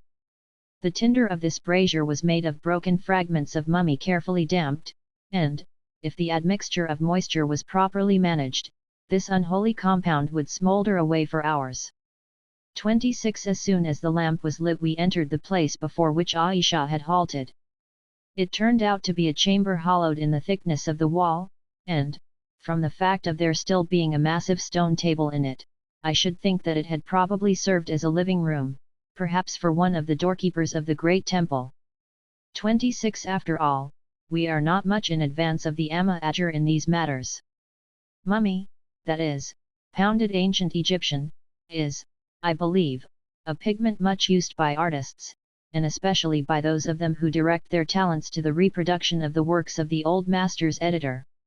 Here we stopped, and after cleaning the place out and making it as comfortable as circumstances and the darkness would permit, we ate some cold meat, at least Leo, Job, and I did, for Ayesha, as I think I have said elsewhere, never touched anything except cakes of flour, fruit, and water. While we were still eating, the moon, which was at her full, rose above the mountain wall, and began to flood the place with silver. "What ya why I have brought you here tonight, my Holly," said Ayesha, leaning her head upon her hand and watching the great orb as she rose, like some heavenly queen, above the solemn pillars of the temple. "I brought you nay, it is strange, but knowest thou, Callicrates, that thou liest at this moment upon the very spot where thy dead body lay when I bore thee back to those caves of Kor so many years ago? It all returns to my mind now. I can see it, and horrible is it to my sight," and she shuddered. Here Leo jumped up and hastily changed his seat. However the reminiscence might affect Ayesha, it clearly had few charms for him. "I brought you," went on Ayesha presently, "that ye might look upon the most wonderful sight that ever the eye of man beheld, the full moon shining over ruined Kor. When ye have done your eating I would that I could teach thee to eat naught but fruit, Callicrates, but that will come after thou hast laved in the fire. Once I, too, ate flesh like a brute beast. When ye have done we will go out, and I will show you this great temple and the God whom men once worshipped therein." Of course we got up at once, and started. And here again my pen fails me. To give a string of measurements and details of the various courts of the temple would only be wearisome, supposing that I had them, and yet I know not how I am to describe what we saw, magnificent as it was even in its ruin, almost beyond the power of realization. Court upon dim court, row upon row of mighty pillars, some of them, especially at the gateways, sculptured from pedestal to capital, space upon space of empty chambers that spoke more eloquently to the imagination than any crowded streets. And over all, the dead silence of the dead, the sense of utter loneliness, and the brooding spirit of the past. How beautiful it was, and yet how drear! We did not dare to speak aloud. Ayesha herself was awed in the presence of an antiquity compared to which even her length of days was but a little thing. We only whispered, and our whispers seemed to run from column to column, till they were lost in the quiet air. Bright fell the moonlight on pillar and court and shattered wall, hiding all their rents and imperfections in its silver garment, and clothing their hoar majesty with the peculiar glory of the night. It was a wonderful sight to see the full moon looking down on the ruined fane of Kor. It was a wonderful thing to think for how many thousands of years the dead orb above and the dead city below had gazed thus upon each other, and in the utter solitude of space poured forth each to each the tale of their lost life and long-departed glory. The white light fell, and minute by minute the quiet shadows crept across the grass-grown courts like the spirits of old priests haunting the habitations of their worship. The white light fell, and the long shadows grew till the beauty and grandeur of the scene and the untamed majesty of its present death seemed to sink into our very souls, and speak more loudly than the shouts of armies concerning the pomp and splendor that the grave had swallowed, and even memory had forgotten. "Come," said Ayesha, after we had gazed and gazed, I know not for how long, "and I will show you the stony flower of loveliness and wonder's very crown, if yet it stands to mock time with its beauty and fill the heart of man with longing for that which is behind the veil." And, without waiting for an answer, she led us through 2 more pillared courts into the inner shrine of the old fane. And there, in the center of the inmost court, which might have been some 50 yards square, or a little more, we stood face to face with what is perhaps the grandest allegorical work of art that the genius of her children has ever given to the world. For in the exact center of the court, placed upon a thick square slab of rock, was a huge round ball of dark stone, some 40 feet in diameter, and standing on the ball was a colossal winged figure of a beauty so entrancing and divine that when I first gazed upon it, illuminated and shadowed as it was by the soft light of the moon, my breath stood still, and for an instant my heart ceased its beating. The statue was hewn from marble so pure and white that even now, after all those ages, it shone as the moonbeams danced upon it, and its height was, I should say, a trifle under 20 feet. It was the winged figure of a woman of such marvelous loveliness and delicacy of form that the size seemed rather to add to than to detract from its so human and yet more spiritual beauty. She was bending forward and poising herself upon her half-spread wings as though to preserve her balance as she leaned. Her arms were outstretched like those of some woman about to embrace one she dearly loved, while her whole attitude gave an impression of the tenderest beseeching. Her perfect and most gracious form was naked, save and here came the extraordinary thing, the face, which was thinly veiled, so that we could only trace the marking of her features. A gauzy veil was thrown round and about the head, and of its two ends one fell down across her left breast, which was outlined beneath it, and one, now broken, streamed away upon the air behind her. "Who is she?" I asked, as soon as I could take my eyes off the statue. "Canst thou not guess, O Holly?" answered Ayesha. "Where then is thy imagination? It is truth standing on the world, and calling to its children to unveil her face. See what is writ upon the pedestal. Without doubt it is taken from the book of the scriptures of these men of Kor," and she led the way to the foot of the statue, where an inscription of the usual Chinese-looking hieroglyphics was so deeply graven as to be still quite legible, at least to Ayesha. According to her translation it ran thus: "Is there no man that will draw my veil and look upon my face, for it is very fair? Unto him who draws my veil shall I be, and peace will I give him, and sweet children of knowledge and good works." And a voice cried, "Though all those who seek after thee desire thee, behold! Virgin art thou, and virgin shalt thou go till time be done. No man is there born of woman who may draw thy veil and live, nor shall be. By death only can thy veil be drawn, O Truth." And Truth stretched out her arms and wept, because those who sought her might not find her, nor look upon her face to face. "Thou seest," said Ayesha, when she had finished translating, "Truth was the goddess of the people of Old Kor, and to her they built their shrines, and her they sought, knowing that they should never find, still sought they. And so," I added sadly, "do men seek to this very hour, but they find not, and, as this scripture saith, nor shall they, for in death only is truth found." Then with one more look at this veiled and spiritualized loveliness which was so perfect and so pure that one might almost fancy that the light of a living spirit shone through the marble prison to lead man on to high and ethereal thoughts, this poet's dream of beauty frozen into stone, which I never shall forget while I live, though I find myself so helpless when I attempt to describe it, we turned and went back through the vast moonlit courts to the spot whence we had started. I never saw the statue again, which I the more regret, because on the great ball of stone representing the world whereon the figure stood, lines were drawn that probably, had there been light enough, we should have discovered to be a map of the universe as it was known to the people of Kor. It is at any rate suggestive of some scientific knowledge that these long-dead worshippers of truth had recognized the fact that the globe is round. Chapter 24 Walking the Plank.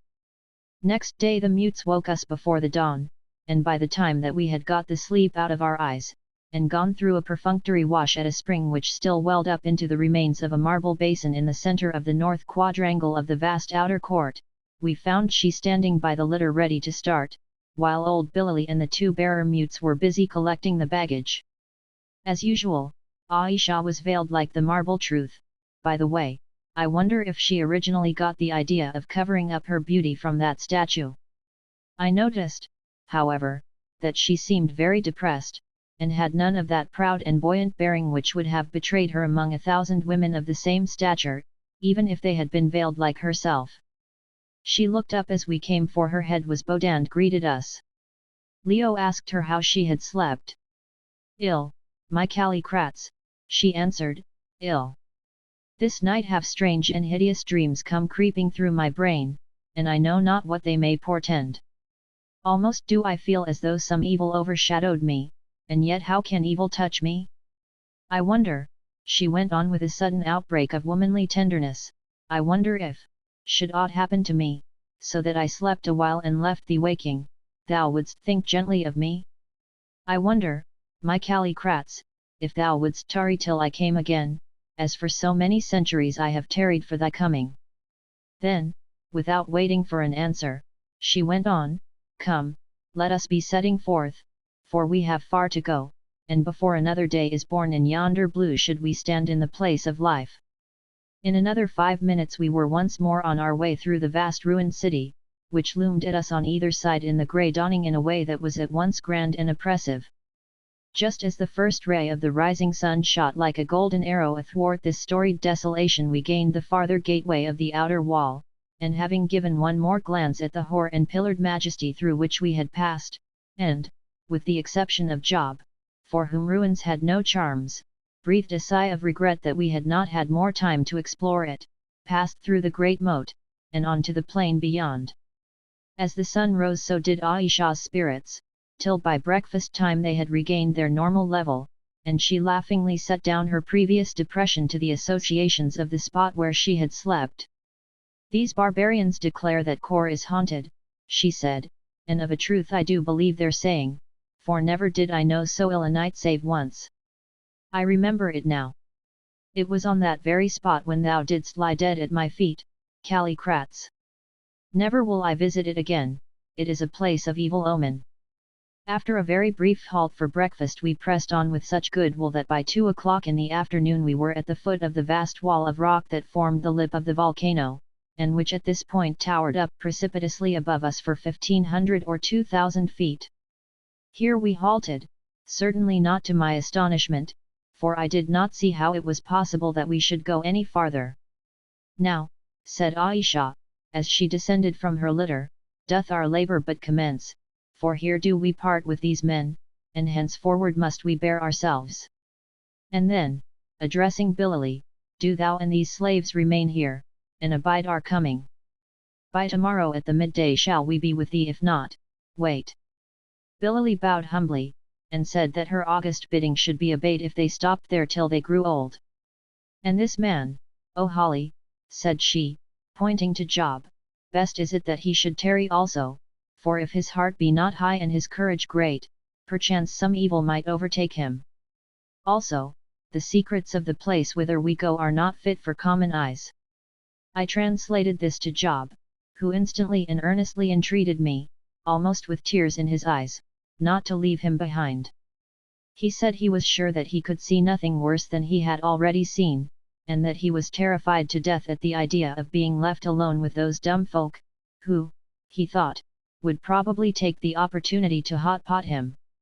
I translated what he said to Ayesha, who shrugged her shoulders, and answered, "Well, let him come, it is not to me, on his own head be it, and he will serve to bear the lamp and this," and she pointed to a narrow plank, some 16 feet in length, which had been bound above the long bearing pole of her hammock, as I had thought to make the curtains spread out better, but, as it now appeared, for some unknown purpose connected with our extraordinary undertaking. Accordingly, the plank, which, though tough, was very light, was given to Job to carry, and also one of the lamps. I slung the other onto my back, together with a spare jar of oil, while Leo loaded himself with the provisions and some water in a kid's skin. When this was done, she bade Billy and the 6 bearer mutes to retreat behind a grove of flowering magnolias about 100 yards away, and remain there under pain of death till we had vanished. They bowed humbly, and went, and, as he departed, old Billy gave me a friendly shake of the hand, and whispered that he had rather that it was I than he who was going on this wonderful expedition with she who must be obeyed, and upon my word I felt inclined to agree with him. In another minute they were gone, and then, having briefly asked us if we were ready, Ayesha turned, and gazed up the towering cliff. "Goodness me, Leo," I said, "surely we are not going to climb that precipice?" Leo shrugged his shoulders, being in a condition of half-fascinated, half-expectant mystification, and as he did so, Ayesha with a sudden move began to climb the cliff, and of course we had to follow her. It was perfectly marvelous to see the ease and grace with which she sprang from rock to rock, and swung herself along the ledges. The ascent was not, however, so difficult as it seemed, although there were 1 or 2 nasty places where it did not do to look behind you, the fact being that the rock still sloped here, and was not absolutely precipitous as it was higher up. In this way we, with no great labour, mounted to the height of some 50 feet above our last standing place, the only really troublesome thing to manage being Job's board, and in doing so drew some 50 or 60 paces to the left of our starting point, for we went up like a crab, sideways. Presently we reached a ledge, narrow enough at first, but which widened as we followed it, and moreover sloped inwards like the petal of a flower, so that as we followed it we gradually got into a kind of rut or fold of rock that grew deeper and deeper, till at last it resembled a Devonshire lane in stone, and hid us perfectly from the gaze of anybody on the slope below, if there had been anybody to gaze. This lane, which appeared to be a natural formation, continued for some 50 or 60 paces, and then suddenly ended in a cave, also natural, running at right angles to it. I am sure that it was a natural cave, and not hollowed by the hand of man, because of its irregular and contorted shape and course, which gave it the appearance of having been blown bodily in the mountain by some frightful eruption of gas following the line of the least resistance. All the caves hollowed by the ancients of Kor, on the contrary, were cut out with the most perfect regularity and symmetry. At the mouth of this cave Ayesha halted, and bade us light the 2 lamps, which I did, giving one to her and keeping the other myself. Then, taking the lead, she advanced down the cavern, picking her way with great care, as indeed it was necessary to do, for the floor was most irregular, strewn with boulders like the bed of a stream, and in some places pitted with deep holes, in which it would have been easy to break one's leg. This cavern we pursued for 20 minutes or more, it being, so far as I could form a judgment owing to its numerous twists and turns, no easy task, about a quarter of a mile long. At last, however, we halted at its farther end, and while I was still trying to pierce the gloom a great gust of air came tearing down it, and extinguished both the lamps. Ayesha called to us, and we crept up to her, for she was a little in front, and were rewarded with a view that was positively appalling in its gloom and grandeur. Before us was a mighty chasm in the black rock, jagged and torn and splintered through it in a far past age by some awful convulsion of nature, as though it had been cleft by stroke upon stroke of the lightning. This chasm, which was bounded by a precipice on the hither, and presumably, though we could not see it, on the farther side also, may have measured any width across, but from its darkness I do not think that it can have been very broad. It was impossible to make out much of its outline, or how far it ran, for the simple reason that the point where we were standing was so far from the upper surface of the cliff, at least 1,500 or 2,000 feet, that only a very dim light struggled down to us from above. The mouth of the cavern that we had been following gave onto a most curious and tremendous spur of rock, which jutted out in midair into the gulf before us, for a distance of some 50 yards, coming to a sharp point at its termination, and resembling nothing that I can think of so much as the spur upon the leg of a cock in shape.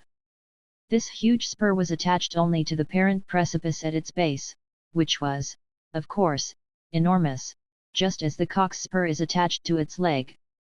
Otherwise it was utterly unsupported.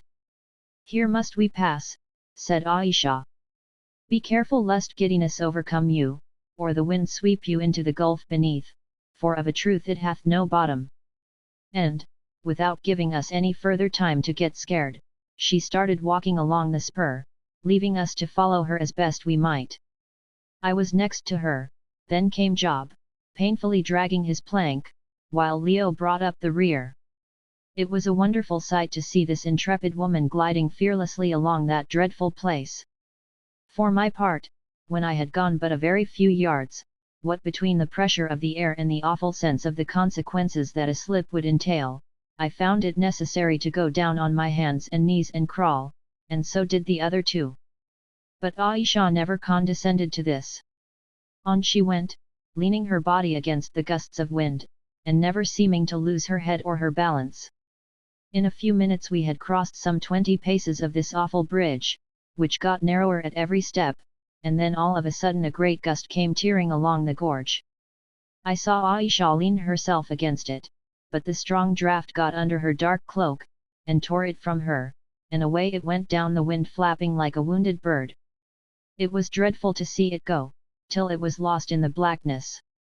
I clung to the saddle of rock, and looked round, while the great spur vibrated with a humming sound beneath us, like a living thing. The sight was a truly awesome one. There we were poised in the gloom between earth and heaven.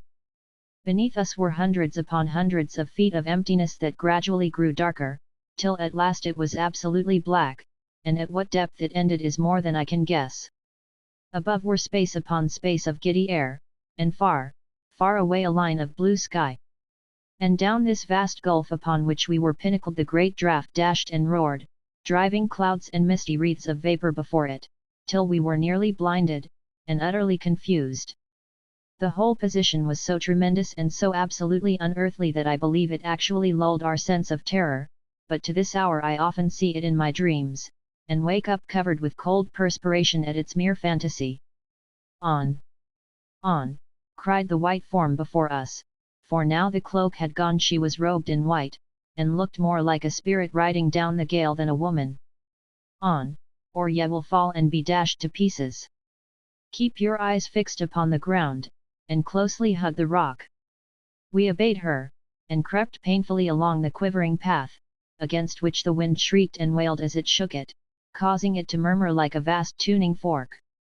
On we went, I do not know for how long, only gazing round now and again, when it was absolutely necessary, until at last we saw that we were on the very tip of the spur, a slab of rock, little larger than an ordinary table, that throbbed and jumped like any over-engined steamer.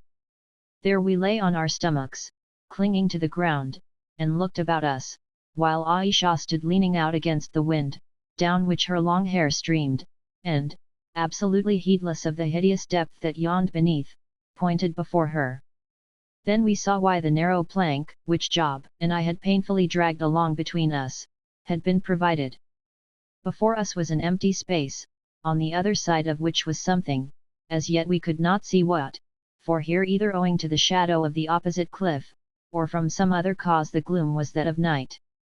We must wait a while, called Ayesha, soon there will be light. At the moment I could not imagine what she meant.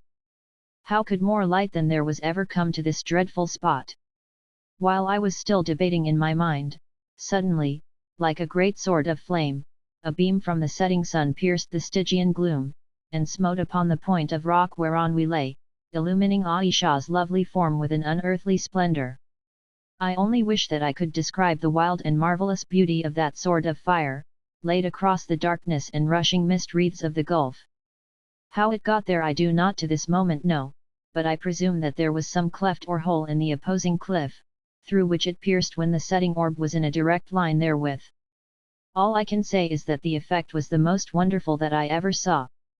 Right through the heart of the darkness that flaming sword was stabbed, and where it lay there was the most surpassingly vivid light, so vivid that even at a distance one could see the grain of the rock, while, outside of it, yes, within a few inches of its keen edge was naught but clustering shadows.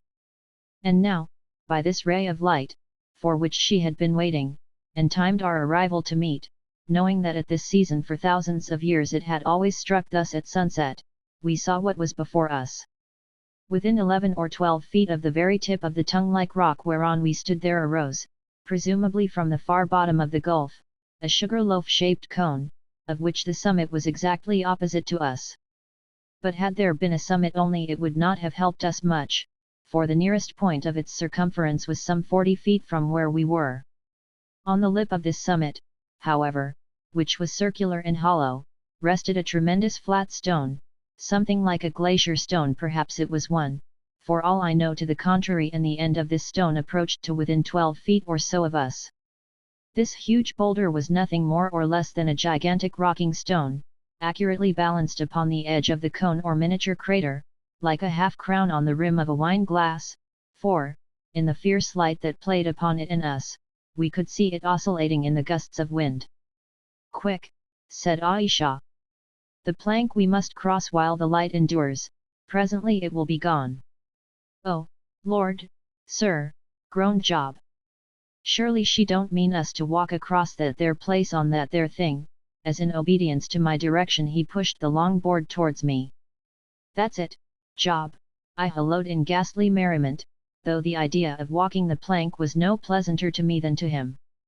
I pushed the board on to Ayesha, who deftly ran it across the gulf so that one end of it rested on the rocking stone, the other remaining on the extremity of the trembling spur. Then, placing her foot upon it to prevent it from being blown away, she turned to me. "Since last I was here, O Holly," she called, "the support of the moving stone hath lessened somewhat, so that I am not sure if it will bear our weight or no. Therefore will I cross the first, because no harm will come unto me, and, without further ado, she trod lightly but firmly across the frail bridge, and in another second was standing safe upon the heaving stone. "It is safe," she called. "See, hold thou the plank. I will stand on the farther side of the stone so that it may not overbalance with your greater weights. Now come, O Holly, for presently the light will fail us." I struggled to my knees, and if ever I felt sick in my life I felt sick then, and I am not ashamed to say that I hesitated and hung back. "Surely thou art not afraid," called this strange creature in a lull of the gale, from where she stood, poised like a bird on the highest point of the rocking stone. "Make then way for Callicrats." This settled me. It is better to fall down a precipice and die than be laughed at by such a woman, so I clenched my teeth, and in another instant I was on that horrible, narrow, bending plank, with bottomless space beneath and around me. I have always hated a great height, but never before did I realize the full horrors of which such a position is capable. Oh, the sickening sensation of that yielding board resting on the two moving supports! I grew dizzy, and thought that I must fall. My spine crept, it seemed to me that I was falling, and my delight at finding myself sprawling upon that stone, which rose and fell beneath me like a boat in a swell, cannot be expressed in words. All I know is that briefly, but earnestly enough, I thanked Providence for preserving me so far. Then came Leo's turn, and, though he looked rather queer, he came across like a rope dancer. Ayesha stretched out her hand to clasp his own, and I heard her say, "Bravely done, my love, bravely done. The old Greek spirit lives in thee yet." And now only poor Job remained on the farther side of the gulf. He crept up to the plank, and yelled out, "I can't do it, sir. I shall fall into that beastly place." "You must," I remember saying with inappropriate facetiousness, "you must, Job, it's as easy as catching flies." I suppose that I said it to satisfy my conscience, because although the expression conveys a wonderful idea of facility, as a matter of fact I know no more difficult operation in the whole world than catching flies, that is, in warm weather, unless, indeed, it is catching mosquitoes. "I can't, sir, I can't, indeed. Let the man come, or let him stop and perish there. See, the light is dying. In a moment it will be gone," said Ayesha. I looked. She was right. The sun was passing below the level of the hole or cleft in the precipice through which the ray reached us. "If you stop there, Job, you will die alone," I called, "the light is going." "Come, be a man, Job," roared Leo, "it's quite easy." Thus adjured, the miserable Job, with a most awful yell, precipitated himself face downwards on the plank he did not dare, small blame to him, to try to walk it, and commenced to draw himself across in little jerks, his poor legs hanging down on either side into the nothingness beneath. His violent jerks at the frail board made the great stone, which was only balanced on a few inches of rock, oscillate in a most sickening manner, and, to make matters worse, when he was halfway across, the flying ray of lurid light suddenly went out, just as though a lamp had been extinguished in a curtained room, leaving the whole howling wilderness of air black with darkness. "Come on, Job, for God's sake!" I shouted in an agony of fear, while the stone, gathering motion with every swing, rocked so violently that it was difficult to hang on to it. It was a truly awful position. "Lord have mercy on me," cried poor Job from the darkness. Oh, the planks slipping, and I heard a violent struggle, and thought that he was gone. But at that moment his outstretched hand, clasping in agony at the air, met my own, and I hauled. How I did haul, putting out all the strength that it has pleased Providence to give me in such abundance, and to my joy in another minute Job was gasping on the rock beside me. But the plank! I felt it slip, and heard it knock against a projecting knob of rock, and it was gone. "Great heavens!" I exclaimed. "How are we going to get back?" "I don't know," answered Leo out of the gloom. "Sufficient to the day is the evil thereof. I am thankful enough to be here." But Ayesha merely called to me to take her hand and creep after her. Chapter 25 The Spirit of Life. I did as I was bid, and in fear and trembling felt myself guided over the edge of the stone. I sprawled my legs out, but could touch nothing. I am going to fall, I gasped. Nay, let thyself go, and trust to me, answered Ayesha. Now, if the position is considered, it will be easily understood that this was a greater demand upon my confidence than was justified by my knowledge of Ayesha's character. For all I knew, she might be in the very act of consigning me to a horrible doom. But in life we sometimes have to lay our faith upon strange altars, and so it was now. Let thyself go, she cried, and, having no choice, I did. I felt myself slide a pace or two down the sloping surface of the rock, and then pass into the air, and the thought flashed through my brain that I was lost. But no. In another instant my feet struck against a rocky floor, and I felt that I was standing on something solid, and out of reach of the wind, which I could hear singing away overhead. As I stood there thanking heaven for these small mercies, there was a slip and a scuffle, and down came Leo alongside of me. "Hello, old fellow," he called out. "Are you there? This is getting interesting, is it not?" Just then, with a terrific yell, Job arrived right on top of us, knocking us both down.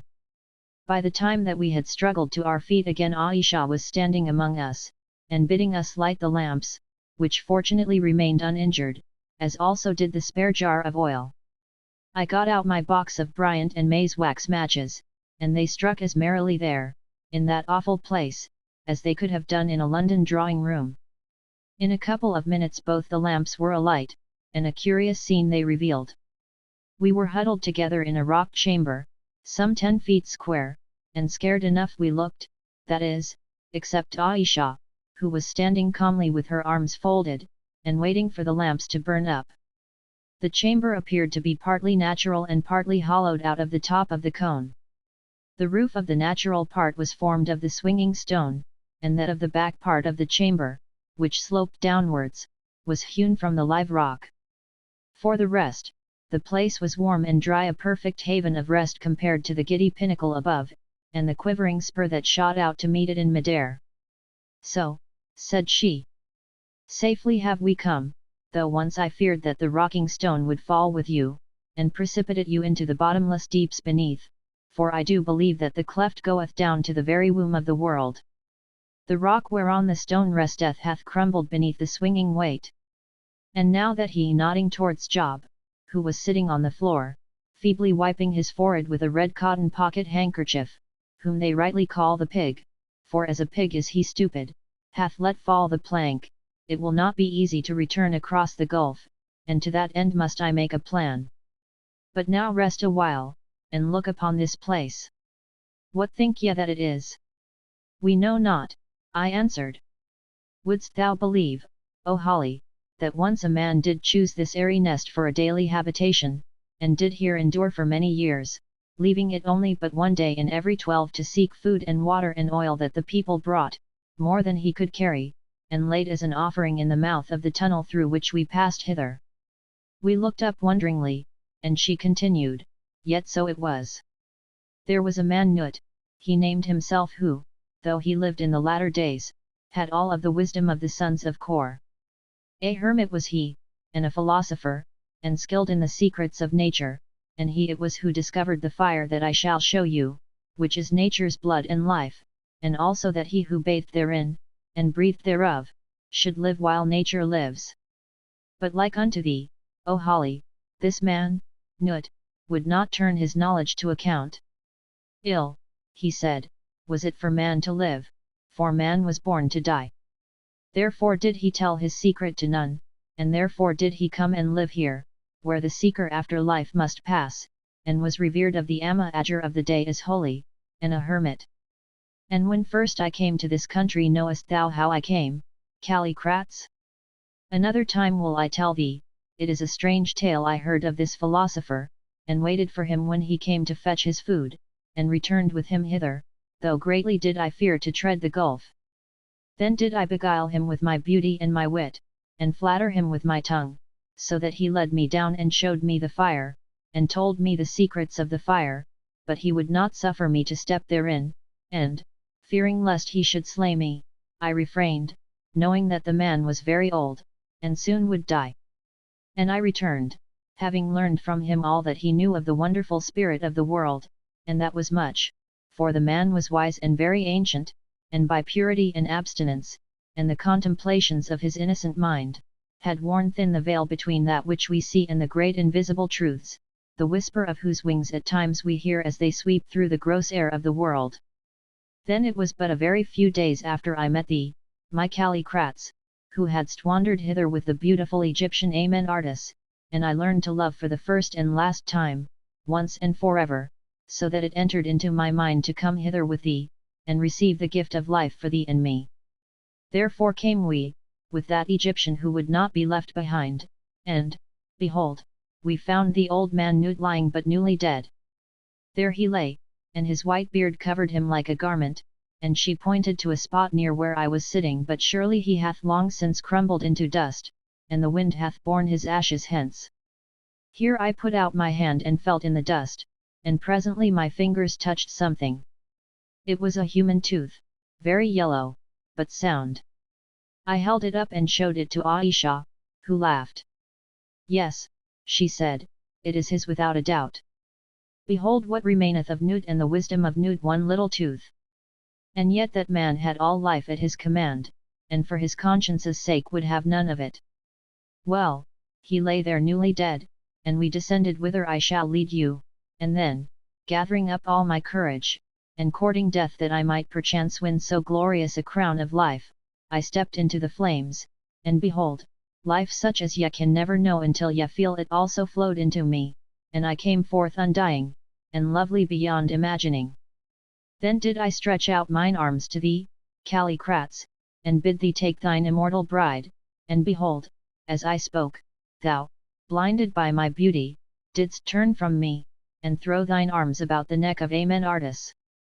And then a great fury filled me, and made me mad, and I seized the javelin that thou didst bear, and stabbed thee, so that there, at my very feet, in the place of life, thou didst groan and go down into death.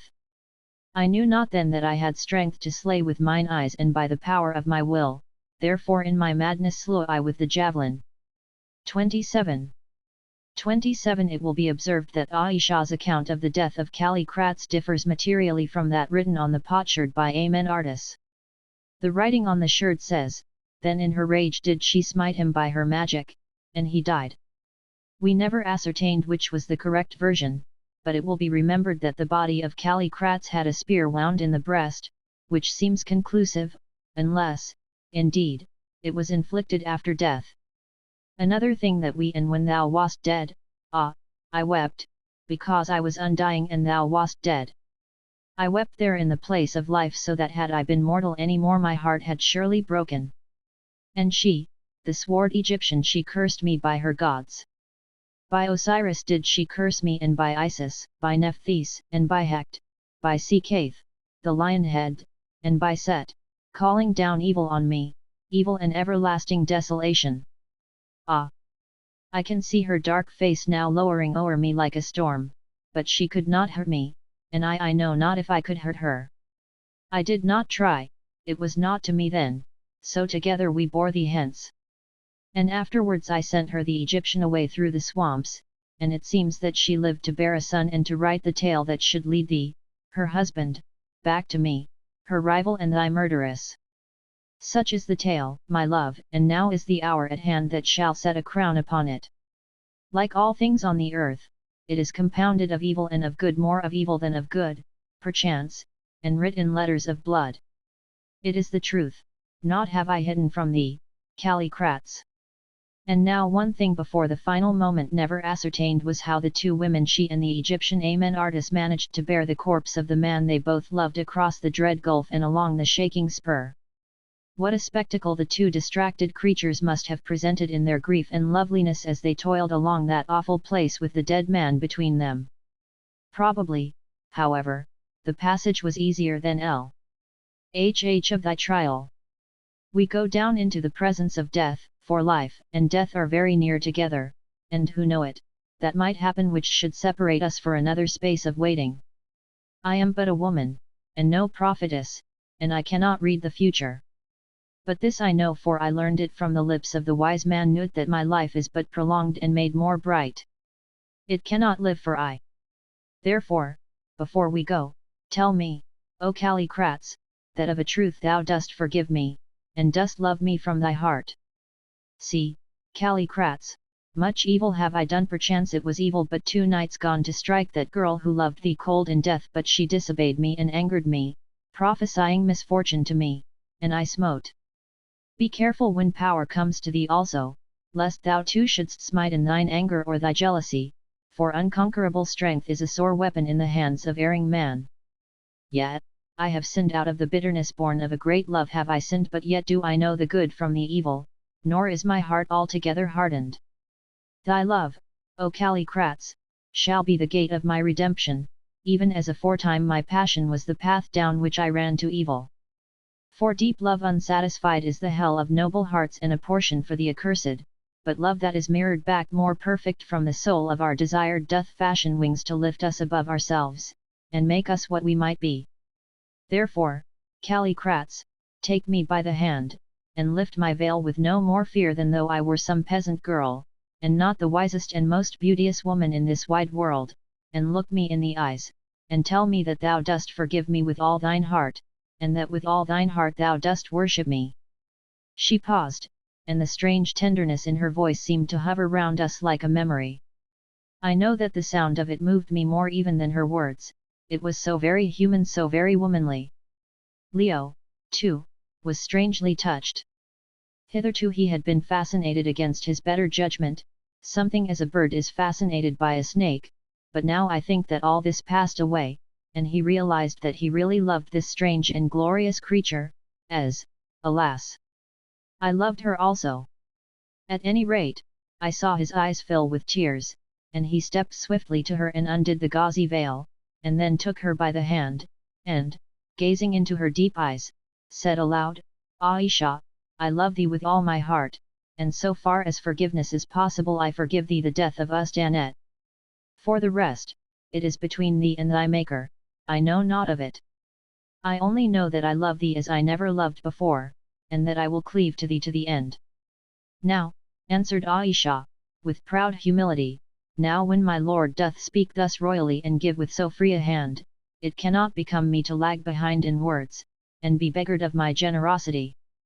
Behold! And she took his hand and placed it upon her shapely head, and then bent herself slowly down till one knee for an instant touched the ground. Behold! In token of submission do I bow me to my lord. Behold! And she kissed him on the lips. In token of my wifely love do I kiss my lord. Behold!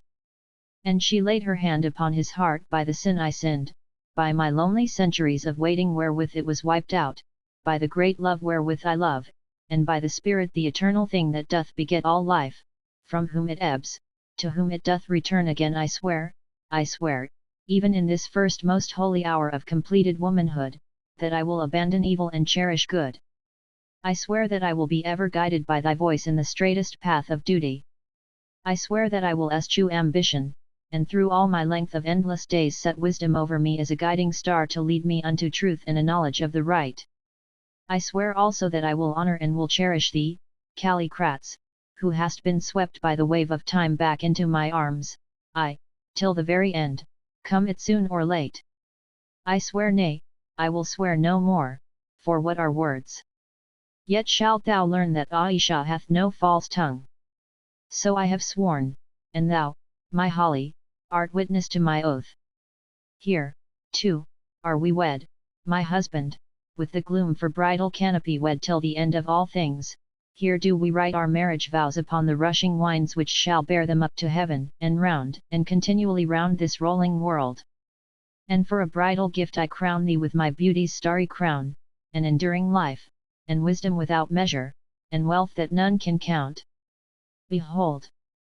The great ones of the earth shall creep about thy feet, and their fair women shall cover up their eyes because of the shining glory of thy countenance, and their wise ones shall be abased before thee.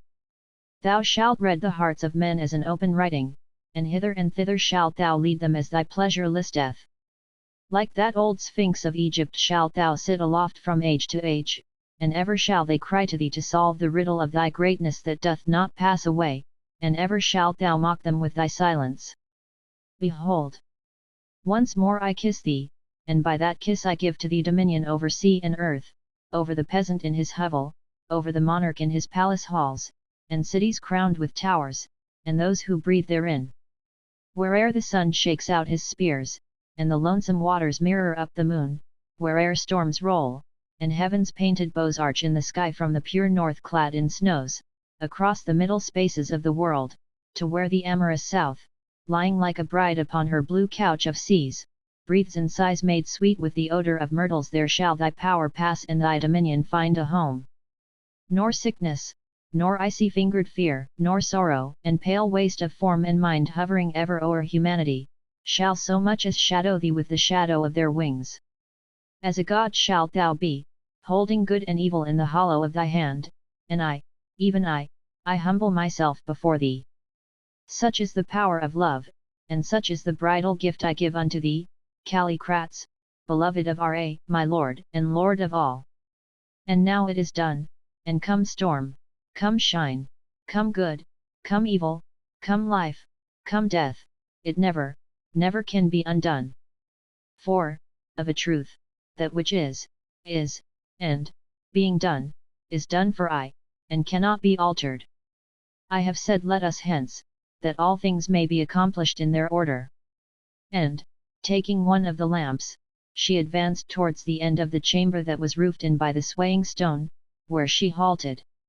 We followed her, and perceived that in the wall of the cone there was a stair, or, to be more accurate, that some projecting knobs of rock had been so shaped as to form a good imitation of a stair. Down this Ayesha began to climb, springing from step to step, like a chamois, and after her we followed with less grace. When we had descended some 15 or 16 steps we found that they ended in a tremendous rocky slope, running first outwards and then inwards like the slope of an inverted cone, or tunnel. The slope was very steep, and often precipitous, but it was nowhere impassable, and by the light of the lamps we went down it with no great difficulty, though it was gloomy work enough travelling on thus, no one of us knew whither, into the dead heart of a volcano. As we went, however, I took the precaution of noting our route as well as I could, and this was not difficult, owing to the extraordinary and most fantastic shape of the rocks that were strewn about, many of which in that dim light looked more like the grim faces carven upon medieval gargoyles than ordinary boulders. For a long period we travelled on thus, half an hour I should say, till, after we had descended for many hundreds of feet, I perceived that we were reaching the point of the inverted cone. In another minute we were there, and found that at the very apex of the funnel was a passage, so low and narrow that we had to stoop as we crept along it in Indian file. After some 50 yards of this creeping, the passage suddenly widened into a cave, so huge that we could see neither the roof nor the sides. We only knew that it was a cave by the echo of our tread and the perfect quiet of the heavy air. On we went for many minutes in absolute awed silence, like lost souls in the depths of Hades, Ayesha's white and ghost-like form flitting in front of us, till once more the cavern ended in a passage which opened into a second cavern much smaller than the first. Indeed, we could clearly make out the arch and stony banks of this second cave, and, from their rent and jagged appearance, discovered that, like the first long passage down which we had passed through the cliff before we reached the quivering spur, it had to all appearance been torn in the bowels of the rock by the terrific force of some explosive gas. At length this cave ended in a third passage, through which gleamed a faint glow of light. I heard Ayesha give a sigh of relief as this light dawned upon us. "It is well," she said, "prepare to enter the very womb of the earth, wherein she doth conceive the life that Yesi brought forth in man and beast and in every tree and flower." Swiftly she sped along, and after her we stumbled as best we might, our hearts filled like a cup with mingled dread and curiosity. What were we about to see? We passed down the tunnel, stronger and stronger the light beamed, reaching us in great flashes like the rays from a lighthouse, as one by one they are thrown wide upon the darkness of the waters. Nor was this all, for with the flashes came a soul-shaking sound like that of thunder and of crashing trees. Now we were through it, and oh heavens! We stood in a third cavern, some 50 feet in length by perhaps as great a height, and 30 wide. It was carpeted with fine white sand, and its walls had been worn smooth by the action of I know not what. The cavern was not dark like the others, it was filled with a soft glow of rose-colored light, more beautiful to look on than anything that can be conceived. But at first we saw no flashes, and heard no more of the thunderous sound. Presently, however, as we stood in amaze, gazing at the wonderful sight, and wondering whence the rosy radiance flowed, a dread and beautiful thing happened. Across the far end of the cavern, with a grinding and crashing noise, a noise so dreadful and awe-inspiring that we all trembled, and Job actually sank to his knees, there flamed out an awful cloud or pillar of fire, like a rainbow many-colored, and like the lightning bright. For a space, perhaps 40 seconds, it flamed and roared thus, turning slowly round and round, and then by degrees the terrible noise ceased, and with the fire it passed away I know not where, leaving behind it the same rosy glow that we had first seen. Draw near, cried Ayesha with a voice of thrilling exultation. Behold the very fountain and heart of life as it beats in the bosom of the great world.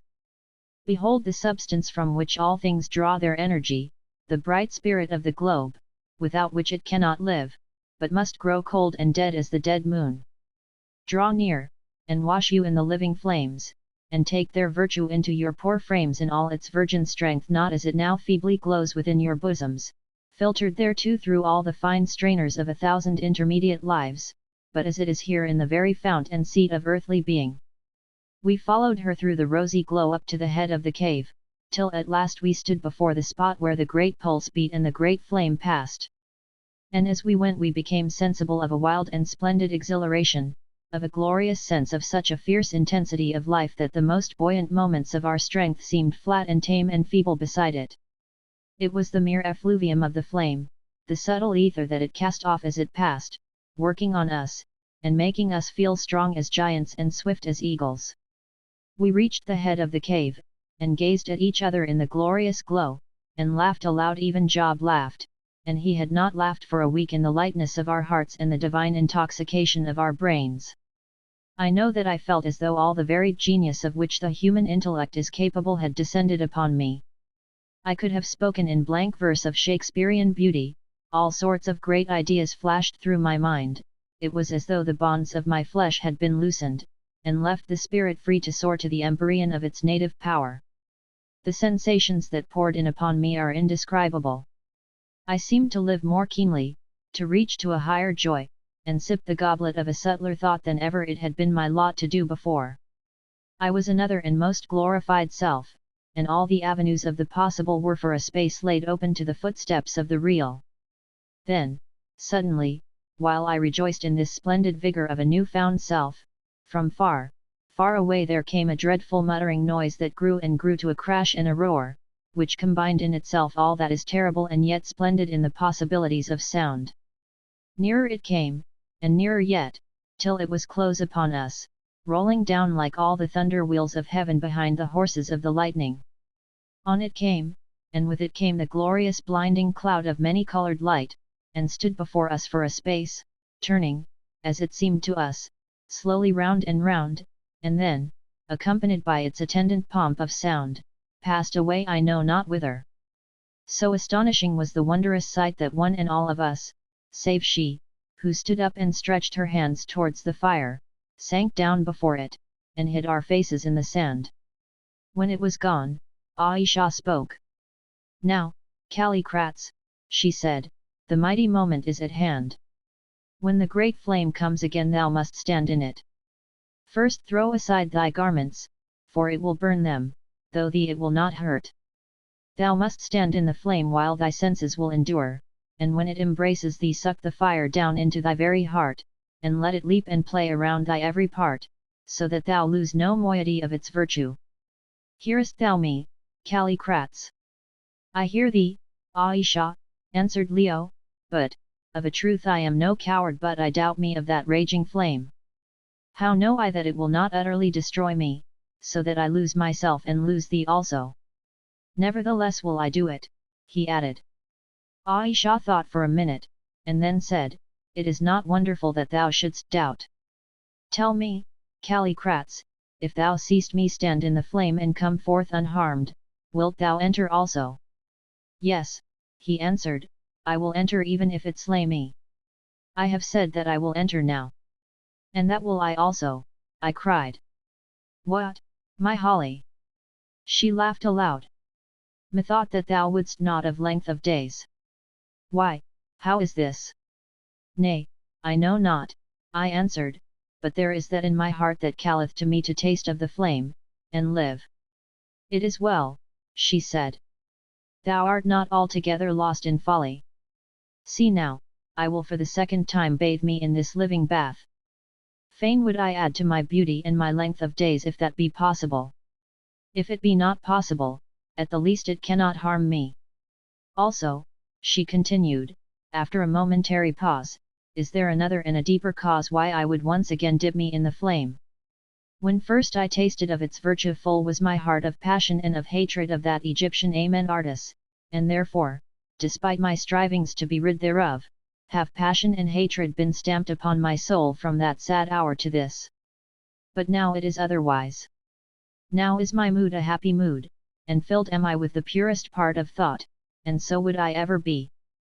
Therefore, Callicrates, will I once more wash and make me pure and clean, and yet more fit for thee. Therefore also, when thou dost in turn stand in the fire, empty all thy heart of evil, and let sweet contentment hold the balance of thy mind. Shake loose thy spirit's wings, and take thy stand upon the utter verge of holy contemplation, dream upon thy mother's kiss, and turn thee towards the vision of the highest good that hath ever swept on silver wings across the silence of thy dreams. For from the germ of what thou art in that dread moment shall grow the fruit of what thou shalt be for all unreckoned time. Now prepare thee, prepare. Even as though thy last hour were at hand, and thou wast about to cross to the land of shadows, and not through the gates of glory into the realms of life made beautiful. Prepare, I say. Chapter 26 What we saw. Then came a few moments' pause, during which Ayesha seemed to be gathering up her strength for the fiery trial, while we clung to each other, and waited in utter silence. At last, from far far away, came the first murmur of sound, which grew and grew till it began to crash and bellow in the distance. As she heard it, Ayesha swiftly threw off her gauzy wrapping, loosened the golden snake from her kirtle, and then, shaking her lovely hair about her like a garment, beneath its cover slipped the kirtle off and replaced the snaky belt around her and outside the masses of falling hair. There she stood before us as Eve might have stood before Adam, clad in nothing but her abundant locks, held round her by the golden band, and no words of mine can tell how sweet she looked and yet how divine. Nearer and nearer came the thunder wheels of fire, and as they came she pushed one ivory arm through the dark masses of her hair and flung it round Leo's neck. Oh, my love, she murmured. Wilt thou ever know how I have loved thee? And she kissed him on the forehead, and then went and stood in the pathway of the flame of life. There was, I remember, to my mind something very touching about her words and that kiss upon the forehead. It was like a mother's kiss, and seemed to convey a benediction with it. On came the crashing, rolling noise, and the sound thereof was as the sound of a forest being swept flat by a mighty wind, and then tossed up by it like so much grass, and thundered down a mountainside. Nearer and nearer it came, now flashes of light, forerunners of the revolving pillar of flame, were passing like arrows through the rosy air, and now the edge of the pillar itself appeared. Ayesha turned towards it, and stretched out her arms to greet it. On it came very slowly, and lapped her round with flame. I saw the fire run up her form. I saw her lift it with both hands as though it were water, and pour it over her head. I even saw her open her mouth and draw it down into her lungs, and a dread and wonderful sight it was. Then she paused, and stretched out her arms, and stood there quite still, with a heavenly smile upon her face, as though she were the very spirit of the flame. The mysterious fire played up and down her dark and rolling locks, twining and twisting itself through and around them like threads of golden lace. It gleamed upon her ivory breast and shoulder, from which the hair had slipped aside, it slid along her pillared throat and delicate features, and seemed to find a home in the glorious eyes that shone and shone, more brightly even than the spiritual essence. Oh, how beautiful she looked there in the flame! No angel out of heaven could have worn a greater loveliness. Even now my heart faints before the recollection of it, as she stood and smiled at our odd faces, and I would give half my remaining time upon this earth to see her once like that again. But suddenly, more suddenly than I can describe, a kind of change came over her face, a change which I could not define or explain on paper, but none the less a change. The smile vanished, and in its place there came a dry, hard look. The rounded face seemed to grow pinched, as though some great anxiety were leaving its impress upon it. The glorious eyes, too, lost their light, and, as I thought, the form its perfect shape and erectness. I rubbed my eyes, thinking that I was the victim of some hallucination, or that the refraction from the intense light produced an optical delusion, and, as I did so, the flaming pillar slowly twisted and thundered off whithersoever it passes to in the bowels of the great earth, leaving Ayesha standing where it had been. As soon as it was gone, she stepped forward to Leo's side. It seemed to me that there was no spring in her step, and stretched out her hand to lay it on his shoulder. I gazed at her arm. Where was its wonderful roundness and beauty? It was getting thin and angular. And her face, by heaven, her face was growing old before my eyes. I suppose that Leo saw it also. Certainly he recoiled a step or two. "What is it, my Callicrats?" she said, and her voice, what was the matter with those deep and thrilling notes? They were quite high and cracked. "Why, what is it?" she said confusedly. "I feel dazed. Surely the quality of the fire hath not altered. Can the principle of life alter? Tell me, Callicrats, is there aught wrong with my eyes? I see not clear," and she put her hand to her head and touched her hair, and oh, horror of horrors, it all fell upon the floor. "Oh, look! Look! Look!" shrieked Job, in a shrill falsetto of terror, his eyes nearly dropping out of his head, and foam upon his lips. "Look! Look! Look! She's shriveling up! She's turning into a monkey!" And down he fell upon the ground, foaming and gnashing in a fit. True enough, I faint even as I write it in the living presence of that terrible recollection. She was shriveling up. The golden snake that had encircled her gracious form slipped over her hips and to the ground. Smaller and smaller she grew, her skin changed color, and in place of the perfect whiteness of its luster it turned dirty brown and yellow, like an old piece of withered parchment. She felt at her head. The delicate hand was nothing but a claw now, a human talon like that of a badly preserved Egyptian mummy, and then she seemed to realize what kind of change was passing over her, and she shrieked. Ah! She shrieked. She rolled upon the floor and shrieked. Smaller she grew, and smaller yet, till she was no larger than a baboon. Now the skin was puckered into a million wrinkles, and on the shapeless face was the stamp of unutterable age. I never saw anything like it. Nobody ever saw anything like the frightful age that was graven on that fearful countenance, no bigger now than that of a 2-month-old child, though the skull remained the same size, or nearly so, and let all men pray to God they never may, if they wish to keep their reason. At last she lay still, or only feebly moving. She, who but 2 minutes before had gazed upon us the loveliest, noblest, most splendid woman the world has ever seen, she lay still before us, near the masses of her own dark hair, no larger than a big monkey, and hideous, too hideous for words. And yet, think of this, at that very moment I thought of it, it was the same woman. She was dying, we saw it, and thanked God, for while she lived she could feel, and what must she have felt? She raised herself upon her bony hands, and blindly gazed around her, swaying her head slowly from side to side as a tortoise does. She could not see, for her whitish eyes were covered with a horny film. Oh, the horrible pathos of the sight! But she could still speak. "Callicrats," she said in husky, trembling notes. "Forget me not, Callicrats.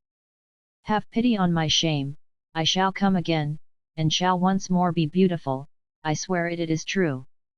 Oh!" And she fell upon her face, and was still. On the very spot where more than 20 centuries before she had slain Callicrates the priest, she herself fell down and died. Overcome with the extremity of horror, we too fell on the sandy floor of that dread place, and swooned away. I know not how long we remained thus. Many hours, I suppose. When at last I opened my eyes, the other two were still outstretched upon the floor. The rosy light yet beamed like a celestial dawn, and the thunder wheels of the spirit of life yet rolled upon their accustomed track, for as I awoke the great pillar was passing away. There, too, lay the hideous little monkey frame, covered with crinkled yellow parchment, that once had been the glorious she. Alas! It was no hideous dream, it was an awful and unparalleled fact.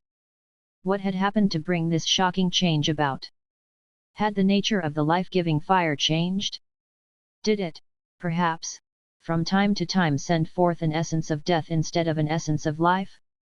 Or was it that the frame once charged with its marvelous virtue could bear no more, so that were the process repeated it mattered not at what lapse of time the two impregnations neutralized each other, and left the body on which they acted as it was before it ever came into contact with the very essence of life? This, and this alone, would account for the sudden and terrible aging of Ayesha, as the whole length of her 2,000 years took effect upon her. I have not the slightest doubt myself but that the frame now lying before me was just what the frame of a woman would be if by any extraordinary means life could be preserved in her till she at length died at the age of 22 centuries. But who can tell what had happened? There was the fact.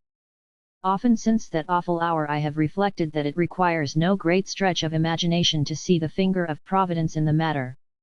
Ayesha locked up in her living tomb waiting from age to age for the coming of her lover worked but a small change in the order of the world. But Ayesha strong and happy in her love, clothed in immortal youth and god-like beauty, and the wisdom of the centuries, would have revolutionized society, and even perchance have changed the destiny of mankind. Thus she opposed herself against the eternal law, and, strong though she was, by it was swept back to nothingness, swept back with shame and hideous mockery. For some minutes I lay faintly turning these terrors over in my mind, while my physical strength came back to me, which it quickly did in that buoyant atmosphere. Then I bethought me of the others, and staggered to my feet, to see if I could arouse them. But first I took up Ayesha's kirtle and the gauzy scarf with which she had been wont to hide her dazzling loveliness from the eyes of men, and, averting my head so that I might not look upon it, covered up that dreadful relic of the glorious dead, that shocking epitome of human beauty and human life. I did this hurriedly, fearing lest Leo should recover, and see it again.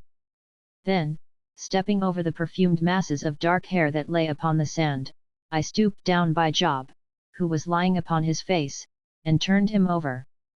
As I did so his arm fell back in a way that I did not like, and which sent a chill through me, and I glanced sharply at him. One look was enough. Our old and faithful servant was dead. His nerves, already shattered by all he had seen and undergone, had utterly broken down beneath this last dire sight, and he had died of terror, or in a fit brought on by terror. One had only to look at his face to see it.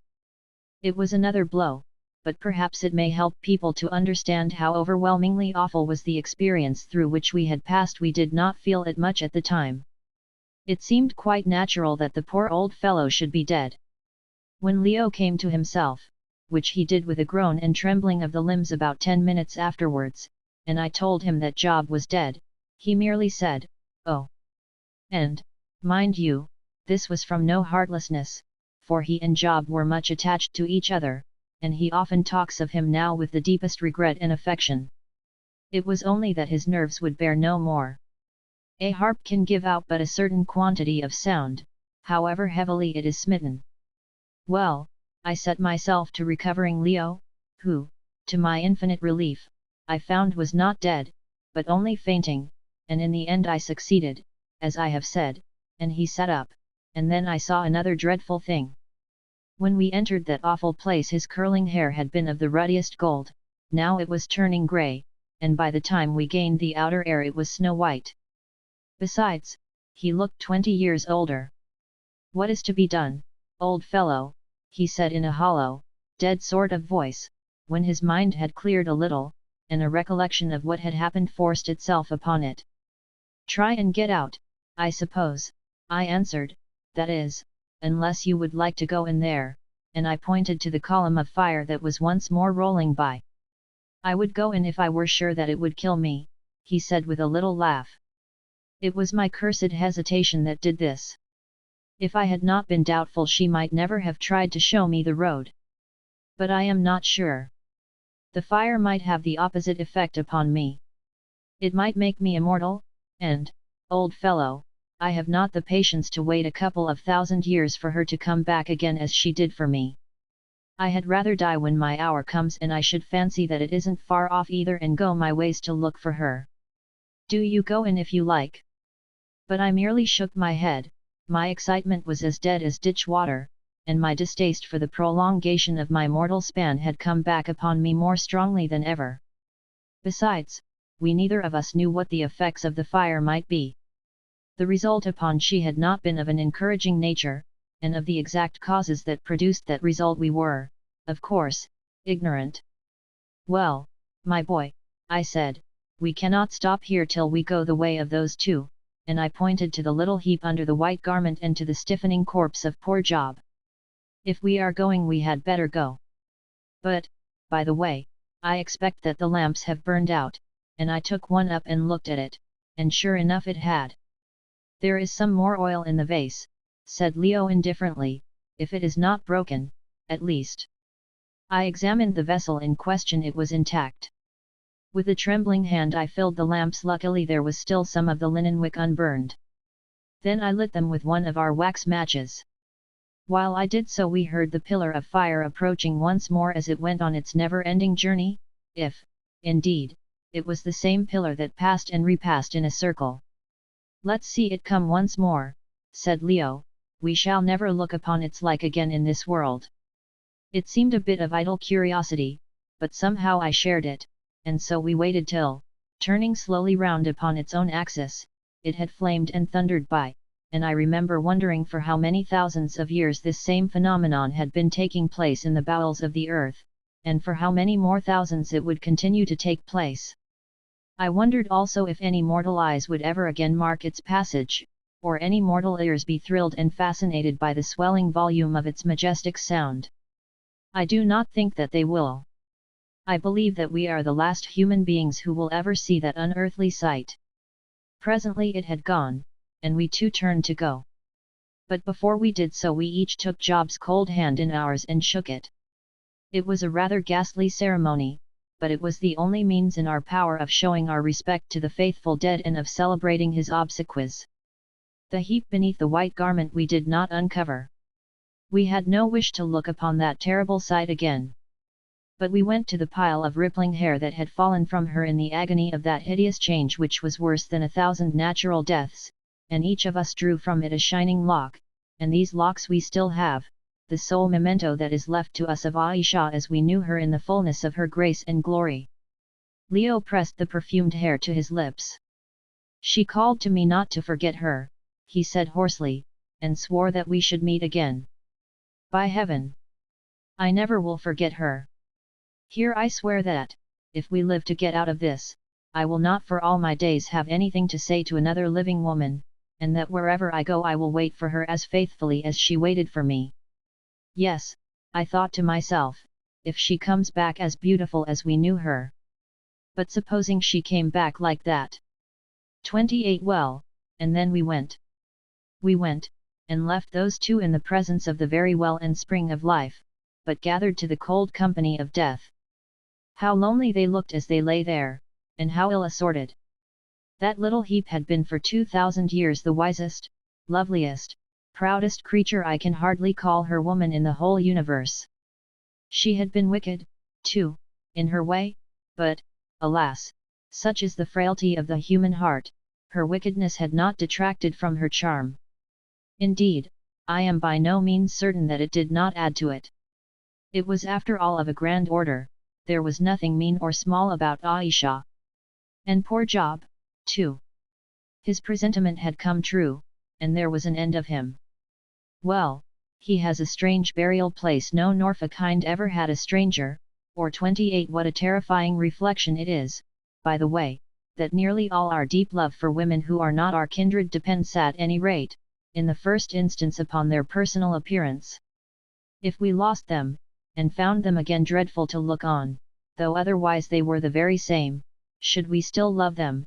LHH ever will, and it is something to lie in the same sepulchre with the poor remains of the imperial she.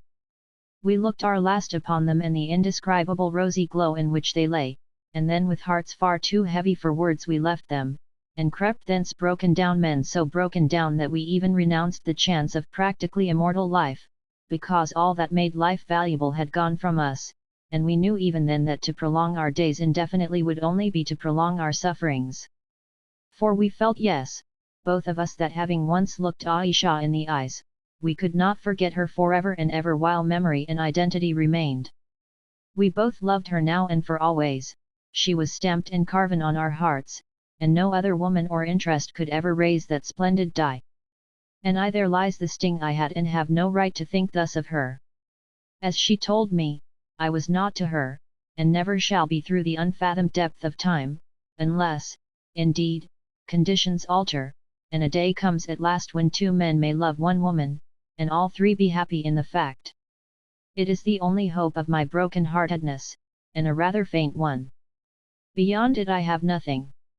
I have paid down this heavy price, all that I am worth here and hereafter, and that is my sole reward.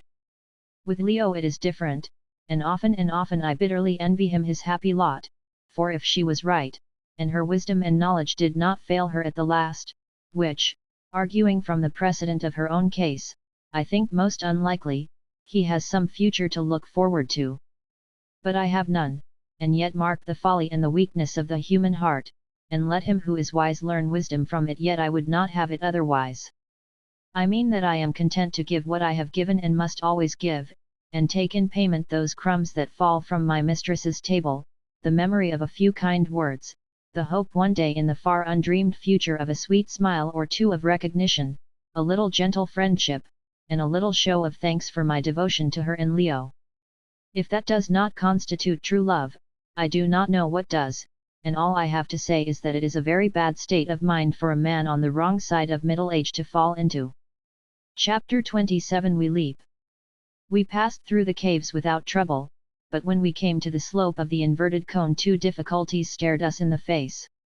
The first of these was the laborious nature of the ascent, and the next the extreme difficulty of finding our way. Indeed, had it not been for the mental notes that I had fortunately taken of the shape of various rocks, etc., I am sure that we never should have managed it at all, but have wandered about in the dreadful womb of the volcano, for I suppose it must once have been something of the sort until we died of exhaustion and despair. As it was, we went wrong several times, and once nearly fell into a huge crack or crevasse. It was terrible work creeping about in the dense gloom and awful stillness from boulder to boulder, and examining it by the feeble light of the lamps to see if I could recognize its shape. We rarely spoke, our hearts were too heavy for speech, we simply stumbled about, falling sometimes and cutting ourselves, in a rather dogged sort of way. The fact was that our spirits were utterly crushed, and we did not greatly care what happened to us. Only we felt bound to try and save our lives while we could, and indeed a natural instinct prompted us to it. So for some 3 or 4 hours, I should think, I cannot tell exactly how long, for we had no watch left that would go, we blundered on. During the last 2 hours we were completely lost, and I began to fear that we had got into the funnel of some subsidiary cone, when at last I suddenly recognized a very large rock which we had passed in descending but a little way from the top. It is a marvel that I should have recognized it, and, indeed, we had already passed it going at right angles to the proper path, when something about it struck me, and I turned back and examined it in an idle sort of way, and, as it happened, this proved our salvation. After this we gained the rocky natural stair without much further trouble, and in due course found ourselves back in the little chamber where the benighted nude had lived and died. But now a fresh terror stared us in the face. It will be remembered that owing to Job's fear and awkwardness, the plank upon which we had crossed from the huge spur to the rocking stone had been whirled off into the tremendous gulf below. How were we to cross without the plank? There was only one answer: we must try and jump it, or else stop there till we starved. The distance in itself was not so very great, between 11 and 12 feet I should think, and I have seen Leo jump over 20 when he was a young fellow at college, but then, think of the conditions. 2 weary, worn-out men, one of them on the wrong side of 40, a rocking stone to take off from, a trembling point of rock some few feet across to land upon, and a bottomless gulf to be cleared in a raging gale. It was bad enough, God knows, but when I pointed out these things to Leo, he put the whole matter in a nutshell by replying that, merciless as the choice was, we must choose between the certainty of a lingering death in the chamber and the risk of a swift one in the air. Of course, there was no arguing against this, but one thing was clear, we could not attempt that leap in the dark. The only thing to do was to wait for the ray of light which pierced through the gulf at sunset. How near to or how far from sunset we might be, neither of us had the faintest notion.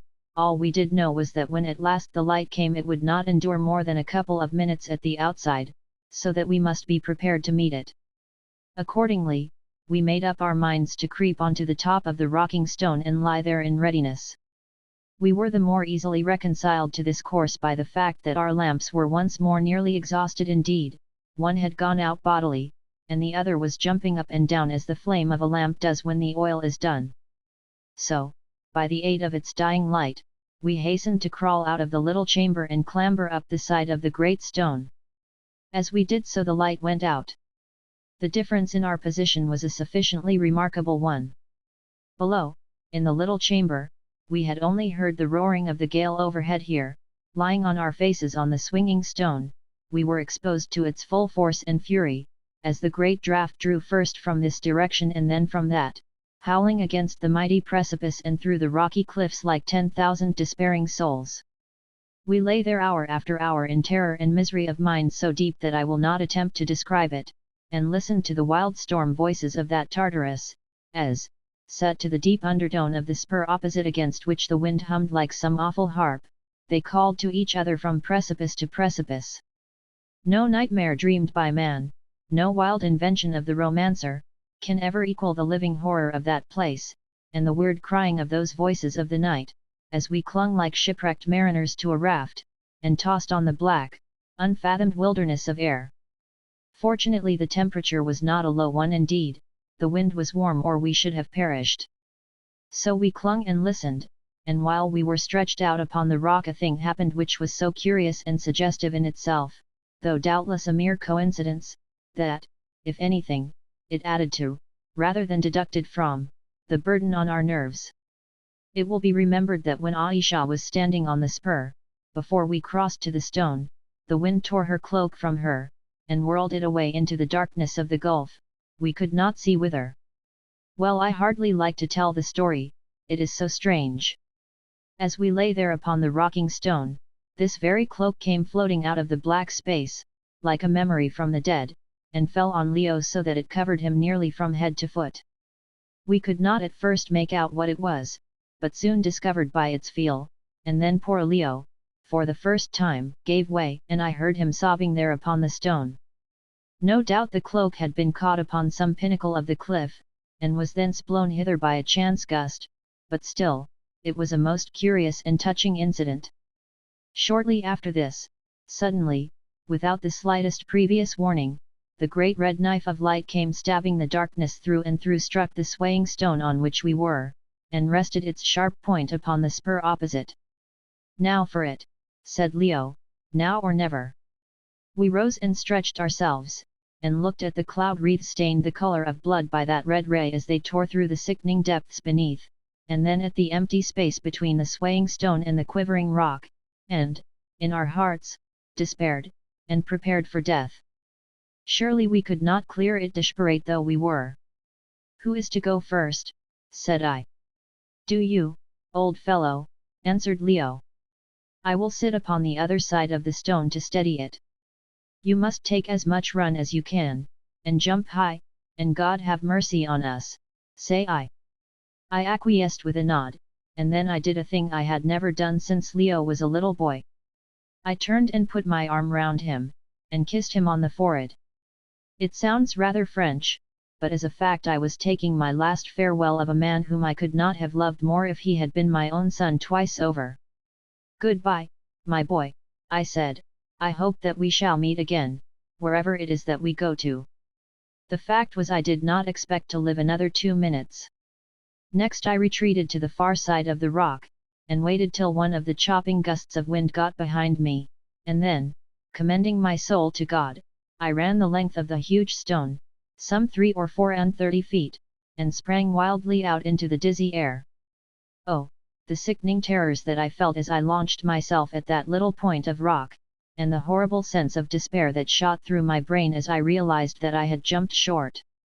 But so it was, my feet never touched the point, they went down into space, only my hands and body came in contact with it.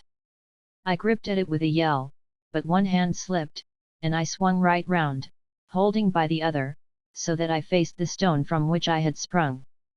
Wildly I stretched up with my left hand, and this time managed to grasp a knob of rock, and there I hung in the fierce red light, with thousands of feet of empty air beneath me. My hands were holding to either side of the under part of the spur, so that its point was touching my head. Therefore, even if I could have found the strength, I could not pull myself up. The most that I could do would be to hang for about a minute, and then drop down into the bottomless pit. If any man can imagine a more hideous position, let him speak. All I know is that the torture of that half-minute nearly turned my brain. I heard Leo give a cry, and then suddenly saw him in midair springing up and out like a chamois. It was a splendid leap that he took under the influence of his terror and despair, clearing the horrible gulf as though it were nothing, and, landing well onto the rocky point, he threw himself upon his face, to prevent his pitching off into the depths. I felt the spur above me shake beneath the shock of his impact, and as it did so I saw the huge rocking stone, which had been violently depressed by him as he sprang, fly back when relieved of his weight till, for the first time during all these centuries, it got beyond its balance, and fell with a most awful crash right into the rocky chamber which had once served the philosopher Newt for a hermitage, as I have no doubt, forever hermetically sealing the passage that leads to the place of life. With some hundreds of tons of rock. All this happened in a second, and curiously enough, notwithstanding my terrible position, I noted it involuntarily, as it were. I even remember thinking that no human being would go down that dread path again. Next instant I felt Leo seize me by the right wrist with both hands. By lying flat on the point of rock he could just reach me. "You must let go and swing yourself clear," he said in a calm and collected voice, "and then I will try and pull you up, or we will both go together. Are you ready?" By way of answer I let go, first with my left hand and then with the right, and swayed out as a consequence clear of the overshadowing rock, my weight hanging upon Leo's arms. It was a dreadful moment. He was a very powerful man, I knew, but would his strength be equal to lifting me up till I could get a hold on the top of the spur, when owing to his position he had so little purchase? For a few seconds I swung to and fro, while he gathered himself for the effort, and then I heard his sinews cracking above me, and felt myself lifted up as though I were a little child, till I got my left arm round the rock, and my chest was resting on it. The rest was easy. In 2 or 3 more seconds I was up, and we were lying panting side by side, trembling like leaves, and with the cold perspiration of terror pouring from our skins. And then, as before, the light went out like a lamp. For perhaps a half hour we lay thus without speaking a word, and then at length began to creep along the great spur as best we might in the dense gloom. As we drew towards the face of the cliff, however, from which the spur sprang out like a spike from a wall, the light increased, though only a very little, for it was night overhead. After that the gusts of wind decreased, and we got along rather better, and at last reached the mouth of the first cave or tunnel. But now a fresh trouble stared us in the face. Our oil was gone, and the lamps were, no doubt, crushed to powder beneath the fallen rocking stone. We were even without a drop of water to stay our thirst, for we had drunk the last in the chamber of Nut. How were we to see to make our way through this last boulder-strewn tunnel? Clearly all that we could do was to trust to our sense of feeling, and attempt the passage in the dark, so in we crept, fearing that if we delayed to do so our exhaustion would overcome us, and we should probably lie down and die where we were. Oh, the horrors of that last tunnel!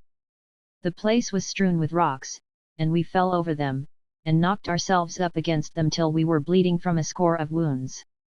Our only guide was the side of the cavern, which we kept touching, and so bewildered did we grow in the darkness that we were several times seized with the terrifying thought that we had turned, and were travelling the wrong way. On we went, feebly, and still more feebly, for hour after hour, stopping every few minutes to rest, for our strength was spent. Once we fell asleep, and, I think, must have slept for some hours, for, when we woke, our limbs were quite stiff, and the blood from our blows and scratches had caked, and was hard and dry upon our skin. Then we dragged ourselves on again, till at last, when despair was entering into our hearts, we once more saw the light of day, and found ourselves outside the tunnel in the rocky fold on the outer surface of the cliff that, it will be remembered, led into it. It was early morning that we could tell by the feel of the sweet air and the look of the blessed sky, which we had never hoped to see again. It was, so near as we knew, an hour after sunset when we entered the tunnel, so it followed that it had taken us the entire night to crawl through that dreadful place. "One more effort, Leo," I gasped, "and we shall reach the slope where Billy is, if he hasn't gone. Come, don't give way," for he had cast himself upon his face. He got up, and, leaning on each other, we got down that 50 feet or so of cliff somehow, I have not the least notion how. I only remember that we found ourselves lying in a heap at the bottom, and then once more began to drag ourselves along on our hands and knees towards the grove where she had told Billy to wait her rear rival, for we could not walk another foot. We had not gone 50 yards in this fashion when suddenly one of the mutes emerged from some trees on our left, through which, I presume, he had been taking a morning stroll, and came running up to see what sort of strange animals we were. He stared, and then held up his hands in horror, and nearly fell to the ground. Next, he started off as hard as he could for the grove some 200 yards away. No wonder that he was horrified at our appearance, for we must have been a shocking sight. To begin, Leo, with his golden curls turned a snowy white, his clothes nearly rent from his body, his worn face and his hands a mass of bruises, cuts, and blood-encrusted filth, was a sufficiently alarming spectacle, as he painfully dragged himself along the ground, and I have no doubt that I was little better to look on. I know that 2 days afterwards when I looked at my face in some water I scarcely recognized myself. I have never been famous for beauty, but there was something besides ugliness stamped upon my features that I have never got rid of until this day, something resembling that wild look with which a startled person wakes from deep sleep more than anything else that I can think of. And really it is not to be wondered at. What I do wonder at is that we escaped at all with our reason. Presently, to my intense relief, I saw old Billy hurrying towards us, and even then I could scarcely help smiling at the expression of consternation on his dignified countenance. "Oh, my baboon, he cried. "My dear son, is it indeed thee and the lion? Why, his mane that was ripe as corn is white like the snow. Whence come yet? And where is the pig, and where to she who must be obeyed?" "Dead, both dead," I answered, "but ask no questions, help us, and give us food and water, or we too shall die before thine eyes. Seest thou not that our tongues are black for want of water? How can we talk, then?" "Dead," he gasped. "Impossible! She who never dies dead, how can it be?" And then, perceiving, I think, that his face was being watched by the mutes who had come running up, he checked himself, and motioned to them to carry us to the camp, which they did. Fortunately when we arrived some broth was boiling on the fire, and with this Billy fed us, for we were too weak to feed ourselves, thereby I firmly believe saving us from death by exhaustion. Then he bade the mutes wash the blood and grime from us with wet cloths, and after that we were laid down upon piles of aromatic grass, and instantly fell into the dead sleep of absolute exhaustion of mind and body. Chapter 28 Over the Mountain. The next thing I recollect is a feeling of the most dreadful stiffness, and a sort of vague idea passing through my half-awakened brain that I was a carpet that had just been beaten. I opened my eyes, and the first thing they fell on was the venerable countenance of our old friend Billy, who was seated by the side of the improvised bed upon which I was sleeping, and thoughtfully stroking his long beard. The sight of him at once brought back to my mind a recollection of all that we had recently passed through, which was accentuated by the vision of poor Leo lying opposite to me, his face knocked almost to a jelly, and his beautiful crown of curls turned from yellow to white. 29 And I shut my eyes again and groaned. "Thou hast slept long, my baboon," said old Billy. "How long, my father?" I asked. "A round of the sun and a round of the moon, a day and a night hast thou slept, and the lion also. See, he sleepeth yet." 29 Curiously enough, Leo's hair has lately been to some extent regaining its color, that is to say, it is now a yellowish grey, and I am not without hopes that it will in time come quite right. LHH blessed is sleep, I answered, for it swallows up recollection. "Tell me," he said, "what hath befallen yet, and what is this strange story of the death of she who dieth not? Bethink thee, my son, if this be true, then is thy danger and the danger of the lion very great, nay, almost is the pot red wherewith ye shall be potted, and the stomachs of those who shall eat ye are already hungry for the feast. Knowest thou not that these Amahagger, my children, these dwellers in the caves, hate ye? They hate ye as strangers, they hate ye more because of their brethren whom she put to the torment for your sake. Assuredly, if once they learn that there is naught to fear from Ayesha, from the terrible one who must be obeyed, they will slay ye by the pot. But let me hear thy tale, my poor baboon." Thus adjured, I set to work and told him not everything, indeed, for I did not think it desirable to do so, but sufficient for my purpose, which was to make him understand that she was really no more, having fallen into some fire, and, as I put it, for the real thing would have been incomprehensible to him, been burned up. I also told him some of the horrors we had undergone in effecting our escape, and these produced a great impression on him. But I clearly saw that he did not believe in the report of Ayesha's death. He believed indeed that we thought that she was dead, but his explanation was that it had suited her to disappear for a while. Once, he said, in his father's time, she had done so for 12 years, and there was a tradition in the country that many centuries back no one had seen her for a whole generation, when she suddenly reappeared, and destroyed a woman who had assumed the position of queen. I said nothing to this, but only shook my head sadly. Alas! I knew too well that Ayesha would appear no more, or at any rate that Billy would never see her again. "And now," concluded Billy, "what wouldst thou do, my baboon?" "Nay," I said, "I know not, my father. Can we not escape from this country?" He shook his head. "It is very difficult. By Kor ye cannot pass, for ye would be seen, and as soon as those fierce ones found that ye were alone, well," and he smiled significantly, and made a movement as though he were placing a hat on his head, "but there is a way over the cliff whereof I once spake to thee, where they drive the cattle out to pasture. Then beyond the pastures are 3 days' journey through the marshes, and after that I know not, but I have heard that 7 days' journey from thence is a mighty river, which floweth to the black water. If ye could come thither, perchance ye might escape, but how can ye come thither?" "Billy," I said, "once, thou knowest, I did save thy life. Now pay back the debt, my father, and save me mine and my friends, the lions. It shall be a pleasant thing for thee to think of when thine hour comes, and something to set in the scale against the evil doing of thy days, if perchance thou hast done any evil.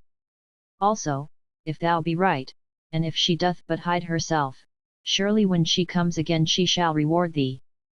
"My son the baboon," answered the old man, "think not that I have an ungrateful heart. Well do I remember how thou didst rescue me when those dogs stood by to see me drown. Measure for measure will I give thee, and if thou canst be saved, surely I will save thee. Listen, by dawn tomorrow be prepared, for litters shall be here to bear ye away across the mountains, and through the marshes beyond. This will I do, saying that it is the word of she that it be done, and he who obeyeth not the word of she, food is he for the hyenas." Then when ye have crossed the marshes, ye must strike with your own hands, so that perchance, if good fortune go with you, ye may live to come to that black water whereof ye told me. And now, see, the lion wakes, and ye must eat the food I have made ready for you." Leo's condition when once he was fairly aroused proved not to be so bad as might have been expected from his appearance, and we both of us managed to eat a hearty meal, which indeed we needed sadly enough.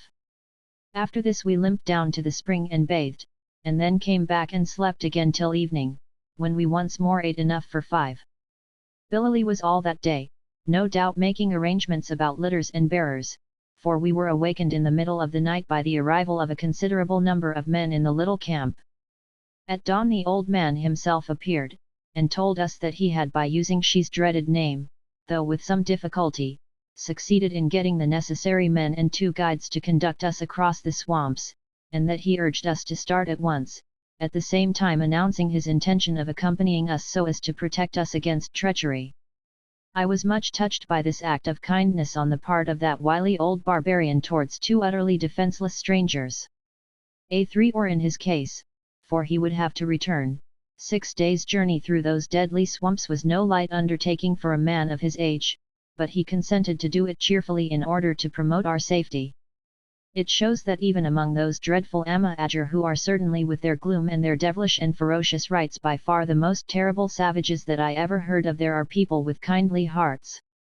Of course self-interest may have had something to do with it. He may have thought that she would suddenly reappear and demand an account of us at his hands, but still, allowing for all deductions, it was a great deal more than we could expect under the circumstances, and I can only say that I shall for as long as I live cherish a most affectionate remembrance of my nominal parent, old Billely. Accordingly, after swallowing some food, we started in the litters, feeling, so far as our bodies went, wonderfully like our old selves after our long rest and sleep. I must leave the condition of our minds to the imagination. Then came a terrible pull up the cliff. Sometimes the ascent was natural, more often it was a zigzag roadway cut, no doubt, in the first instance by the old inhabitants of Kor. The Haggard say they drive their spare cattle over it once a year to pasture outside. All I know is that those cattle must be uncommonly active on their feet. Of course the litters were useless here, so we had to walk. By midday, however, we reached the great flat top of that mighty wall of rock, and grand enough the view was from it, with the plain of Kor, in the center of which we could clearly make out the pillared ruins of the Temple of Truth to the one side, and the boundless and melancholy marsh on the other. This wall of rock, which had no doubt once formed the lip of the crater, was about 1.5 miles thick, and still covered with clinker. Nothing grew there, and the only thing to relieve our eyes were occasional pools of rainwater, for rain had lately fallen, wherever there was a little hollow. Over the flat crest of this mighty rampart we went, and then came the descent, which, if not so difficult a matter as the getting up, was still sufficiently breakneck, and took us till sunset. That night, however, we camped in safety upon the mighty slopes that rolled away to the marsh beneath. On the following morning, about 11 o'clock, began our dreary journey across those awful seas of swamps which I have already described. For 3 whole days, through stench and mire, and the all-prevailing flavor of fever, did our bearers struggle along, till at length we came to open rolling ground quite uncultivated, and mostly treeless, but covered with game of all sorts, which lies beyond that most desolate, and without guides utterly impracticable, district. And here on the following morning we bade farewell, not without some regret, to old Billely, who stroked his white beard and solemnly blessed us. "Farewell, my son the baboon," he said, "and farewell to thee too, O lion. I can do no more to help you. But if ever ye come to your country, be advised, and venture no more into lands that ye know not, lest ye come back no more, but leave your white bones to mark the limit of your journeyings. Farewell once more, often shall I think of you, nor wilt thou forget me, my baboon, for though thy face is ugly thy heart is true." And then he turned and went, and with him went the tall and sullen-looking bearers, and that was the last that we saw of the Haggard. We watched them winding away with the empty litters like a procession bearing dead men from a battle, till the mists from the marsh gathered round them and hid them, and then, left utterly desolate in the vast wilderness, we turned and gazed around us and at each other. 3 weeks or so before 4 men had entered the marshes of Kor, and now 2 of us were dead, and the other 2 had gone through adventures and experiences so strange and terrible that death himself hath not a more fearful countenance. 3 weeks and only 3 weeks.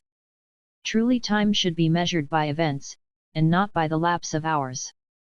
It seemed like 30 years since we saw the last of our whaleboat. We must strike out for the Zambesi, Leo, I said, but God knows if we shall ever get there. Leo nodded. He had become very silent of late, and we started with nothing but the clothes we stood in, a compass, our revolvers and express rifles, and about 200 rounds of ammunition, and so ended the history of our visit to the ancient ruins of mighty and imperial Kor. As for the adventures that subsequently befell us, strange and varied as they were, I have, after deliberation, determined not to record them here.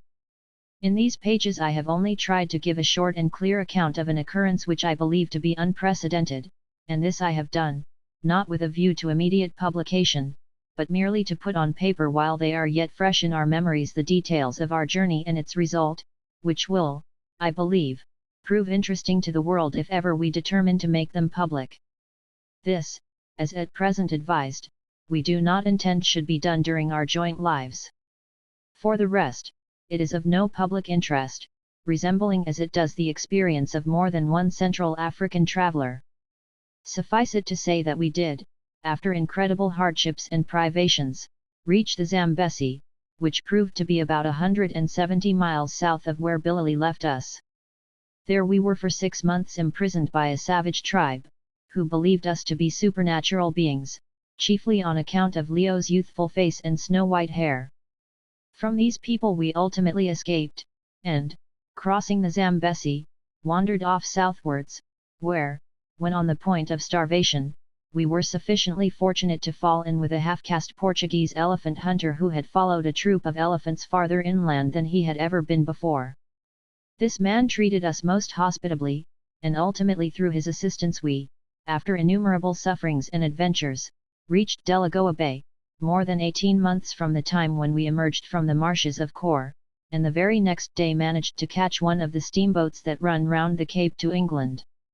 Our journey home was a prosperous one, and we set our foot on the quay at Southampton exactly 2 years from the date of our departure upon our wild and seemingly ridiculous quest, and I now write these last words with Leo leaning over my shoulder in my old room in my college, the very same into which some 22 years ago my poor friend Vincey came stumbling on the memorable night of his death, bearing the iron chest with him. And that is the end of this history so far as it concerns science and the outside world. What its end will be as regards Leo and myself is more than I can guess it. But we feel that is not reached yet. A story that began more than 2,000 years ago may stretch a long way into the dim and distant future. Is Leo really a reincarnation of the ancient Kallikrats of whom the inscription tells? Or was Ayesha deceived by some strange hereditary resemblance? The reader must form his own opinion on this as on many other matters. I have mine, which is that she made no such mistake. Often I sit alone at night, staring with the eyes of the mind into the blackness of unborn time, and wondering in what shape and form the great drama will be finally developed, and where the scene of its next act will be laid. And when that final development ultimately occurs, as I have no doubt it must and will occur, in obedience to a fate that never swerves and a purpose that cannot be altered, what will be the part played therein by that beautiful Egyptian Amenartis, the princess of the royal race of the pharaohs, for the love of whom the priest Kallikrats broke his vows to Isis, and, pursued by the inexorable vengeance of the outraged goddess, fled down the coast of Libya to meet his doom at Kor. The end.